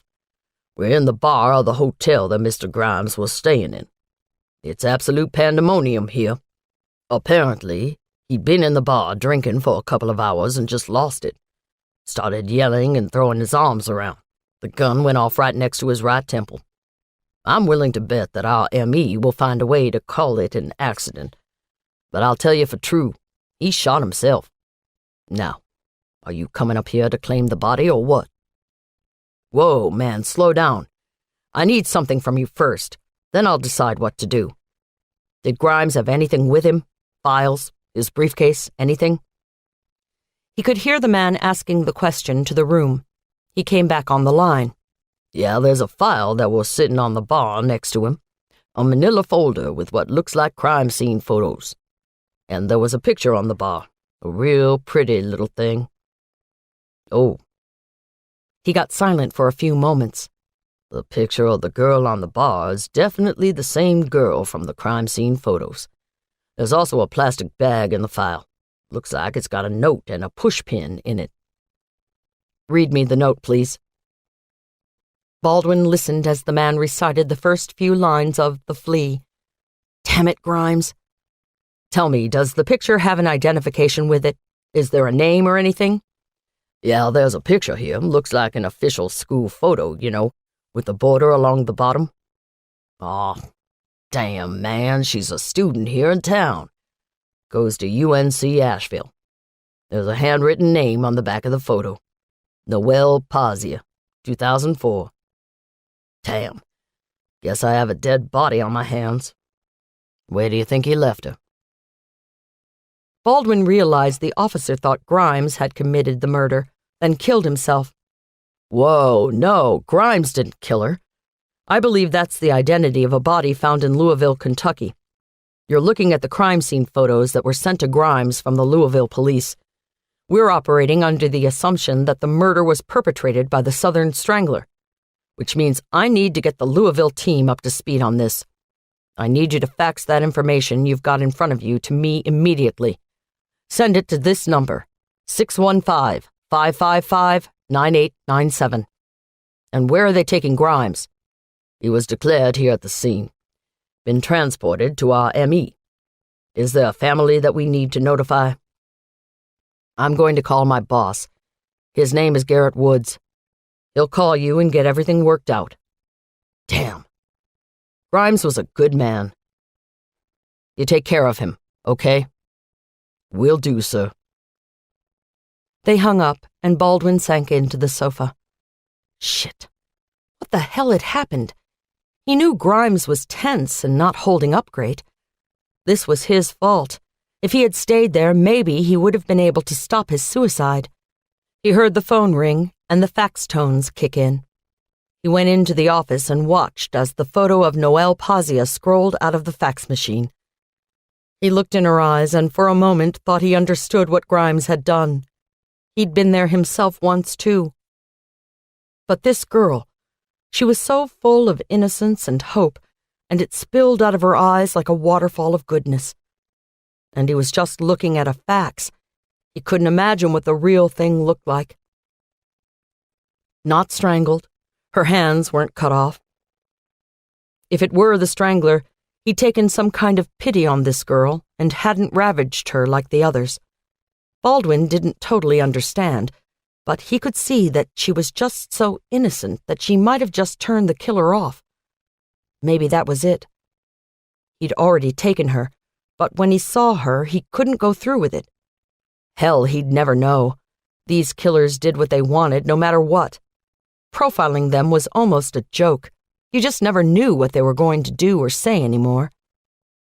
Okay, man, pull yourself together. He needed to focus. There was a lot that needed to get done. He started making a list as he dialed the number for the field office in Louisville.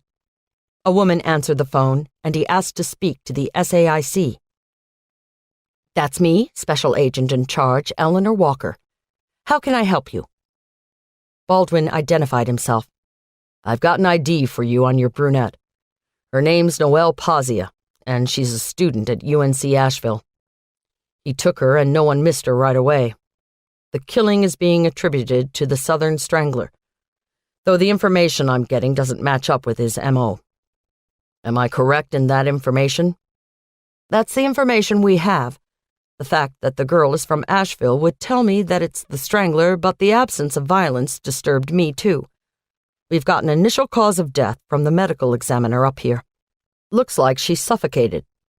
High levels of histamine in her system, petechial hemorrhaging. He's calling it SAA, sudden asphyxic asthma. She had a fatal massive asthma attack. We'll get as much evidence as we can gather, get it to Quantico ASAP." An asthma attack. Now that was interesting. Maybe she died before he could kill her. That would explain why her body wasn't interfered with. "I appreciate that, Agent Walker. Right now, all I know is what you know. I'm working a lead here in Nashville, and I've just been informed that we've lost an agent. I'm kind of up to my ears right now.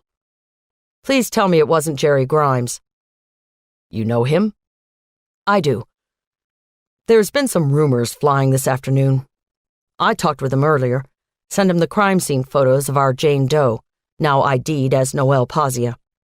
He sounded drunk. Did he have an accident?" Baldwin wasn't about to divulge the nature of Grimes's accident.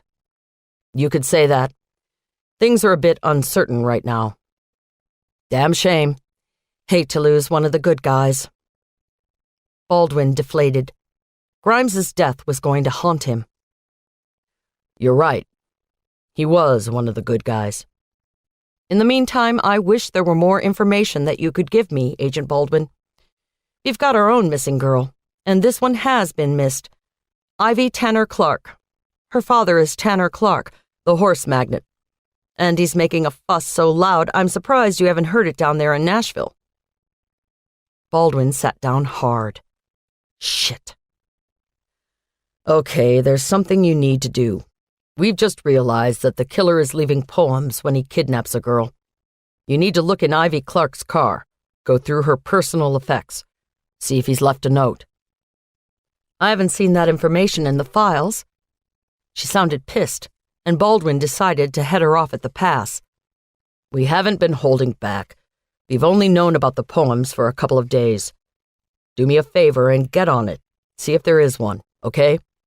Get back to me as soon as you know." He rattled off his cell phone number and clicked off his phone.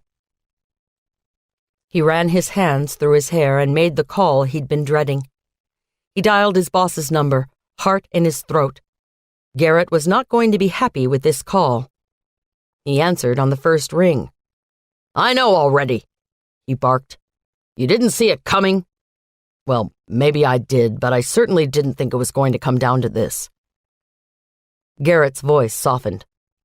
You're gonna have to let it go. I should have requested Grimes be pulled from the case sooner than I did. Sooner? What do you mean, sooner? I talked to Grimes a couple of hours ago. Told him to drop everything and get his ass to D.C. They convened a disciplinary hearing in his honor. A disciplinary hearing? He thought for a moment. Oh, you've got to be kidding me. Nope. I did a little checking. Turns out Grimes has been doing a little off-the-record chatting with a certain news producer for one of the cable networks in New York. The producer was his son. Grimes was the leak. We talked to the kid. He denied talking to his dad at all. Refuses to release the name of his source for the information. But a quick check of Grimes's phone records refuted his claim. They've been talking regularly for the entire duration of the case. My, you've been busy. Yeah, and for what? A dead agent? Grimes wasn't going to be part of the FBI anymore regardless. So this one is on me, Baldwin. There's more than just this, in case you're wondering. His whole life was falling apart. With Grimes's death, there are several open issues that don't have to be addressed. That's all you need to know about that. Just keep moving forward. Don't look back. Baldwin filled him in on the Jake Buckley scenario. Garrett concurred that they needed to have a conversation with Mr. Buckley, and fast. As they were hanging up, Garrett stopped him. Keep on it, Baldwin. You're getting close. Chapter 38. Taylor had just hung up the phone with Quinn Buckley when Lincoln and Marcus appeared in her office door. "What's up?" she asked. Lincoln came in and sat down heavily. Marcus lounged in the doorway. We've got good news and bad news. Just got out of the Tennessee Bureau of Investigation offices. The DNA sample from Lucy Johnson's raid doesn't match the earlier exemplars from the Rain Man cases. The sample from her doesn't match any known offender in the system either. Lincoln flipped open a file folder and consulted his notes. We talked with the man Lucy has the restraining order against, Edward Hunt. He is a former cop, retired from Metro last year. Went to work for a top-dog security firm here in town. Runs their entire operation. Makes a ton more than he did on Metro's payroll. Anyway, he and Lucy used to be an item, but he broke up with her. Seems Miss Lucy is quite the psycho, at least in his opinion. Marcus chimed in. From what Hunt says, they had a pretty rough time of it from the get-go. He wanted to break it off. She was desperate to keep him around. Long story short, she cornered him in a bar off Old Hickory. They had a few drinks. He went home with her, and they had a farewell fling. Officially broke up. He actually started seeing someone new. According to Hunt, Lucy started stalking him. Wouldn't leave him alone. He filed a restraining order against her. She responded by filing a TRO of her own.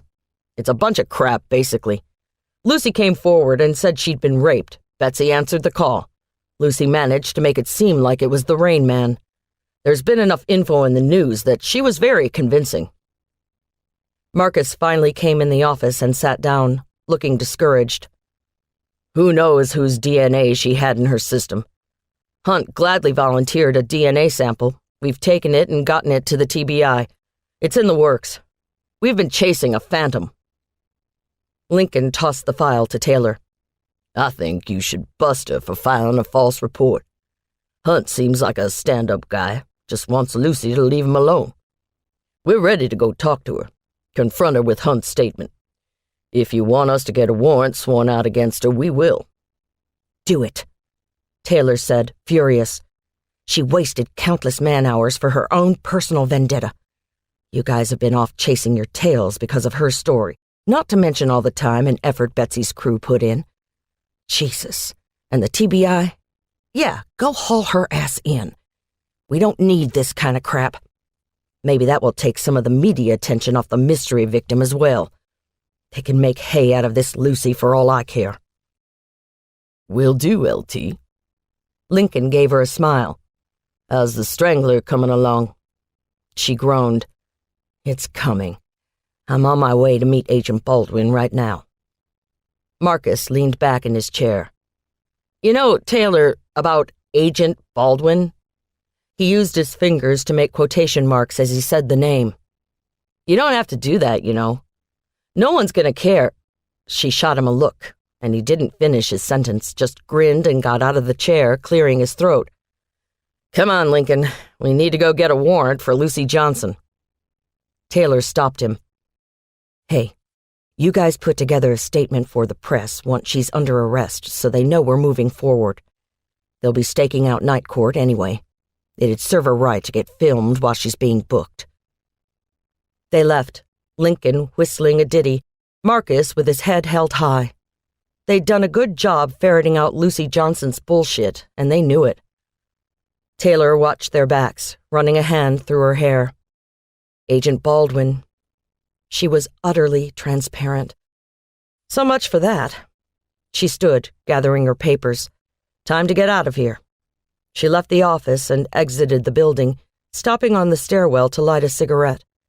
As she stowed the lighter in her pocket, she saw Fitz ambling up to her. LT, glad I caught you. What's up, Fitz? I'm on my way out. I'll walk you to your car. He stepped in beside her. Just got finished talking with Julia Page. Word on the street is that Terrence Norton is taking over the drug trade for the entire East Side, but it's going to take more than a few conversations with informants to get the whole story. We're going to need a full-blown investigation, undercovers, the whole works. It's not something that I can get cleared up overnight, unfortunately. They reached her truck and Taylor leaned against it, smoking the last of her Camel, thinking. Fitz, let's get this out of our hands. Talk to Julia. Tell her we need to turn the whole thing over to the TBI. Homicide can't be responsible for running a drug sting. Let them take the lead. If we need to task out of Metro, I'll have them talk to Price. Interagency cooperation and all that bullshit. That sound good to you? Sounds great to me. We'll have to deal with Terrence Norton on our own side of the fence soon enough. She patted him on the arm. I'm going home. Work on some more stuff with the Strangler. Oh, by the way, Marcus and Lincoln. Yeah, I know. No connection to the real Rain Man. Wish we could have tied that up in a nice tidy bow for Betsy. Were you still waiting on her DNA results? Yes, I haven't gotten word back whether it's a match or not. If I hear something, I'll give you a call. Try and get some rest. We'll tackle it again tomorrow. He gave her a pat on the rump, a wink, and moseyed away. Chapter 39. Baldwin was moving like a whirling dervish through the house. He had a cell phone to one ear, a portable house phone to the other. The desktop computer was on, his laptop was open and buzzing, and the laptop that belonged to Whitney Connolly sat in a place of honor in the middle of the slate coffee table. A new message was blinking on the screen, from the same address as the other poetic emails. He heard Taylor come through the door but barely looked up, just gave her an absent hi, and went back to the computer screen. She came over to see what he was reading. She read the words aloud. Thou know'st that this cannot be said, a sin, nor shame, nor loss of maidenhead. Yet this enjoys before it woo and pampered swells, with one blood made of two, and this, alas, is more than we would do. Baldwin sat down hard in the leather chair, flipping the hair back from his forehead. Just came in. It's been a bit of a rough afternoon. Let me get you something to eat, then you can fill me in. I'm starved, so I assume you are as well. Yeah, I am. I already put some soup on. You had some of that vegetable beef in the freezer. It should be about ready. She brushed her lips against his forehead, then left the room, headed for the kitchen. He heard her rustling around and was struck by the normality of it. He belonged here, with Taylor. It was time to start thinking seriously about getting the hell away from the FBI. A blood-curdling scream coincided with a crash of china. He leaped from the couch and bolted to the kitchen. What is it?" he yelled. Taylor was backed into the corner between the refrigerator and the wall, her right hand on her gun, the left holding the holster in place so she could unsheathe the weapon smoothly. He looked around wildly, trying to find the intruder. Taylor was white-faced, eyes wide. As he took a couple of breaths, he realized that no one was in the kitchen. "Someone outside," he whispered, his own hand reaching for his weapon. "Huge spider. Sink." Taylor hissed the words, teeth clenched. Baldwin's eyebrows rose a full inch, and he burst out laughing. "What were you planning to do, shoot it?" "Just kill it." Taylor's hands had dropped to her sides, her eyes shooting daggers at him for laughing. "What would you do if I wasn't here?" He went to the back door, where a week's worth of newspapers were stacked neatly in a large basket, ready for recycling. He picked up a section, folded it in half, and made his way back to the kitchen. "I'd evacuate." Biting his lip so he wouldn't laugh again, he looked at Taylor. "Evacuate?" "Yeah. Go get Sam or someone. I don't like spiders." "I've noticed. It's in the sink?" She nodded. "Dropped right down out of the damn sky. Landed on the plate I was taking out of the cabinet. I threw the plate at the sink. Christ, would you quit dilly-dallying and kill the damn thing?" He held up his hands, the newspaper crackling in his left. Okay. In the sink, you say?" "You're gonna need something bigger than that flimsy piece of newspaper. I'm not kidding, it's a freaking monster." Baldwin sidled to the sink and looked in. "Damn." "Told you." Among the broken shards of a white dinner plate was the largest spider Baldwin had seen outside the Caribbean. They had banana spiders there, the size of your hand, but this thing was running a close second. The body of the spider was the size of a small plum, the legs thick and hairy. "I think you stunned it. It's not moving. You realize this is some entomologist's wet dream right here. I've never seen anything like it." "Just mush the stupid thing, then clean out the sink. I don't want to see any trace of it. Jesus, I hate spiders." Deciding his love wasn't wrong about the newspaper, he went to the back door and picked up a size 11 tennis shoe. This ought to do it. He smashed the shoe into the sink, crushing the beast and the remainder of the plate. "Yeah, that's gross. Okay, it's definitely dead." He turned back to Taylor, who was still frozen in the corner. He was overwhelmed. Seeing her scared, vulnerable, was just too much for him. He spoke before he could stop to think. "Baby, I want to be around to kill all your spiders, forever, starting right now. Will you—" The phone rang, startling them both. Taylor was staring at Baldwin, but the words dried up in his throat. The moment was gone. Finally breaking their gaze, he smiled and went to the other room, still carrying the remains of the very dead spider on his shoe. Taylor only half heard Baldwin talking as she left the kitchen, working her way toward the back of the house. She pulled her 9mm out of its holster and ran it along the palm of her hand, as if she could pick up her gun and solve the ills of the world. There, that was better. She was still tough, still ready to take on the world. Amazing that in the course of a few days she'd felt so out of control, enough that a spider rattled her to the point of no return. She imagined that must be what Baldwin felt, chasing after a phantom. What was he saying there in the kitchen? From a man to a woman, the words, "Will you," can only go a few ways, especially following the word forever. Interesting. She stepped into the office, secured her weapon in the gun safe, which she always left unlocked. There was no one to keep the guns from other than her and Baldwin. She heard phones simultaneously hang up and stuck her head out into the living room. "What's going on?" Baldwin collapsed in a ball on the sofa. "Are you fully recovered from your trauma?" he teased. "Yes. I'll have the exterminator out here first thing. They must have forgotten a spot last time." Baldwin was avoiding her eyes, trying not to smile. Yeah, so I have them come spray once a month. I don't like bugs."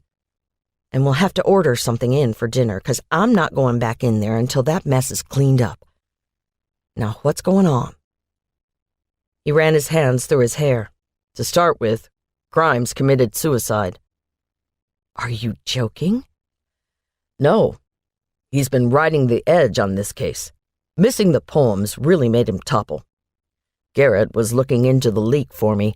Turns out Grimes's oldest son is a news producer in New York. That's how the media's been so on top of the game all along. Grimes was giving everything to his son. I should have seen this coming. I did see it coming. I left him behind in North Carolina because he was becoming a liability to the case, and it must have caught up with him. I feel terrible about it." "I bet you do. But you know you can't blame yourself, Baldwin. This is a big case. He should have pulled himself from it." "He tried. I told him it was okay to ride it out. My fault. But there's nothing I can do about it now. I'll talk to his family, try to help, but—" His voice trailed off. There were so many other avenues he could have taken with Grimes. This one would stay with him for a while. Anyway, before he did it, he ID'd the girl they found in Louisville as Noelle Pazia from Asheville. The preliminary autopsy showed she died of an acute asthma attack. I'm betting he took her and she died along the way, before he had a chance to kill her.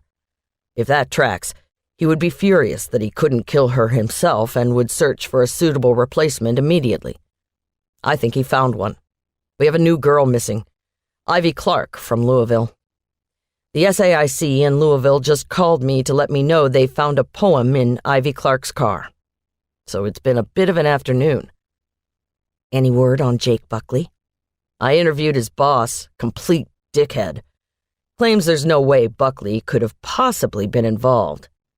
He was totally uncooperative, but the secretary, or receptionist, or whatever she was, snuck his itinerary to me.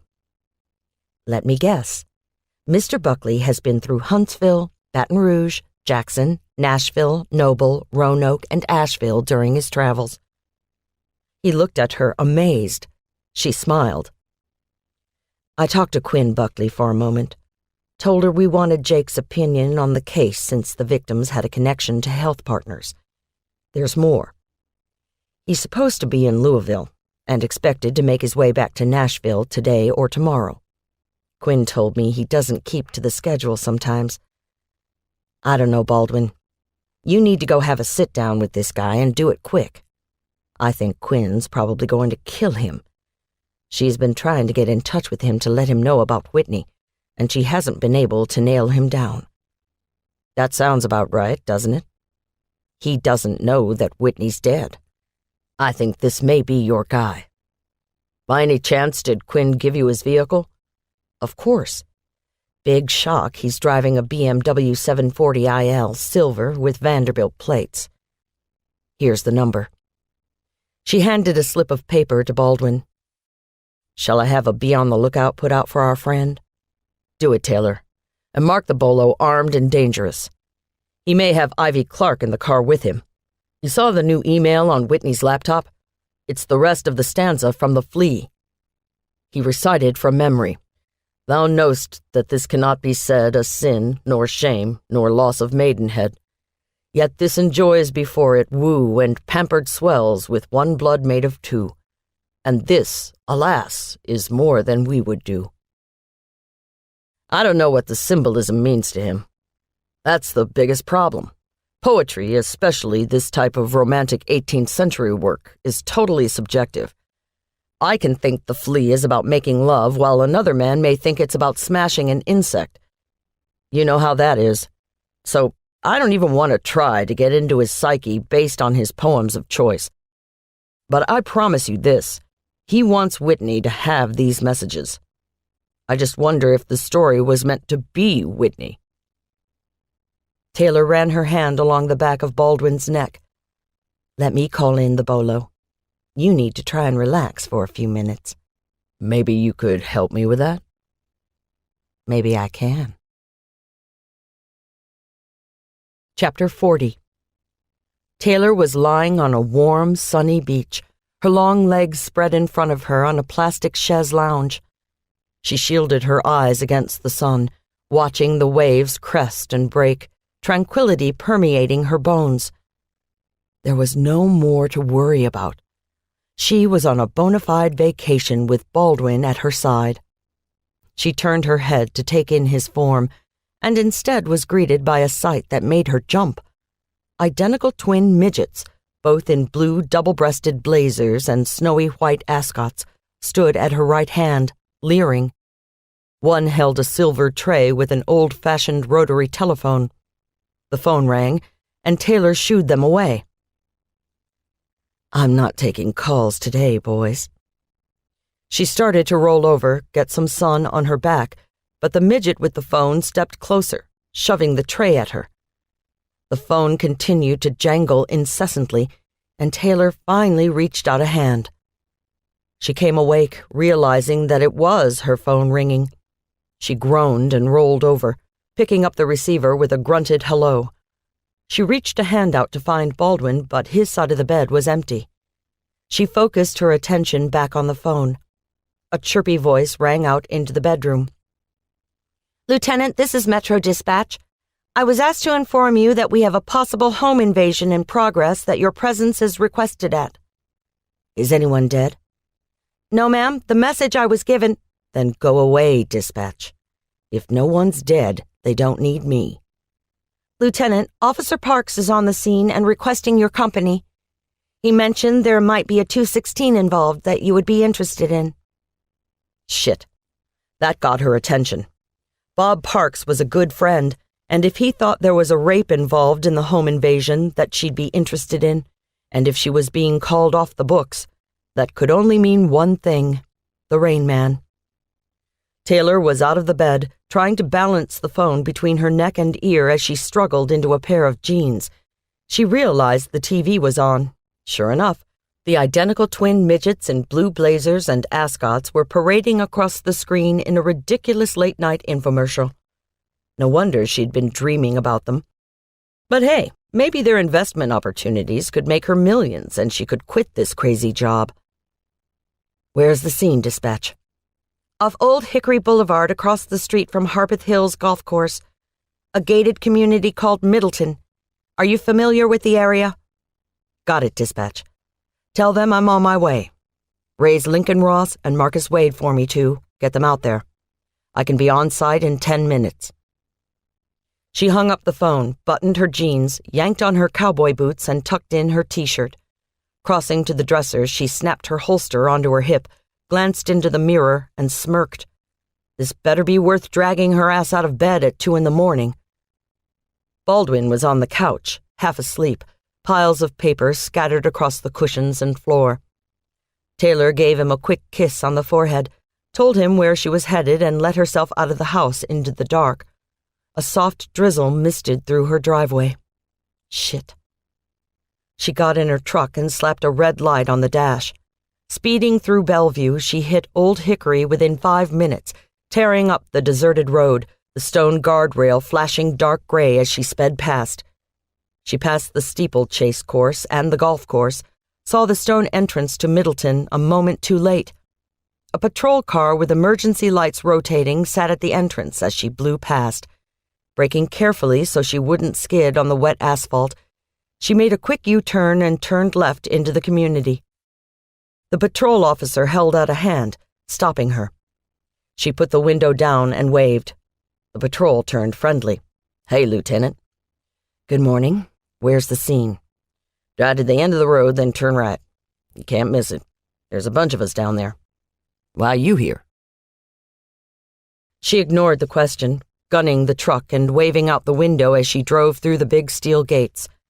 The brick houses loomed like silent giants as she drove past. Porch lights spilled golden illumination into the street.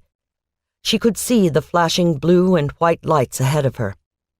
She followed the road to the end, parked behind the crime scene van, and made her way through the crowd to the tape that designated the crime scene control area. She saw Bob Parks standing in a puddle of light from a lamppost and went to him. "Bob," she whispered in his ear, making him jump. He turned and gave her an uncharacteristically grim nod. "Good, you're here. he said. "I thought you'd want to see this."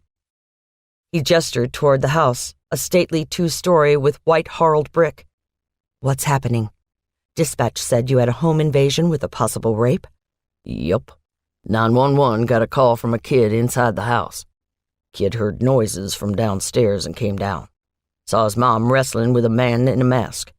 Guy had slipped in through the back French doors, grabbed the woman as she slept on the couch. Kid's a smart little cuss. He ran right back to his room, locked the door, and called 911. Patrol got here within a few minutes, but the guy had already done his thing and left." "Did he rape her?" "Yep.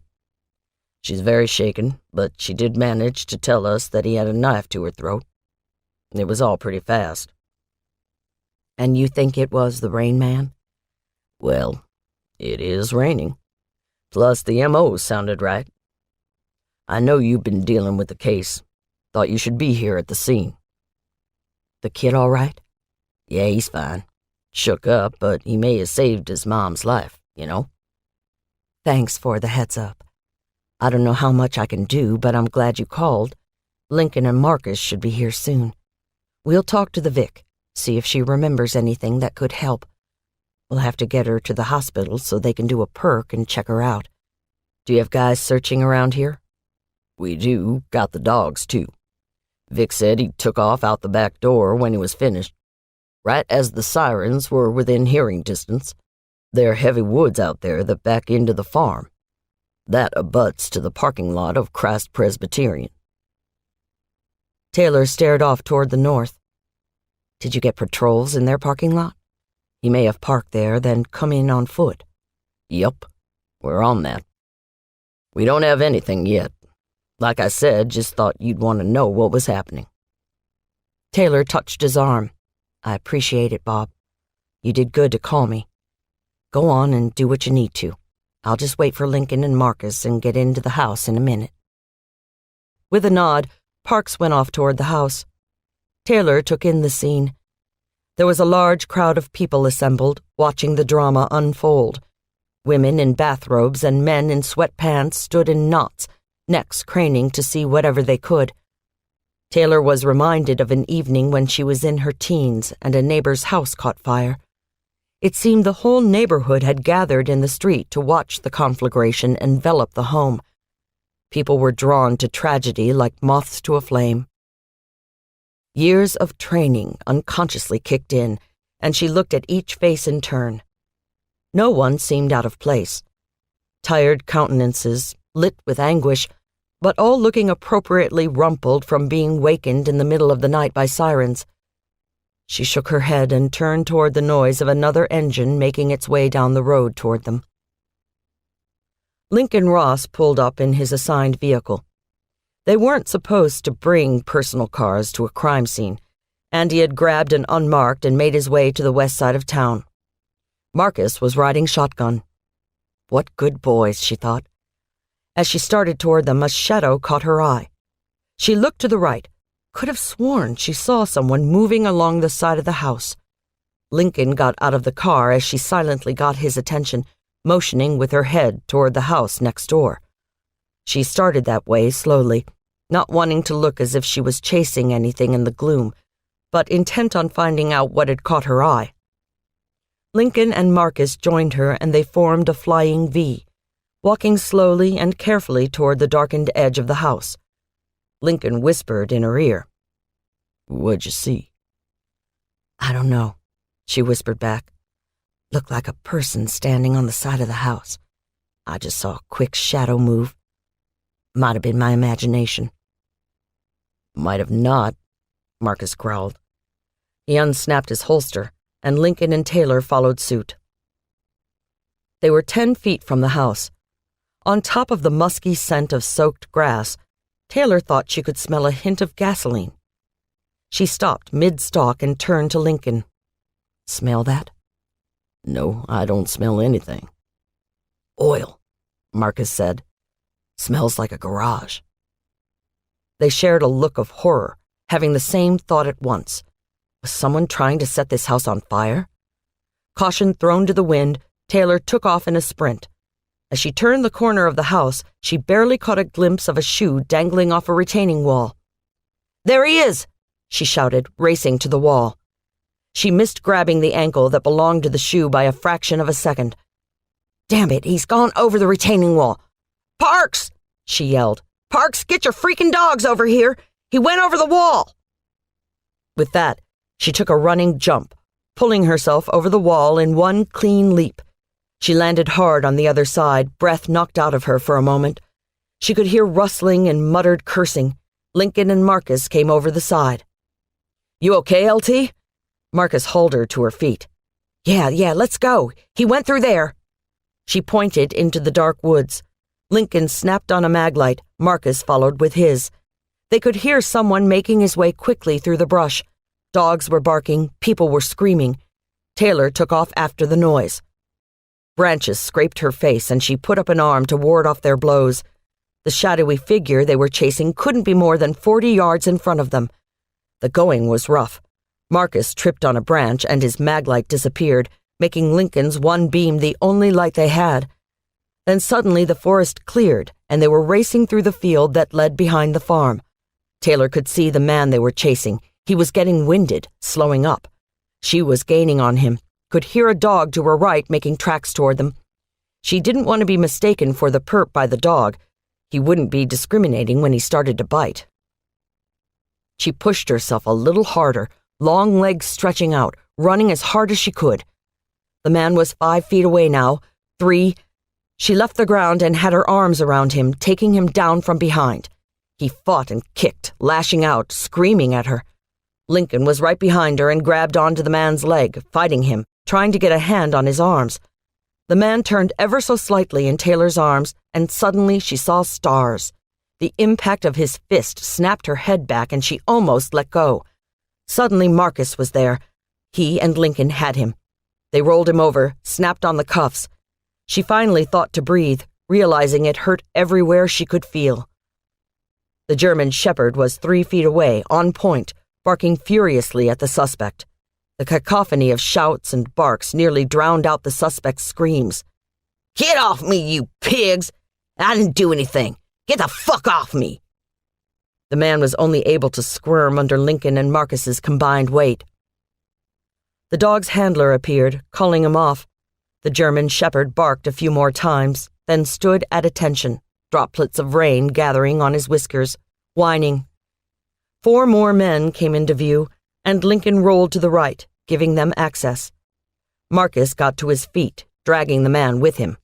The officers were all screaming different commands, pushing the suspect around. Taylor rolled onto her butt and sat, catching her breath.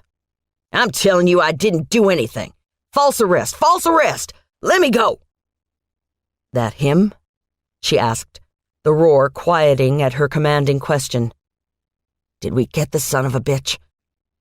The man was practically being strip-searched, with affirmative answers coming from all involved. "Got a ski mask here. Got the knife. He's got rope in this pocket. Shut up, you crazy motherfucker. We've got your ass." Taylor rose to her feet. She strode to the man, who was still struggling. He stopped when he saw her, smiling a crazy smile. Her eye hurt, her head hurt, her legs were tired, but it looked like she had her man. There were several flashlights trained on him, giving plenty of light for an initial assessment. She gave him a once-over. He was wearing black cargo pants and a black t-shirt. He was thin and wiry, with ropey muscles snaking along his forearms. He was wearing black combat boots. "Quite the little ninja, aren't you?" "What's your name?" "Fuck you." "Nice. Any ID on him?" A few more pats, then a laugh. "He's got his wallet in his pants pocket. What a frickin' idiot." The officer passed Lincoln the brown leather wallet. He opened it and extracted the man's driver's license. "Smart move, Norville. Folks, I'd like you to meet Norville Turner. Norville, meet the people who are responsible for making your life a living hell from here on out." He looked at Taylor, shaking his head in the gloom. "Brings his wallet along. Brilliant. I didn't do nothing. You got nothing on me, pigs. Turner started struggling again and was quickly subdued. Taylor got eye level with him, stared into his eyes, searching, realized that they'd taken him down for good. She wrinkled her nose. He smelled like dirty oil. Shut up, Norville. Your fly is open, you dumbass. He lunged, and before she could jerk away, he spat at her. Stupid cunt. What the fuck are you doing? I didn't do nothing. Taylor wiped at her face, furious. His captors started in on him again, but she stood her ground, waiting. When all the struggling and yelling finally stopped, she smiled back at him. Then she hauled back her right arm and landed as hard a blow as she could right into his jaw. His head snapped back and his knees buckled. The officers around her whooped and laughed. Lincoln came to one side, Marcus to the other. When he wakes up, tell the fucker he's under arrest. Shaking her hand, her ponytail streaming down her back, she turned and walked away. Taylor crashed back through the woods with Lincoln and Marcus in tow. Her head was throbbing, and she was having trouble seeing out of her right eye. She felt wonderful. Returning to the scene, they saw complete pandemonium at hand. More patrol cars had piled into the street. An ambulance was parked catty-corner to the driveway of the victim's house, lights flashing merrily in the night. The ubiquitous news vans had arrived. Taylor checked her watch. It was nearly 5 a.m. The newsies would be able to give live shots on the early morning broadcasts. Lincoln, Marcus, get on the horn with Price. Tell him what just went down. I want to check in with the victim, see how she's holding up. You'll need to get the suspect down to booking, then make up a six-pack for me. We'll want to see if the victim can ID him. Maybe the mask slipped. Either way, he'll need to be processed. Make sure it all goes smoothly for me, okay? Gotcha, boss. I'll call ahead and have a photo array put together. I'm sure we can find 5 mugshots similar to this hose bag. Marcus took her by the arm, turning her toward him so he could get a better view. You're going to have a hell of a shiner in a couple of hours. Taylor used gentle fingers to explore her face. Wincing, she decided she didn't want to see what she looked like any time soon. Yeah, well, all in the line of duty, you know. Lincoln appeared at her side, offering a chemical ice pack he'd lifted from the back of the ambulance. Here you go. You want me to stick around? No, you two go handle downtown. I'm all right here. Thanks, though. She nodded at them in dismissal and started toward the house, holding the ice pack over her eye, trying not to jar her head. It had been a while since she'd taken one in the face, and she'd forgotten how much it hurt. Brian Post was exiting the house as she reached the front door. Hey there, good to see you, LT. Heard you took the bastard down all by yourself. Taylor dropped the ice pack from her face. Post whistled long and hard. Wow, that's some shiner. You okay? I couldn't be better. How's our Vic? You need a towel? He eyed her dripping hair dubiously. No, it's letting up. Okay, let me take you in. They started toward the door, Post chattering away. The adrenaline had consumed them all. In a few hours they'd crash, but for now they were all on speed. When we got the call, it was all I could do to keep Betsy in the bed. She wanted to come charging down here, deal with the Vic herself. I practically had to handcuff her to get her to stay. That's my girl. Taylor gave him a crooked smile. I wouldn't expect anything less out of her. She's a ballsy broad. The inside of the house was lit up like a Christmas tree. Every light in the house glared. Ignoring the setting, Taylor went directly to a small brunette wrapped in a white sheet. Good, she thought.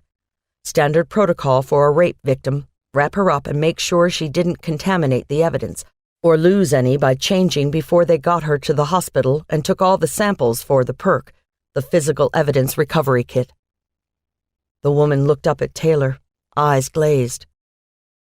Who are you? I'm Lieutenant Taylor Jackson. I wanted to check on you before we take you downtown to Baptist.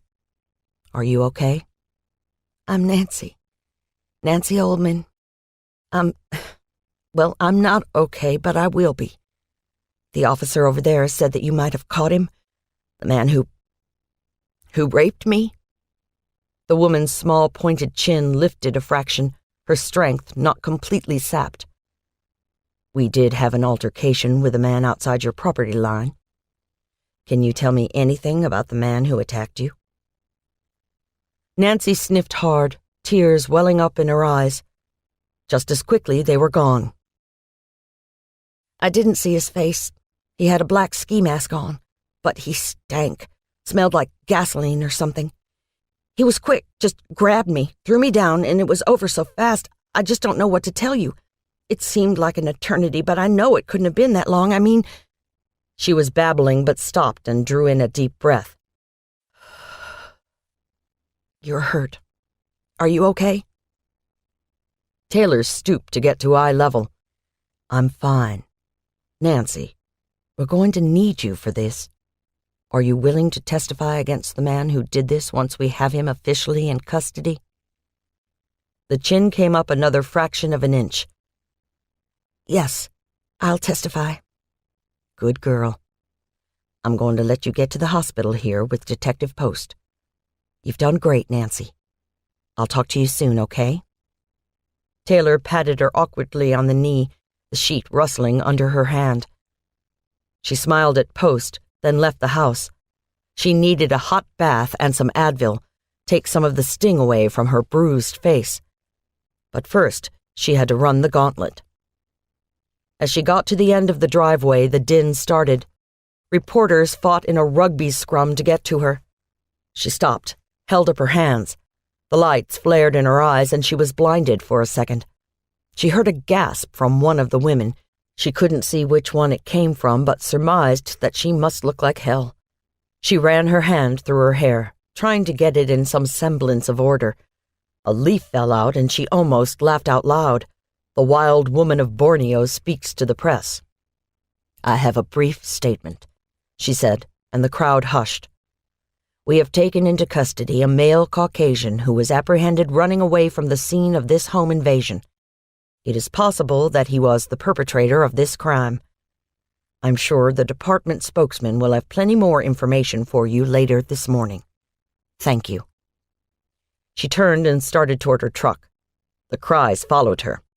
Lieutenant, was this the work of the Rain Man? Have you finally caught the serial rapist? Has he been taken to night court? Did he hit you, Lieutenant? That one she decided to answer. She turned back to the reporters and tried to wink, but her eye wasn't working properly. At the very least, he will be charged with assaulting an officer. She gave them a smile, then got into the truck and headed for home, all in a night's work. Chapter 41. Dear God, Elle, you have to stop. I need to get on the road and get home. My wife's gonna kill me if I don't make it back soon. In response, the brunette just smiled and slid lower down his body. He felt the warmth of her mouth, and the dark head started bobbing up and down, harder and more rhythmically in his lap. He lost himself for the moment. Why not get off one more time before he headed back into the frigid world he called a family? He couldn't remember the last time his wife had been in the position Elle was in. The brief thought of Quinn on her knees was enough to push him over the edge. Elle jerked back in response, giving him a dirty look. Sorry, Elle.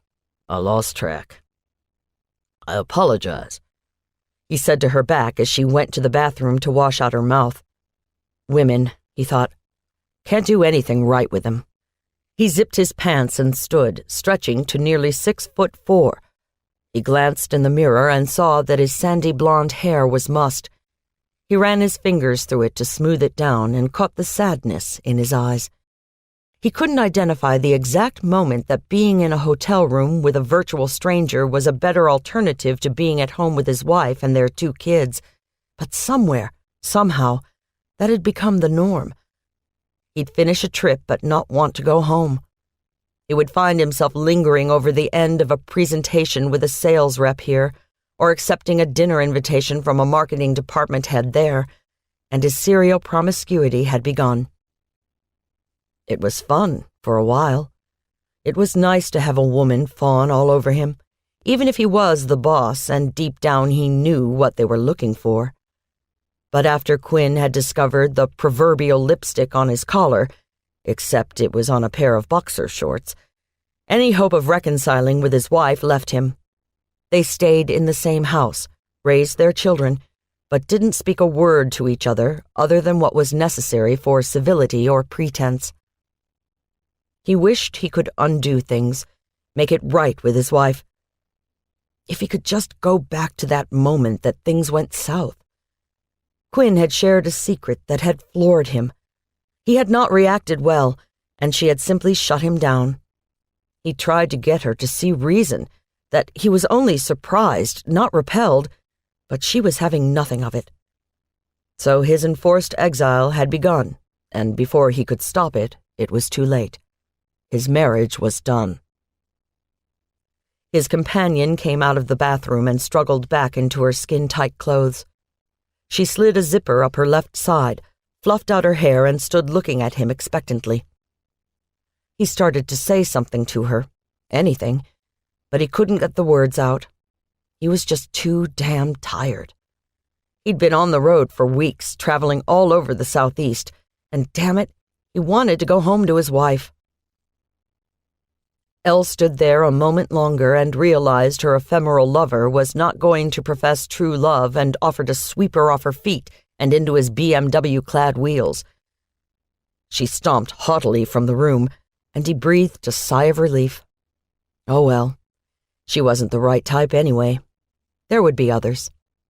In the meantime, he had time to catch a shower, load up the car, have a beer or two in the hotel bar, then make his way back to Nashville. The BMW stood in the shadows, out of the soda vapor lights that dominated the parking lot of the hotel. Without the keys, it was harder, but it was not a huge problem. Checking to make sure no one was watching, he slipped open the driver's side door and pulled the latch for the trunk. He walked quickly to the back of the car and lifted the trunk lid open silently. The cavernous space yawned at him, and he smiled. Plenty of room. He pulled up the carpeting and exposed a small hole meant for a spare tire. The spare was gone. He had taken it out months before to make room for all of the accumulating crap that accompanied him on his road trips. It made the perfect hiding spot. He placed the bag in the hole lovingly, then placed the carpet back over the spot. With a last look around, he walked to the edge of the parking lot where he'd left the girl. He reached down for her, amazed, as always, at how much they weighed when they were dead. It seemed they were as light as a feather when they were in his arms, but after they stopped breathing, they became as heavy as lead. He swung the girl up and over his shoulder and staggered the last few feet to the trunk of the car.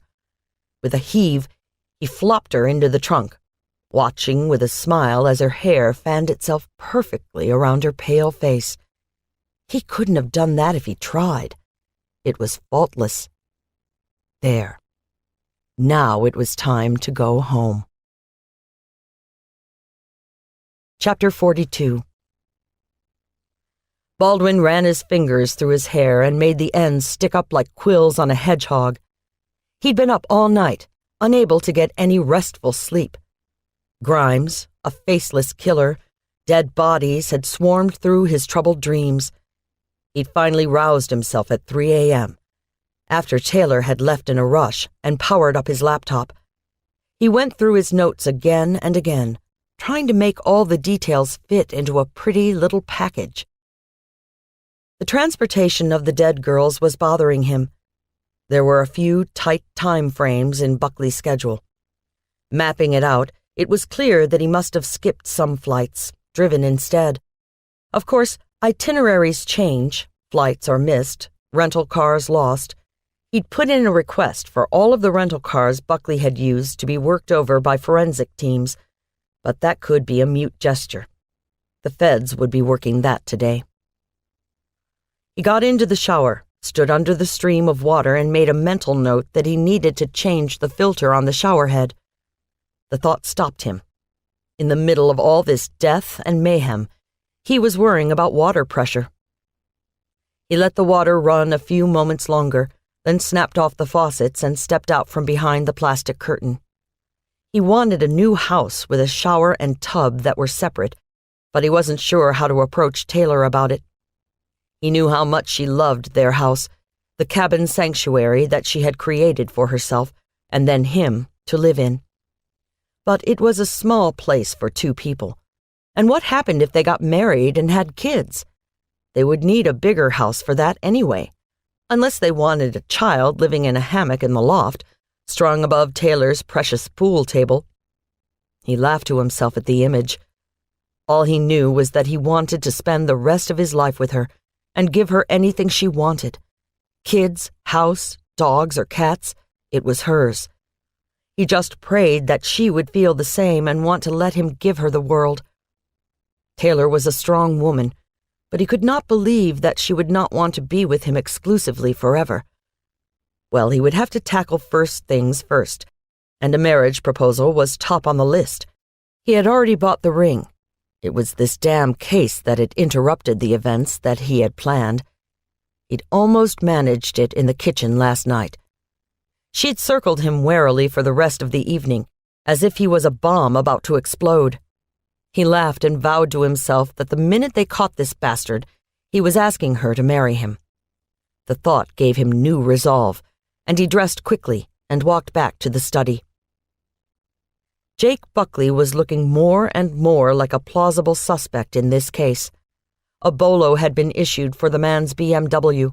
The airports had been faxed pictures of him in case he tried to hop a plane. Train and bus stations were circulating pictures among the ticket agents, yet he was nowhere to be found. Nor had any trace of Ivy Clark been discovered.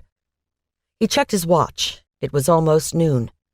7 girls dead and 1 missing. He shook his head. It was just too much sometimes. He understood that. But Grimes had not, and Baldwin was sorry about that. There wasn't much Baldwin could do when a fellow agent was on that track, despite Garrett's admonishments. He still thought he should have seen it coming. Regardless, he couldn't get himself into a funk over it now. There was too much to be done. Baldwin went back to tracking Buckley's exact timeline and whereabouts to see if Buckley was in the specific area when the girls were kidnapped. As Vice President of Marketing and New Development for Health Partners, Jake Buckley traveled a great deal, checking on new properties, making sure the established hospitals were running properly, making adjustments in staff and provisions for the hospitals that were underway but not totally established yet. A lot of responsibility lay on the man's shoulders. The first thing Baldwin had done was simply match his schedule to the timeline of deaths and kidnappings. Jake Buckley had been in every one of the cities that the girls were missing from as they went missing, and was at each town where the bodies had been dumped on the day they'd been found. The timeline matched. He'd driven his own vehicle to many of the meetings, but in some cases he'd flown. That's why Baldwin had put in the call about the rental cars. It was a long shot, but everything needed to be checked out. He had started to pull the files together when the phone rang. He looked at the caller ID and saw it was Taylor. He answered the phone with a smile in his tired voice. "Hi, honey." "Hey there. You making any progress?" "Not really. I was just finishing the timeline to see if Buckley's actual travel matched with the kidnappings and murders. They do, to a T. Everything okay with you?" "We finally had a break in the Rain Man case. The call I got last night? He broke into a woman's house and raped her, but we caught him." He heard the pride in her voice. "What happened with that victim you were interviewing?" "Oh, that's right. I forgot to tell you about that last night. I can safely say she was just a woman scorned. She'd basically made the entire story up to get back at a former boyfriend. There was enough information in the paper for her to make some pretty educated guesses as to how to make herself look like a victim of the Rain Man, but the DNA came back and didn't match the other cases. We arrested her for making a false report. In the meantime, this asshole went off for another night of jollies. We took him down, leaving the scene. It was great. Tough girl. Only you would describe a takedown as great, he teased. Anyway, that's not why I called. Fox News is getting ready to do a one-on-one interview with Tanner Clark and one of Ivy's friends. I thought you might want to see it. I do. Baldwin got up and started rummaging for the television remote. Where did you hide the remote for the TV in the office? Taylor laughed. Yeah, I hid the remote. I never watched TV in the office. Sorry about that. Okay, had to ask. When will you be home? Hopefully soon, barring any bizarre happenings.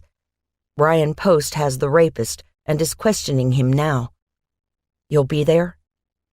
I'm planning on it unless something breaks. I'll make you something nice to eat. That's so sweet of you. Here you are in the middle of this big, bad, ugly case, offering to make little old me dinner. Whatever happened to that big, tough cop I fell in love with? Hush up. We'll talk when you get home. Yes, sir. By the way, you might want to put an ice pack in the freezer for me. The son of a bitch tagged me when we were chasing him. I look like half a raccoon. Are you okay? I'm fine, sweetie. I haven't felt this good in weeks. All right, then. I love you. Baldwin waited for the love you bye response that Taylor always gave, then hung up the phone. He'd have to scramble to come up with something great to make for her. The woman loved food, though her metabolism was filled with jet fuel. She could eat anything and never gain a pound. Baldwin found the remote hidden behind a fern on the bookcase and laughed. He swore Taylor moved it around and hid it just to make him crazy. He pushed the power button, and when the picture came up, put in the satellite number for Fox News. He was just in time. The pre-interview information was being given, and the anchor, a sandy-haired man with round glasses, was giving some last-minute details. It's believed that Ivy Tanner Clark could be the 8th victim of the vicious serial killer known as the Southern Strangler. Ivy's been missing for 24 hours now, and we have her father and best friend linked by satellite from Louisville, Kentucky, to give us some more information. Mr. Clark, can you hear me okay? The screen split, and the image of an attractive silver-haired man with Ray-Ban Orb sunglasses came onto the screen. The lenses of the sunglasses were polarized, and they looked dark yellow under the studio lights. He looked more like a Hollywood actor than a grieving father. The man had his faded jean-clad legs crossed, an ankle across the opposite thigh, and Tony Lama brown suede cowboy boots peeked out from the overlong jeans. His shirt was snowy white linen, and his tanned body rippled beneath it. The man oozed sex and money. He was a perfect example of Ralph Lauren's vision for the horsey set. Watching the silent show, Baldwin understood how Tanner Clark came to be known as the Don of the horse racing world. I can hear you fine. The man's voice was booming, commanding, and the anchor smiled. It would be a strong interview. Mr. Clark, the anchor continued, we understand that you believe your daughter's been taken by the Southern Strangler. Can you tell us what information you have been given that has led you to draw this conclusion? My little girl is missing, and I want to plead with whoever took her to please let me have her back. I'll be posting a $100,000 reward for any information leading to her safe return. She's such a sweet girl. She never hurt anyone. Please, just let her go. His head dropped into his hand and his shoulders started to shake. A small arm appeared from his left, and the camera pulled back to show a young girl comforting Clark. The alleged best friend, of course. The girl looked young, younger than Ivy Clark's age of 21, but the cameras could be deceiving when it came to youth. She could have been 12 or 30, as far as Baldwin knew. The way she touched Tanner Clark made him wonder if there wasn't something more between Ivy's best friend and Ivy's mega-millionaire father. A montage of pictures filled the screen while the man broke down. Ivy on a horse, Ivy in a ball gown, Ivy in jeans and boots and a tiny pink tank top with a young man who looked suspiciously like Prince William. The anchor wasn't about to lose the shot of the grieving father, but he had gotten to dead air and needed to keep the interview rolling. "Miss Simone, is that right?" Yes, I'm Serene Simone. She had a slight accent that Baldwin wanted to say was French, but he could not be absolutely sure. I am Ivy's best friend. She is dear to me, and I want to echo Mr. Clark's sentiment. We just want Ivy back home, safe and sound. "Can you tell us a little more about Ivy, please, Miss Simone?" As she began to speak, the montage started again. Ivy Clark was a stunningly beautiful young girl who looked like she could have a good time. She was smiling in all of the pictures, and Baldwin could see the sparkle of a small diamond in her right nostril. A photo of her in an open-backed dress showed a couple of tattoos on her shoulder, and another shot of her from the back showed some sort of tattoo on her lower back. Baldwin pulled the missing persons report to the front of the file and read a bit more. Chinese symbol on the inside of her right ankle, a small dragon on her bikini line, a rose on the top of her foot, a small butterfly on her right shoulder blade, and more Chinese symbols on her lower back. They should not have any trouble identifying the body if the tattoos were intact. He looked at the screen again, muting out the honeyed words of Serene Simone and concentrating on Ivy's face. The mischievous grin and the sparkle in her eyes got to him the most. This girl was so alive, too alive to possibly be dead. But Baldwin knew that was probably exactly what she was, dead and gone, like all the others. They needed to catch Buckley. Damn, why hadn't they gotten any more information on him? The time for the segment was up. The anchor wrapped the interview quickly. "I'm sorry to have to cut you off, but we are out of time. Let's see that emergency number again, producers. If you have any information on the whereabouts of Ivy Tanner Clark, missing from Louisville, Kentucky, please call this number. We'll see you after the break." The screen filled with an 800 number, one that Baldwin recognized as the FBI tip line. The number had generated hundreds of calls with leads that were going nowhere. It was time to make a change, to make something happen. $100,000 might help. Of course, it might hurt, too, because they'd be inundated with tipsters doling out bogus information. Baldwin looked down at the files in front of him. He went through the list again, covering Jake Buckley's travel schedule for the past 2 months. The man had been on a junket and had been in 30 cities in the past month. But the cities they needed to see him in figured prominently. Huntsville, Alabama, Baton Rouge, Louisiana, Jackson, Mississippi, back to Nashville, then on to Noble, Georgia, Roanoke, Virginia, Asheville, North Carolina, then Louisville. He was scheduled for a break back in Nashville that would last for a week. Maybe he was done killing, maybe he wasn't, but he was coming home, and home was where they'd hopefully find him. He was due back in Nashville last night. He had not arrived home, so the bolo, be on the lookout, for his car had been issued, yet no one had reported seeing the car anywhere between Nashville and Louisville. It was time for Baldwin to talk with Quinn Buckley. He needed to get a better sense of who they were dealing with. Chapter 43. He dug in the dirt like a carefree child, singing softly to himself under his breath. 1 little, 2 little, 3 little Indians, 4 little, 5 little, 6 little Indians. Don't have the 7th or the 8th little Indian, but that's okay for now. He spread the rich, loamy soil into the holes, then dusted off his hands and broke open a package of seeds he'd gotten at the local hardware store. Sprinkling the minute buds of life, he started to laugh. Pushing up daisies, literally. Really, he could be so funny sometimes. He stood, brushing the dirt from his knees, and reached for a gentle misting hose. He started the water and stepped back to admire his newly sown garden. How very lovely. Chapter 44. Quinn Buckley was starting to get worried. Jake was due home and had not shown up. The FBI was looking for him. A nationwide alert had gone out about his car, and nothing was happening. She was sitting alone in her empty kitchen, nursing a cup of tea and a broken heart. She had not been able to reach her brother for several days, and she had not been able to make plans for her sister's burial. The children had gone to play at a friend's house. She barely remembered telling them that they could, but there was a terse note from Gabrielle telling her that the kids were down the street on a play date. The big house was silent and brooding, and she felt like she was losing her mind.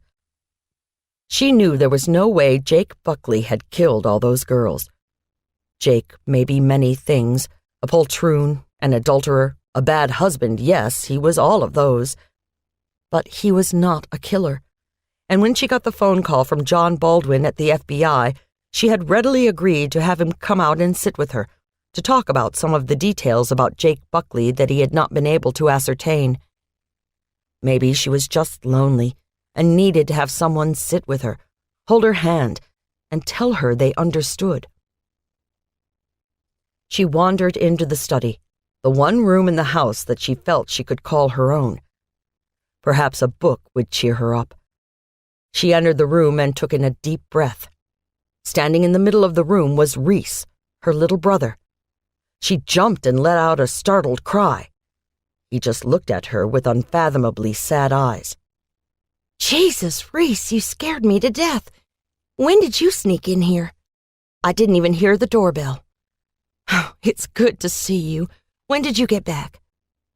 She went to him and enfolded him in a hug. Reese was tall. Like Jake, he was nearly 6'4" in his stocking feet. He had black, curly hair, a rogue smile, dark blue eyes, and a dimple in his chin. His jaw was broad, his nose chiseled, and Quinn couldn't help but give him an admiring glance. He was just so handsome, and so very young. She was filled with pride for a brief moment, then shook it off. Sweetheart, I tried to reach you for days, but I could never get through. I'm sorry, Quinn. I told you we'd be out of touch. It was amazing. Really amazing. I learned so much. I got in late last night and heard your message on my machine this morning. Why'd you need to reach me? Quinn did not know how to approach the subject. She knew Whitney and Reese were not close by any means, but they were related after all. That had to count for something. She took his hand and led him to the closest chair, a huge leather swayback with studded nails going up the sides. She sat him down and in turn took a seat on a velvet ottoman facing him. She took both of his hands in hers and looked him straight in his gorgeous eyes. Sweetheart, Whitney has been in an accident. She was killed. It happened, she was on her way here to the house. I didn't know if anyone else had gotten through to your team down there, that someone from home had told one of the doctors you were with. I wanted to tell you myself. There was no reaction from Reese, and Quinn's heart sank. He couldn't hate her, not that much. Reese looked up at her, his eyes troubled. Quinn squeezed his hands tighter. I know, honey, I know. It's awful. There's more. The police have taken Whitney's laptop. Apparently she's been involved somehow with this horrible man that has been killing these girls all over the Southeast. I didn't know if you'd heard about that either, although it's been national news and in all the papers. I thought you might have heard something about it. Reese? Reese? Reese was staring, unblinking, his face drained of all color. A single tear built up in the corner of his eye and dribbled down his cheek, unchecked. He shook his head, unbelieving. Quinn nattered on, trying to fill the uncomfortable silence. I can't understand it. Whitney involved with this killer? I don't know how that's possible, and the police aren't giving me a lot of information. I'm sure she was planning on doing some sort of story on it, and she was trying to reach me the day before. Her voice broke, and she had to gather herself before she continued. The day before she died. Oh, Reese, what are we going to do? Reese finally met Quinn's eyes, gently removing his hands from hers. So she didn't know? She didn't know what, sweetheart? Reese stood up and walked to the bookcase. He reached out a slender finger and traced the spine of an intricately carved book. All that work, he murmured to himself. Quinn heard but didn't understand what he said. What, sweetheart? I didn't hear you. Are you okay? He turned to her, a small smile on his face and a glistening in his eyes. All my work. She didn't know. He started to laugh, and Quinn was unsure what to do. Grief took all forms, and though she knew Reese was not terribly fond of his other sister, she thought that laughter was hardly the best emotional avenue for him to take at the news of her death. Now, Reese Connolly, I don't know what's wrong with you. I've just told you that your sister is dead, and you laugh? What is wrong with you? He was laughing harder now, tears streaming down his face. He stepped over to Quinn, took her in a brief yet forceful hug, and then, still laughing, disappeared from the room. Quinn heard the laughter fade away, then heard the front door slam. A throaty engine turned over, and he tore off down the driveway. She sank into the chair he had been sitting in before his bizarre reaction to his sister's death had drawn him to stand. What the hell was that about? Quinn shook her head. It was beyond her. She knew that there was no way he could know the truth, but maybe she was mistaken. Maybe Reese had been fooling them all along. The doorbell rang, and she took a deep breath, got out of the chair, and went to the door. She opened it to find both Taylor Jackson and a man she assumed was the FBI agent she'd spoken to standing on her doorstep. Taylor was sporting a black eye and a tight smile. The FBI agent just looked worried. Come in, please. She beckoned to the foyer and watched them closely while they came in the door. Something was going on. Hell, what else could be happening? The police had confiscated Whitney's computer. They were searching for her husband. Her little brother had laughed when he found out his sister was dead. Her life was quietly disintegrating, and she didn't know how to stop it. Taylor and Baldwin settled themselves in the library, watching Quinn flutter about like a feather caught in a breeze. She finally sat across from them and took a deep breath. Please, tell me what's going on. What's the real reason the FBI is looking for my husband? Baldwin leaned forward, hands on his knees. Mrs. Buckley, we have reason to believe that your husband has been involved in several crimes we've been investigating over the past few weeks. Quinn threw back her head and laughed.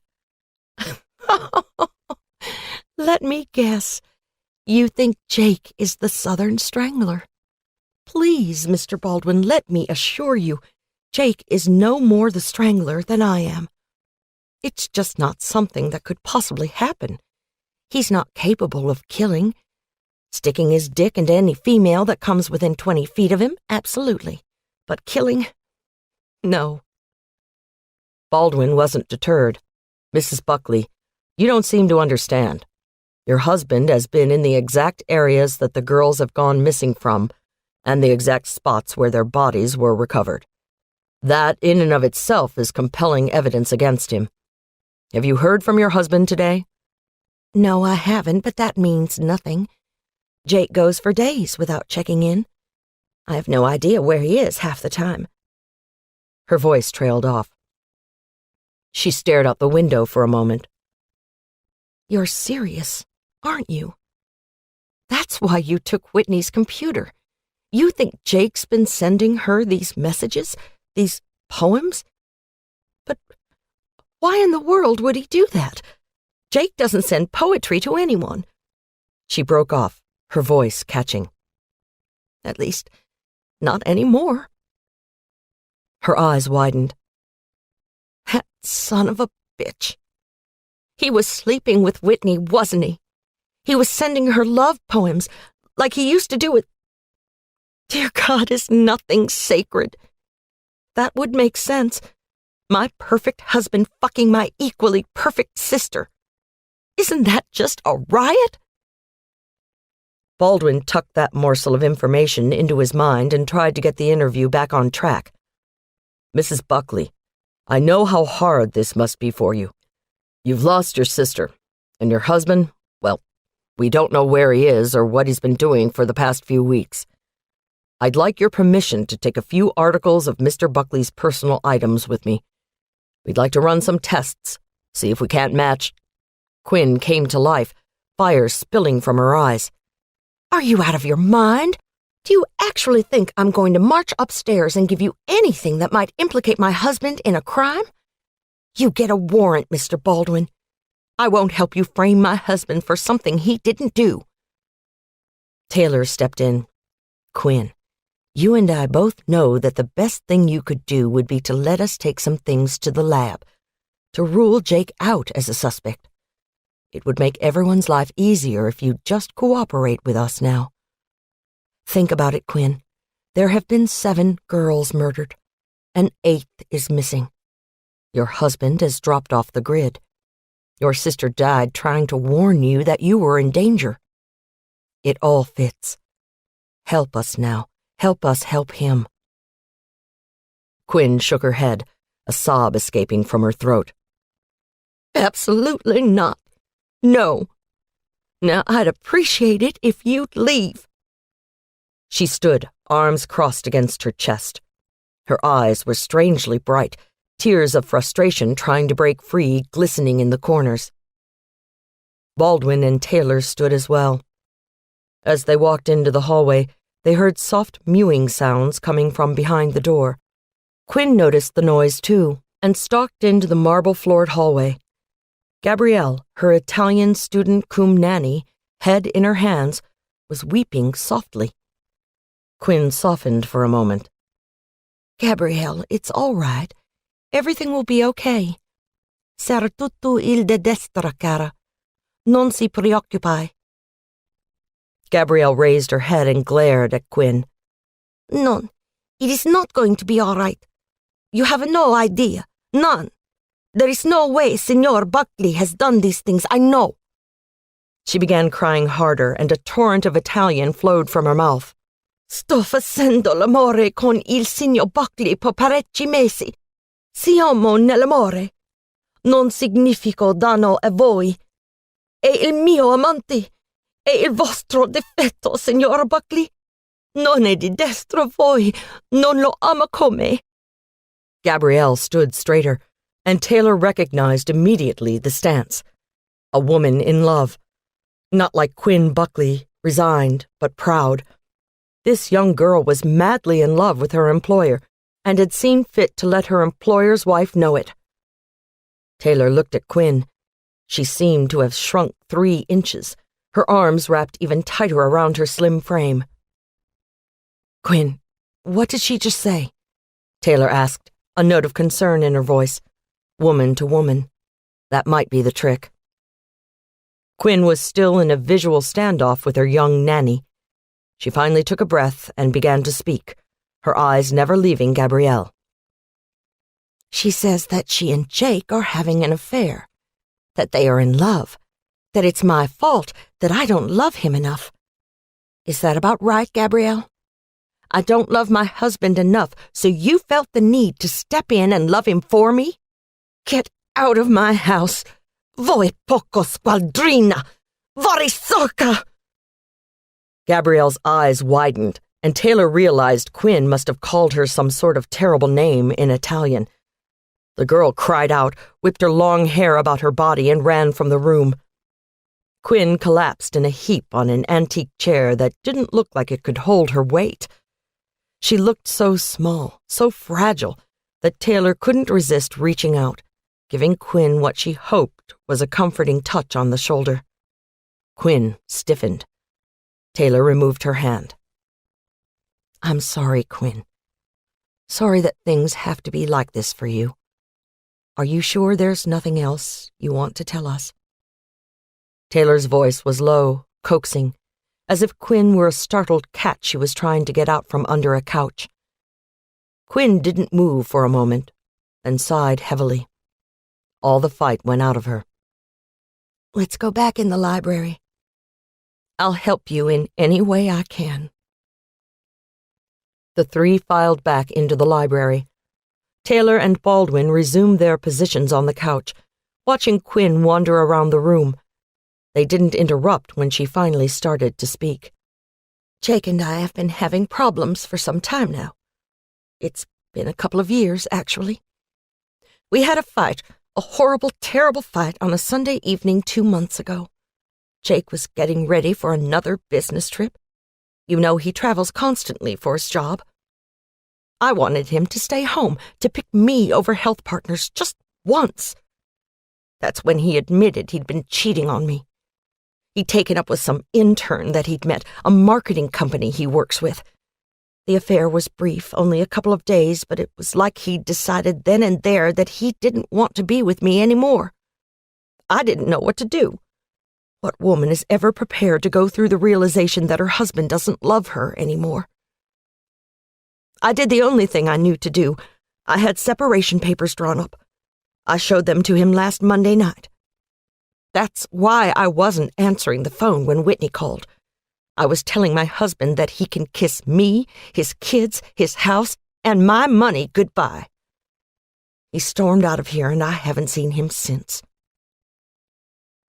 Baldwin tapped his fingers on the arm of the couch. He was having an affair with an intern? Do you know if this was here in town or out on the road?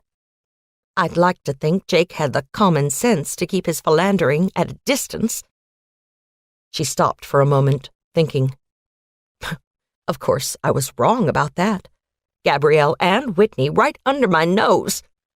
My God, I am such a bloody idiot. Of course you aren't. These things happen, he comforted. I'm sorry to have to put you through this, Mrs. Buckley. But the affair, the intern, do you know? I believe it was New Orleans during Mardi Gras, something like that. Did he mention a name? Oh, it was something French. Started with a J. Jeanette Lernier? Baldwin asked. Quinn waved a hand. It could have been. I didn't stick around to hear all the gory details. She paused, processing. Wait a minute. You knew her name off the top of your head. You already knew he'd been with her. How did you... I don't want to know. She stopped talking, defeated, a hand over her eyes. Baldwin's and Taylor's eyes met. Quinn needed to know. Baldwin took a deep breath. Jeanette Lernier was the second victim of the Southern Strangler. Quinn's hand dropped and her eyes flew open. Comprehension dawned at last. Jesus, she muttered. They were running out of time. Taylor cleared her throat. Jake hasn't called home this week? No word from him at all? No, Lieutenant, not a peep. She laughed shrilly. Maybe I didn't handle things well. I should have told him the truth from day one when we first met. Baldwin spoke softly. Tell the truth about what, Mrs. Buckley? She glanced at him for a moment, cool, appraising, then turned away. The truth about what happened to Whitney and me when we were children. About what a farce our lives were. You remember? She accused Taylor. You probably know the whole story already, being a cop. All three of them jumped when Taylor's phone rang. She was tempted to let it ring, but knew she had to answer. I'm so sorry. Please, let me just take this call. I don't know the whole story, Quinn. Police reports and court transcripts only tell half of it. I'd like to hear your side. Excuse me for a moment. She glanced at the caller ID. It was Fitz. She picked up the phone and stepped out of the room. Jackson here. As he spoke, she couldn't believe what she heard. Hanging up, she went back into the library. Baldwin and Quinn were quiet, subdued. Taylor took a deep breath before she spoke. This news was going to tear a rift through Quinn's life so large that it would most likely be irreparable. "Quinn, please, I have some news about Jake." Quinn didn't look at her, just sank gracefully onto a chair, hands clasped in her lap. She was holding on so tight her knuckles were white. "Go ahead. This day can't get any worse." "Quinn, Jake's been arrested. His car was pulled over on I-65, heading south to Nashville from Kentucky." "He had?" Her voice wavered for an instant, then gained strength. "He had a body in the trunk of his car. We believe that it's Ivy Tanner Clark, the girl who went missing from Louisville yesterday." Baldwin stood, ready to pepper her with questions, but she held up a hand. "Jake's being transported to the Criminal Justice Center downtown. Special Agent Baldwin and I are needed down there right away. We have to interrogate him after he's booked. Do you understand what I'm saying, Quinn?" Quinn's lips were stretched taut, a bloodless line across her crestfallen face. She shook her head once. "Do I need to get him a lawyer?" "That's his right. Or he can waive that right and talk to us. Why don't we go on downtown? You can sort it out there." "No!" Quinn's voice was the strongest they'd heard all afternoon. "No, God damn it! Let him rot. If he did this, I'm not helping him." She fled the room, and Taylor could hear her footsteps thudding up the stairs. She shrugged and turned to Baldwin. "We should go. I want to have a few moments alone with Mr. Buckley." Chapter 45. Taylor and Baldwin rolled into the CJC in high spirits. After a hellacious few days, the Stranglers seemed to have fallen into their laps, a product of solid police work and a little bit of luck, not to mention the possible resolution of the Rain Man case. Taylor was giddy with achievement. Her name was going to be linked with the capture of 2 nationally known criminals. Not that she needed a career boost, but her level of satisfaction with her job rose appreciably when things were going her way. They made their way down the hall to the homicide office, chatting. Turning the corner, they found Fitz, Lincoln, Marcus, and Captain Price waiting. They didn't look happy. "What's wrong with you guys? You look like the party's over before it's even begun. Where's Buckley?" Taylor peered out of the office toward the interrogation rooms. The lights were on in one. Jake Buckley, the Southern Strangler, would be behind that door. A wave of excitement rolled through her. Price answered Taylor, looking glum. "He lawyered up. Won't say a thing, just keeps repeating the word. Lawyer, lawyer, lawyer. He, needs a phone to make the call, but we haven't found a phone that works yet." "Smart move, Cap. Why don't you let Baldwin and I give it a go, see if he decides to play with us? We have some background on him from his wife. Let's see if his guilt about her will let him open up."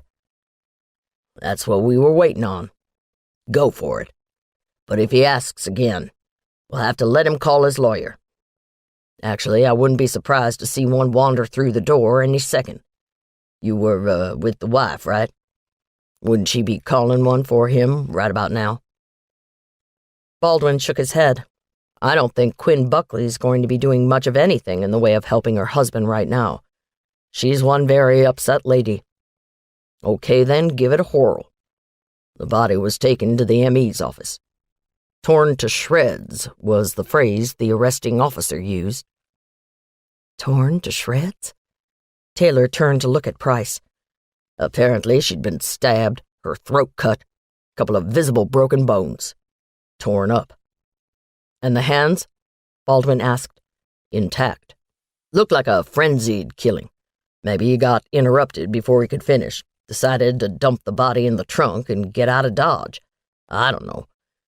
And there's more good news. There was also a bag found in the wheel well under the trunk liner. The whole murder kit. Rope, tape, a military tap K-bar knife, scalpels. Crime scene techs are sorting it all right now. There's forensic evidence galore in that bag.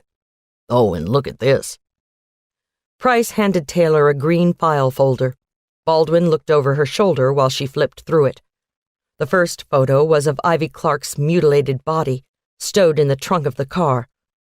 Leafing through the file, Taylor stopped at a photo of an overnight bag, an innocuous black leather bag, full to the brim with death.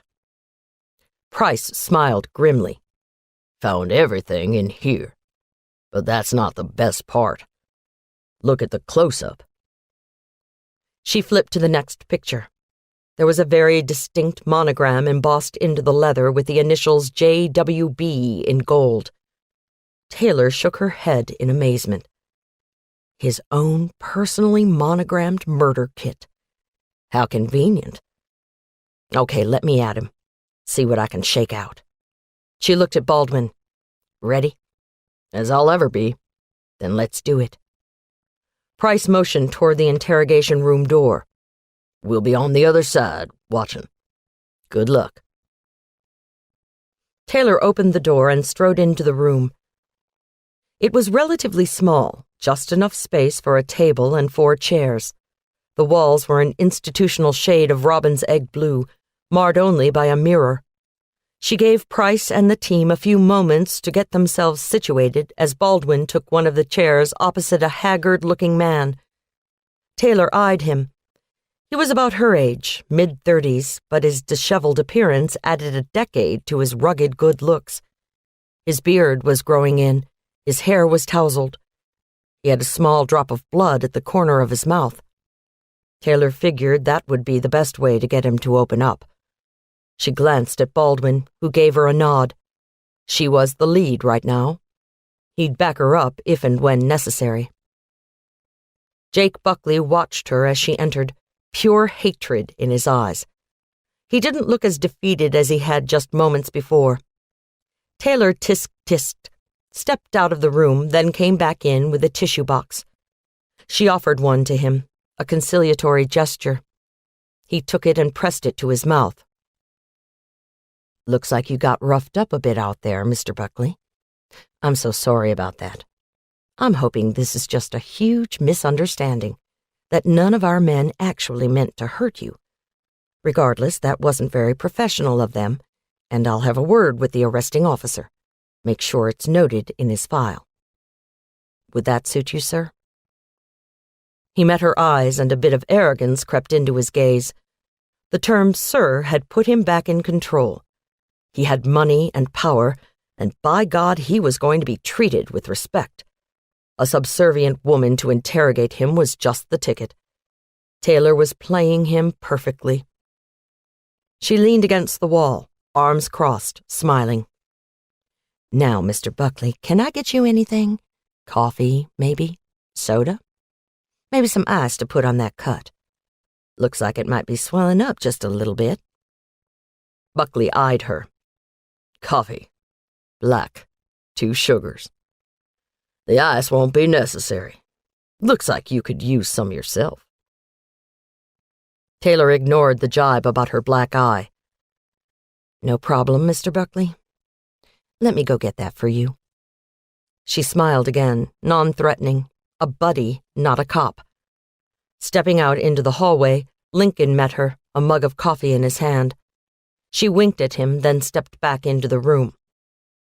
She handed him the coffee, then sat in the chair opposite him, next to Baldwin, but distancing herself by sliding the chair a few feet to the side, so the table wasn't between her and Buckley. Here you are, Mr. Buckley. I sure am sorry we had to put you out like this. I'd understand if you didn't want to talk to me, but I'd love to hear your side of the story, how that lip got cut. Was it one of the patrol officers? Buckley snarled at her. Don't think I don't know what you're about there, little lady. You're trying to get me to confess to something I don't know anything about. All I know is I got pulled over, dragged from my car, assaulted by one of Metro's finest, and brought here. What the hell do you people think you're doing? I swear I'm going to make sure every single one of you is fired. He glowered at her, hostile and demanding.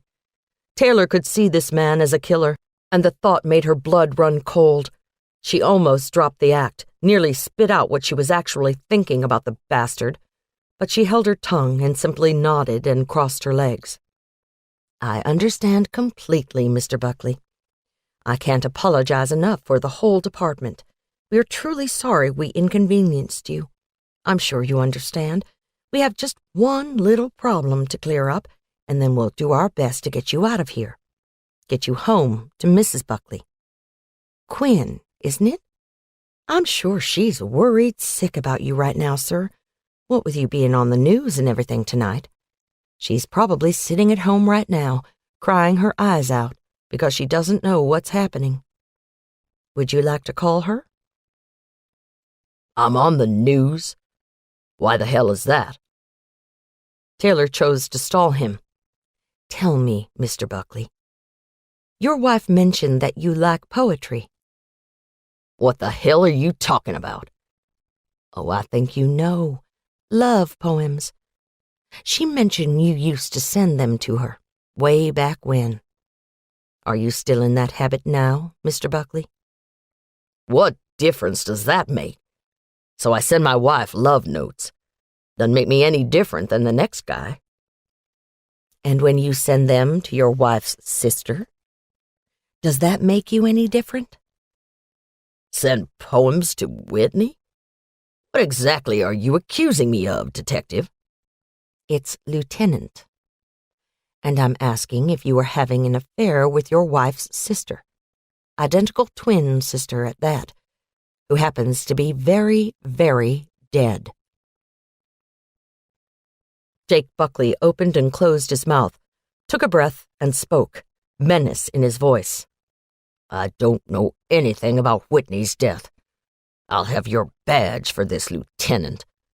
I may not be a lawyer, but I know slander when I see it. Is that what you've been telling my wife? That I cheated on her with her own sister?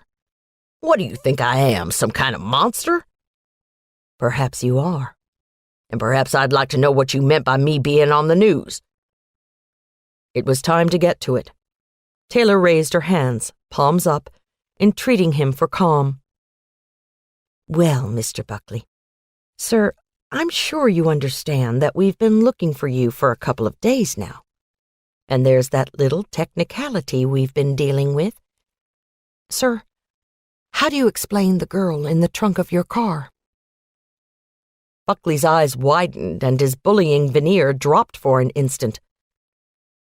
What girl? What the hell are you talking about? How about the bag with the knives, rope, and tape? Your tool kit, full of bloody evidence. Buckley shifted in his chair. I don't have the faintest idea what you're talking about. Taylor stood now, ready to hit her stride. She paced the room. Let me guess, no one mentioned that you had a dead girl in the trunk of your BMW, Mr. Buckley? A girl named Ivy Tanner Clark? You met her in Louisville? It's okay, Mr. Buckley. I understand how these things work. She sidled up to him. You meet a girl, maybe get a little friendly with her, maybe things get a little rough, and suddenly, bam! She's dead, and you don't know what to do. So you stash her in the trunk of your car and drive toward home, figuring you'd find a good place to dump her along the way. Is that how it happened, Mr. Buckley? Isn't that what you've been doing here for the past couple of months? Meeting a girl here or there, sweet-talking her to go somewhere with you? Getting a little frisky, okay, maybe a lot frisky, and she somehow accidentally ends up dead? Taylor stopped pacing and planted herself 2 feet from Buckley. He reared back in his chair as if he'd been hit. No, that's impossible. That's not right. I never killed any girls. I have no idea. Taylor interrupted him, all the sweetness and light gone from her voice. Oh, yes, Mr. Buckley. That's just what you've been up to. Your happy little road trip throughout the Southeast, picking up girls, murdering them, transporting their bodies. Or has that little tidbit slipped your mind? What about their hands, Mr. Buckley? Taylor was 2 inches from Buckley's face now, each word biting and cutting as well as a knife. He looked terrified. What did you do with their hands, Jake? Do you mind if I call you Jake? Do you tell them your name before you kill them, Jake? Were you just trying to get yourself a little bit of ass and it went awry? You found out how much you liked it, didn't you? You liked forcing them, like choking the life out of them. And then you administered the coup de grace, didn't you, Jake? You cut off their hands, took one with you to throw down at the next dead body, the next mutilated girl. Isn't that how it went, Jake? Her voice was sharp, loud, and Buckley flinched away from her, shaking his head, a low keening sound escaping from his throat. No, no, no, no, no! No, I didn't do any of those things. I didn't, I swear it. I may be a jerk, but I'm not a killer. I didn't kill anyone. Christ, you have to listen to me. Lawyer, I want my lawyer, right now, he roared, eyes white with panic. Taylor turned tail and walked out of the room. Baldwin followed suit. They left Jake Buckley blubbering like a baby in the interrogation room and joined the rest of the homicide team. They met her in the hall, all 4 men grinning. Nice performance, Lieutenant. Price congratulated her. You scared him so shitless he forgot to ask for a lawyer until the very end. Well done, girl. Thank you. But we do have to get him to say something other than, no, I didn't do it. Baldwin? Baldwin was staring at the floor, lost in thought. Baldwin? He met her eyes. Something's not right about him. Well, we know that. Your average guy doesn't like to kill his dates at the end of the evening, she said. No, it's something more. He was really cocky with you when you let him think he was in control. But the second you turned on him, he cowered like a beaten dog. This killer wouldn't do that. The notes he's sending, the sensational nature of the crime, I think he'd be bragging about it. I don't think he'd let you under his skin like that. Come on, Mr. Fed, give the girl some credit. She can waltz back in there and he'll tell her anything she wants to hear. Fitz wasn't quite growling at Baldwin, but he definitely was pushing things. He just might, but I don't know if it's him. We need to get some of the forensics together, get his DNA. We can compel a DNA sample from him now, right? Taylor nodded. Then let's do that. We can try to match it against the semen taken from Christina Dale's crime scene.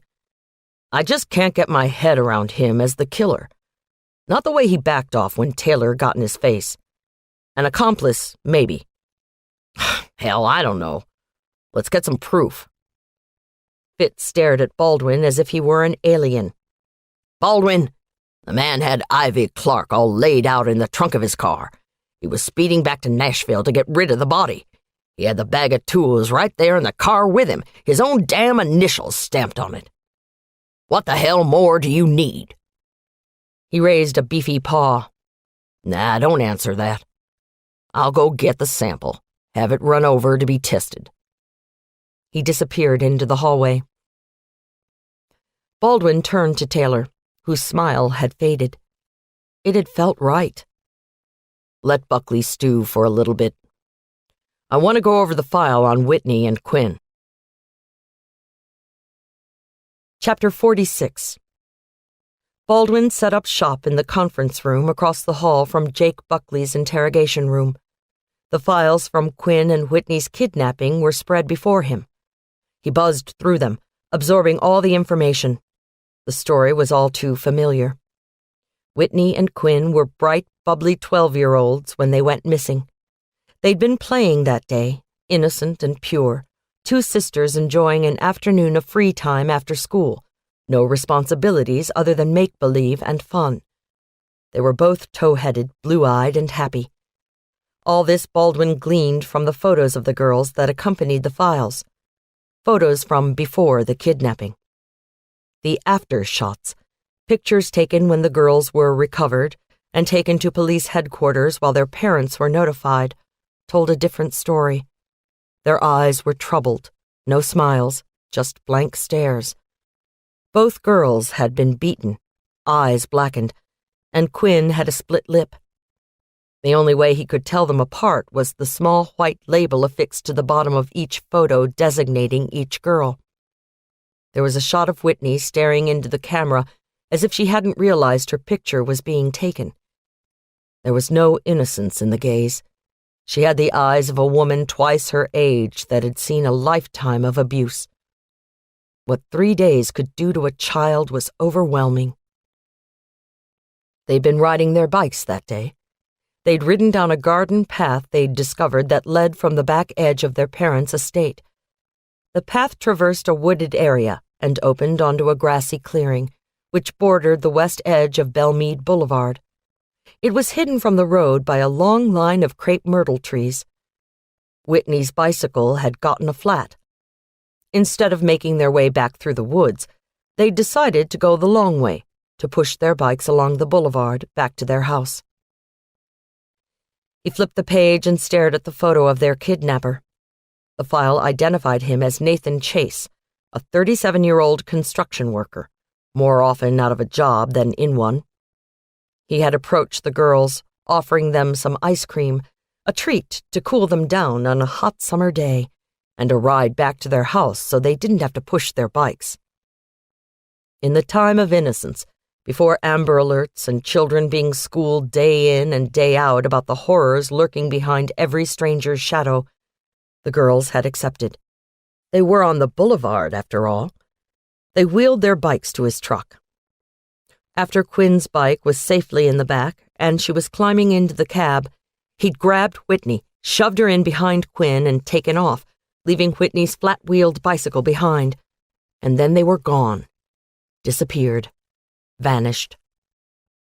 But their story had a happy ending. 3 days later, the girls appeared on Charlotte Avenue, disheveled, dirty, bloody, but alive. A good Samaritan had seen them stumbling toward home and called the police. It was Whitney who had explained how Chase had gotten drunk, had passed out, that the girls had seen an opportunity and had made a successful break for freedom. It was Whitney who had identified Chase and his truck. She gave detailed descriptions of his home, a tiny, dirty 2-bedroom bungalow off of Charlotte Avenue. The girls had only been 5 miles from home for the duration of their captivity. Quinn never volunteered any information, had only nodded in confirmation as Whitney told their story. PTSD, post-traumatic stress disorder, was Quinn's biggest problem. She'd suffered such a shock that she'd been mute for weeks after the kidnapping, the file said. Whitney, having told the story, given all the information she could remember, had sat quietly waiting for her parents to take her home, the stronger of the twins. The police had followed the directions Whitney gave them and found Nathan Chase alone in his living room, sucking on a Budweiser, watching a movie on television. He had just smiled as they'd cuffed him, refused to confirm or deny the charges against him. He'd been tried and convicted on the strength of Whitney's testimony. Quinn refused to come to court, wouldn't take the stand, but the jury decided in only 2 hours that Nathan Chase was guilty as hell. He'd been sentenced to 30 years, a decent amount of time and punishment for a kidnapper in the early 1980s, and was serving out the remainder of his time at Riverbend, a maximum security prison that had opened in 1989. He spent his days watching television, reading, working in the library, and being a model prisoner. Baldwin sat back in his chair, rubbing his eyes. Nathan Chase. What kind of man kidnaps 2 little girls, beats them, but lets them get away? Then sits in his house drinking a beer and waiting for the cops to come a-callin'. Baldwin leafed through the pages again. There was no sign of the sheets that mentioned the sexual assault. The girls' reports were of multiple beatings and sleepless nights. They said he'd talked to them, told them stories, tried to entertain them.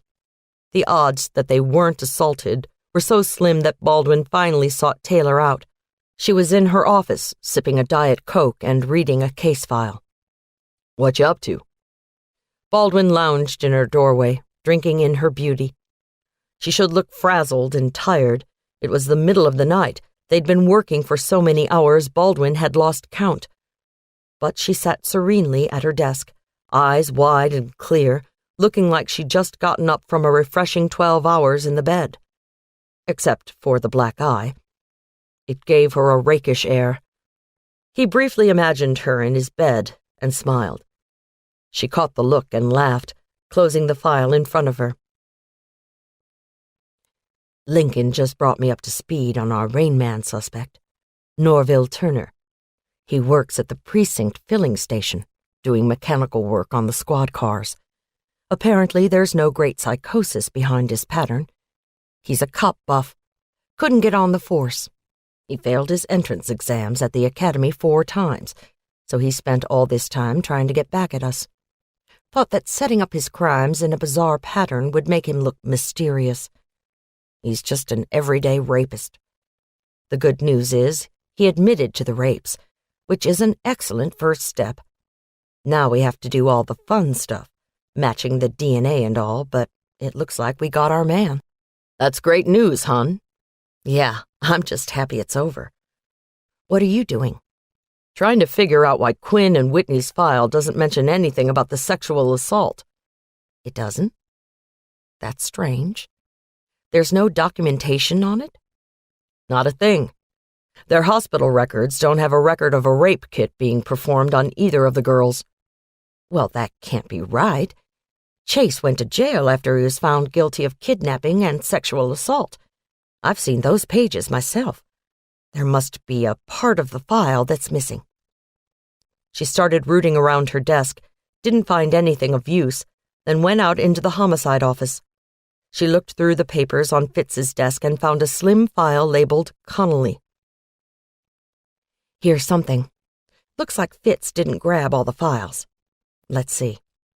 She opened the file and scanned. Says here that only one of the girls was assaulted. That's the reason it's not in the hospital reports. It wasn't reported the night they found them. It came a few weeks later. Now that's funny. It doesn't say which girl was raped. Huh. She handed the file to Baldwin. That's a little bizarre, isn't it? The girl's personal physician made this report, but he doesn't identify which girl it happened to.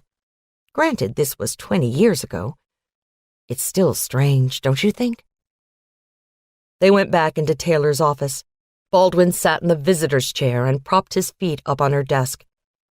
Didn't you say there were rumors about the girls after they transferred in to Father Ryan? Well, sure, there were rumors, Taylor answered him, rubbing her temple. But it was all just that, rumors. They came in as freshmen my sophomore year, and I didn't know too much about them. They were attending Harpeth Hall before, and I think I remember someone saying they'd taken a year off, then came over to Brian. I know their mom was pregnant while all of this was going on, that I do remember. They had a little brother. What's his name again? Oh yeah, Reese. Reese Connolly. Quinn said he's a doctor, doing his residency at Vanderbilt. Baldwin raised an eyebrow at her.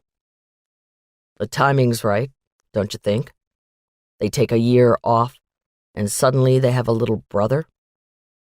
Taylor was taken aback. You think that one of them got pregnant by Nathan Chase? And had Reese? Then their parents covered it up? Man, that's screwed up. They were only 12. But it begs the question. Which one would it have been? That's something we may want to find out. In the meantime, I want to see if Nathan Chase has had any visitors lately. I have a feeling what happened to Quinn and Whitney 20 years ago may be linked to what's happening today. Remember Quinn said she should have told Jake the truth from the beginning? You think she was trying to confess that she'd had a child and he rejected her? Lord, Baldwin, you're just grasping at straws now. There's nothing in the evidence that leads that way. Maybe not, but I want to get a list of Nathan Chase's visitors anyway. We'll do that in the morning. In the meantime, let's go home. I'm too tired to think any more tonight. Anything new on Whitney's computer? Baldwin had dropped the laptop off in Taylor's office earlier. No, nothing since we arrested Jake Buckley. Maybe that's a sign. Let's get out of here. Taylor nodded, so they gathered up their things, straightened up her desk, and left the homicide office. 5 minutes after they left, the light began blinking on Whitney Connolly's laptop. informing one and all that she had new mail. Chapter 47. Baldwin's phone rang at 6 a.m, rousing him from the best sleep he'd had in weeks. He'd gone to bed without the report of another missing girl floating through his brain, without wondering what new horror awaited him when he opened his eyes. He slept dreamlessly, snuggled beside Taylor in the warm bed, knowing that he was close to cracking this case. Though he'd been a bit circumspect about Jake Buckley's culpability in the series of murders, the talk he and Taylor had gone through on their way home abated his concerns. Taylor's theory was a strong one. Quinn Buckley had told the truth to her husband about what happened when she and her twin sister were kidnapped. That they had been raped, had borne a child in secret, that the news was too much for Buckley to take. Already a promiscuous, bullying man, he'd gone over the edge, making his regular travel a cover for murder. A bit thin, but plausible. Today was the day they'd put it all together. The DNA would confirm everything. The phone call would derail every theory they had. "Baldwin," he answered, yawning. "It's Garrett. Why are you sleeping so late?" "It's 6 a.m. Central Time, Garrett. You're an hour ahead of me, remember?" "I do remember. You need to get up. We have a problem." Baldwin groaned and rolled over, realizing Taylor wasn't lying beside him. Where had she gotten off to? He sat on the edge of the bed, running his fingers through his hair, dreading the answer to his next question. "What's the problem, Garrett?" "The DNA sample you submitted for Jake Buckley doesn't match the Strangler. He's still out there." Baldwin was wide awake now. Aw, man, damn. Shit. He threw out a few more expletives, enough to get Taylor back in the room, eyes questioning what was wrong. He held up a hand, stopping her question. "But Buckley had Ivy Clark in the trunk of his car. Are you saying that he really didn't know she was there, like he claims?" "I can't tell you that, Baldwin. I'd talk to him again, but without a DNA match, you're going to have to figure something else out. He definitely isn't a match to the DNA found at the Dale crime scene. That much we know for sure. I can't say he didn't murder those girls, but it seems likely that he's not your man." "All right, let me get on this. I'll need to talk to Buckley again." "Shit, Garrett. I knew something wasn't right about this. As usual, your intuition pays off. Always trust it, Baldwin. Now get out there and find us the real killer before he hits again." Baldwin clicked off the phone and flopped back onto the bed. Taylor eyed him, concerned. "What's wrong?" "You're never going to believe this. The DNA from Buckley doesn't match the Strangler's Vicks." "Come on, let's go to your office. We're going to need some help on this one." Half the day was gone by the time they had gotten Buckley back from the sheriff, interrogated him again, nailed down his timeline, then sent his sorry ass home. Taylor didn't think he'd be all that welcome when he showed up at Quinn's door, but didn't feel sorry for him in the least. The man was a horse's ass, and she was sorry that they had no charges they could press against him just for being a jerk. He had left threatening to sue, and Taylor waved to him as he left, wondering how quickly the suit would appear. She glanced at the corner of her desk where Whitney Connolly's laptop had taken its place of honor. The email light was blinking. Holding her breath, she opened the cover and booted up the system. Whitney's email was practically empty compared to the other times she'd checked. There was one new message, flagged in red, and Taylor's heart began to race when she saw the address. im1855195c@yahoo.com. It was him. It was the Strangler. And the time code was from the previous evening. Shit, that meant... "Baldwin!" she yelled. He was right outside her door, stuck his head in as quickly as her shout ended. What's wrong?" She turned the laptop around so the screen faced him. He saw it immediately, rushed into the room and double-clicked to open the message. There was yet another poem. He read it aloud. "Cruel and sudden, hast thou since purpled thy nail in blood of innocence? Wherein could this flea guilty be, except in that drop which it sucked from thee? Yet thou triumphest, and sayest that thou findest not thyself nor me the weaker now. 'Tis true. Then learn how false fears be. Just so much honor, when thou yield'st to me, will waste, as this flea's death took life from thee. The rest of the flea. And there's more. It says, I am finished. He sat down in the chair, white-faced. Son of a bitch, son of a bitch! He ran his hands through his hair, shoulders slumped. Taylor went to him, speaking softly. He's still out there, Baldwin. I don't care if he says he's finished. He's not. Someone like that will never just stop what he's been doing. Never. We have to find him, Baldwin. We have to find him now. She set a hand on the back of his neck and squeezed. He reached up and took her hand, grateful for her touch. He gathered himself as if a great decision had been made.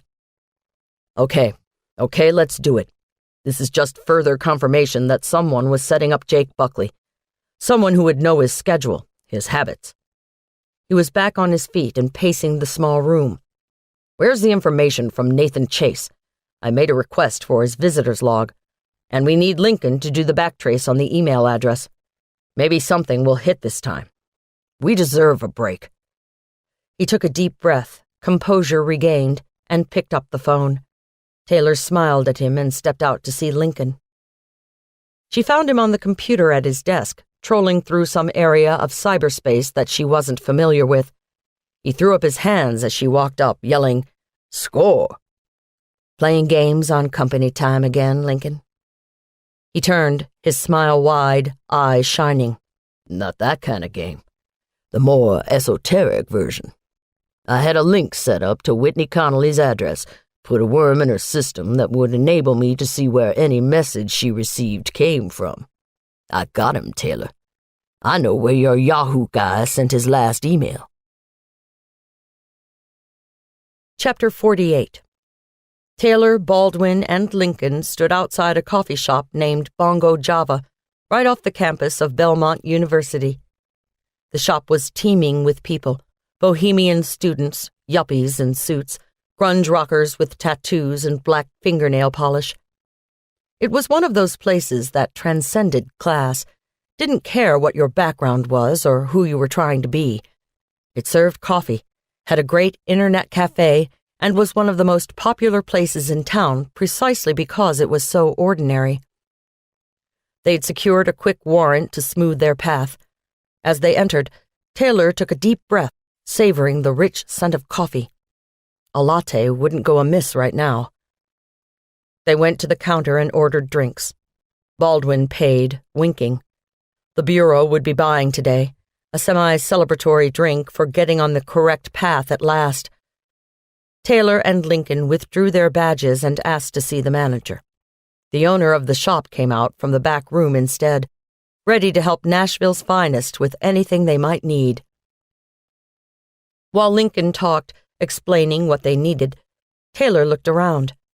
Notices about bands playing, apartments for rent, an upcoming writers' night, all crowded into a small but organized corkboard. The realization hit her that the strangler had probably stood right where she was standing, and a chill crept down her spine. They were close. She could feel it. A visceral reaction to the presence of evil. He could be here at this very moment. She glanced around. That one with the semi-mohawk and pierced nostril. Her gaze slid away when the punk gave her the finger. Anarchy, baby. Or him, the mild-mannered-looking man sitting by himself with his briefcase open, staring out the window as if his world had just ended. Perhaps the owner himself, a pot-bellied man easing into his 50s, looking somber while he talked to Baldwin. Evil took many faces, many of them benign. It just wasn't always apparent. Lincoln was sitting at a computer docking station, fingers flying, running a program he'd written through the hard drive of the computer. He looked over at her and made an OK sign. He'd found the right computer, found the tracks of their killer in cyberspace. But the fact that the message had been sent the night before meant that countless people could have used the computer since the strangler had sat there typing out his message. Prints weren't an option. There was no other way to trace him.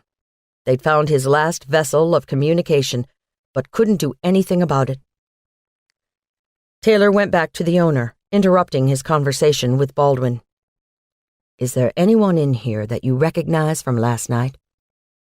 Baldwin nodded at her. "That's what we were talking about.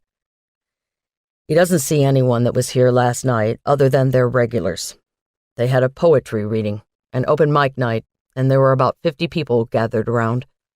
He didn't notice anyone unusual." "I did." A small voice peeped up, right below Baldwin's elbow. A pixie dressed in a long, flowing peasant skirt and a vivid rainbow scarf practically had to raise her hand to get their attention.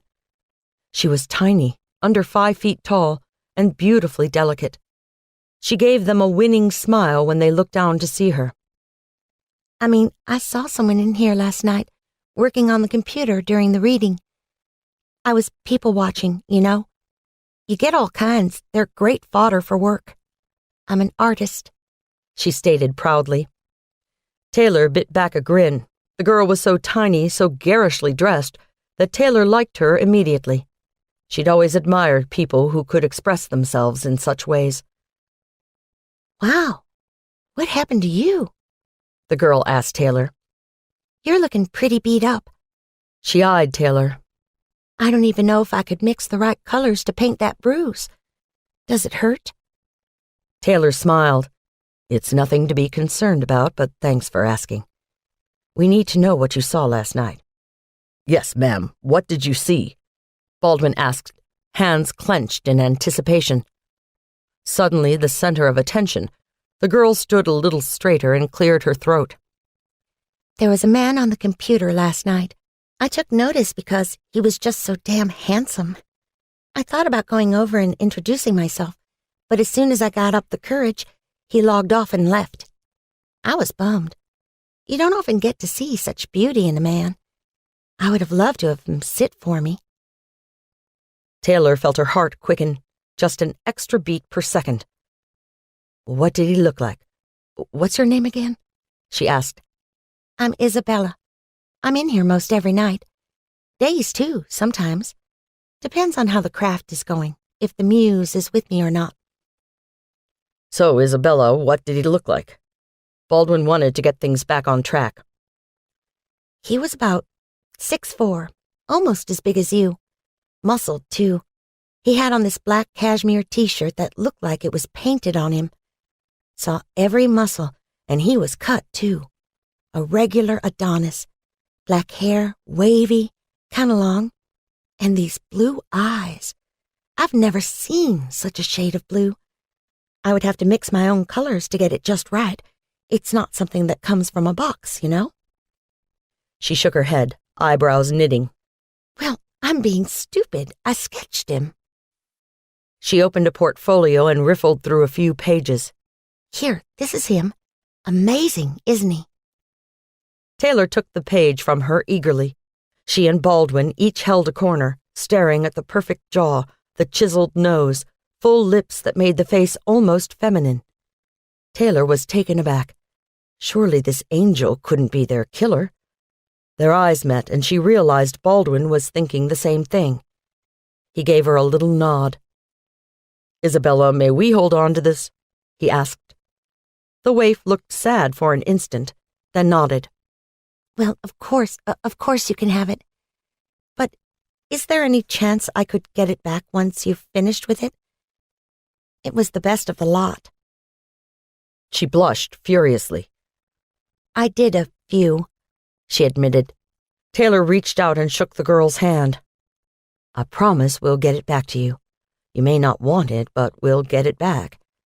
She gave Isabella a card. "Thank you, Isabella. This is going to be a huge help."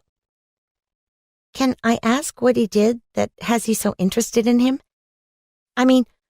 Was he sending bomb threats or something?" Her eyes went a little dreamy at the thought of a dangerous man in an eye-catching package. Taylor shook her head. "Just do me a favor. If you see him again, run away. Then call me." They left her staring after them, trying to figure out what he could have possibly done that was so awful the police were after him. She gave a shrug and turned back to her coffee. Chapter 49. Taylor and Baldwin pulled up to the gate in front of Quinn Buckley's house. They'd called to make sure she'd see them, surprised when Jake Buckley answered the phone. He had adamantly refused to let them come to his house until Quinn picked up the phone and told him it was her house and he didn't have a say anymore. He'd hung up in a huff, and Quinn had told them to come.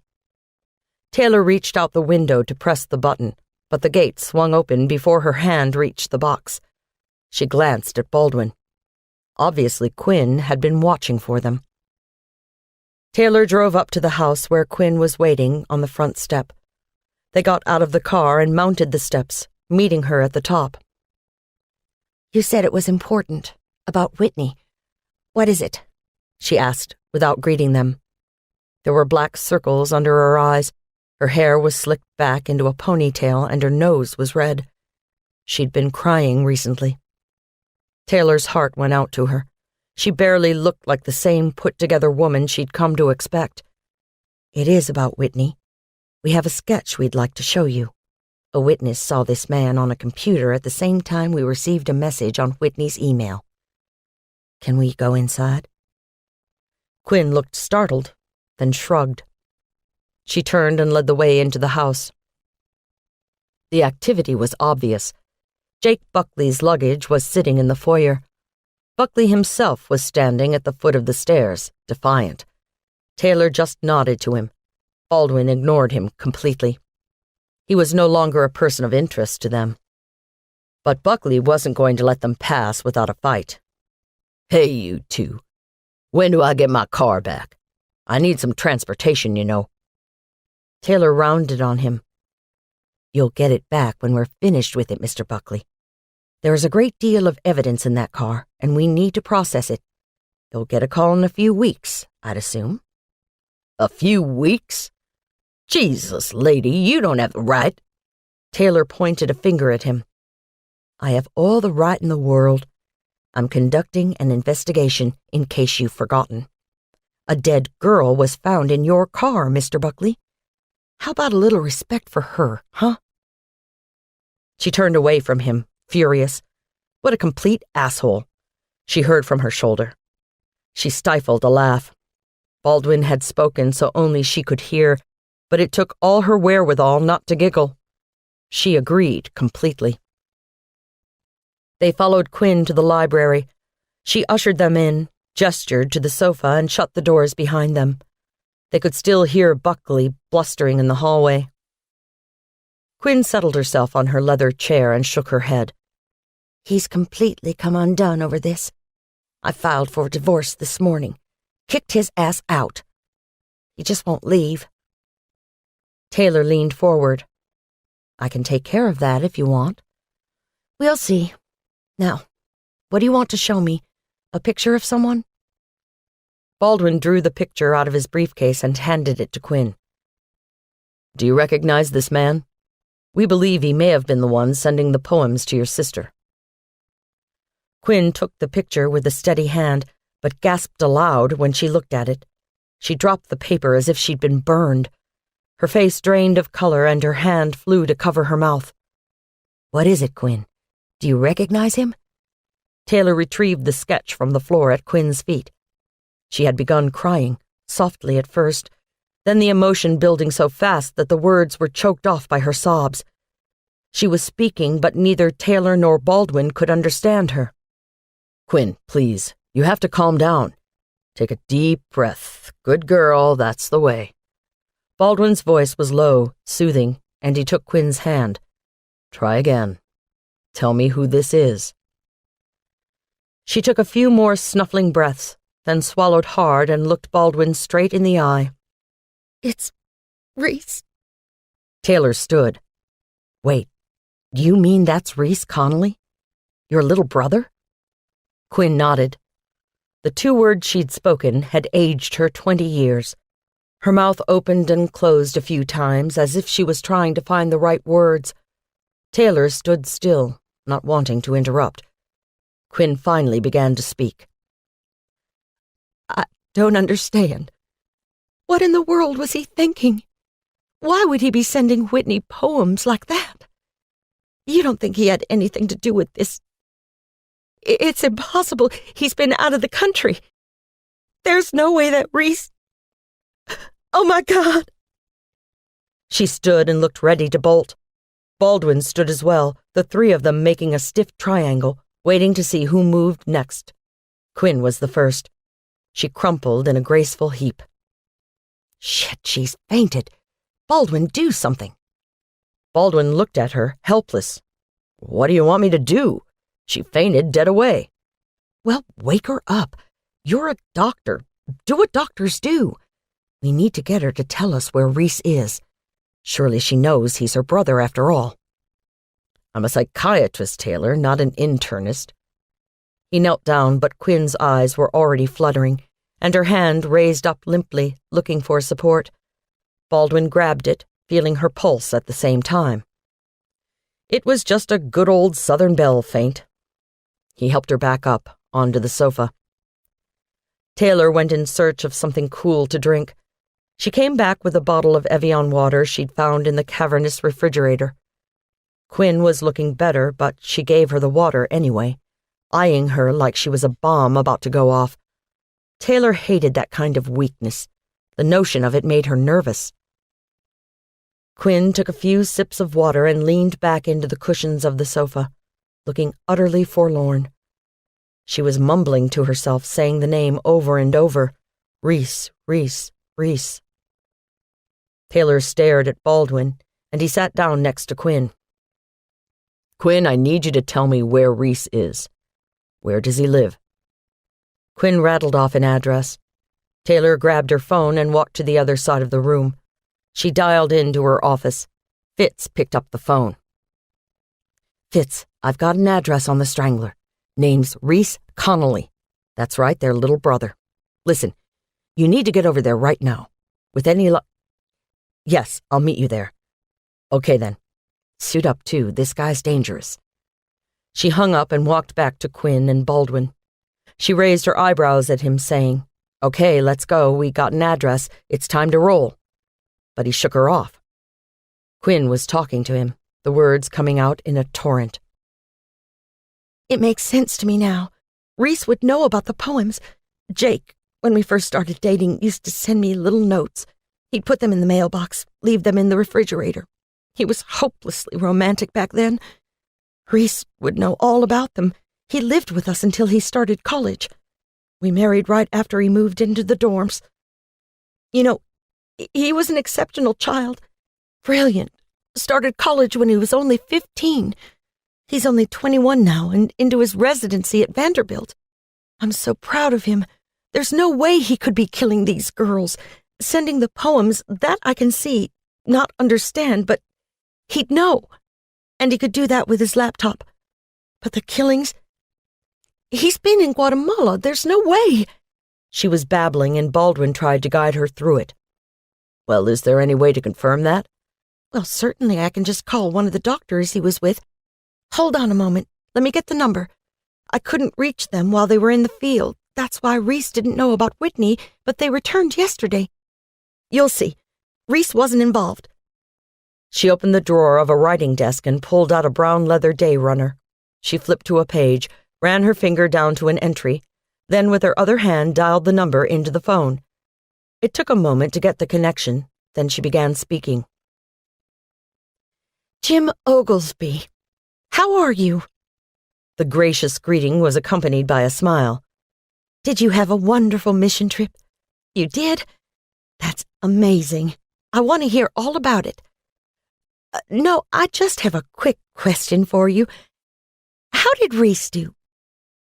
What? He didn't. Are you sure? Okay then. Thanks, Jim. No, we'll have to catch up later. See you soon. She hung up the phone, eyes wide. Jim says Reese didn't accompany them on the trip. He told them he couldn't get the required shots, that he was allergic to something in them. He lied. The wonder in her voice was painful. He lied to me about everything. How could he do that? Oh, dear God, he was here all the time. Taylor nodded. Would Reese know about Jake's travel? Where he is at any given time? Of course. I always send a copy of Jake's itinerary to both Whitney and Reese. Jake's secretary compiles it once a month, and I just get in the habit of sending it out to them. A look of horror dawned on her face. You think Reese was trying to set Jake up, don't you? Baldwin nodded. It's possible. Did Reese know about the problems you and Jake were having? Quinn thought hard for a minute. I always try to keep that private, but I'm sure I've let little things slip here and there. Of course, they're both men, and men sometimes understand each other and what they're doing outside of the house. Did Reese dislike Jake? Baldwin asked. That stopped her for a moment. Dislike Jake? I honestly don't know. He always seemed respectful and courteous. They weren't that close. Baldwin nodded, then caught Taylor's eye. Quinn, we have to go now. We need to see if we can find Reese. Please lock your doors behind us. You'll be perfectly safe here at the house. Just don't go out until we call, okay? Quinn sat, hands in her lap. She was so still, Taylor thought she must be holding her breath. She finally looked up at them. I'll do whatever you say. Please don't hurt him. He doesn't know. He couldn't know. This is all just a huge misunderstanding. Please, when you find him, let me be the first to talk to him. What doesn't he know, Quinn? Taylor walked back to the couch and knelt in front of Quinn. She took one of Quinn's hands in her own. What doesn't he know? She repeated. Quinn looked at the ceiling, drawing in a breath. She whispered the words. He doesn't know that he's not our brother. Chapter 50. There's no one at his house. Fitz's disembodied voice was yelling out of Taylor's speakerphone as she and Baldwin broke all the traffic laws and speed limits getting to Reese's house. We've cleared the scene. He got away. Put out a bolo for him and his car. He's in the wind again, and we can't take a chance that he's going after another girl. She clicked off the speaker and glanced over at Baldwin, who was talking into his cell phone and making notes as quickly as he could. Okay, thanks. That's what I needed. He hung up and returned Taylor's gaze, eyes deadly serious. Nathan Chase has had one visitor, only one. It was a male who came to visit him nearly 5 years ago. Care to guess who that someone is? Reese Connolly. That's right. Now it all makes sense.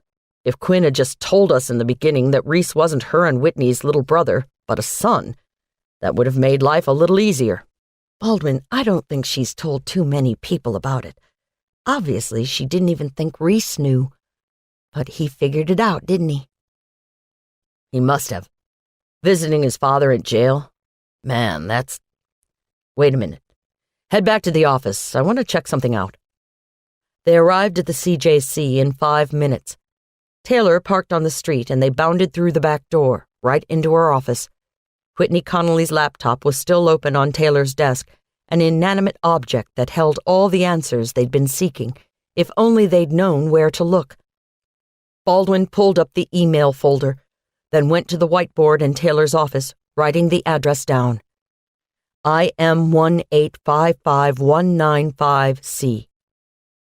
He started teasing the letters and numbers apart, the whiteboard quickly filling up with symbols that made no sense to Taylor. Baldwin looked positively blissful, a mad Sam Nash of the profiling world. He finally stood back and let her see the finished product. IM 1855195C. IM 1855195C. I'm 1855195C. I'm REESEC. I'm Reese Connolly. Baldwin's face was triumphant, as if he'd just solved the most intricate key to the world's most obscure riddle.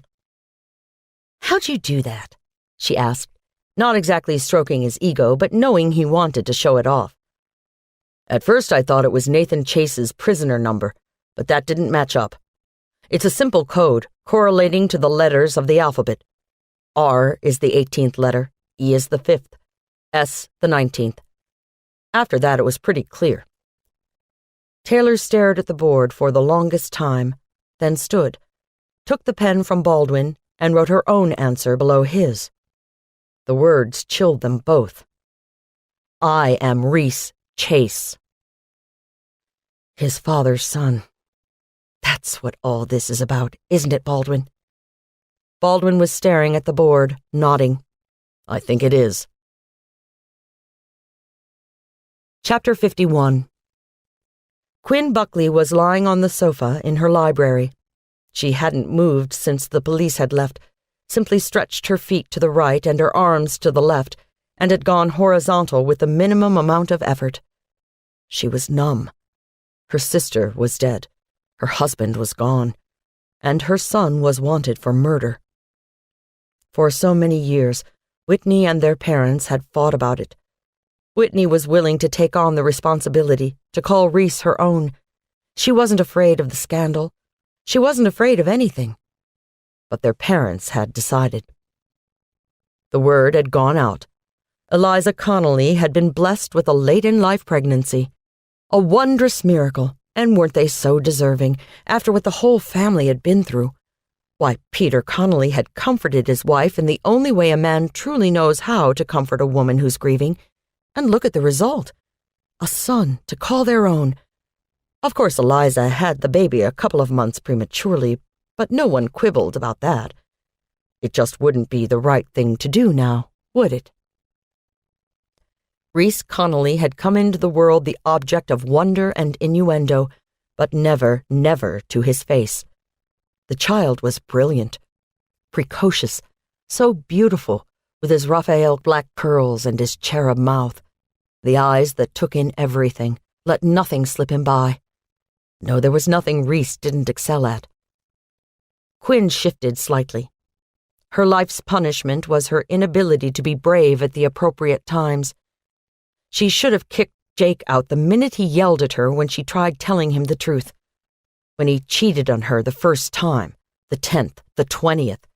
She lost count. She should have stood up to her parents like Whitney had, insisted that Reese get the recognition of his own heritage when he was old enough to understand. No, she'd never had the strength her sister possessed in abundance. It had driven them apart. Quinn, her compatriot, her fellow victim, siding silently with the grown-ups, refusing to admit what had really happened. Yes, she cosseted Reese while Whitney shunned him. She tried, as she got older, to make up for some of the things she'd neglected to help him with in his past. That's why she took him in when their parents died. She could be his mother now, not that he'd be allowed to see that. She made sure he ate well, got to school, paid for his college education as well as medical school. Reese had gotten his own share of the inheritance, but she didn't want him to be troubled with the financials. He didn't need her coddling anymore. He was all man now. A man wanted for murder. Dear God, where had she gone wrong with him? She laughed softly to herself. Where hadn't she gone wrong with Reese? The phone rang.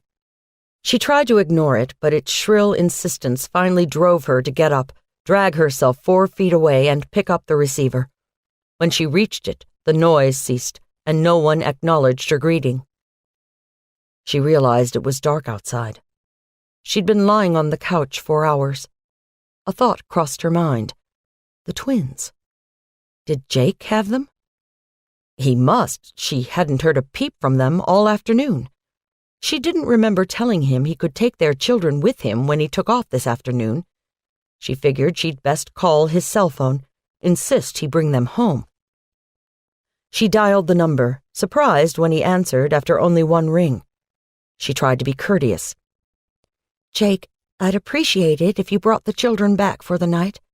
I don't know where you're staying, but they have their own needs, their own beds to sleep in. What? You don't have them? Did you drop them off somewhere? Oh my God, Jake, where are they? She was wailing, running through the house, calling their names. There was no sign of either child. The phone rang again. She rushed to it, thinking it was Jake, telling her he was kidding, just punishing her for kicking him out. It wasn't. The voice on the other end of the phone was so soft, so low, she could barely hear it. Even months later, she'd swear she hadn't really known what was said. Meet me in the clearing. Come see your children die. Chapter 52. Taylor and Baldwin were sifting through Reese Connolly's life. His small 2-bedroom bungalow in West End was simple, clean, and held few clues as to the nature of the killer who lived within its walls. A dig was going on in the backyard. Marcus had spotted freshly turned earth, and further investigation showed 6 perfect mounds, one laid out next to another with flawless symmetry. The first grave held a decomposing woman's hand. Very carefully, the remainder of the mini graves were being excavated. Taylor's cell rang, and she sighed as she stopped, reaching for the phone, clicking it on. Even the most mundane task was exhausting. She wasn't prepared for what she heard when she answered. Quinn Buckley was hysterical, screaming into the phone. Taylor tried to calm her, to no avail. She gleaned only a few tidbits of information from the call: that Quinn's children were missing, and that Quinn had been instructed to go to the spot they'd been playing the day she and her sister were kidnapped. Taylor remembered from Quinn and Whitney's file that it was behind their parents' old place, out on Belmead Boulevard. The homicide team split up. Taylor and Baldwin headed to the park. The drive took only 10 minutes. Reese's West End home was easily accessible to the main roads, and they sailed through the dark night without trouble. Taylor and Baldwin were tense and alarmed. Not speaking, each attuned to the other, they got themselves emotionally prepared. When children were involved, sometimes the results could be heartbreakingly bad. They had both seen the tumult that came into play with domestic violence. If what Quinn said was true, they would need to focus as much of their energies as possible to get the children out safely.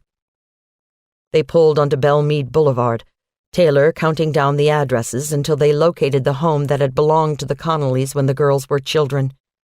They pulled into the entrance, struck by the house in front of them. Quinn had mentioned the house had sold recently but was unoccupied. A stroke of luck. The new tenants weren't there to contend with. Taylor backed out, then pulled to the side of the boulevard, right down the street from Quinn's, and cut off the lights on her car. The moon was full, making the shadowy world before them shimmer.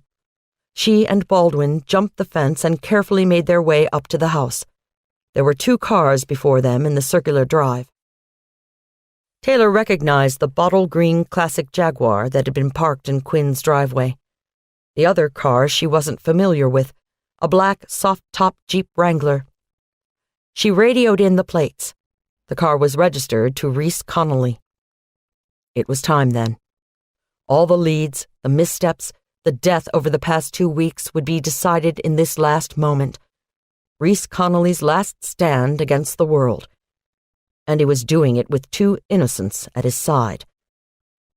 Taylor and Baldwin crept around the side of the house, silent in the darkness. Surprise was their only chance to help Quinn and her children. Reese didn't know they would be here, ready to take him into custody. Or worse, if warranted. "How do you want to do this?" Taylor asked, eyes adjusting to the darkness. The moon was giving off enough light to help them. Let's take it slow. Go through the woods. With any luck, Quinn was overreacting.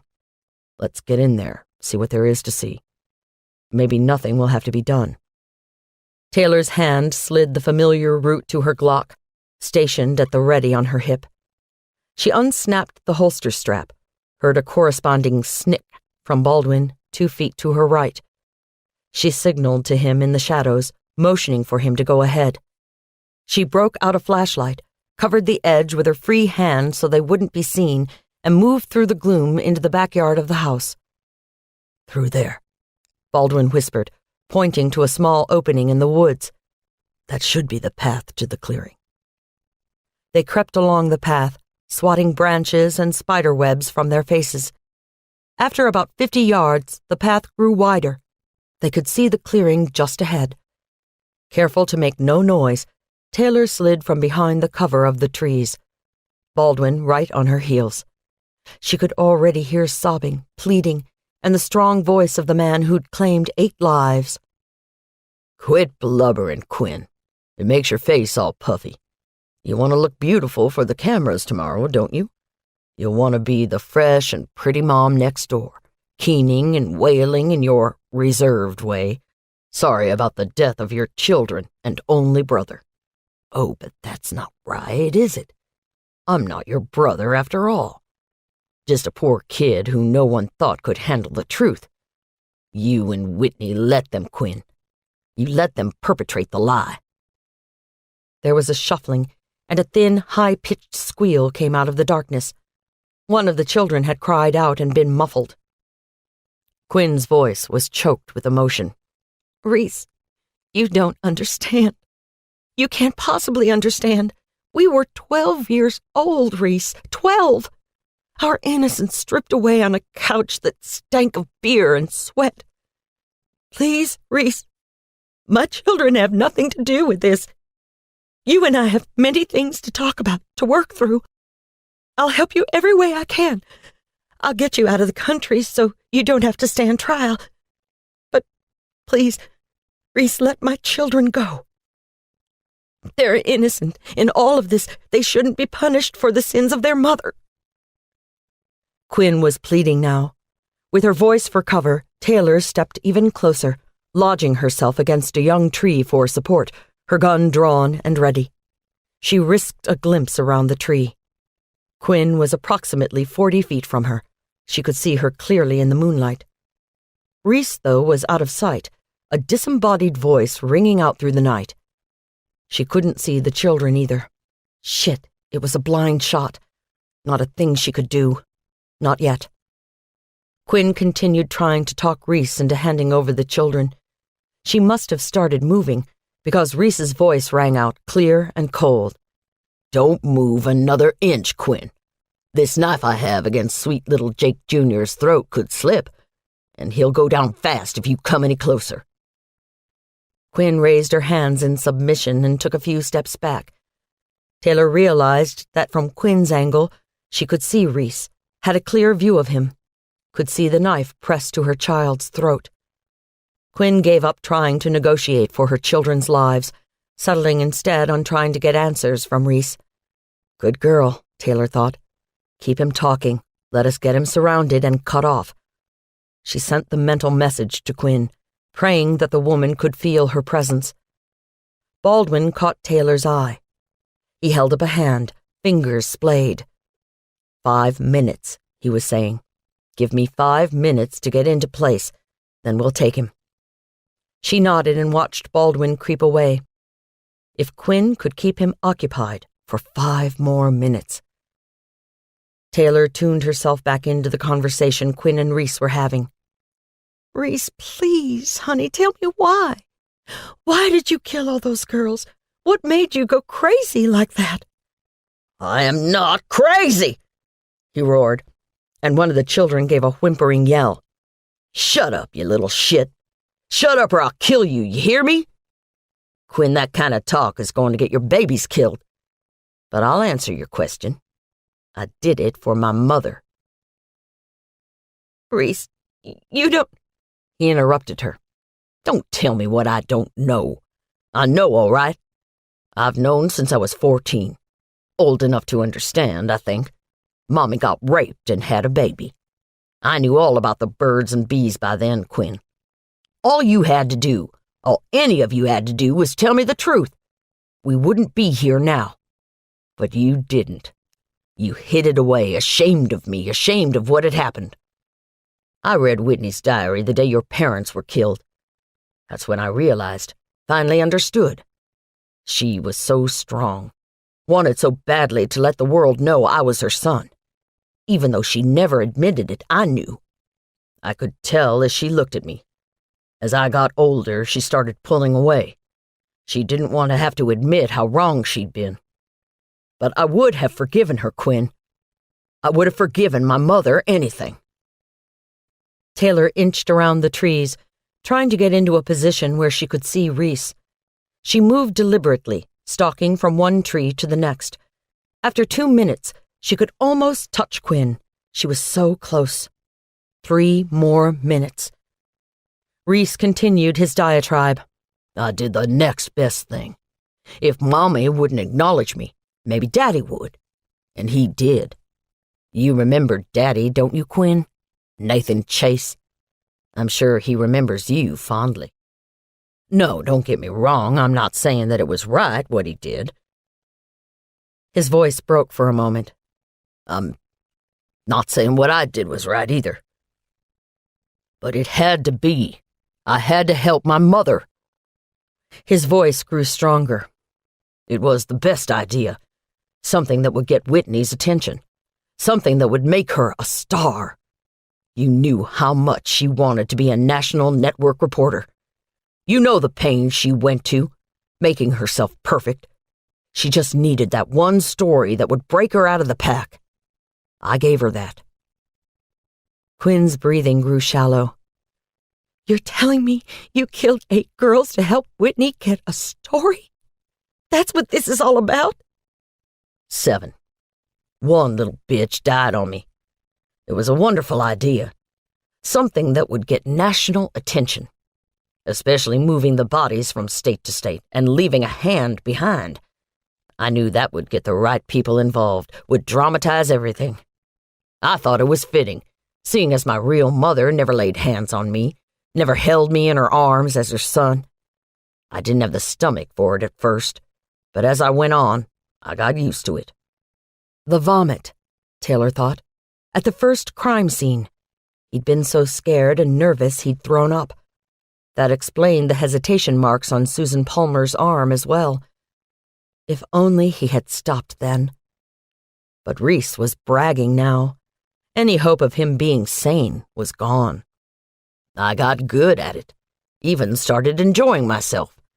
And it got your stupid husband out of the way, too. I set him up so good. Reese sounded like a child at that moment. A child wanting a pat on the head for his good behavior. I did it all for her, Quinn. I knew deep down that if I helped her, she'd love me again, like she did when we were kids. I'm her son, damn it. Now she's gone, too. And all my hard work was for nothing. For nothing! His cry echoed throughout the dark emptiness, and Taylor took that moment to step out of the shadows, gun leveled at the sound of Reese's voice. The minute she was behind Quinn, she could see him, silhouetted against the night sky. She could see Baldwin as well, inching up to Reese's left. They were in position, would be able to stop him. Quinn had been silent for the past few moments.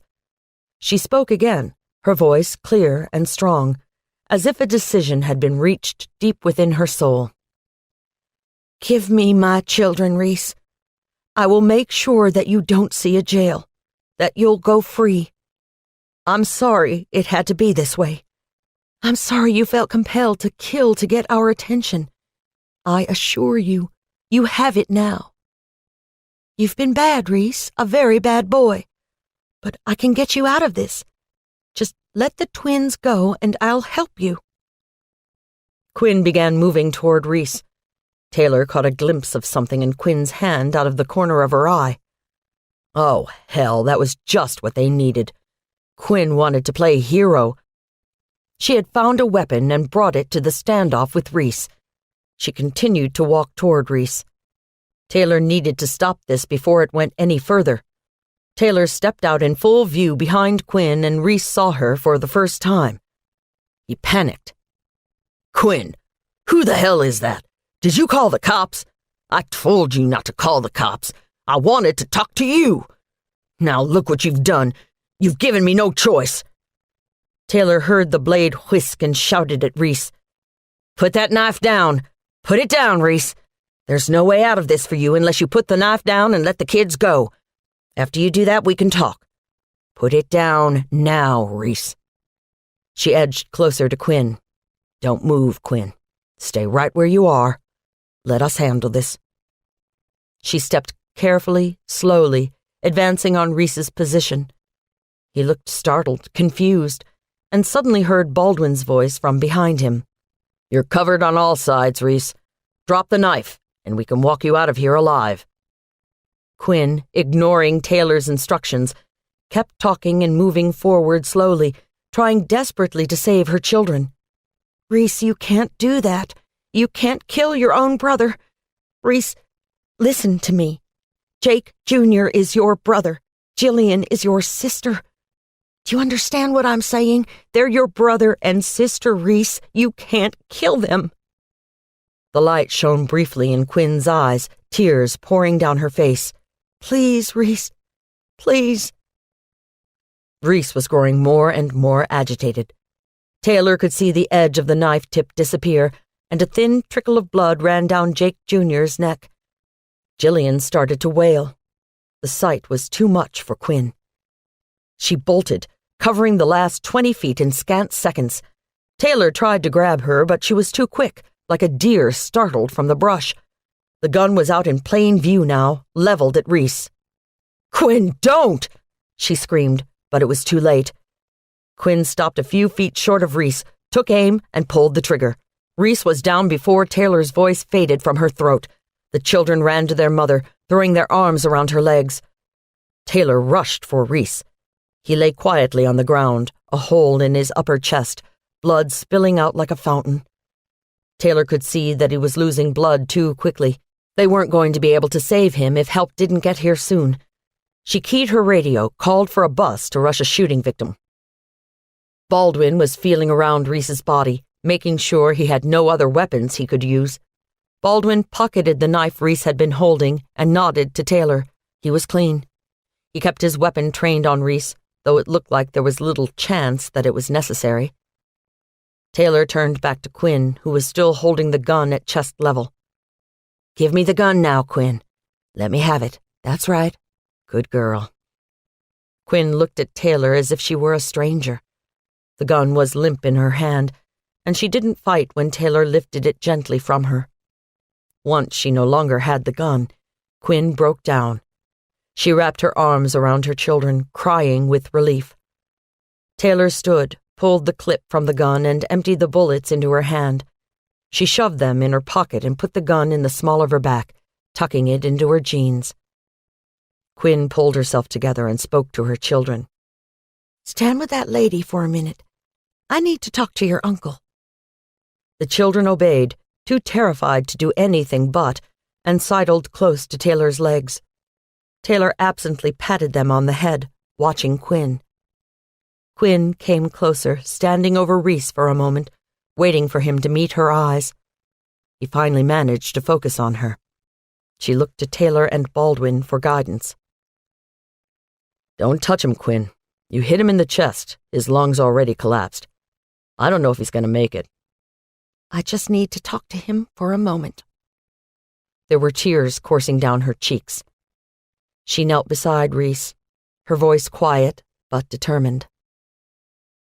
"Reese, I am your mother. I am so sorry. You're right. We should have told you." Reese's voice was wheezy, full of pain. "No, you're wrong. It was Whitney. Whitney was my mother." He coughed, and a bubble of blood appeared on his lips. He was badly hurt. Quinn shook her head. "No, that's not right. It was me. They kept us both in seclusion after the kidnapping, but I was the one who was pregnant." Reese tried to speak again, groaning with the effort. "But Nathan told me he raped Whitney, not you." "Oh, Reese, we were identical twins. He didn't know who was who. We never told him." The faint wail of sirens reached their ears, growing steadily louder. Taylor murmured to the children to stay put and went to Quinn. "You have to step back now, Quinn. We need to make room for them to work on Reese." Taylor could see the waxiness of his skin, the light fading from his eyes as he struggled for breath.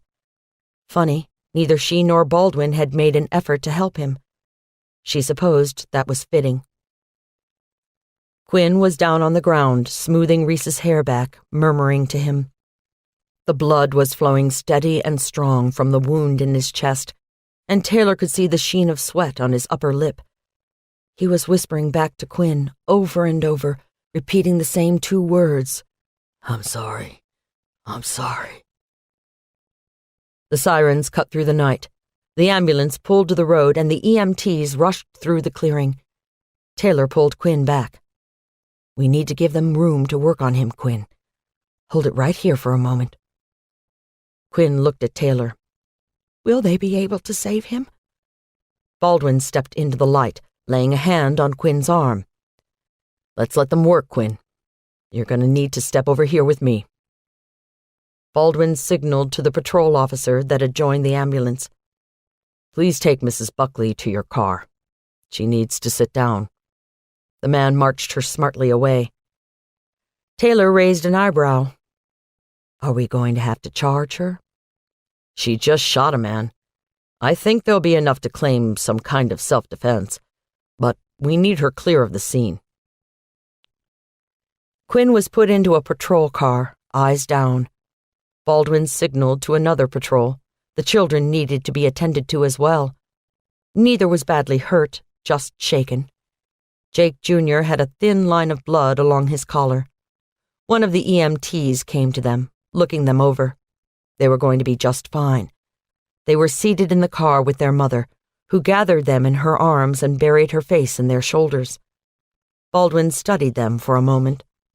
They would remember this night forever. He was sure of that. He turned back to the focus of the night. The EMTs were lifting Reese onto the stretcher, ready to take him to the hospital. Taylor went to them. Is he going to be all right? The EMT's hands were slick with Reese's blood. Yeah, we should be able to get him to the hospital without too much trouble. Another inch and he wouldn't make it. Lucky son of a bitch. Then hold on just a moment. She pulled her cuffs out of her back pocket, reaching for Reese's arm. He was groaning and cursing, incoherent with pain and weak from blood loss. She snapped the cuff around his wrist, then affixed the other end to the stretcher rail. He's under arrest. Don't let that cuff off of him. Do you understand? The EMT started to protest. But we can't. Don't even think about arguing with me.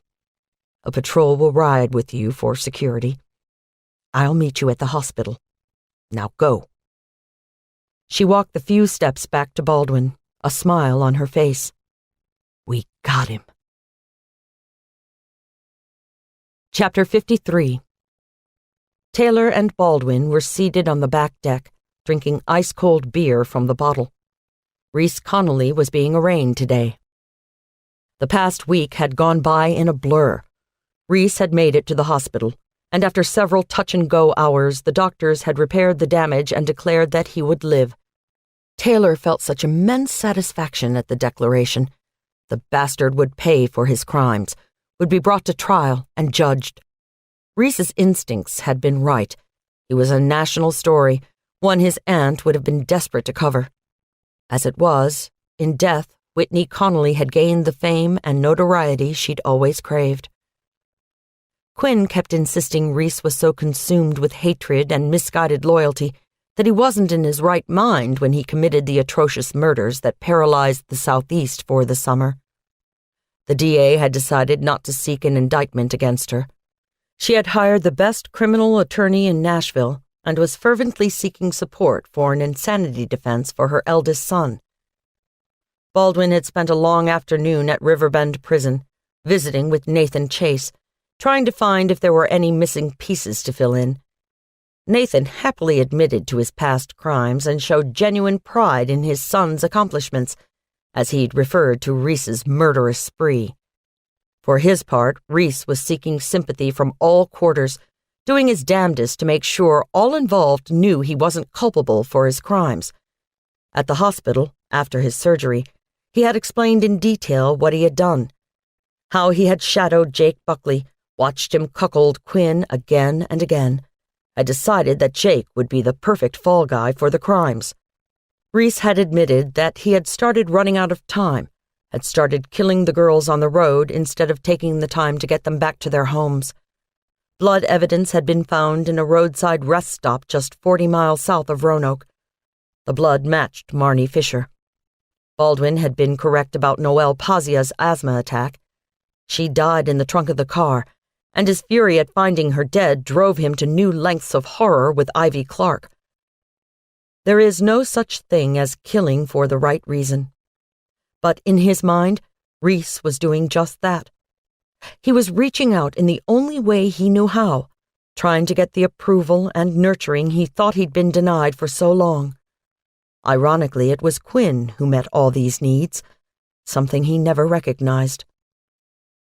His lawyer, a shrewd and experienced man, was making it quite clear to anyone that would listen that Baldwin had coerced a confession out of his client while the man was still under the influence of narcotic drugs from the surgery. He was making a play to get the whole case dropped on the technicality. It was turning into one of the most impressive three-ring circuses that Nashville had ever seen. Baldwin was quiet, basking in the late summer sun. The days were cooling, the evenings bringing a chill to the air. Fall would be here soon. "Taylor," he said softly. She looked at him, eyes smiling. "I talked to Garrett this morning. Told him that I was resigning." Taylor turned to him, putting a hand up to shield her eyes from the glare of the sun. "Are you kidding me?" He shook his head. "No, I'm not kidding. I want to strike out on my own, get away from the bureau, maybe start my own firm, consulting. You could come work with me." "I'm not ready to leave Metro, Baldwin, you know that." "Then you could confer with me on some of the consultancies. Regardless, it's done. I'm mailing the papers in the morning. I want to be here, Taylor, with you." He stood and went to her, hands on her arms, head bent to touch her forehead. "I'm tired of this life. Tired of watching these crimes, waiting for the next killer to surface. I want more. I want to be with you. Today, tomorrow, forever. I want you to be my wife." He took her left hand in his, and she felt something hard slide down her fourth finger. She looked at her hand, astounded by the sparkling diamond. Taylor was stunned, not so much by the proposal, but by the emotion she was feeling. Wife. The word was so foreign to her. It wasn't something she had really thought about, not seriously. She knew Baldwin loved her and she him, but the idea of spending the rest of her life with him wasn't something she'd let herself think about. They faced such danger every day. Evil spread like a cancer through their lives, binding them to the darkness. Marriage seemed like such a hopeful proposition. Happiness wasn't a luxury she'd thought she could afford. "Baldwin, I don't know what to say." The look on his face broke her heart. "I don't mean that I'm saying no. I just hadn't thought about it. Not seriously. Baldwin, I hate the thought of losing you. I'm scared that if we do get married, I might lose you." "Taylor, that's crazy thinking. I'm not going anywhere. No one is going to come between us. I'll keep you safe. I'll keep us both safe." She felt tears prick the corners of her eyes. Baldwin was standing back a few feet now, looking at her as if she might explode. The naked vulnerability on his face overwhelmed her. He took it as a sign that she was refusing, started to leave, to go into the house. Taylor caught his arms. She grasped his hand, brought it to her lips. The tears were coming now, trickling down her cheeks. She swiped a hand across her cheek, smiled through the haze that was clouding her eyes. She pulled him close, drawing him back down to her. She brushed his lips with hers. "No, please don't. Please don't go." She took a deep breath. "Yes."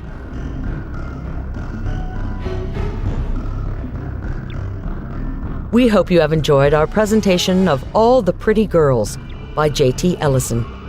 Copyright 2007 by J.T. Ellison. Performed by Joyce Bean. Directed by Kevin Yan. Performance copyright 2009 by Brilliance Audio. All rights reserved. For further information concerning this program or other Brilliance Audio titles, please call the following toll-free number, 1-800-222-3225, or visit our website at www.brillianceaudio.com. No part of this recording may be played for an audience or reproduced in any form.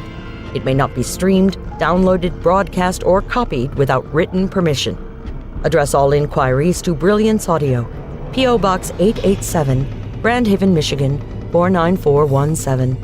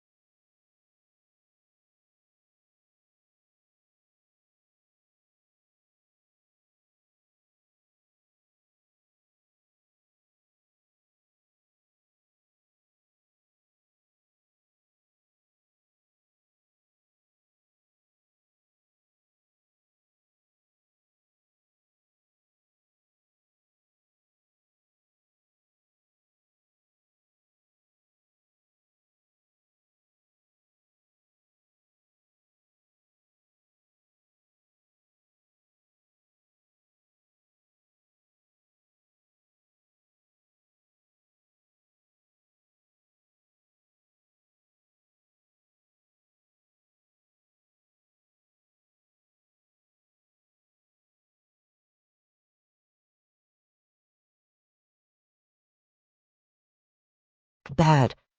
They had both seen the tumult that came into play with domestic violence.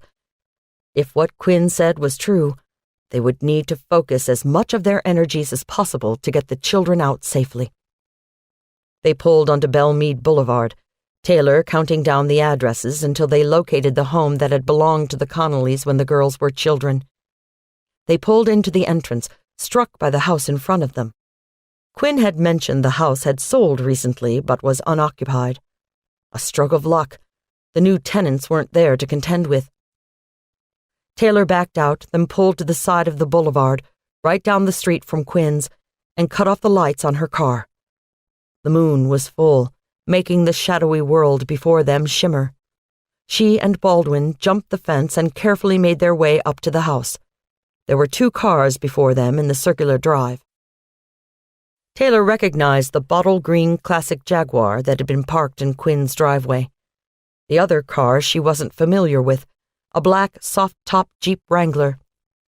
She radioed in the plates. The car was registered to Reese Connolly. It was time then. All the leads, the missteps, the death over the past 2 weeks would be decided in this last moment. Reese Connolly's last stand against the world. And he was doing it with 2 innocents at his side. Taylor and Baldwin crept around the side of the house, silent in the darkness.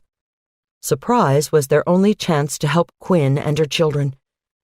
Reese didn't know they would be here, ready to take him into custody. Or worse, if warranted. How do you want to do this? Taylor asked, eyes adjusting to the darkness. The moon was giving off enough light to help them. Let's take it slow. Go through the woods. With any luck, Quinn was overreacting. Let's get in there, see what there is to see. Maybe nothing will have to be done. Taylor's hand slid the familiar root to her Glock, stationed at the ready on her hip. She unsnapped the holster strap, heard a corresponding snick from Baldwin 2 feet to her right. She signaled to him in the shadows, motioning for him to go ahead. She broke out a flashlight, covered the edge with her free hand so they wouldn't be seen, and moved through the gloom into the backyard of the house. Through there, Baldwin whispered, pointing to a small opening in the woods. That should be the path to the clearing. They crept along the path, swatting branches and spider webs from their faces. After about 50 yards, the path grew wider. They could see the clearing just ahead. Careful to make no noise, Taylor slid from behind the cover of the trees, Baldwin right on her heels. She could already hear sobbing, pleading, and the strong voice of the man who'd claimed 8 lives. Quit blubbering, Quinn. It makes your face all puffy. You want to look beautiful for the cameras tomorrow, don't you? You'll want to be the fresh and pretty mom next door, keening and wailing in your reserved way. Sorry about the death of your children and only brother. Oh, but that's not right, is it? I'm not your brother after all. Just a poor kid who no one thought could handle the truth. You and Whitney let them, Quinn. You let them perpetrate the lie. There was a shuffling, and a thin, high-pitched squeal came out of the darkness. One of the children had cried out and been muffled. Quinn's voice was choked with emotion. Reese, you don't understand. You can't possibly understand. We were 12 years old, Reese. 12! Our innocence stripped away on a couch that stank of beer and sweat. Please, Reese, my children have nothing to do with this. You and I have many things to talk about, to work through. I'll help you every way I can. I'll get you out of the country so you don't have to stand trial. But please, Reese, let my children go.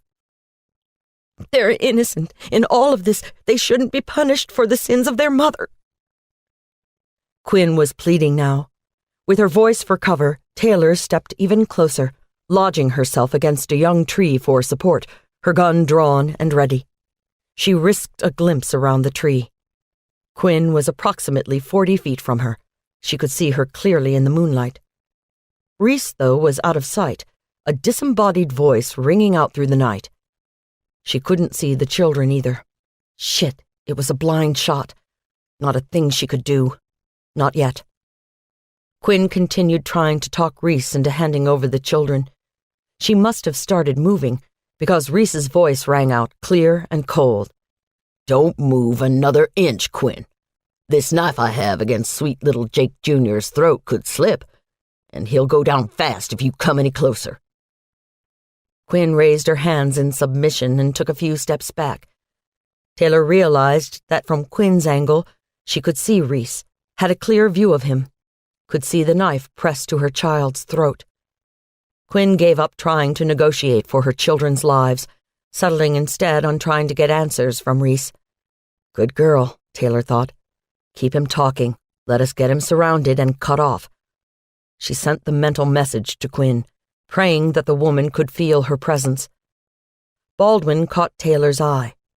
He held up a hand, fingers splayed. 5 minutes, he was saying. Give me 5 minutes to get into place, then we'll take him. She nodded and watched Baldwin creep away.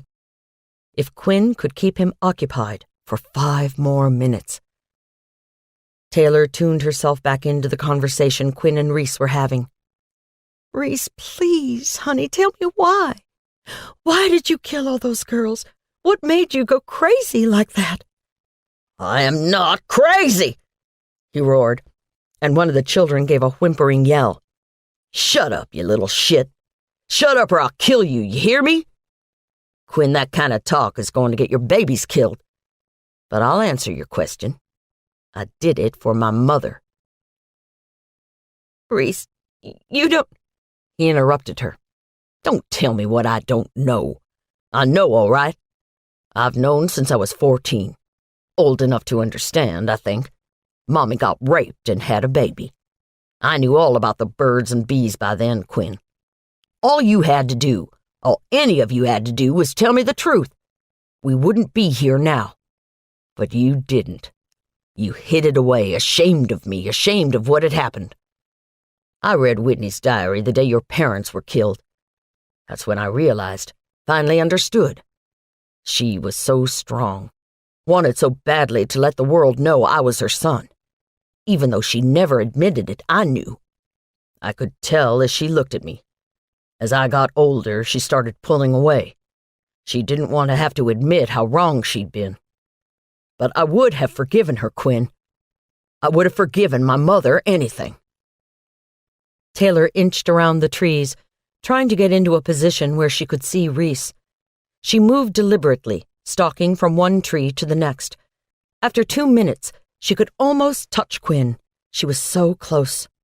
3 more minutes. Reese continued his diatribe. I did the next best thing. If Mommy wouldn't acknowledge me, maybe Daddy would. And he did. You remember Daddy, don't you, Quinn? Nathan Chase. I'm sure he remembers you fondly. No, don't get me wrong, I'm not saying that it was right what he did. His voice broke for a moment. I'm not saying what I did was right either. But it had to be. I had to help my mother. His voice grew stronger. It was the best idea. Something that would get Whitney's attention. Something that would make her a star.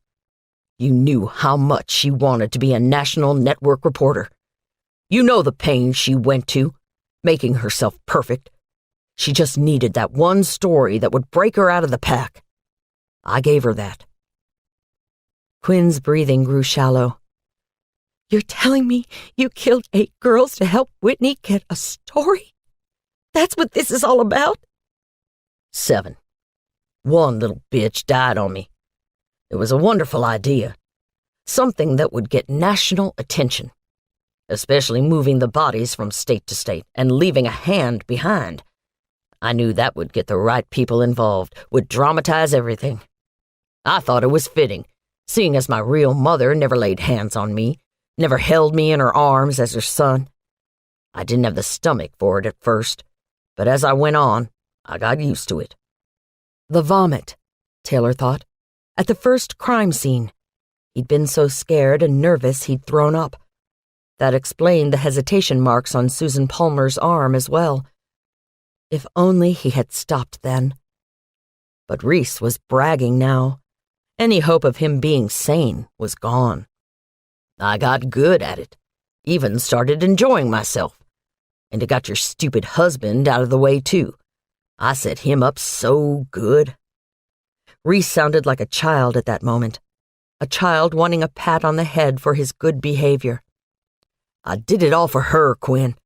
I knew deep down that if I helped her, she'd love me again, like she did when we were kids. I'm her son, damn it. Now she's gone, too. And all my hard work was for nothing. For nothing! His cry echoed throughout the dark emptiness, and Taylor took that moment to step out of the shadows, gun leveled at the sound of Reese's voice. The minute she was behind Quinn, she could see him, silhouetted against the night sky. She could see Baldwin as well, inching up to Reese's left. They were in position, would be able to stop him. Quinn had been silent for the past few moments. She spoke again, her voice clear and strong, as if a decision had been reached deep within her soul. "Give me my children, Reese. I will make sure that you don't see a jail, that you'll go free. I'm sorry it had to be this way. I'm sorry you felt compelled to kill to get our attention. I assure you, you have it now. You've been bad, Reese, a very bad boy. But I can get you out of this. Just let the twins go and I'll help you." Quinn began moving toward Reese. Taylor caught a glimpse of something in Quinn's hand out of the corner of her eye. Oh, hell, that was just what they needed. Quinn wanted to play hero. She had found a weapon and brought it to the standoff with Reese. She continued to walk toward Reese. Taylor needed to stop this before it went any further. Taylor stepped out in full view behind Quinn, and Reese saw her for the first time. He panicked. "Quinn, who the hell is that? Did you call the cops? I told you not to call the cops. I wanted to talk to you. Now look what you've done. You've given me no choice." Taylor heard the blade whisk and shouted at Reese. "Put that knife down. Put it down, Reese. There's no way out of this for you unless you put the knife down and let the kids go. After you do that, we can talk. Put it down now, Reese." She edged closer to Quinn. "Don't move, Quinn. Stay right where you are. Let us handle this." She stepped carefully, slowly, advancing on Reese's position. He looked startled, confused, and suddenly heard Baldwin's voice from behind him. "You're covered on all sides, Reese. Drop the knife, and we can walk you out of here alive." Quinn, ignoring Taylor's instructions, kept talking and moving forward slowly, trying desperately to save her children. "Reese, you can't do that. You can't kill your own brother. Reese, listen to me. Jake Jr. is your brother. Jillian is your sister. Do you understand what I'm saying? They're your brother and sister, Reese. You can't kill them." The light shone briefly in Quinn's eyes, tears pouring down her face. "Please, Reese. Please." Reese was growing more and more agitated. Taylor could see the edge of the knife tip disappear, and a thin trickle of blood ran down Jake Jr.'s neck. Jillian started to wail. The sight was too much for Quinn. She bolted, covering the last 20 feet in scant seconds. Taylor tried to grab her, but she was too quick, like a deer startled from the brush. The gun was out in plain view now, leveled at Reese. "Quinn, don't!" she screamed, but it was too late. Quinn stopped a few feet short of Reese, took aim, and pulled the trigger. Reese was down before Taylor's voice faded from her throat. The children ran to their mother, throwing their arms around her legs. Taylor rushed for Reese. He lay quietly on the ground, a hole in his upper chest, blood spilling out like a fountain. Taylor could see that he was losing blood too quickly. They weren't going to be able to save him if help didn't get here soon. She keyed her radio, called for a bus to rush a shooting victim. Baldwin was feeling around Reese's body, making sure he had no other weapons he could use. Baldwin pocketed the knife Reese had been holding and nodded to Taylor. He was clean. He kept his weapon trained on Reese, though it looked like there was little chance that it was necessary. Taylor turned back to Quinn, who was still holding the gun at chest level. "Give me the gun now, Quinn. Let me have it. That's right. Good girl." Quinn looked at Taylor as if she were a stranger. The gun was limp in her hand, and she didn't fight when Taylor lifted it gently from her. Once she no longer had the gun, Quinn broke down. She wrapped her arms around her children, crying with relief. Taylor stood, pulled the clip from the gun, and emptied the bullets into her hand. She shoved them in her pocket and put the gun in the small of her back, tucking it into her jeans. Quinn pulled herself together and spoke to her children. "Stand with that lady for a minute. I need to talk to your uncle." The children obeyed, too terrified to do anything but, and sidled close to Taylor's legs. Taylor absently patted them on the head, watching Quinn. Quinn came closer, standing over Reese for a moment, waiting for him to meet her eyes. He finally managed to focus on her. She looked to Taylor and Baldwin for guidance. "Don't touch him, Quinn. You hit him in the chest. His lungs already collapsed. I don't know if he's going to make it. I just need to talk to him for a moment. There were tears coursing down her cheeks. She knelt beside Reese, her voice quiet but determined. Reese, I am your mother. I am so sorry. You're right. We should have told you. Reese's voice was wheezy, full of pain. No, you're wrong. It was Whitney. Whitney was my mother. He coughed, and a bubble of blood appeared on his lips. He was badly hurt. Quinn shook her head. No, that's not right. It was me. They kept us both in seclusion after the kidnapping, but I was the one who was pregnant. Reese tried to speak again, groaning with the effort. But Nathan told me he raped Whitney, not you. Oh, Reese, we were identical twins. He didn't know who was who. We never told him. The faint wail of sirens reached their ears, growing steadily louder. Taylor murmured to the children to stay put and went to Quinn. You have to step back now, Quinn. We need to make room for them to work on Reese. Taylor could see the waxiness of his skin, the light fading from his eyes as he struggled for breath. Funny, neither she nor Baldwin had made an effort to help him. She supposed that was fitting. Quinn was down on the ground, smoothing Reese's hair back, murmuring to him. The blood was flowing steady and strong from the wound in his chest, and Taylor could see the sheen of sweat on his upper lip. He was whispering back to Quinn over and over, repeating the same two words. I'm sorry. I'm sorry. The sirens cut through the night. The ambulance pulled to the road and the EMTs rushed through the clearing. Taylor pulled Quinn back. We need to give them room to work on him, Quinn. Hold it right here for a moment. Quinn looked at Taylor. Will they be able to save him? Baldwin stepped into the light, laying a hand on Quinn's arm. Let's let them work, Quinn. You're going to need to step over here with me. Baldwin signaled to the patrol officer that had joined the ambulance. Please take Mrs. Buckley to your car. She needs to sit down. The man marched her smartly away. Taylor raised an eyebrow. Are we going to have to charge her? She just shot a man. I think there'll be enough to claim some kind of self-defense, but we need her clear of the scene. Quinn was put into a patrol car, eyes down. Baldwin signaled to another patrol. The children needed to be attended to as well. Neither was badly hurt, just shaken. Jake Jr. had a thin line of blood along his collar. One of the EMTs came to them, looking them over. They were going to be just fine.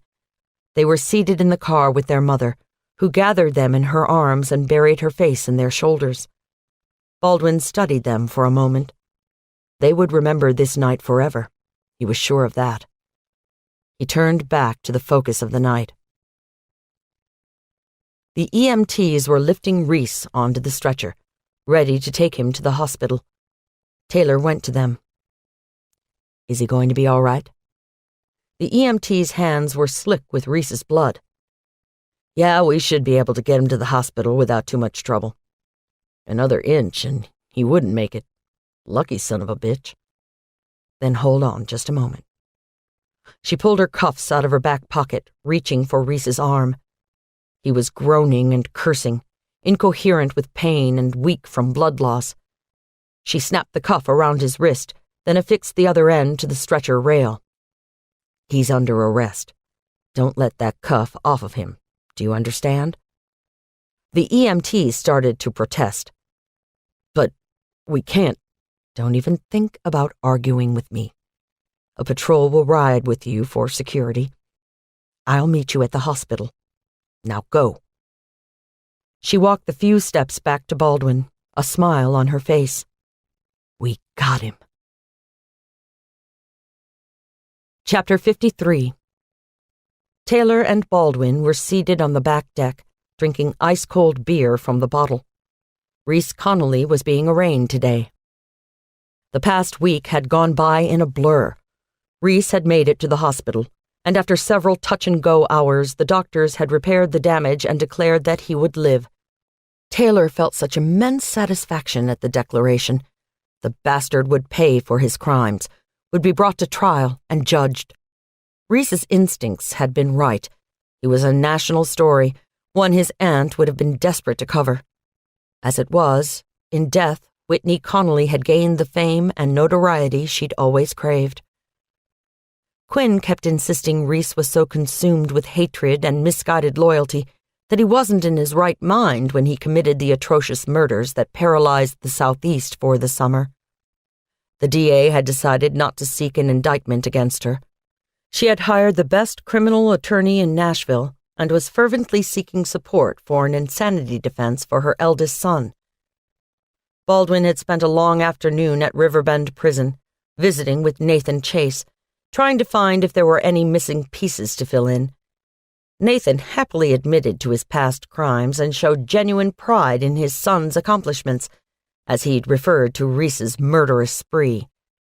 For his part, Reese was seeking sympathy from all quarters, doing his damnedest to make sure all involved knew he wasn't culpable for his crimes. At the hospital, after his surgery, he had explained in detail what he had done, how he had shadowed Jake Buckley, watched him cuckold Quinn again and again, had decided that Jake would be the perfect fall guy for the crimes. Reese had admitted that he had started running out of time, had started killing the girls on the road instead of taking the time to get them back to their homes. Blood evidence had been found in a roadside rest stop just 40 miles south of Roanoke. The blood matched Marnie Fisher.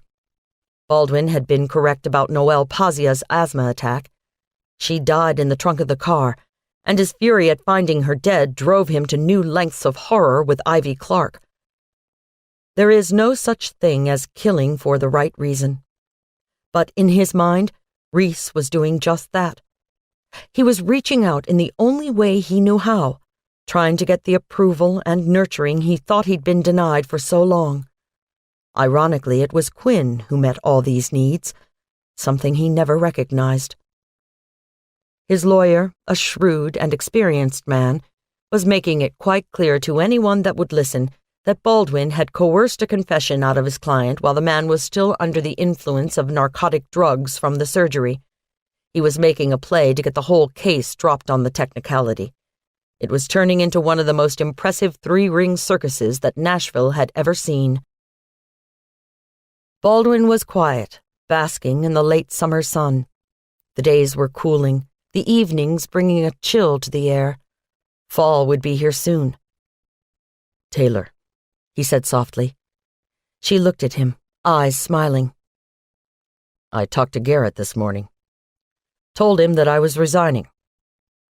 Taylor turned to him, putting a hand up to shield her eyes from the glare of the sun. "Are you kidding me?" He shook his head. "No, I'm not kidding. I want to strike out on my own, get away from the Bureau, maybe start my own firm, consulting. You could come work with me." "I'm not ready to leave Metro, Baldwin, you know that." "Then you could confer with me on some of the consultancies. Regardless, it's done. I'm mailing the papers in the morning. I want to be here, Taylor, with you." He stood and went to her, hands on her arms, head bent to touch her forehead. "I'm tired of this life. Tired of watching these crimes, waiting for the next killer to surface. I want more. I want to be with you. Today, tomorrow, forever. I want you to be my wife." He took her left hand in his, and she felt something hard slide down her fourth finger. She looked at her hand, astounded by the sparkling diamond. Taylor was stunned, not so much by the proposal, but by the emotion she was feeling. Wife. The word was so foreign to her. It wasn't something she had really thought about, not seriously. She knew Baldwin loved her and she him, but the idea of spending the rest of her life with him wasn't something she'd let herself think about. They faced such danger every day. Evil spread like a cancer through their lives, binding them to the darkness. Marriage seemed like such a hopeful proposition. Happiness wasn't a luxury she'd thought she could afford. Baldwin, I don't know what to say. The look on his face broke her heart. I don't mean that I'm saying no. I just hadn't thought about it. Not seriously. Baldwin, I hate the thought of losing you. I'm scared that if we do get married, I might lose you. Taylor, that's crazy thinking. I'm not going anywhere. No one is going to come between us. I'll keep you safe. I'll keep us both safe. She felt tears prick the corners of her eyes. Baldwin was standing back a few feet now, looking at her as if she might explode. The naked vulnerability on his face overwhelmed her. He took it as a sign that she was refusing, started to leave, to go into the house. Taylor caught his arms. She grasped his hand, brought it to her lips. The tears were coming now, trickling down her cheeks. She swiped a hand across her cheek, smiled through the haze that was clouding her eyes. She pulled him close, drawing him back down to her. She brushed his lips with hers. No, please don't. Please don't go. She took a deep breath.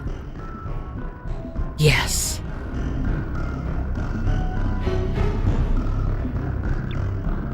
We hope you have enjoyed our presentation of All the Pretty Girls by J.T. Ellison. Copyright 2007 by J.T. Ellison. Performed by Joyce Bean. Directed by Kevin Yan. Performance copyright 2009 by Brilliance Audio. All rights reserved. For further information concerning this program or other Brilliance Audio titles, please call the following toll-free number, 1-800-222-3225, or visit our website at www.brillianceaudio.com. No part of this recording may be played for an audience or reproduced in any form. It may not be streamed, downloaded, broadcast, or copied without written permission. Address all inquiries to Brilliance Audio, P.O. Box 887, Grand Haven, Michigan, 49417.